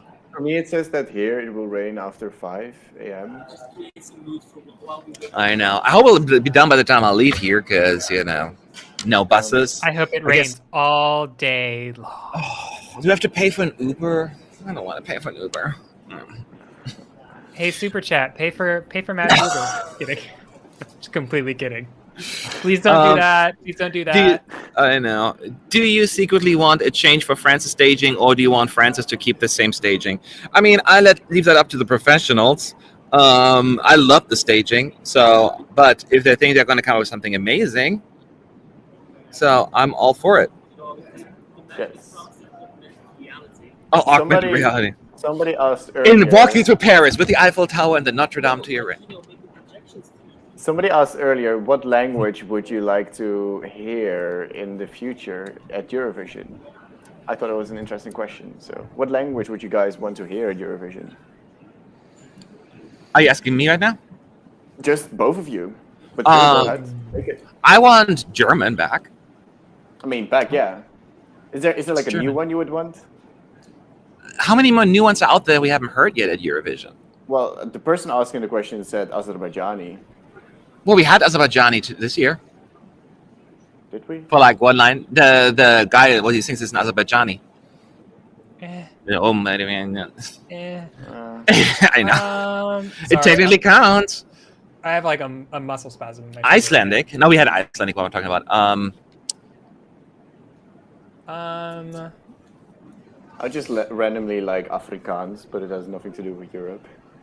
But Yeah, I'm just trying to think like the country, because I prefer, I like, either your own language or something that you associates with you, not just random stuff. Someone has put in the chat, I would like to see Welsh. I agree with that statement. Oh, that would be cool. Catalan is a cool one Welsh. too. Yeah, That is true. I technically, I guess technically if we ever get Kazakhstan in, we can hear some Kazakh in Eurovision. Yeah. Okay, can I ask a dumb question, Roy? Yes. Better than anybody else I know. Frisian, that's just more of a different dialect, or is it really different language? Oh, don't say this to Frisians. They will crucify you. Okay, but we're not, no, Frisian's probably wrong. But it's mostly just more of a dialect, right? It is an official language, but it is like sort of a mix between Dutch, German, and English, I would say. It's a weird one. Like, I'm not the one to really comment on it because I don't speak. Okay, this is like a charged question. Okay, then I'll drop it. I didn't realize that. It's not necessarily charged, but I mean, no, I just can't give you full on an answer to the That's question. okay. Mongolian That throat is fine. singing. Yes, let's go. Mongolian throat singing would be pretty cool, actually. Yeah. I'd take that one. Okay. So, gosh. Catalan Spanish I'd also be in for. If we ever get Andorra back, we might get a little bit of that. Next year, maybe. Next year. Oh, some indigenous Australian languages. Good shout, Holly. Yeah. What Electric Fields did. Yeah. Oh, yeah, that would be kind of cool, huh? Yeah. And was it Mitch Tombo? Tombo? From the last, or no, he was in there. No, he was in there with Montaigne. Yeah. He also sang in okay, all right. Well, he also is. Never mind. Never mind. So I'm ready. I'm so excited about France because, again, potential winner. So let's see if the performance will give us winning vibes. So let's do this. Let's just be quiet until they start. No talkie. No talkie. Shh. Now, seriously, so I'm just really excited. As always, don't forget to be at Is United. Otherwise, I'd be like, huh? So, Matt, you should listen to Tvares. That is a duo from Friesland. Tvares. Never heard of him. My Frisian. I've been to Friesland twice, actually. So I've been to I forgot the names of the city towns right now, but we went through no, not Groningen. We went through Nieuwaarden was one of them, and then surrounding villages because family was ancestors from there. So Well, here we go. But there will be an Eiffel Tower. So there is hope for. Ooh, thunder. Thunder and lightning, it's getting Connor. exciting. Can we switch it? So where Connor, you are. there are other songs where they mention thunder and lightning. Bosnia 2011. Thunder and lightning. Oh, yes. And whom of the previous ESC contestants would you like to see competing again? Well, there's not a shortage of options there.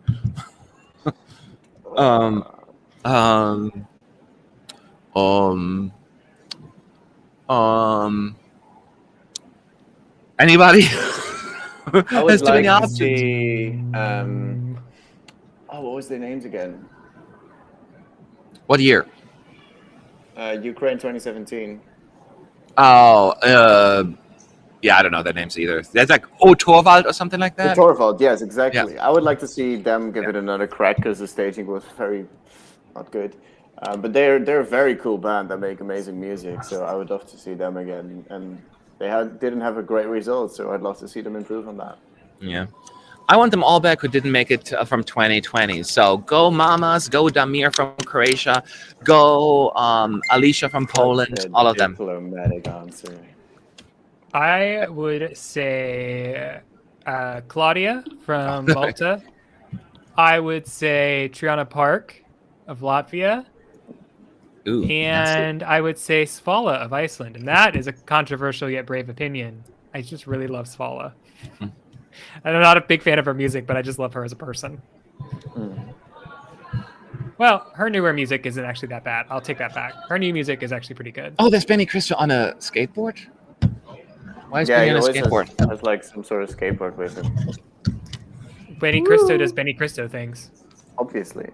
This is literally just Benny Cristo doing Benny Cristo things. Yeah. He's being a Spider-Man. Spider-Man. Spider-Man. Spider-Ben. Spider-Ben does whatever a Spider-Ben does. But he's wearing a mask. That's very important. Yes. His outfit is pretty cool. Wave him over. Be like, hey, interview now. Interview now! Gives people something else to look at, just me. Yeah. I mean, it's a much needed change, really. Ooh, ouch. I think I'm going to be fired after Eurovision this year. Don't say that. I think it'll be for that. Yeah. So, yeah. So, will Måneskin visit the press room? It is such an awkward situation right now. Because, you know, COVID. So if I was an artist, as much as I wanted, I would always stay away as much as possible. So, and then we have a press conference. No, they have press conferences there, yeah. Oh, yeah. It's very bad and disinfected first. Quality, but I haven't.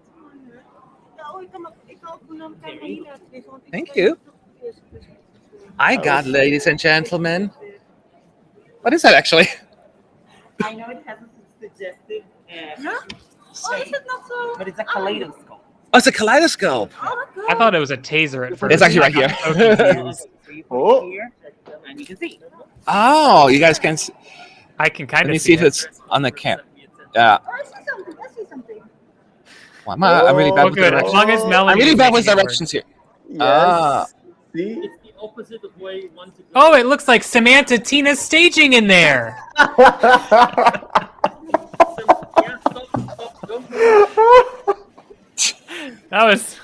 That's a really good joke. You're welcome for that one. That literally looks like Samantha Tina's staging. I thought it looked at first like, is that dynamite or something? Oh, you can oh, okay. It's just like the graphic. Oh. I guess technically it's not fair. I can also say that it's Benny Cristo's LED too. Yeah. That's what it is exactly. Is that from Benny? Yeah, it's Omaga. That's the delegation gave that to me. I want one. Give me one. Yeah, you can have it. Take Thank it. you. I'll collect it on Saturday. Give it to Melanie because she's already emailing me a promo CD. She got her own, right? No. Oh, you can have it.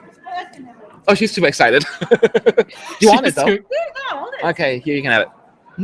She's like ripping out of my hand. She's like, I almost fell off the chair. If there's anything I've learned about Melanie during all this is that she will take all of the free shit. She is Dutch. She is Dutch. Wow, she'll just walk up to something and be like, "That is mine. That is mine." She's probably stolen the ping pong paddle off the table. Like, I love that you are all getting the Oh, there he is again. We got it. Hello. Hi, Benny. I have to film this. Come on. Oh. She's fangirling. Yes. I mean, aren't we all? If you need another reason to stand Benny Cristo, you just received it. Exactly. Oh, you're doing it? Oh, I gotta show this. You do remember me? Yes, it's me. Oh, hi. Wait, is Melanie gonna try it? This is super awkward. I can't wait to see how this works. Oh no. Oh no. She gotta hurry because the screen's gonna come on soon, any moment. Oh, Melanie. Oh. Oh.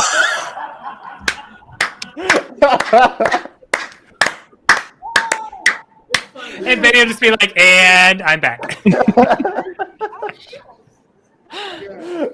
Fantastic. Before he leaves, get more free things. Tell Melanie to get more free things. Oh, you do? Thank you. That is it. That was funny. Like my new favorite moment. And I'm so glad we have that on stream for all of us too. Yes, everybody clip that, make memes out of it, spread it across the internet. Make sure to tag ES United in it. Oh, now I feel bad. He's like, oh, oh, I know you from the stream. I'm like, oh dear. I mean, I was somewhat critical of the staging. Like, he was not mad. You go, what stream? Yeah, like, I don't stream. That's somebody else. ESC United? No, we're ESC Extra. No. Ah. We are ESC divided. We're ESC apart. ESC divided. Yeah, see, someone put in the chat that if we were on Twitch, they could actually clip things. Yeah, exactly. Oh, I meant to do that last night, but I'm always so late to get home. And all right, everybody, keep tweeting me, to me or whatever, at me, letting me know that to set up Twitch. I can think of the Twitch. I got stuck on Switch for some reason, and I'll see. We should probably. People, we're not going to leave YouTube. Don't worry. Yeah, no, we shouldn't do that during the Eurovision season. Yes. I mean, technically, it's our stream. We can do what we want to. We can leave our friends behind. How can someone be this likable and this fun? It's ridiculous. This is from. Thank you. That was awesome.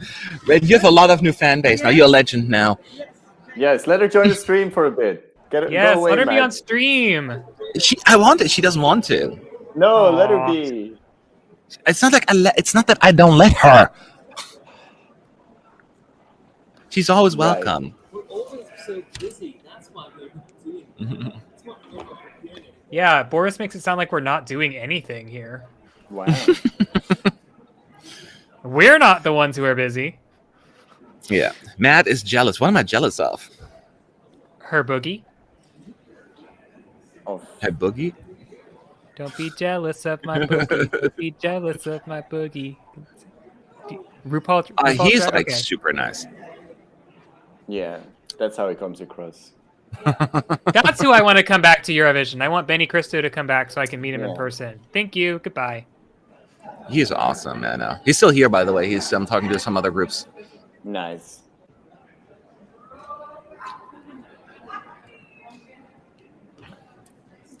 So,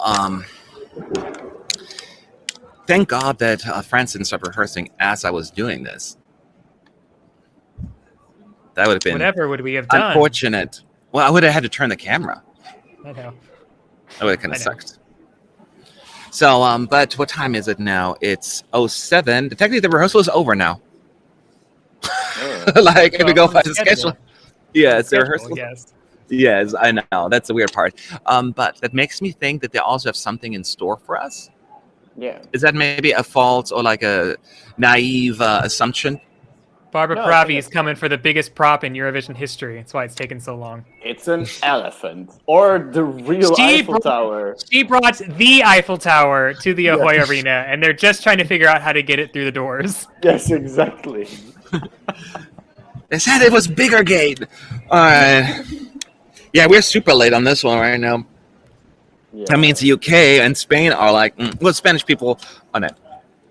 Spanish people stay up late for everything. No. So. I was going to say that, yes. Don't go there. I don't want to do stereotypes, but I'm an American. As an American, I get plenty of stereotypes, which is funny because I watched this as a video, like I need to find it again, like 2 months ago or so, and there was this video about stereotypical German things, right? And I'm like, oh my God, every single one of them applies to me. I'm like, I am still very, very German.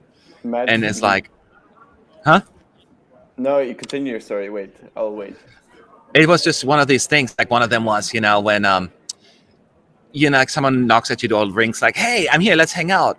Well, you didn't really tell me. And I'm like, yeah, but we both have time. Like, yeah, but this is not scheduled, so I can't really do this. You know, I'm like, I'm not going to do that. Basically what Jendrik did to Benny Cristo when he realized that he was in the same city. That's literally what he did. He showed up at his hotel and dropped a letter off for him because he wanted to hang out. I find it also funny in Germany every time I walk around, because I love taking trains, right? And I go to like, oh, I love German trains. And all the Germans are like, oh, Deutsche Bahn. They always say that. I'm like, you haven't been to other places. You don't know what late is. Like this train was 3 minutes late. Like, I feel like the one time that it was more than once, but when I was in London, like every single time we were trying to go somewhere, like the trains were like 20 to 25 minutes late every single day. Yeah. And I feel like that's a general issue in the UK, because a lot of my UK friends pre-COVID were like, the train's not here. Yeah. I'm 45 minutes late to work today. But Connor, when you plan a party, and you say the party starts at 8, what time do you think people will show up? Well, there's always going to be those two friends who show up right at 8 o'clock. But usually they don't. But they're usually the friends who are coming with drinks or food. The rest of the people are probably going to show up about 9:15 for the festivities. Yes, that's not how it works in Germany. You know, so that's how it was here at first. When I started a party at 8, no one showed up, and I was mad as hell. I said 8 o'clock, and no one is here. Did they all bail on me? You know, so when you have a party over there, you're not there. The party set at 8, so you're here at 8. Yeah, it's just those German things.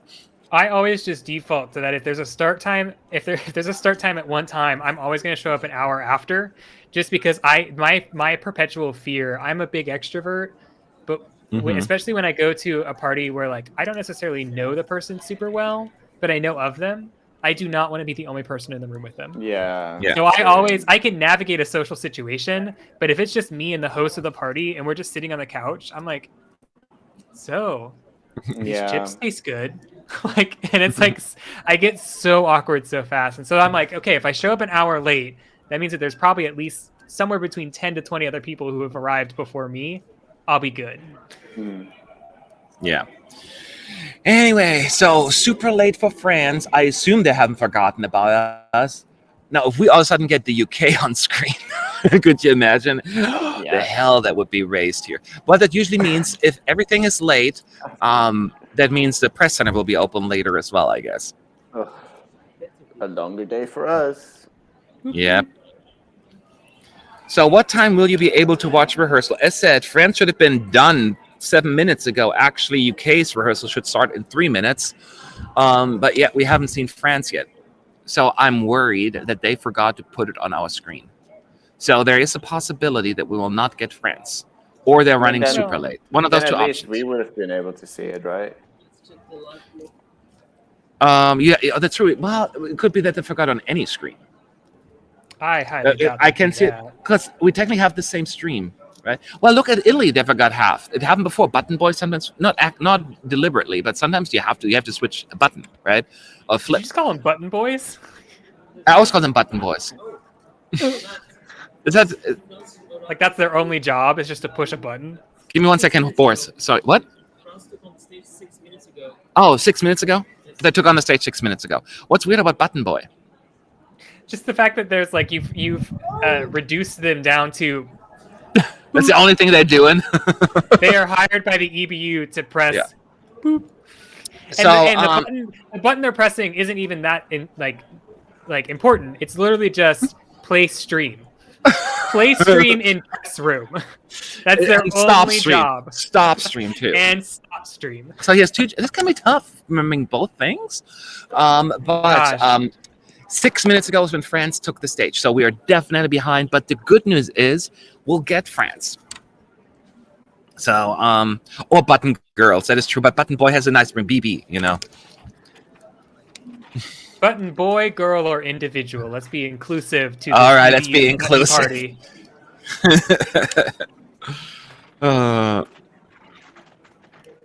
So we just have to wait. So feel free. We can just entertain you with our silliness, or you can ask us questions at ESC United, and we'll answer them. So just hang in there. The weather does not look cute here. Let me show you. Oh, can you see it even? Oh yeah, You I see that. Netherlands? It's Yeah, coming we up. got It's some- like we got some yellows in there. That's not good. yeah. Would you say that the rain in the the rain in the Netherlands falls gently on the plains? Or is that only in Spain? I think that's only in Spain, but I have to do my research on that. Thing. Well, if you have some time to go out into the plains, you may research and see how the rain falls. Yes, that is true. Arnaud is back for France just in time. I know, you made it. Welcome, Arnaud. Good timing, or good timing for France for being late, or I'm not sure. Again, let's not blame France. It was maybe the ABU. Maybe France literally waited until he showed up in the chat just so they could start their rehearsals. What are the... Yes, Holly, I know I should have stopped myself. I'm sorry. France bringing the drama, even bringing rainy skies over Rotterdam. I know, France certainly know how to make an entrance. Let's put it that way. I would say the UK would be more responsible for their unpredictable weather, but... That is true. But and especially since it's coming from this way, it would come from kind of the upper UK well, area. to be fair, James is probably in the arena as well, so he probably could have been that. I think it's a joint effort. I always see this like evil cloud following him, you know, like I'm gonna rain on you. It seems like James has brought the UK say weather with him from London to Rotterdam. That's what I was just saying. Yeah, I'm so glad, Melanie, we don't have to get tested tonight. That would have sucked. No, it's also still good. Mine still good. Really that bad? Yeah, it was really deep this time. Oh wow. They really put that. Oh, okay, never mind. That sounds. With all that stuff, it always sounds so dirty when you say that. I'm the master of those kind of double entendres and accidental double entendres. I don't know why.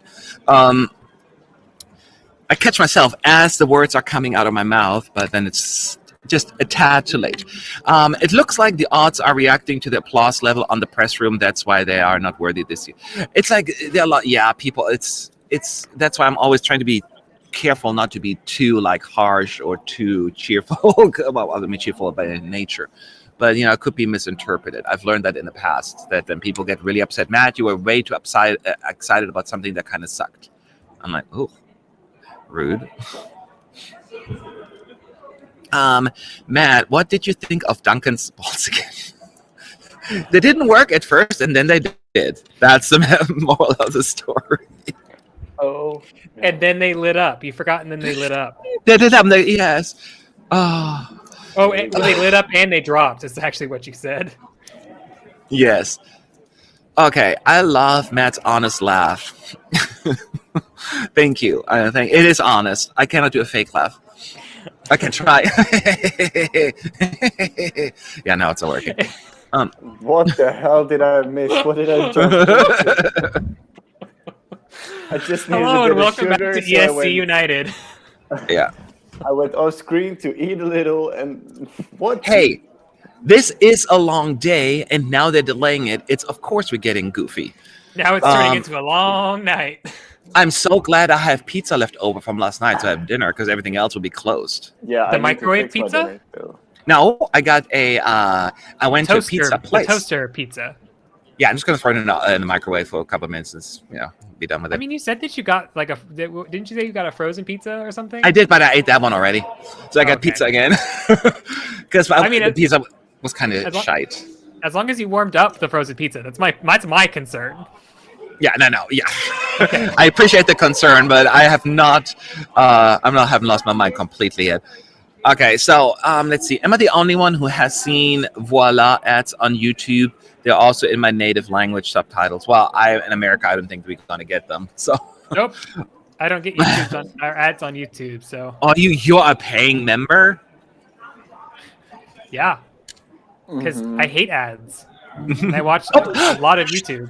Yeah, we're starting. Okay, it gives the beginning is similar to what the national final has, like a close-up of her, just really dark, with some smoke behind her, I think. Okay, and that one spotlight hitting her. It looks quite similar so far.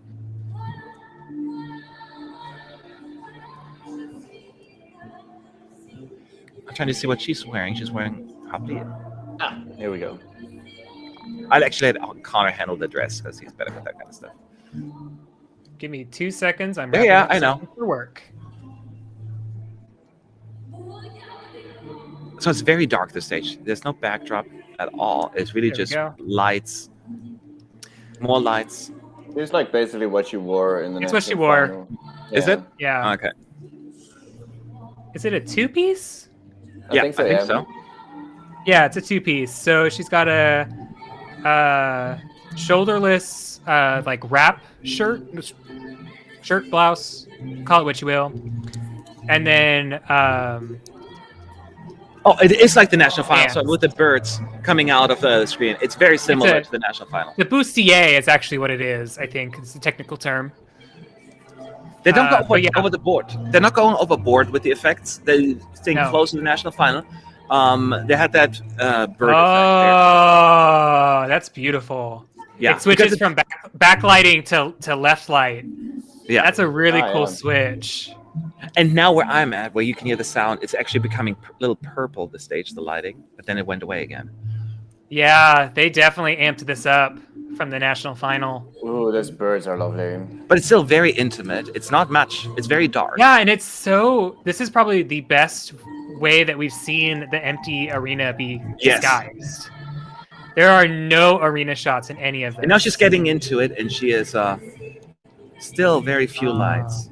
But there's some lights flickering in the back now. Wow. Is she on the stage or is she on the? Yeah, she's on the big stage. Yeah. She's on the big stage. Yeah. So that light they have behind her is a prop light then, I think. I think so too. Because it's not there on the actual stage for everyone else. She's singing really well with lots of passion. I still hate this Steadicam though. This is in the national final, and I just Now don't she's like kind of it. like swinging back, and it's like one long shot. That's a weird shot at the very end. One long shot. Like it's like 30 seconds long at least. They're just going left to her right, to her left, to her right. I like the Steadicam here.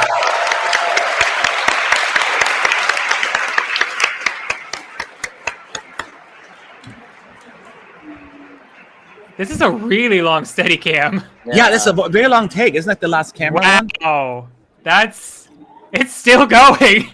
Yeah. Yes, it's been until going- the very end. It's like a whole minute and it's like 15 seconds of a Steadicam.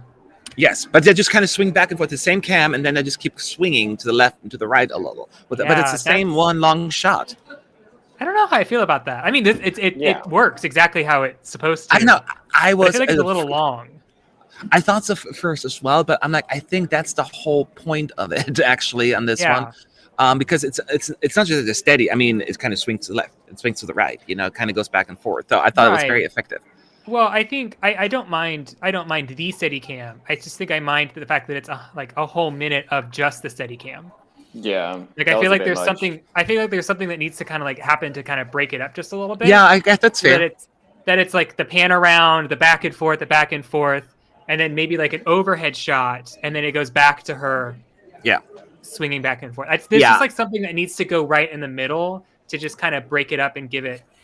Yes. Just a small break. So the birds were in the shape. Yeah. Great. So the birds are in the shape of an Eiffel Tower. That is correct. I told you. No, there was no Eiffel Tower. Connor is devastated, but I think he'll pick up the pieces and moves on with his life. But I do think there are support groups for that, so you may want to seek one out. But yeah, it is definitely a very intimate thing. And besides that long shot, what do you think, Roy? Yeah, I think that definitely polished up the national final performance. I really like the shot with the birds, like she is like standing there with her arms wide, and it's like a white silhouette. I think a white silhouette, right? Yeah, on the LED floor, and then from that silhouette they like fly birds, and the silhouette disappears. I really love that shot. Yeah, I loved when the purple came in, but yeah, the steady shot is just too long. Like that's a bit of a weird choice. Like I get that you want to kind of have this empty theater feeling, but it's not fully working for me. Yeah, I need to watch it again because I was paying attention to so many things. I just noticed that it's like, wow, that's one long ass shot. So I have to kind of give it a little bit more focus. Because it is true, because it's something like you're almost getting dizzy, like you're back and it's kind of like, I feel like the first 2 minutes of the performance are kind of trying to play into your emotion while you are watching. And they really try to make you feel emotion through her and through all of the things. And then with the Steadicam, I kind of feel like I'm getting ripped out of that emotion a bit more because it's just like, oh, let's dance now or something. I don't know. It's an odd choice that. So yeah, first of all, also she sounded great. I mean, she already was singing really well, and she made a lot of camera contact. I love that she was already like. So she seems like very comfortable on stage. Again, I used to come quite confidence, right? She's not like over the top. It's just like she knows her song, she knows her voice, she knows what she represents, and it comes across without ever being like smug or anything like that. And I love that. And I think she is almost ready. Where we have to wait some of the staging and see how they're going to address those things that you just mentioned. Or if. Because they may just choose not to. Yeah.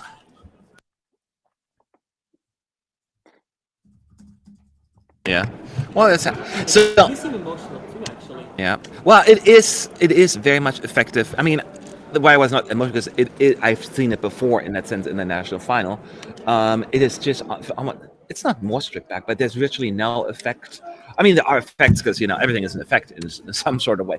But, it's the bird thing that we've seen in the national final, and that's it. And then you have that prop light maybe behind her that just kind of is doing its thing. But other than that, it's just like a little bit of lights on her, spotlight, and that's it. Am I missing anything? No, I think that's basically it, yeah. Like, a lot of the things they already had in the national final just worked, and they just kind of did that but made it fit this stage. But I mean, they didn't even need to do that much for it because it's still very intimate and you don't even see how big the stage is at all during this performance. I don't think that France should win Eurovision. I'm really against that idea because they spend so much work and time on these amazing LED screens, and then we have potentially a winner who doesn't even use it. I'm kidding, of course.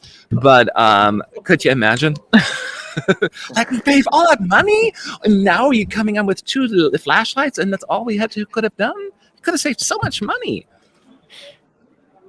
Then in 2022, all we see is flashlight staging.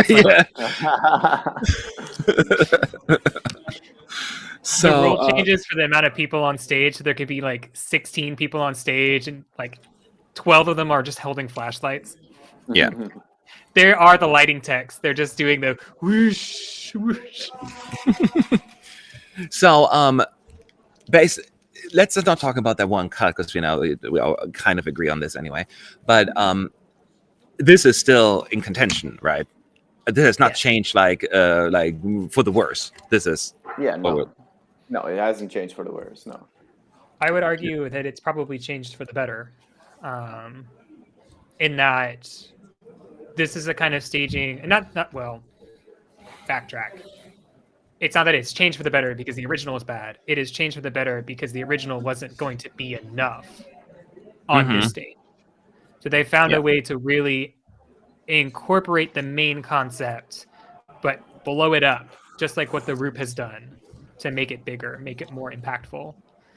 Yet still make it work, make it intimate at the same time. But yeah, it is. It's not an easy task, I'm sure, but they did a pretty good job. Does she still have the shaky cam at the end? Yeah, that's what we're talking about. She does that shaky thing. She's not doing the camera, but they are doing the camera work. Yes, absolutely. Would be kind of sad if she had to do that as well. Do I have to do everything, sing and be cameraman? In the same sense, Euphoria wasn't showing the stage as well. Yeah-ish. Oh, that's true. They also paid for all of that, and then they didn't use it. It's true. Yep. It's a tie in the odds between Malta, France, and Italy. Then give it 10 more minutes, then, and probably France will be in the lead then, huh? Probably. I mean, again, before people get angry, the odds don't matter. Yeah, we all know Georgia's going to win. No, it's North Macedonia, you fool. Hey, I'm fine with that. Don't joke about that. No, I like that song. So I've been one of the few. Don't make me cry again. You make you what? So don't make me cry again. No, I won't. I try not to. So dress, someone's asking. It's the same what she was wearing in the national final. Connor, I think, explained it. Yep. So it's a. I think the term is a bustier, but it's strapless top, kind of a lace detail. So it's basically skin color underneath, and then a lace over top, and then she's just wearing black pants. I can't tell if they're like pants or leggings, but they're one of the two. And then they're also a very streamlined pant. So basically, like if you understand fashion, you'll know they go straight down the leg and they connect around the ankle, and they're much more narrow around the ankle than like normal pants, like jeans would be. But I forget what that technical term is. My fashion is failing me right now. Yeah. I guess they didn't draw any numbers today, huh? No, I don't think so. They Okay. do that. And then she's in heels. She's in black heels as well. Yeah. Basically the national final outfit, I think. Yep. I just really wanted to say the word bustier, so. Yeah. You could have just said bustier. Done. She's in a bustier. That's it. That's all I don't she's even got. know what that word means, but sure. Let me go Google and make sure that I'm using the right I will word. trust you on your word as the fashion expert here. If you're wrong right now. Remember, the vast amount of voters won't have seen either the national final or the preview video, so they won't compare it to any other performance. Exactly. They will not do that. Okay, good news. I am right. That is a bustier. Bustier is basically like it covers the chest area and then it usually goes down to the side. So it's kind of like a corset, but it actually covers the chest area. Usually. Not all of them. Some of them go lower, but yeah, it's usually much more sexier than what Barbara Pravi is wearing. She's much more modest bustier. So we still should get one run through with France. They're clearly making up the time between the rehearsals and the meet and greets, because the meet and greets we already had Italy and Germany. I didn't even notice that. I was totally just sucked into this, which means we're not going to get the running order, but the final allocations today. So probably after the second rehearsal. Or that. Probably the second, the actual. This is a meet and greet technically, and the other one will be the press conference. Although they're kind of like the same, just a slightly different setup, I guess. Yeah, I guess a meet and greet is more casual, and the press conference is more formal in a way. I guess so. Maybe that's why they uploaded to the YouTube channel either. Yeah, basically what they'll do is they'll do the press conference, which is the more structured, formal, and then a lot of the meet and greets are like the delegation is hosting journalists to basically come up and do kind of like what they would do in Eurovision normally, where you kind of have like a rolling interview with the artists. So, Wee Blogs would go up and get 10 minutes and meet with Victoria, and then they would leave, and then we would come in and have 10 minutes with Victoria, and then we would leave, and then like local press would come in, and so it's basically kind of like that, where you kind of have more of a one-on-one time with the artists. It should be, but our meet and greet here is really not like that. They just have the usually the host ask questions and then then let the actual members of the press ask questions. Yeah, so it's up to the delegate. There are a couple of delegations that have been doing meet and greets like separately, and so there are like.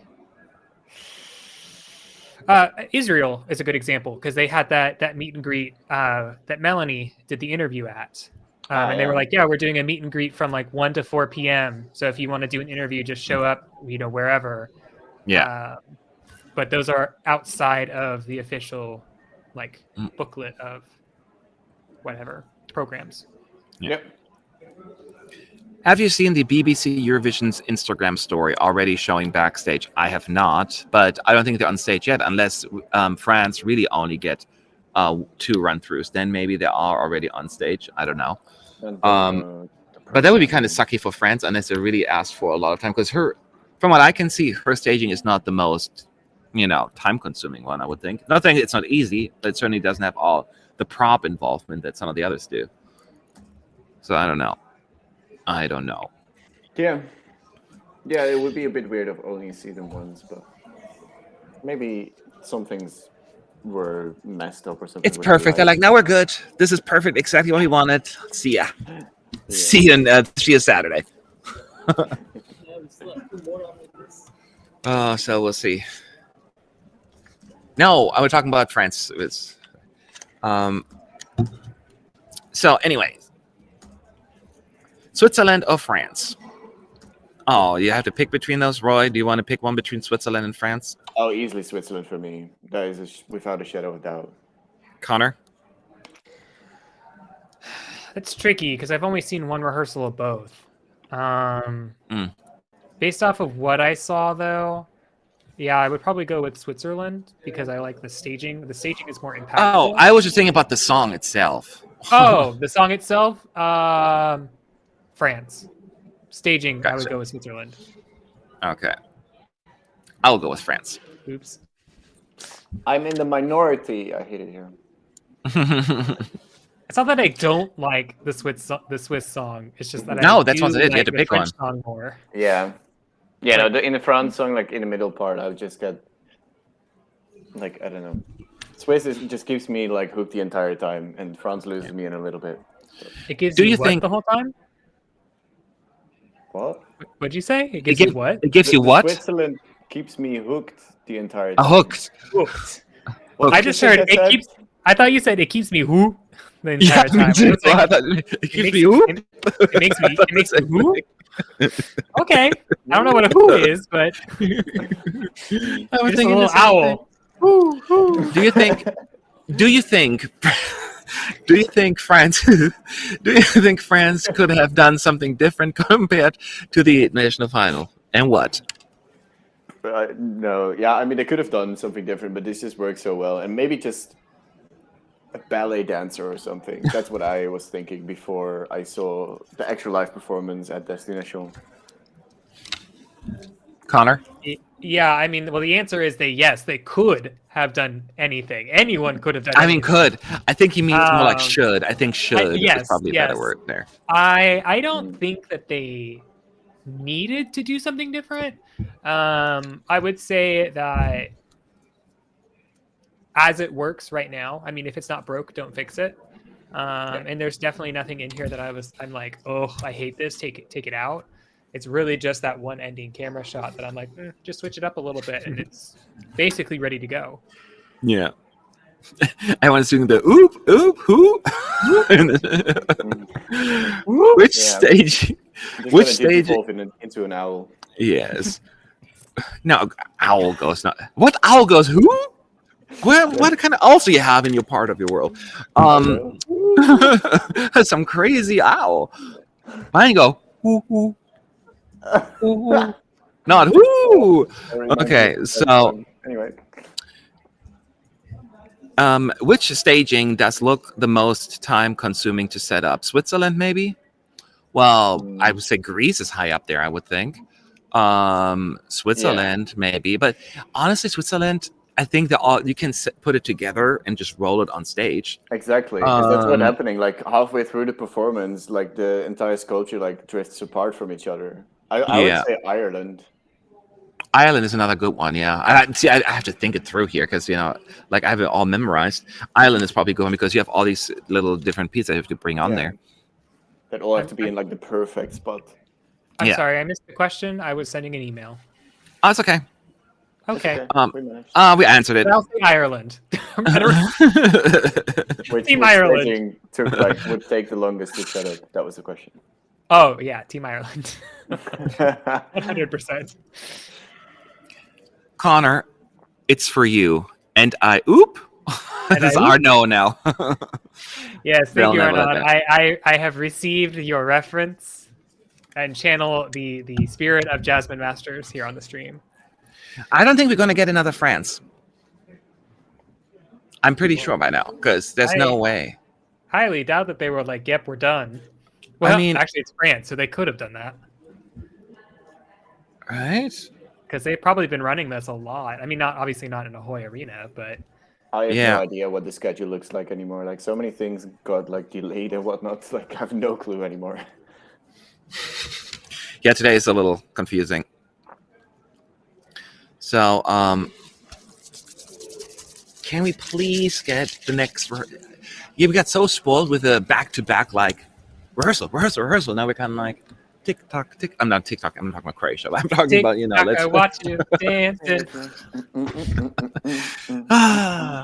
Or Victoria comes in. Tick-tock, tick-tock. Who comes in? Victoria with her clock. Oh, Victoria. The clock I didn't catch that. Yeah. Yeah, the Bulgarian team just heard the name Victoria and they're all like, only good things. We're talking only good things. I know. Anger the Bulgarians. Aren't you guys getting hungry? Well, I had my croquette and my cheese, frozen, fried cheese, the opposite, and that was okay for now. And when I get home, and then I mean, you, Connor, in particular, if you need to head out, I'm gonna order lunch to my house. I'm gonna get Jimmy John's. They'll be here in 5 minutes.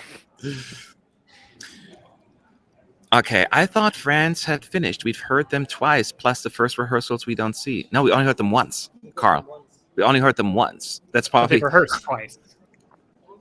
Yeah, they rehearsed twice, but we only heard them once, and they usually get 3 times. The only time we didn't get a second run was Ireland, if I'm not mistaken. And that is probably it's your fault for bringing like everything, with you. So I don't know. Yeah, it's also happened. This is perfect. Voila! Let's move on. Voila! I've got places to be. My pizza's here. Did you try Dutch frikandel, Matt? Not yet. I mean, I've had them before, of course, but I have not since I've been here. Because every time we get home, a lot of the things in my neighborhood are closed. So I've been limited. Well, I had döner. Now I had pizza. Now I had croquette. I had the delicious fries. And I got sandwiches and stuff. Nothing like too much to brag about. The ESC says the UK is on stage. So as I assumed, we only get one run through from France on screen. So now we get out of the embers. Okay. I know. I love the UK, so I'm excited. Send me a tutorial on WhatsApp, and I may consider. No problem. Consider what? For what? He says he wants to do the dance video with me to TikTok. Thank you for not asking me, Arno. I really appreciate that. I didn't want to go for Roy. Because my answer would have been thanks, but no thanks. What was I going to say?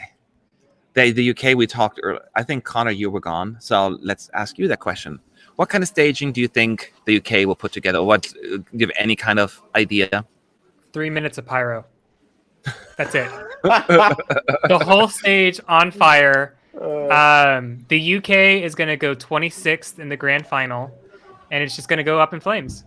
No, I'm just burning down the house. Well, I mean, obviously we're going to have fireworks in there, so I think that we're going to see some of that imagery from like the hill shots where they have like the fireworks going off in the back. I suspect that we'll have that. We may have a pyro curtain in there. I don't think we're going to have any like shooting fire from the stage. I think it's going to be restricted to those two. I actually think it would be like on the trumpet beats, or like on the beat itself, like small puffs of fire. That's what my yeah. Be. I could see small. I'm specifically thinking of like the whoosh, like all of it across the stage. Yeah, okay. Like AWS pyro or blind channel pyro, like nothing like that. Yeah. But I could see some jumping pyro is what I'll call it across the stage. I just don't know what they're gonna do on the LED. That's the thing. I'm like, maybe actual ambers, like an ambers LED. Go literal. Let's be real here. They're gonna do pink and blue. To be honest, a blue flame is hotter than a red flame, so like, there's logic behind it. I guess so, huh?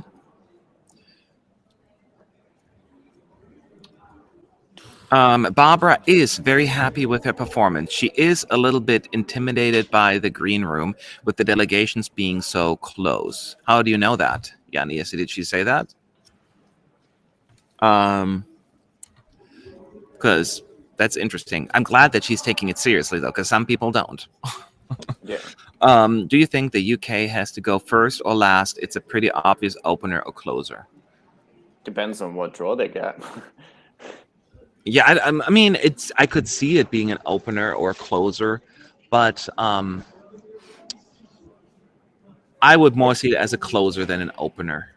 I could also see it be after like an ad break. Yeah, or just it comes out. I mean, there are other great openers. You know, Lithuania was a great opener, but they're not going to put Lithuania in first twice, even if they get the first. I wouldn't do that to them. No. Yeah, I could see something like Croatia be an opener if they're qualifying. Great, yeah, something like that. I mean, there are lots of upbeat songs that could be serving as a decent opener. Yeah. Georgia. Ocean. We're back. It's funny that basically Engelbert Humperdinck is the reason why we have a producer chosen running order now. Thanks a lot. Thanks, Engelbert. It wasn't just him, but no, but it was just him. Let's start that rumor. It was also Amadeus Euroneo. You know, that's not a great way to start his summer either. Oh, so, no. True. Yeah. If it's Michael Rice, then the UK will struggle. If it's a Lucy Jones, then we could have a chance of the left-hand side. Yeah. And, of course, it comes down to how consistent James is. I see him standing there in front of those mirrors with the golden. Quite literally, they brought everything back. Along with Sui's little stage thing. Yes. All the staging of the UK in the past 10 years, all put on the stage, and he goes to all of them. Oh my God! You didn't have that many props, so you're not like known for having crazy props. It was except for 2017. You can say 2018. There was nothing in 19. I mean, you props. had in. Yeah, I guess. They had the boxes. That is true. Engelbert Humperdinck didn't have anything. They're gonna bring what's his name back from Jaden's performance.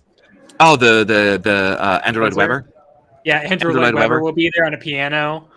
It's just literally every Katrina will be there. She'll be standing off to the side. She'll be the backing vocalist. Oh, Scooch. They're gonna bring some. It'll just be an airplane. It's literally every single piece of every representative of the UK, all the way back to the beginning. And then then you guys notice it's getting late. And then in the second rehearsal, they'll decide what works best. Okay, Yes, we'll go with the then they'll airplanes. take People like the airplanes. People like the airplanes. We'll go with that. Then we'll do. I think I forget who it is. It's Chanel, where you look in the mirror and you take one thing off. That's what they'll do. They'll say, "I feel like the airplane's a little too much. I think we're gonna take that one out." All right. James Newman dressed as Scooch. That would be kind of funny. Out of I'd the pay for that show. ambers. And he's just handing out drinks. Yes. That's a good ad. If anyone's looking for something, We discussed that already. Advertise. We said we might have to get some ambers, but I don't know if I don't think he's going to go literal. I don't think he will do that. Which is the staging that the most potential to win viewers based on what you've seen so far? I don't know. To win the views? France is, of course, now a contender along with some of the others. Switzerland is a. Switzerland big is crowd. out there. Like, I that's still have very Malta very as. appealing. Ukraine. Yes.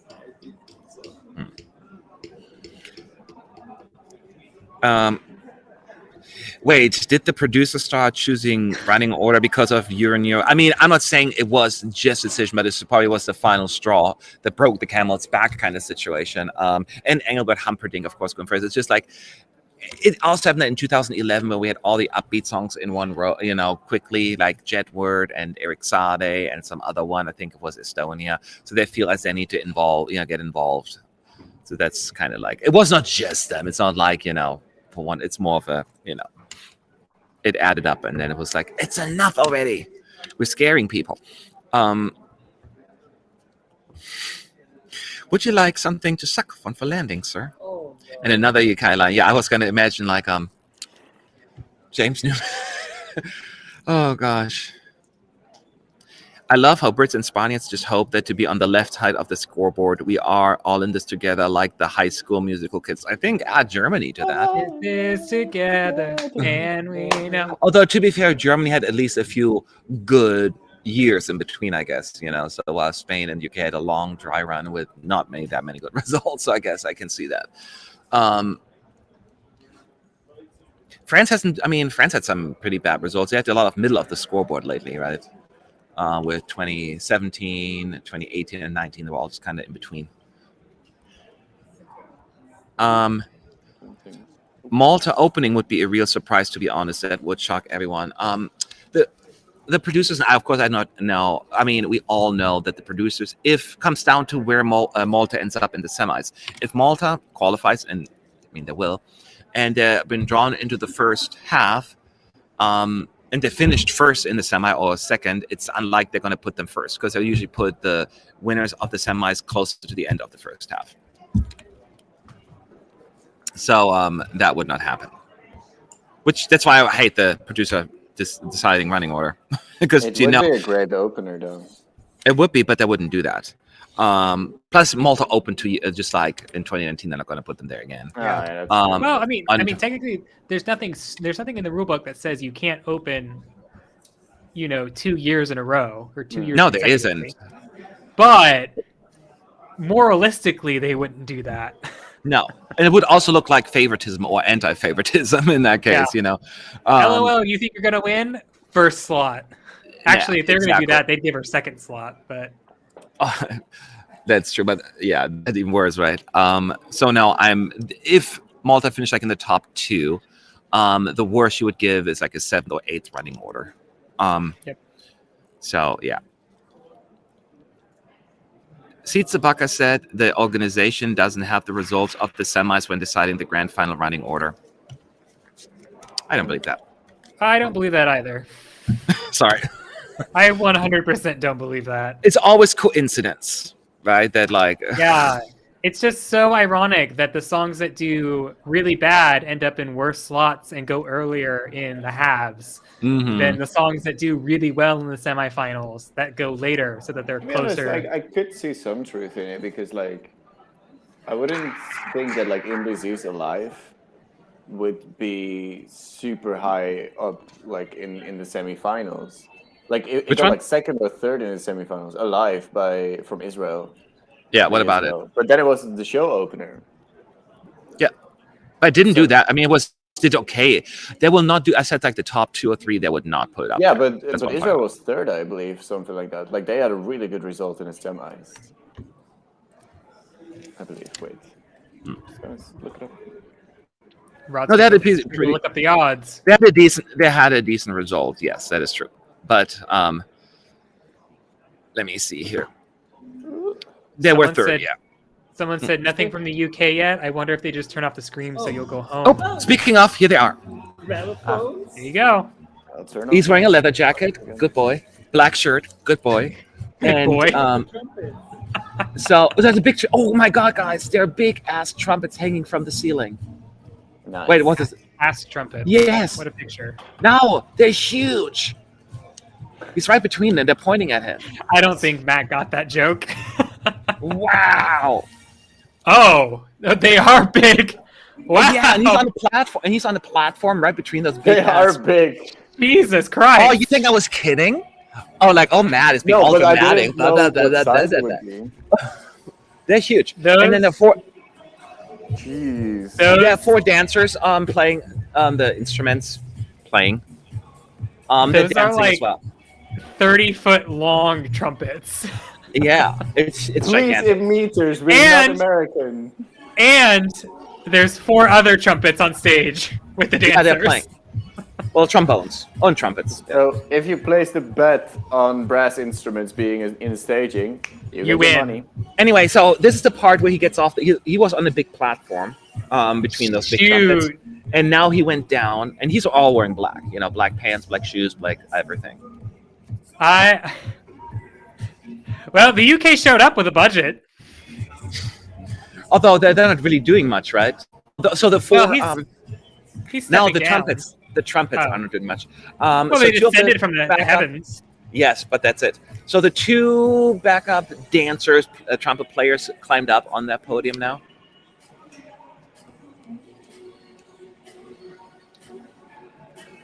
I do like how they're different colors on both sides. So there's the Yeah. left side is white, and then the right side is black, and then they mix in, switch it The up. backdrop is just lights, I guess. Like a circle, red circle, and then some waves right next to them. Someone said, I really want to know how big the trumpets are. Don't worry, they stay on stage, so you will see them in this rehearsal snip. You cannot miss them if you tried. Yeah. They literally are unavoidable. Yeah, Well, you they're will see lines, it on the so they're pictures. lasers. So on his podium, there come lasers. Oh no, so it's like. Oh, so yeah, he's going to they're pull a lasers, Sonia like- Nielsen. A little bit, not quite, but yeah. Inspired by. I like this like metallic background that they've got. It's very colorful, but also really. He's not doing much dancing. Like he's just doing like a little bit like this. Well, you know, that's like- probably for the best. Oh, one of they're climbing up onto the trombones, actually, the trumpets, 2 of the dancers. So it's actually the final chorus Oh. there on top of it. Yeah. I expected that to happen. It looked something you could climb on. What do you guys think? Well, there's At there's least I like can say they're trying. There's platforms behind them. I saw those. They're cleverly Mm. disguised, but there's like platforms behind them. They're not standing on the trumpets. They're standing right behind them. Oh yeah. What do you guys think? I did not expect that scale of props, but I Mhm. did expect props, and I did expect brass. I didn't expect that big of brass. I don't think But- anyone has, huh? But I mean, it looks good. It sounds good. He seems comfortable, which is the main piece. They light up the room, which is what the lyrics say they want to do. So, And ticks we all do the know, boxes. yeah, you do know we'll get fireworks here, pyros. It'll happen. Oh, definitely. Yeah, and so it probably adds a little bit more even there because it doesn't even, I mean, you cannot use it to look empty because you know have big ass trumpets and the platform on there, so it cannot look empty. But you know, it seems like kind of almost like random in some ways at certain points. But it's kind of cool. I like it. I think I enjoyed it, especially once the fireworks come into play. I'm super excited about that. Yep. What do you think, Roy? Yeah, I think it works really well. Like in the beginning shot with the trumpets before they get lowered down, it kind of looks like he stands in a big DJ booth kind of thing. So you Mhm. immediately get the vibe of the song that's gonna come.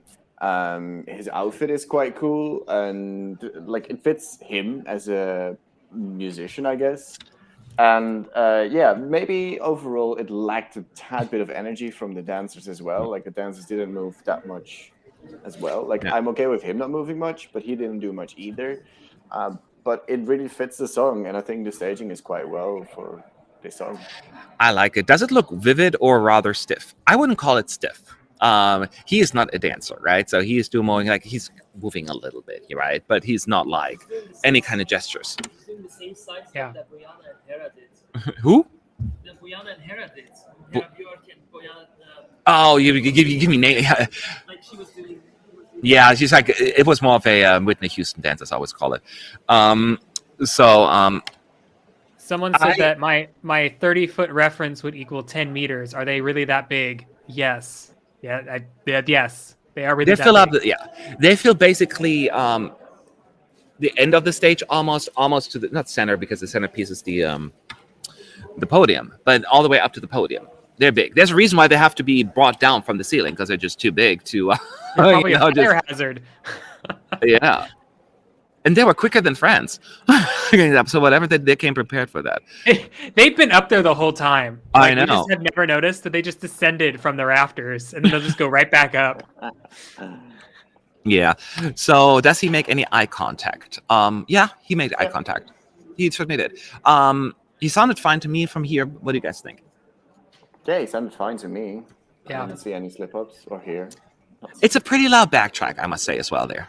When doing the chorus. So he certainly has that support. I mean, it's not a song that like really relies on his vocals or is like super challenging vocally, so he's just fine. So no pinks and blues then? Thank goodness. No, we don't. How would you describe the backdrop, Connor? It's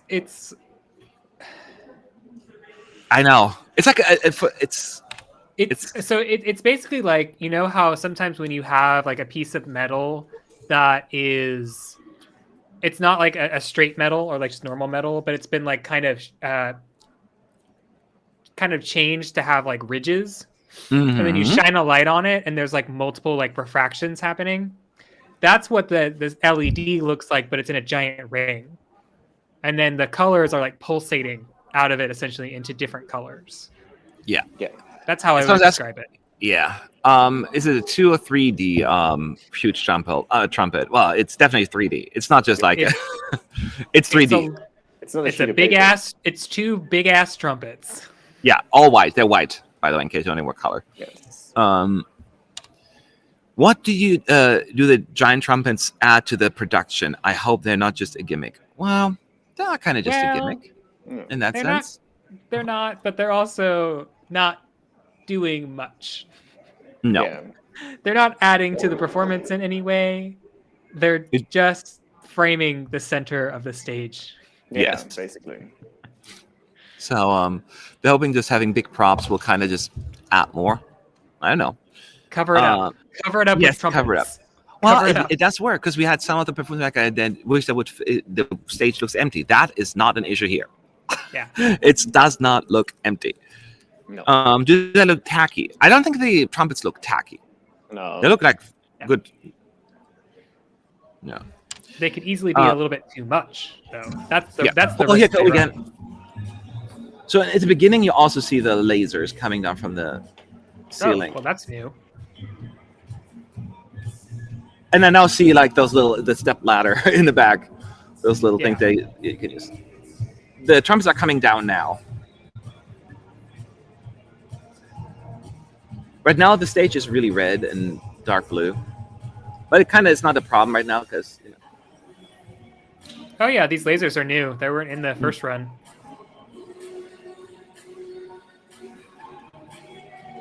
Yeah, this opening shot's giving me mad 2018 vibes.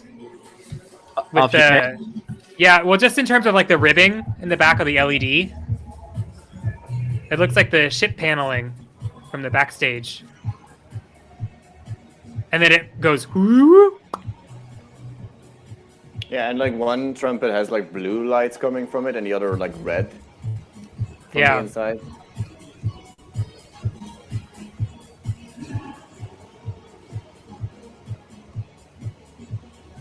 Now he's getting off the podium and is walking towards the front of the stage.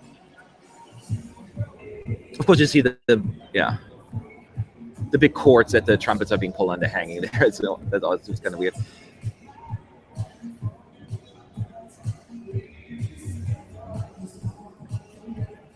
It kind of seems a bit like an MTV performance or something. I don't know how to explain it. That's just the vibe I'm getting. Well, it definitely needs fireworks. They need a lot of them. They need a lot. But they don't do any here right now. So But probably his- tomorrow, Saturday. His vocals are fine, Yeah. which is always my biggest concern.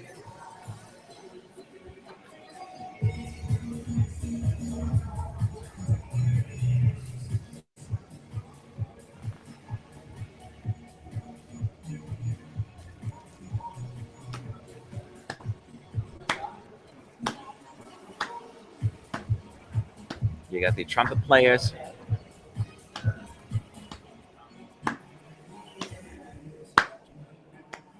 Now we're back here where the lasers are showing up during this part. They're kind of spinning around him. There's actually cool effects. This is where the light, there should be fireworks. Pew! Pyros. Yeah. It misses More. something dynamic. Yeah. But I'm sure that's going to come. So, I mean, you know how I feel about this song. I love it. So, I do. It made me happy that they're trying. I still think in order to make it more dynamic, fireworks would be perfect here. And I'm not the one who was add pyros. But I'm like, here it would make perfect sense. Yeah. But go ahead. Sorry. No, I was just gonna say, yeah. I mean, obviously, there will be something in there, but I think that what it really needs is not just like an ending firework or pyro. I think that it needs it like throughout. Yes, I know, throughout. just I like, completely agree. Just like something to like be like, because I think what it needs is something to push it into the next one.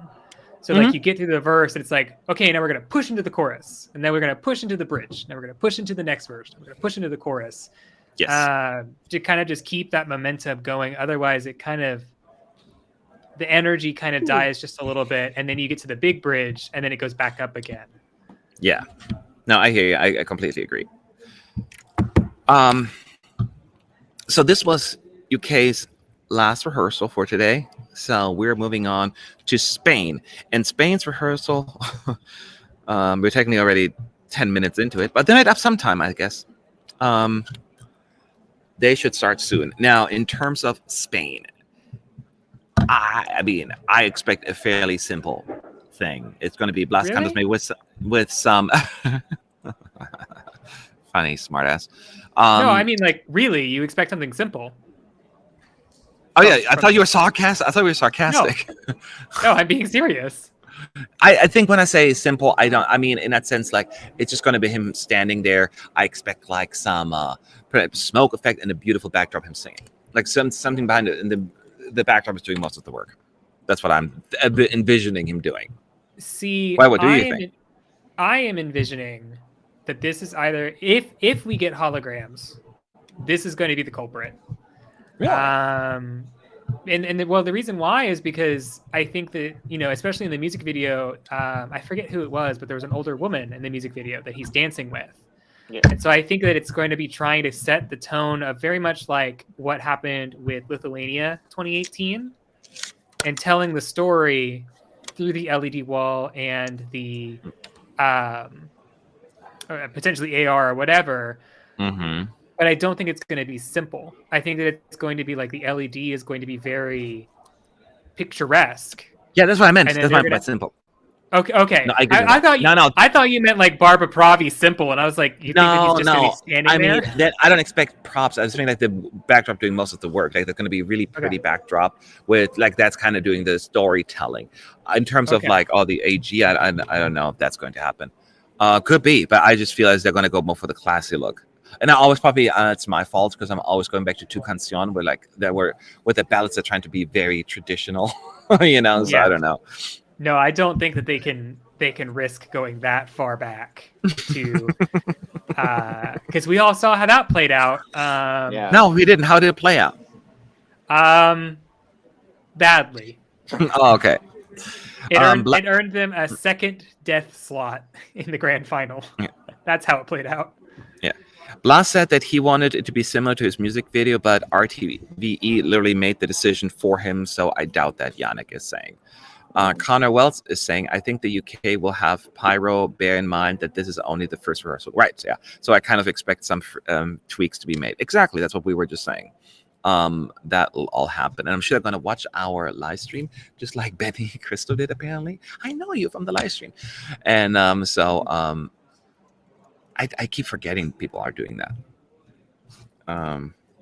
So yeah. Let's just wait for Spain, I guess. Rory, do you have any ideas?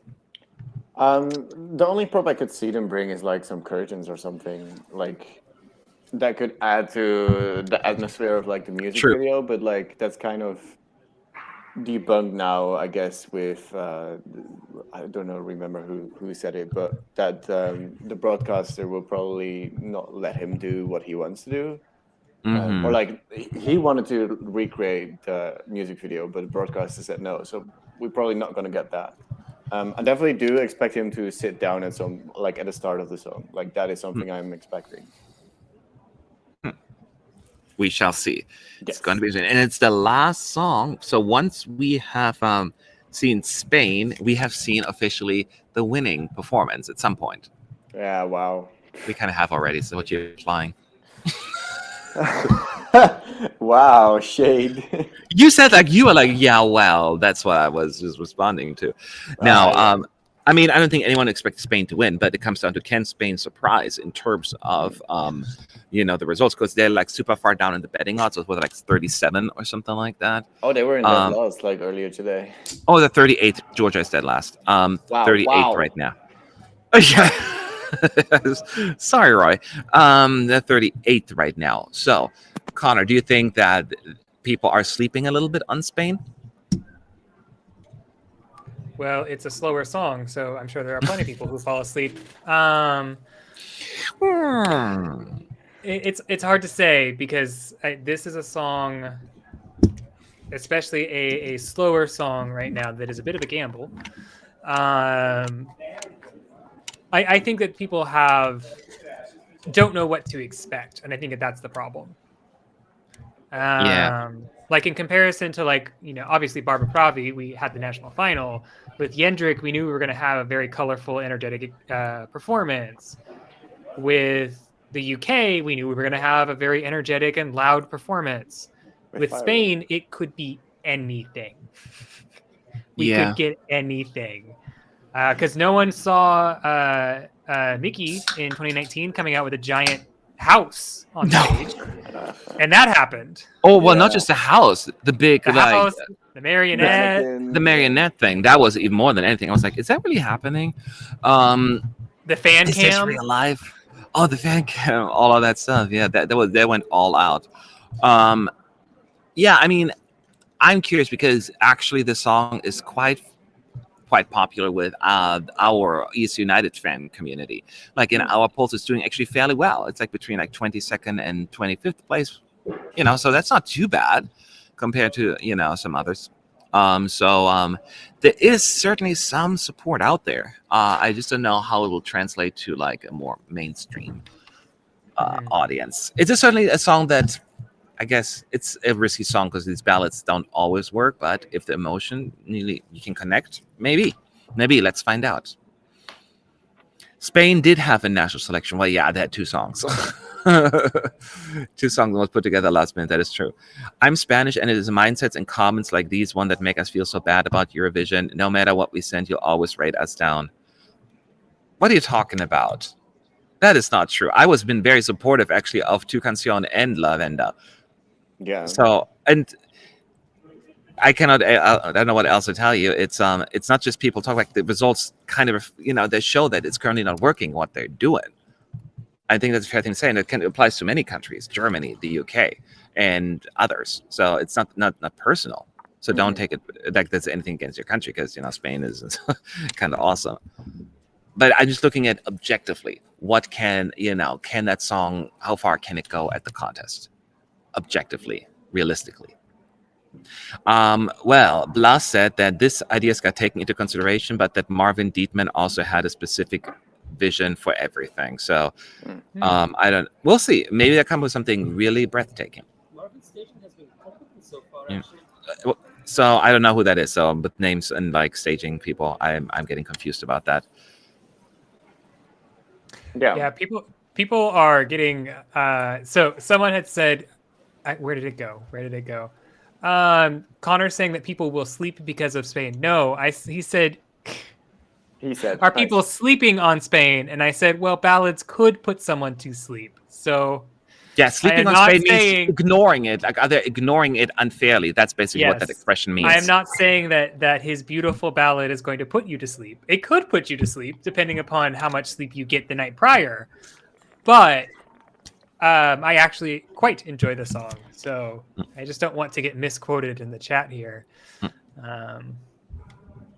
But yeah, Marvin Dietman has been making his way around Eurovision.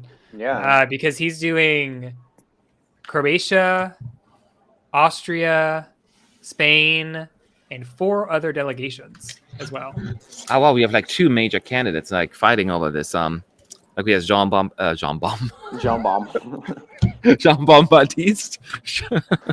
That sounds like the start of a good beat. Jean Baptiste.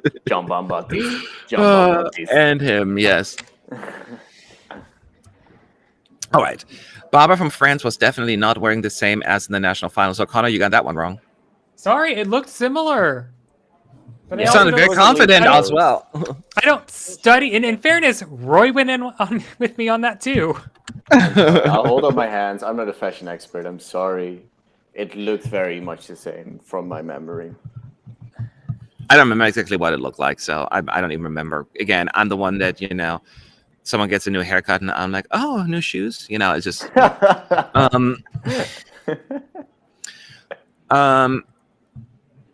most fans love that is unfair. She's basically wearing the exact same thing, except what? Her bustier goes all the way around her body. Oh, so it's not that different. Literally it. Wow, y'all. Oh God, Spain this year has to be really good song in my opinion, but I'm afraid they will come bottom 3 again. What are your thoughts? Interesting. I don't know yet. I can see getting a little bit more jury support. Unfortunately, last year that didn't work out well, but it wasn't a jury kind of song. I guess I get that, Lavenda. I don't know yet. I don't know. I have to wait the feel because Blas can certainly sing, and vocals often are being rewarded by the juries. Yeah. But there are a lot of good singers this year, so it's tough. It's tough. It's I really have to. Quite a radio-friendly song as well, so I can definitely see some jury appeal. I'm just worried that it's not attention-grabbing enough, I guess. Gotcha. So it is. So he's probably already done with his first run through on stage, which we are not allowed to access it. By the way, this is the first year they're doing that. In case you're wondering, in previous years we could see them all, and I assume this is here to stay, which kind of sucks because you have all that dead air to fill. So in the meantime, I will show you how to juggle. Now I have nothing to juggle with, so otherwise I would show off. So I guess I just have to answer questions instead in the chat at ESC United. Ask away. Rye Rapper said that Roy should design next year's outfit for Georgia, knowing that he slays everything that he wears every day. Hey, my wardrobe is running out as well, so don't put your hopes up too much. Don't you think that if Spain sends something like Azúcar Moreno, they would do better? If I knew who Azúcar Moreno is, then I could answer that question. Same. Spain 1990. Oh, well, I missed that flavor anyway. I mean, you don't have to always go just, you have to have the Spanish sound, but I think something more fun. Like I remember in 2017, when Do It For Your Lover won. Mm-hmm. And they had that really cool song, Contigo. In the national final. That was awesome. That would have done so well. Yeah. Yes, that would have been a really good song. That kind of music. Well, I think that honestly, just and not that I want this every year, but I just really just want a nice like Junior Eurovision Spain 2020, like a nice flamenco inspired song. Like That would be something cool that's just too. like back to the roots. And again, after that, you can go back to whatever you want. I don't care. But it would just be really nice to see Spain just be like, and we're not going to send a pretty ballad or just a pop song. It'd be like, oh, and this is the Spanish song. I can tell that is Spanish. But probably won't happen because I think they're going to keep internally selection. So while we're waiting, more questions. Are you surprised that Malta dropped in third in the betting odds? No, it's what happened with Stop Malta asking. earlier. They rehearsed and they went in first place. Then Italy rehearsed and they went up. Now France rehearsed and they went up. It's just a natural thing. So stop looking at it. People get all it. Like you should know by now that betting odds right now don't mean that much. I don't know why people get so obsessed with it. Well, the people who are betting get obsessed because that's how they make their money. Well, yeah, that's a little different. Yeah. Okay, so, but that's your decision. So if any of y'all have money on some people, I understand why you are obsessed. But you already put your bid down anyway. Much. But if you put your money down already, you don't care, right? Because it's locked in whenever you put your money down. That's my understanding, right? You generally care about where it ends up, right? And that you'll find out next week. I know, but if the thing that you betted on, like Malta, for example, continues to go down, you'd freak out. Really? Yeah. There's like a payback depending on time usually. Like you can get a payback, let's say like 1 week before you get like 50% back of your money and like that kind of stuff. And there's also the exchange market, which like is directly influenced by the money being put into it. And then you can also put money out when you think, okay, this is the right moment when I made money, but I'm not confident it will win. Like that is something you can like play more with. Oh, okay. So you can pull out before it's too late, basically? On the exchange, you could technically do that. Like that's, but then you're kind of working on marginal profits. So it's a bit weird. Huh. I learned something new. Party. And I'll forget about it. Anyway, if you have a question for us if you want us to answer, at ESC United in the chat. Let's stop talking about odds. I know, right? My favorite thing, Holly, my favorite thing in the odds Like it, Holly, was a bet for either Ukraine or Russia to win in 2016 when JT was performing. It was called the Crimea River bet. Oh, that's terrible. Holly. Yeah, Holly. Sabrina said, will you do a prediction for the semifinal one now? Everyone rehearsed twice. No, we did one before the first rehearsal, and then we'll do another one closer to the actual show. How many times do you want us to predict? You know what I mean? It's getting a little... I want every hour. Every hour. Okay, we're going to do a video every hour. I also want a Big 5 plus host country prediction. Thank you. I want to know if they're going to qualify this year. What is the rehearsal you've enjoyed the most today? That's today? tough. Because we got like first rehearsals and second rehearsals mixed. Yeah, it's a fair comparison. Yeah. I was Iceland always gives me Austria because that made sense finally for me. So Marino and Iceland gave me life, so I would pick those. But France made me very happy. Yeah. I would say Iceland and the Czech Republic. All right. Especially seeing the Czech Republic actually come together today was very nice. Okay, I'm getting tired now, people. So please, yeah, you're not the only one. Light up the room. Dun, dun, dun, dun, dun, dun, dun, dun. You need some James Newsman. James Newsman. James Newman energy. And he's a newsman. This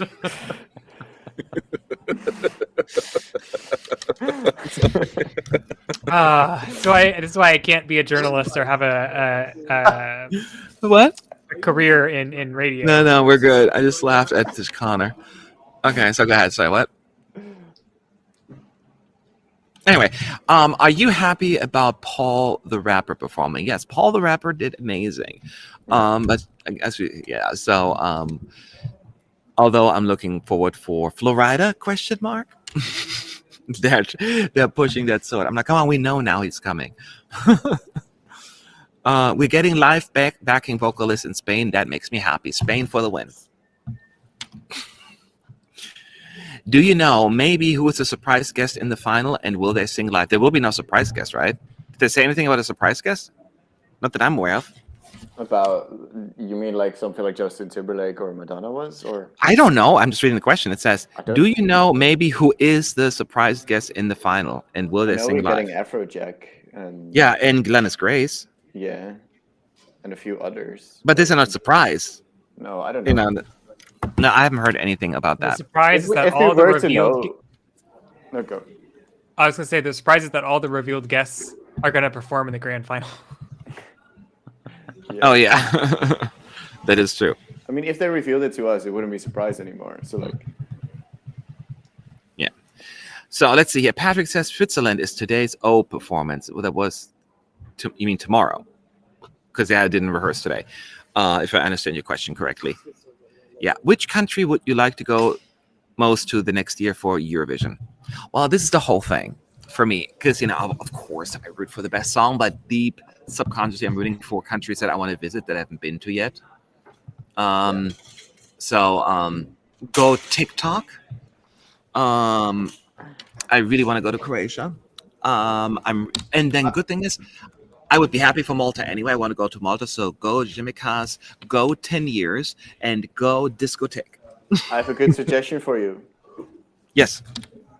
Georgia. Yep. Oh. You heard it here first. We're all going to I Georgia. don't think you've been to Georgia yet. Not the. I've been to Georgia. Really? Yeah. Not the US one. No, you didn't say that. No, I didn't say that. But like, have you been to Georgia? That's cool. I know. I would love to go there. Seems like a cool place. Ah. Okay. Did you know that Ilse de Lange and Getty Kaspers, winner from 1975, aren't invited to the Eurovision this year? Getty is over 70 and COVID high risk, but already vaccinated. I'm surprised. Why isn't Ilse de Lange invited? Yeah, Wasn't she like part of the whole delegation? Yeah, she was a bit puzzled by that as well, I think. And I think Getty, there was some like, I don't know, people felt a bit iffy about her, but I don't fully remember the exact story. So like, I'm gonna refrain from that basically. Oh, okay. Got it. Jamala and Johnny Logan have recorded performances, but they weren't announced for Rock the Roof, so maybe that's it. I don't see, and that is, who was it? Who did we talk to about that we don't always have to bring back all these winners, prior winners? Like how many Alex? I think so, yeah. And I agree that to a certain extent, like how often do you need Alexander Rybak in here, that kind of thing, right? I'm more about, Apparently. I like the idea of bringing local artists back. Do you know what I mean? Or like Netherlands 77 or something like that, or even like from the 80s. Bring the toppers or any. I don't know. No! Don't manifest anything, please don't. That's the surprise guest. You heard it here first. No, let's keep this a good show. Let's keep it classy. I'm getting messages here. Give me 1 second. Okay. Okay, Ilse Lang took part in the German TV show Let's Dance, which took a lot of time and effort, somebody is saying. Yeah, and she went on air and she was very upset that she was not invited to this contest.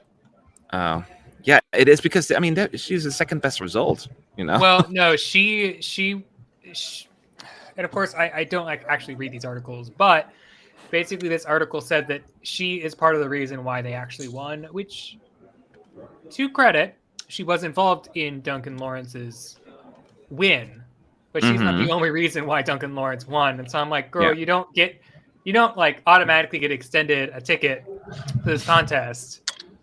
Like, I mean, without her, especially during this time, without her, Duncan would not have been suggested to the selection procedure. So like, well, I know, but like, I'm like, in a normal year, yeah, you would be there, but like, yeah, okay, right now, it's like, I just don't understand why you would be like, oh yeah, I should have been the person who's there. Buy a ticket. Buy a ticket. Yeah, good luck with that. How are you gonna buy a ticket? It's slightly impossible. How can we get involved next year's Eurovision? Do you need volunteers? Are you talking about with ES United or just in Eurovision General? Eurovision General, they always put out volunteer postings at some point, so you just keep an eye out for it and apply. Every year the requirements are different, so you want to see what they are. Like I think it was in one country you had to speak the native language, so I think they only accepted like local people. I forgot which one that was. So anyway, let's wait for Spain. Oh gosh, this day. But the good thing is this is the last long day, and then we're done with the marathons. Yes. But you forgot to mention, Matt, that if you would like to be part of ESC United, you can send an email to info@escunited.com and we can talk about it. Yeah, just right now it's a little difficult because we're all busy with this thing called Eurovision, so you may not get a response right away. Well, they said after Eurovision. So. Yes.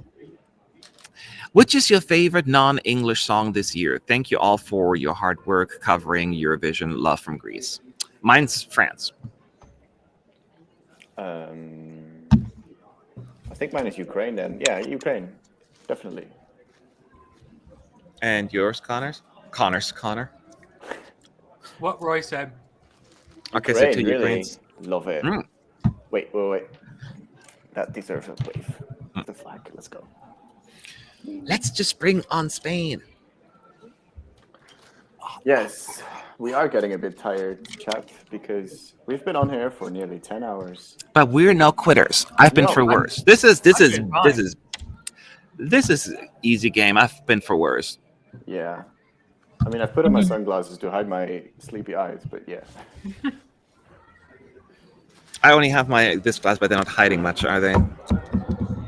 Good night, Holly. Thank you for being our moderator today. Yes, you're amazing as always. Good night. Yeah, they're not really covering my eyes. It only gives me a... Yeah. Here we go. Anyway. Someone asked in the chat what I'm eating. I'm having a sandwich from Jimmy John's because I didn't want to go get anything. I didn't want to make anything either. Voila. So France is already having their press conference, and Spain hasn't even started rehearsing yet. For us, I mean, they have started rehearsing, I'm pretty sure, but not the second round. No, Spain just entered the stage. Spain just entered the stage? They were a minute ago. A minute ago, they entered the stage. I know. Someone said, fair, you don't know what Jimmy John's is. It's a sandwich place. Like Subway, but better. Y'all know what Subway is. I know you got that. Yeah, I should probably look at ordering food too. I don't feel like cooking anything anymore. I know what Jimmy John's is, though. Oh, wow, I live in America. Never mind. No, you didn't. The chat didn't.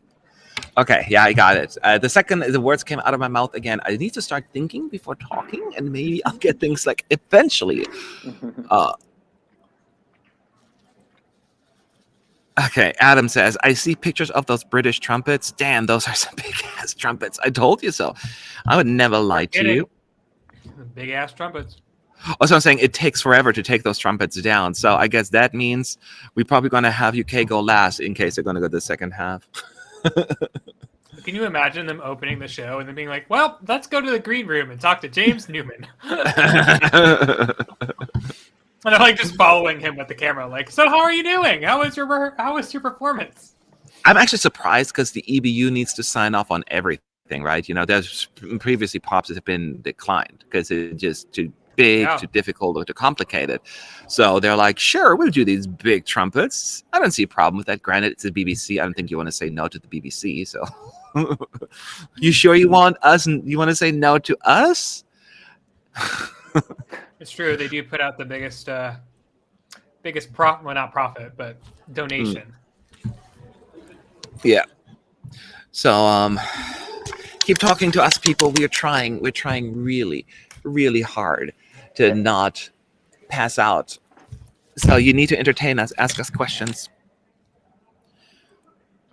UK will get last or number 13 since they often have the final break between 12 and 13 in case someone in the first half has some big ass stuff like those trumpets, for example. Gosh. Well, it's not even, I think it's the most difficult part is not getting them on stage, it's getting them off. That's the problem. So he probably would have to go right before the break. Right? That would be my thinking. They probably thought about it though. Yeah.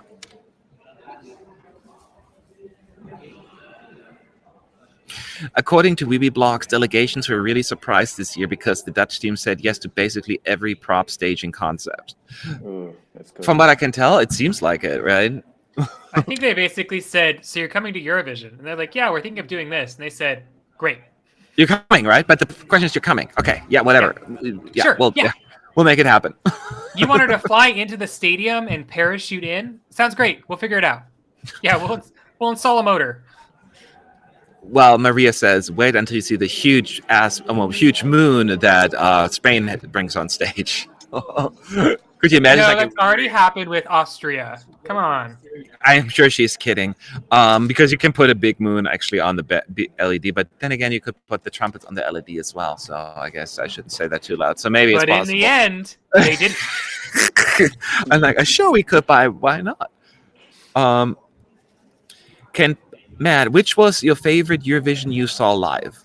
I haven't been to many lives. I don't want to buy tickets, and I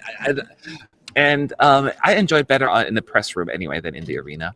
Because I've only seen 2011 live and 2015, and that's it. Like people have sent me texts like, hey, if you still need tickets, this person is like offering them because they can't go anymore. But I'm like, I don't really want to go because I would rather watch like the real performance. Like they're meant for television and not as a stadium show. So I'd rather spend that money on a really dope concert where I can just be in a mosh pit or just people are loud. In that, I mean, I just like being here. If I wasn't doing press, maybe I would do it, but only if I can get a seat. I don't want to do the pit. I don't want to do the pit again. I've done it now twice, and I don't like it. Well, I think it's a matter of like if you could go with people that you know, then like I would go to a live show because you're not going to get to see like the TV camera work shots. I mean, you see them on the screens, but you know, may not be like keep right in mind, up against the thing, but you still have fun. And keep in mind, we have the ability as press. We can watch the first dress rehearsal anyway in the arena. So I've done that. You know, like the year before, I watched the first dress rehearsal from beginning to end. Well, not beginning, like until all acts have performed, and that was plenty for me. All right, so that's why they bought a ticket for the family show so they could watch them on TV properly. That is a smart idea. That is a smart idea. Yeah. This seems to be the first year in a while in which there's no clear favorite after 3 to 4 days of rehearsals, right? Do you think the results will even be close to something or will stand out eventually? See, I don't know exactly. I would have to look at. Let's take a look. Do we have the history? Let's go here. No, that's a canceled 2020. Of course, I don't have the actual results for that. In 2019, well, but to be fair, that's at the end of the night. The Netherlands was expected to win. By 51%, so that doesn't count.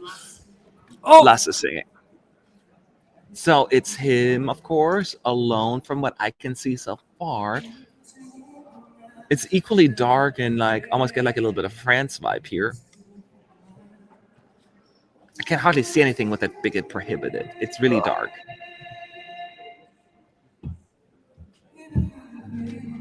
Was he singing a cappella at the beginning? Yeah.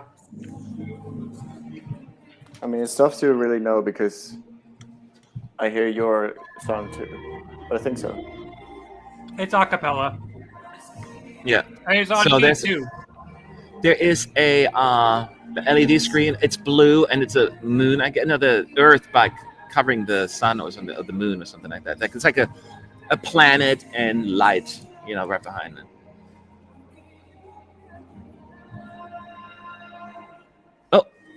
Somebody sitting in the moon. He said, huh? Oh, no, it looked like he was sitting in it for a second. It was just a weird shot. It's so hard to see. So, yeah, that's it's just him standing in the center still. with a pretty backdrop with the stars and the planet. Guess what? More orchestration? Yeah, they said they're going to bring a new version in here. Yeah.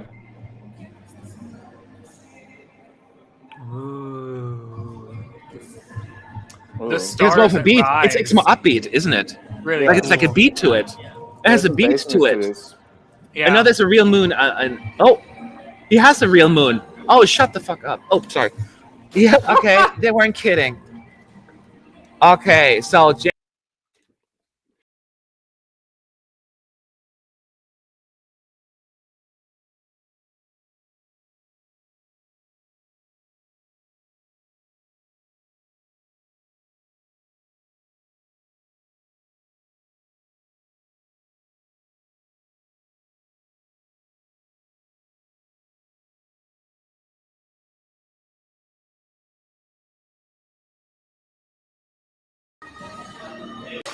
hello?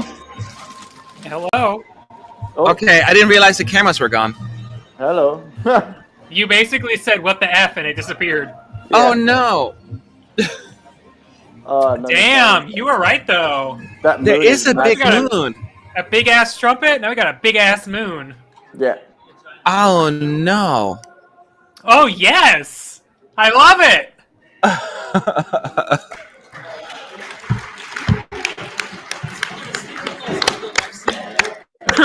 Oh man.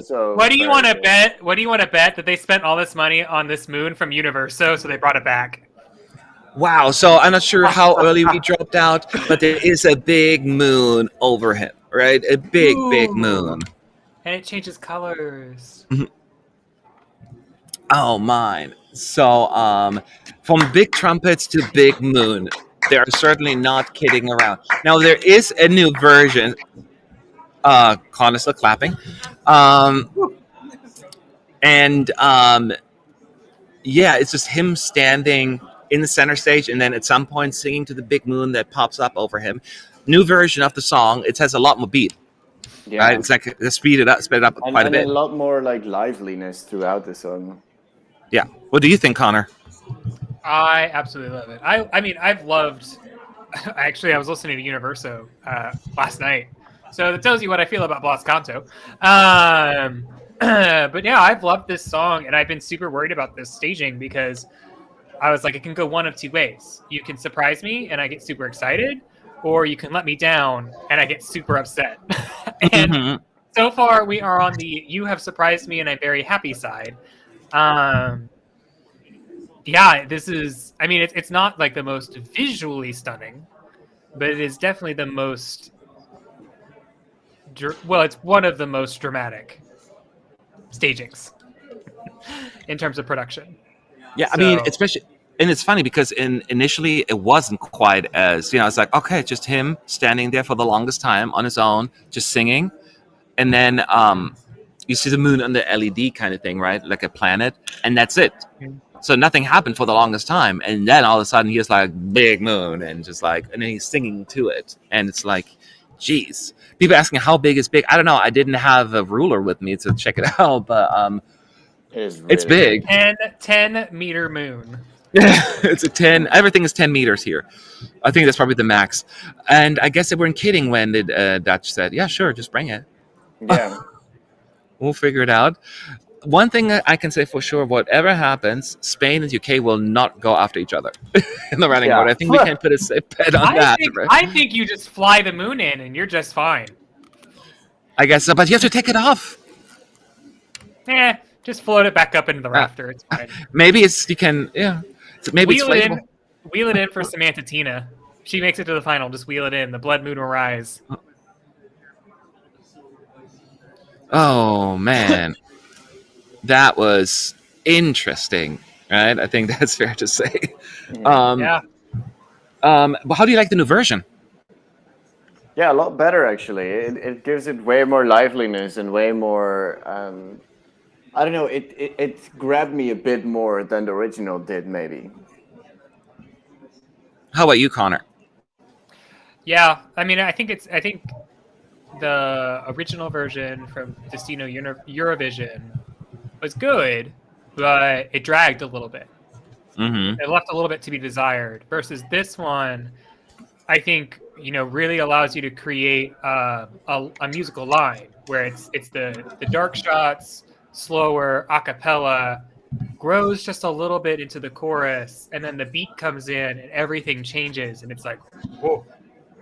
And you get wider shots, pans, more lights. Like, it allows it to, the staging, it stops it from being stagnant, which I think is an issue we have with, like, Samantha Tina, for example, where she's just kind of doing the same thing on stage. It's just multiple camera angles of the same thing. Yeah. And this is really a story on stage. Yeah, it is. I like the new version a whole lot better because I think I agree. The other version was fine, right? It was just, it dragged on. It's just, and this one certainly gives it a little bit more of an oomph. So it makes a big difference. Like, it's just weird to have like it's like a different song in some ways. Not really, but it certainly is very different. And that is something you need to keep in mind. So I enjoyed the performance as well. I'm not gonna lie. Even with losing the live stream, I don't know what happened there.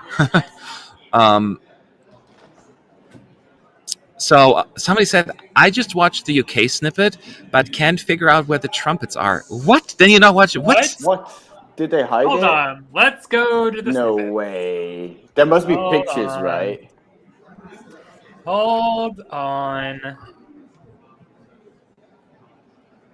No, I lost the comment again. Where to go?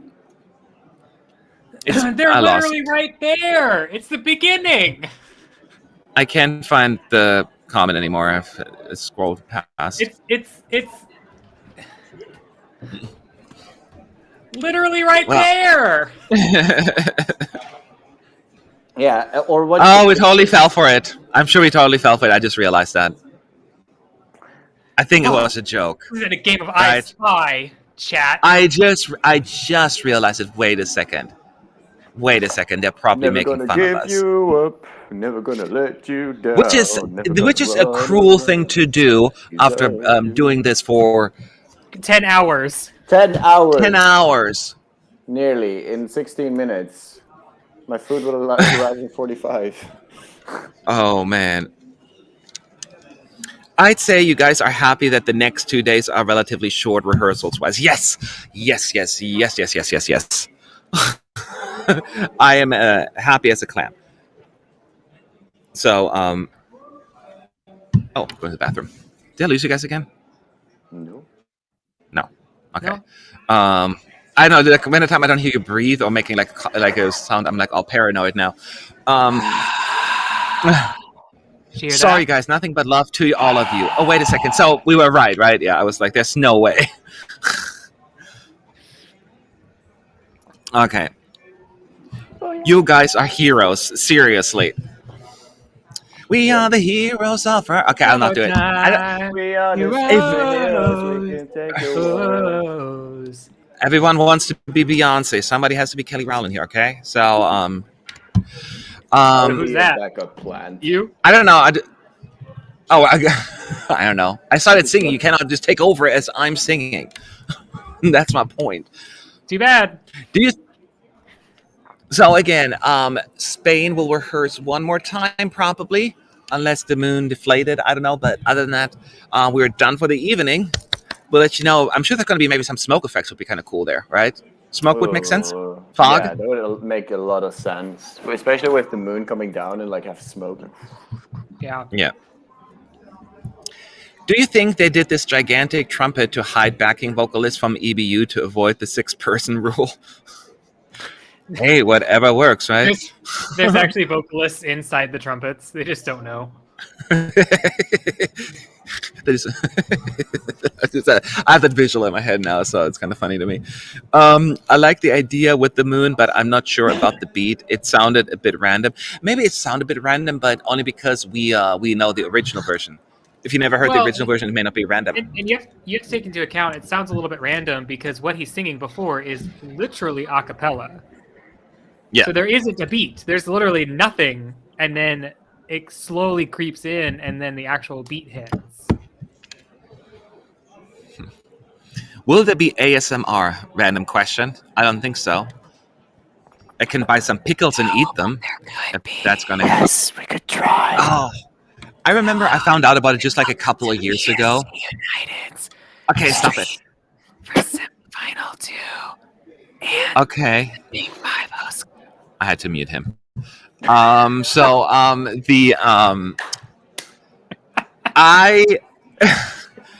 I found out about ASMR like not that long. I was kind of a late bloomer finding out about ASMR. ASM what? And then I was like, somebody tried like it's really relaxing, and I'm like, Yeah, this I is don't very get it either. disturbing to me. This is very disturbing. I'm like, I didn't believe like nobody listens to someone eat a pickle and think that's stimulating or like relaxing. Not stimulating, but or whatever. Some people like it's. I get, but then I was like, you know what? Maybe there is because I enjoy the sound of rain, right? Yeah, Like when me it too. rains, it's so Oh. relaxing and nice. It's probably just a different form of it, I guess. But Matt is Whenever being you the go, boss like- that he is. Yeah. Whenever you go like Willpower camping is and there's, like, amazing. rain, that's amazing to go to sleep. Yeah, so is crashing the whole stream. Oh god, that's funny. We have to start a new ES United ASMR channel, I guess. ASM Unite, that doesn't make sense. Yeah, ASMR United. Oh, we get Spain here. We get fog. I knew it. Oh, and it's coming from both sides, and Oh, I need to get rid of my sunglasses. I should become a professional. No. Professional what? No, a professional stage coordinator, or whatever you're gonna call that. Stage manager? Just by not knowing what it means, yes. See, just by not even knowing the name, I don't think I'm already disqualified. Okay, here we go. Yep, there's the smoke. Oof. Yep, so this gives it even more depth. Yeah. Oh, and now when the chorus comes in, it's really actually yeah.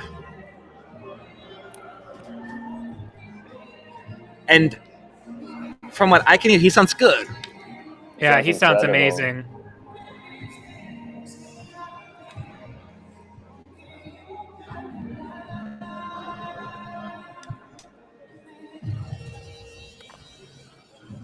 It looks really pretty, guys. It's real pretty. Oh, I get where with the random with beat the comes in. smoke. With the smoke. Oh, that's beautiful. Yeah. The beat feels random to me only because only know the original version. Yeah. So I'm always like, huh? Well, I think and if you they're- never heard it. And they're ramping up to it too. Yeah. Like, cause it's the normal chorus, but then it drops, and then it comes boom, boom, boom, boom. The moon's not here yet, by the way. At least we don't see it yet. I think it's probably somewhere up hanging there, but it's not like in camera view. Yeah. Now we can see it. Well, it's where I probably am just at. right above him. Yeah. Will they bring it down a little? Yeah. No. It's Oh, and so the he's second chorus. he's like the hand is like his choreography. He's panning the camera. It's humongous. Gosh, if that cable better not rip, because you'd be dead. Oh.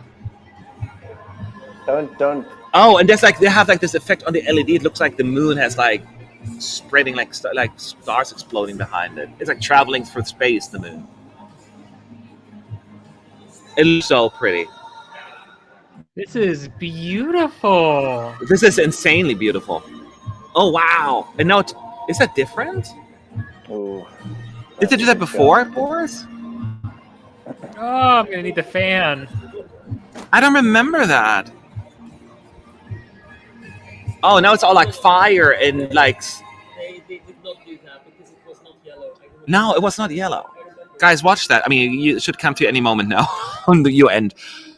Yeah, I don't think it was yellow. Well, No. the background was yellow, but the lighting wasn't. No. Wow, that was. I'm sorry, I forgot to clap. I was kind of still distracted. I was mesmerized by that. It was. Oh. Yeah, it was quite amazing. Any other thoughts? Who the hell is gonna come last in this grand final? Stop it! This is not fair. Spain was like, gonna we're not say coming it. last. I don't know what you're thinking, but it's not us. Oh. Seriously, rehearsal of the day for me. This was incredible. Like, I wasn't into this song before, and like, wow, that was great. That was great. Oh, Spain came to play. Yeah. This is gonna be one of these years where like I came into this contest and I was like, there's only maybe like 7 songs that I don't really like listening to all that much, and now we were literally down to one song. Yeah. Oh, which one is it? Oh, probably shouldn't ask, huh? Don't want to put you on the spot. Take a guess. Germany. No. Gosh. I'm gonna make Roy very angry. Georgia. It's Georgia. Sorry, it's just a song. It's just a song that I skip. But I literally don't know how this is gonna play out, and that is so amazing because I'm going to be entertained and PS when they announce qualifiers, because either way I'm losing great people. Yeah, woo! I know how it feels. I only have one skip myself this year, and so it's going to be tough. Is that one of the favors, coincidentally? Huh? Is that one of the favors, coincidentally? Yeah, coincidentally it is. But it is true. I didn't expect absolute anything from my country this year. You just made my day with your reaction. Hope we don't come last. I feel so bad that this is like the goal. Second to last. Yes. That is not coming even second to last. No, let's not joke. That song just I know. captures people immediately. Like this will get votes, I know. Definitely. Will the live shows be streamed on YouTube this year? I think they are, right? Are they? I don't know if they are. I have no idea. I don't know about that. No matter who you are, we can't deny this Eurovision is going to be terrible because a lot of songs will be underrated in the scoreboard qualifications. Basically, I mean, the thing is, when you have so much competition, somebody has to lose out. Like, could you imagine Spain coming last with this? And they're like, wow, how can a performance like this, a vocal performance, a staging like that come last? It would be like, wow. Can we just have everyone gets 100 points and everyone just ties to win? That'd be great. We just congeniality it. Everyone gets the exact same number of 12 points. They can't even pull the tiebreaker. Everyone just wins. Sorry. Oh man. Isn't that mathematically impossible? Shh. Shut up, Roy. Oh, you and your facts and data, whatever. 39 that we have, so like half of them could have the same amount of 12 points. You're fun at parties, Roy, aren't you? I have very fun at parties. I'm having the best time with my Georgian flag and sunglasses. All right, just real quick, everyone, because this is the end of the stream. Tomorrow, it's going to be Georgia, Albania, Portugal, Bulgaria, Finland, Latvia, Switzerland, and Denmark rehearsing for a second time. So it's the remaining 8 countries of semifinal 2. Yeah, and there is also a interview for both Albania and Finland that'll probably come out tomorrow. So check that out too. Honestly, check them out because Connor's doing a really good job with those interviews. They're very good. Is. Thank All you. right. Appreciate that. So we'll be back soon because we really got to go here. So we got to go. Thank you for staying with us for this entire crazy 10-something hours. Actually, let me take a look at the stream. It helps me here. 9:55. 10 hours and 10 minutes. Oh, yeah. Whew. Oh, my God. Oh, no wonder I'm in pain. All right. Again, see y'all later, okay? Yes. Bye-bye.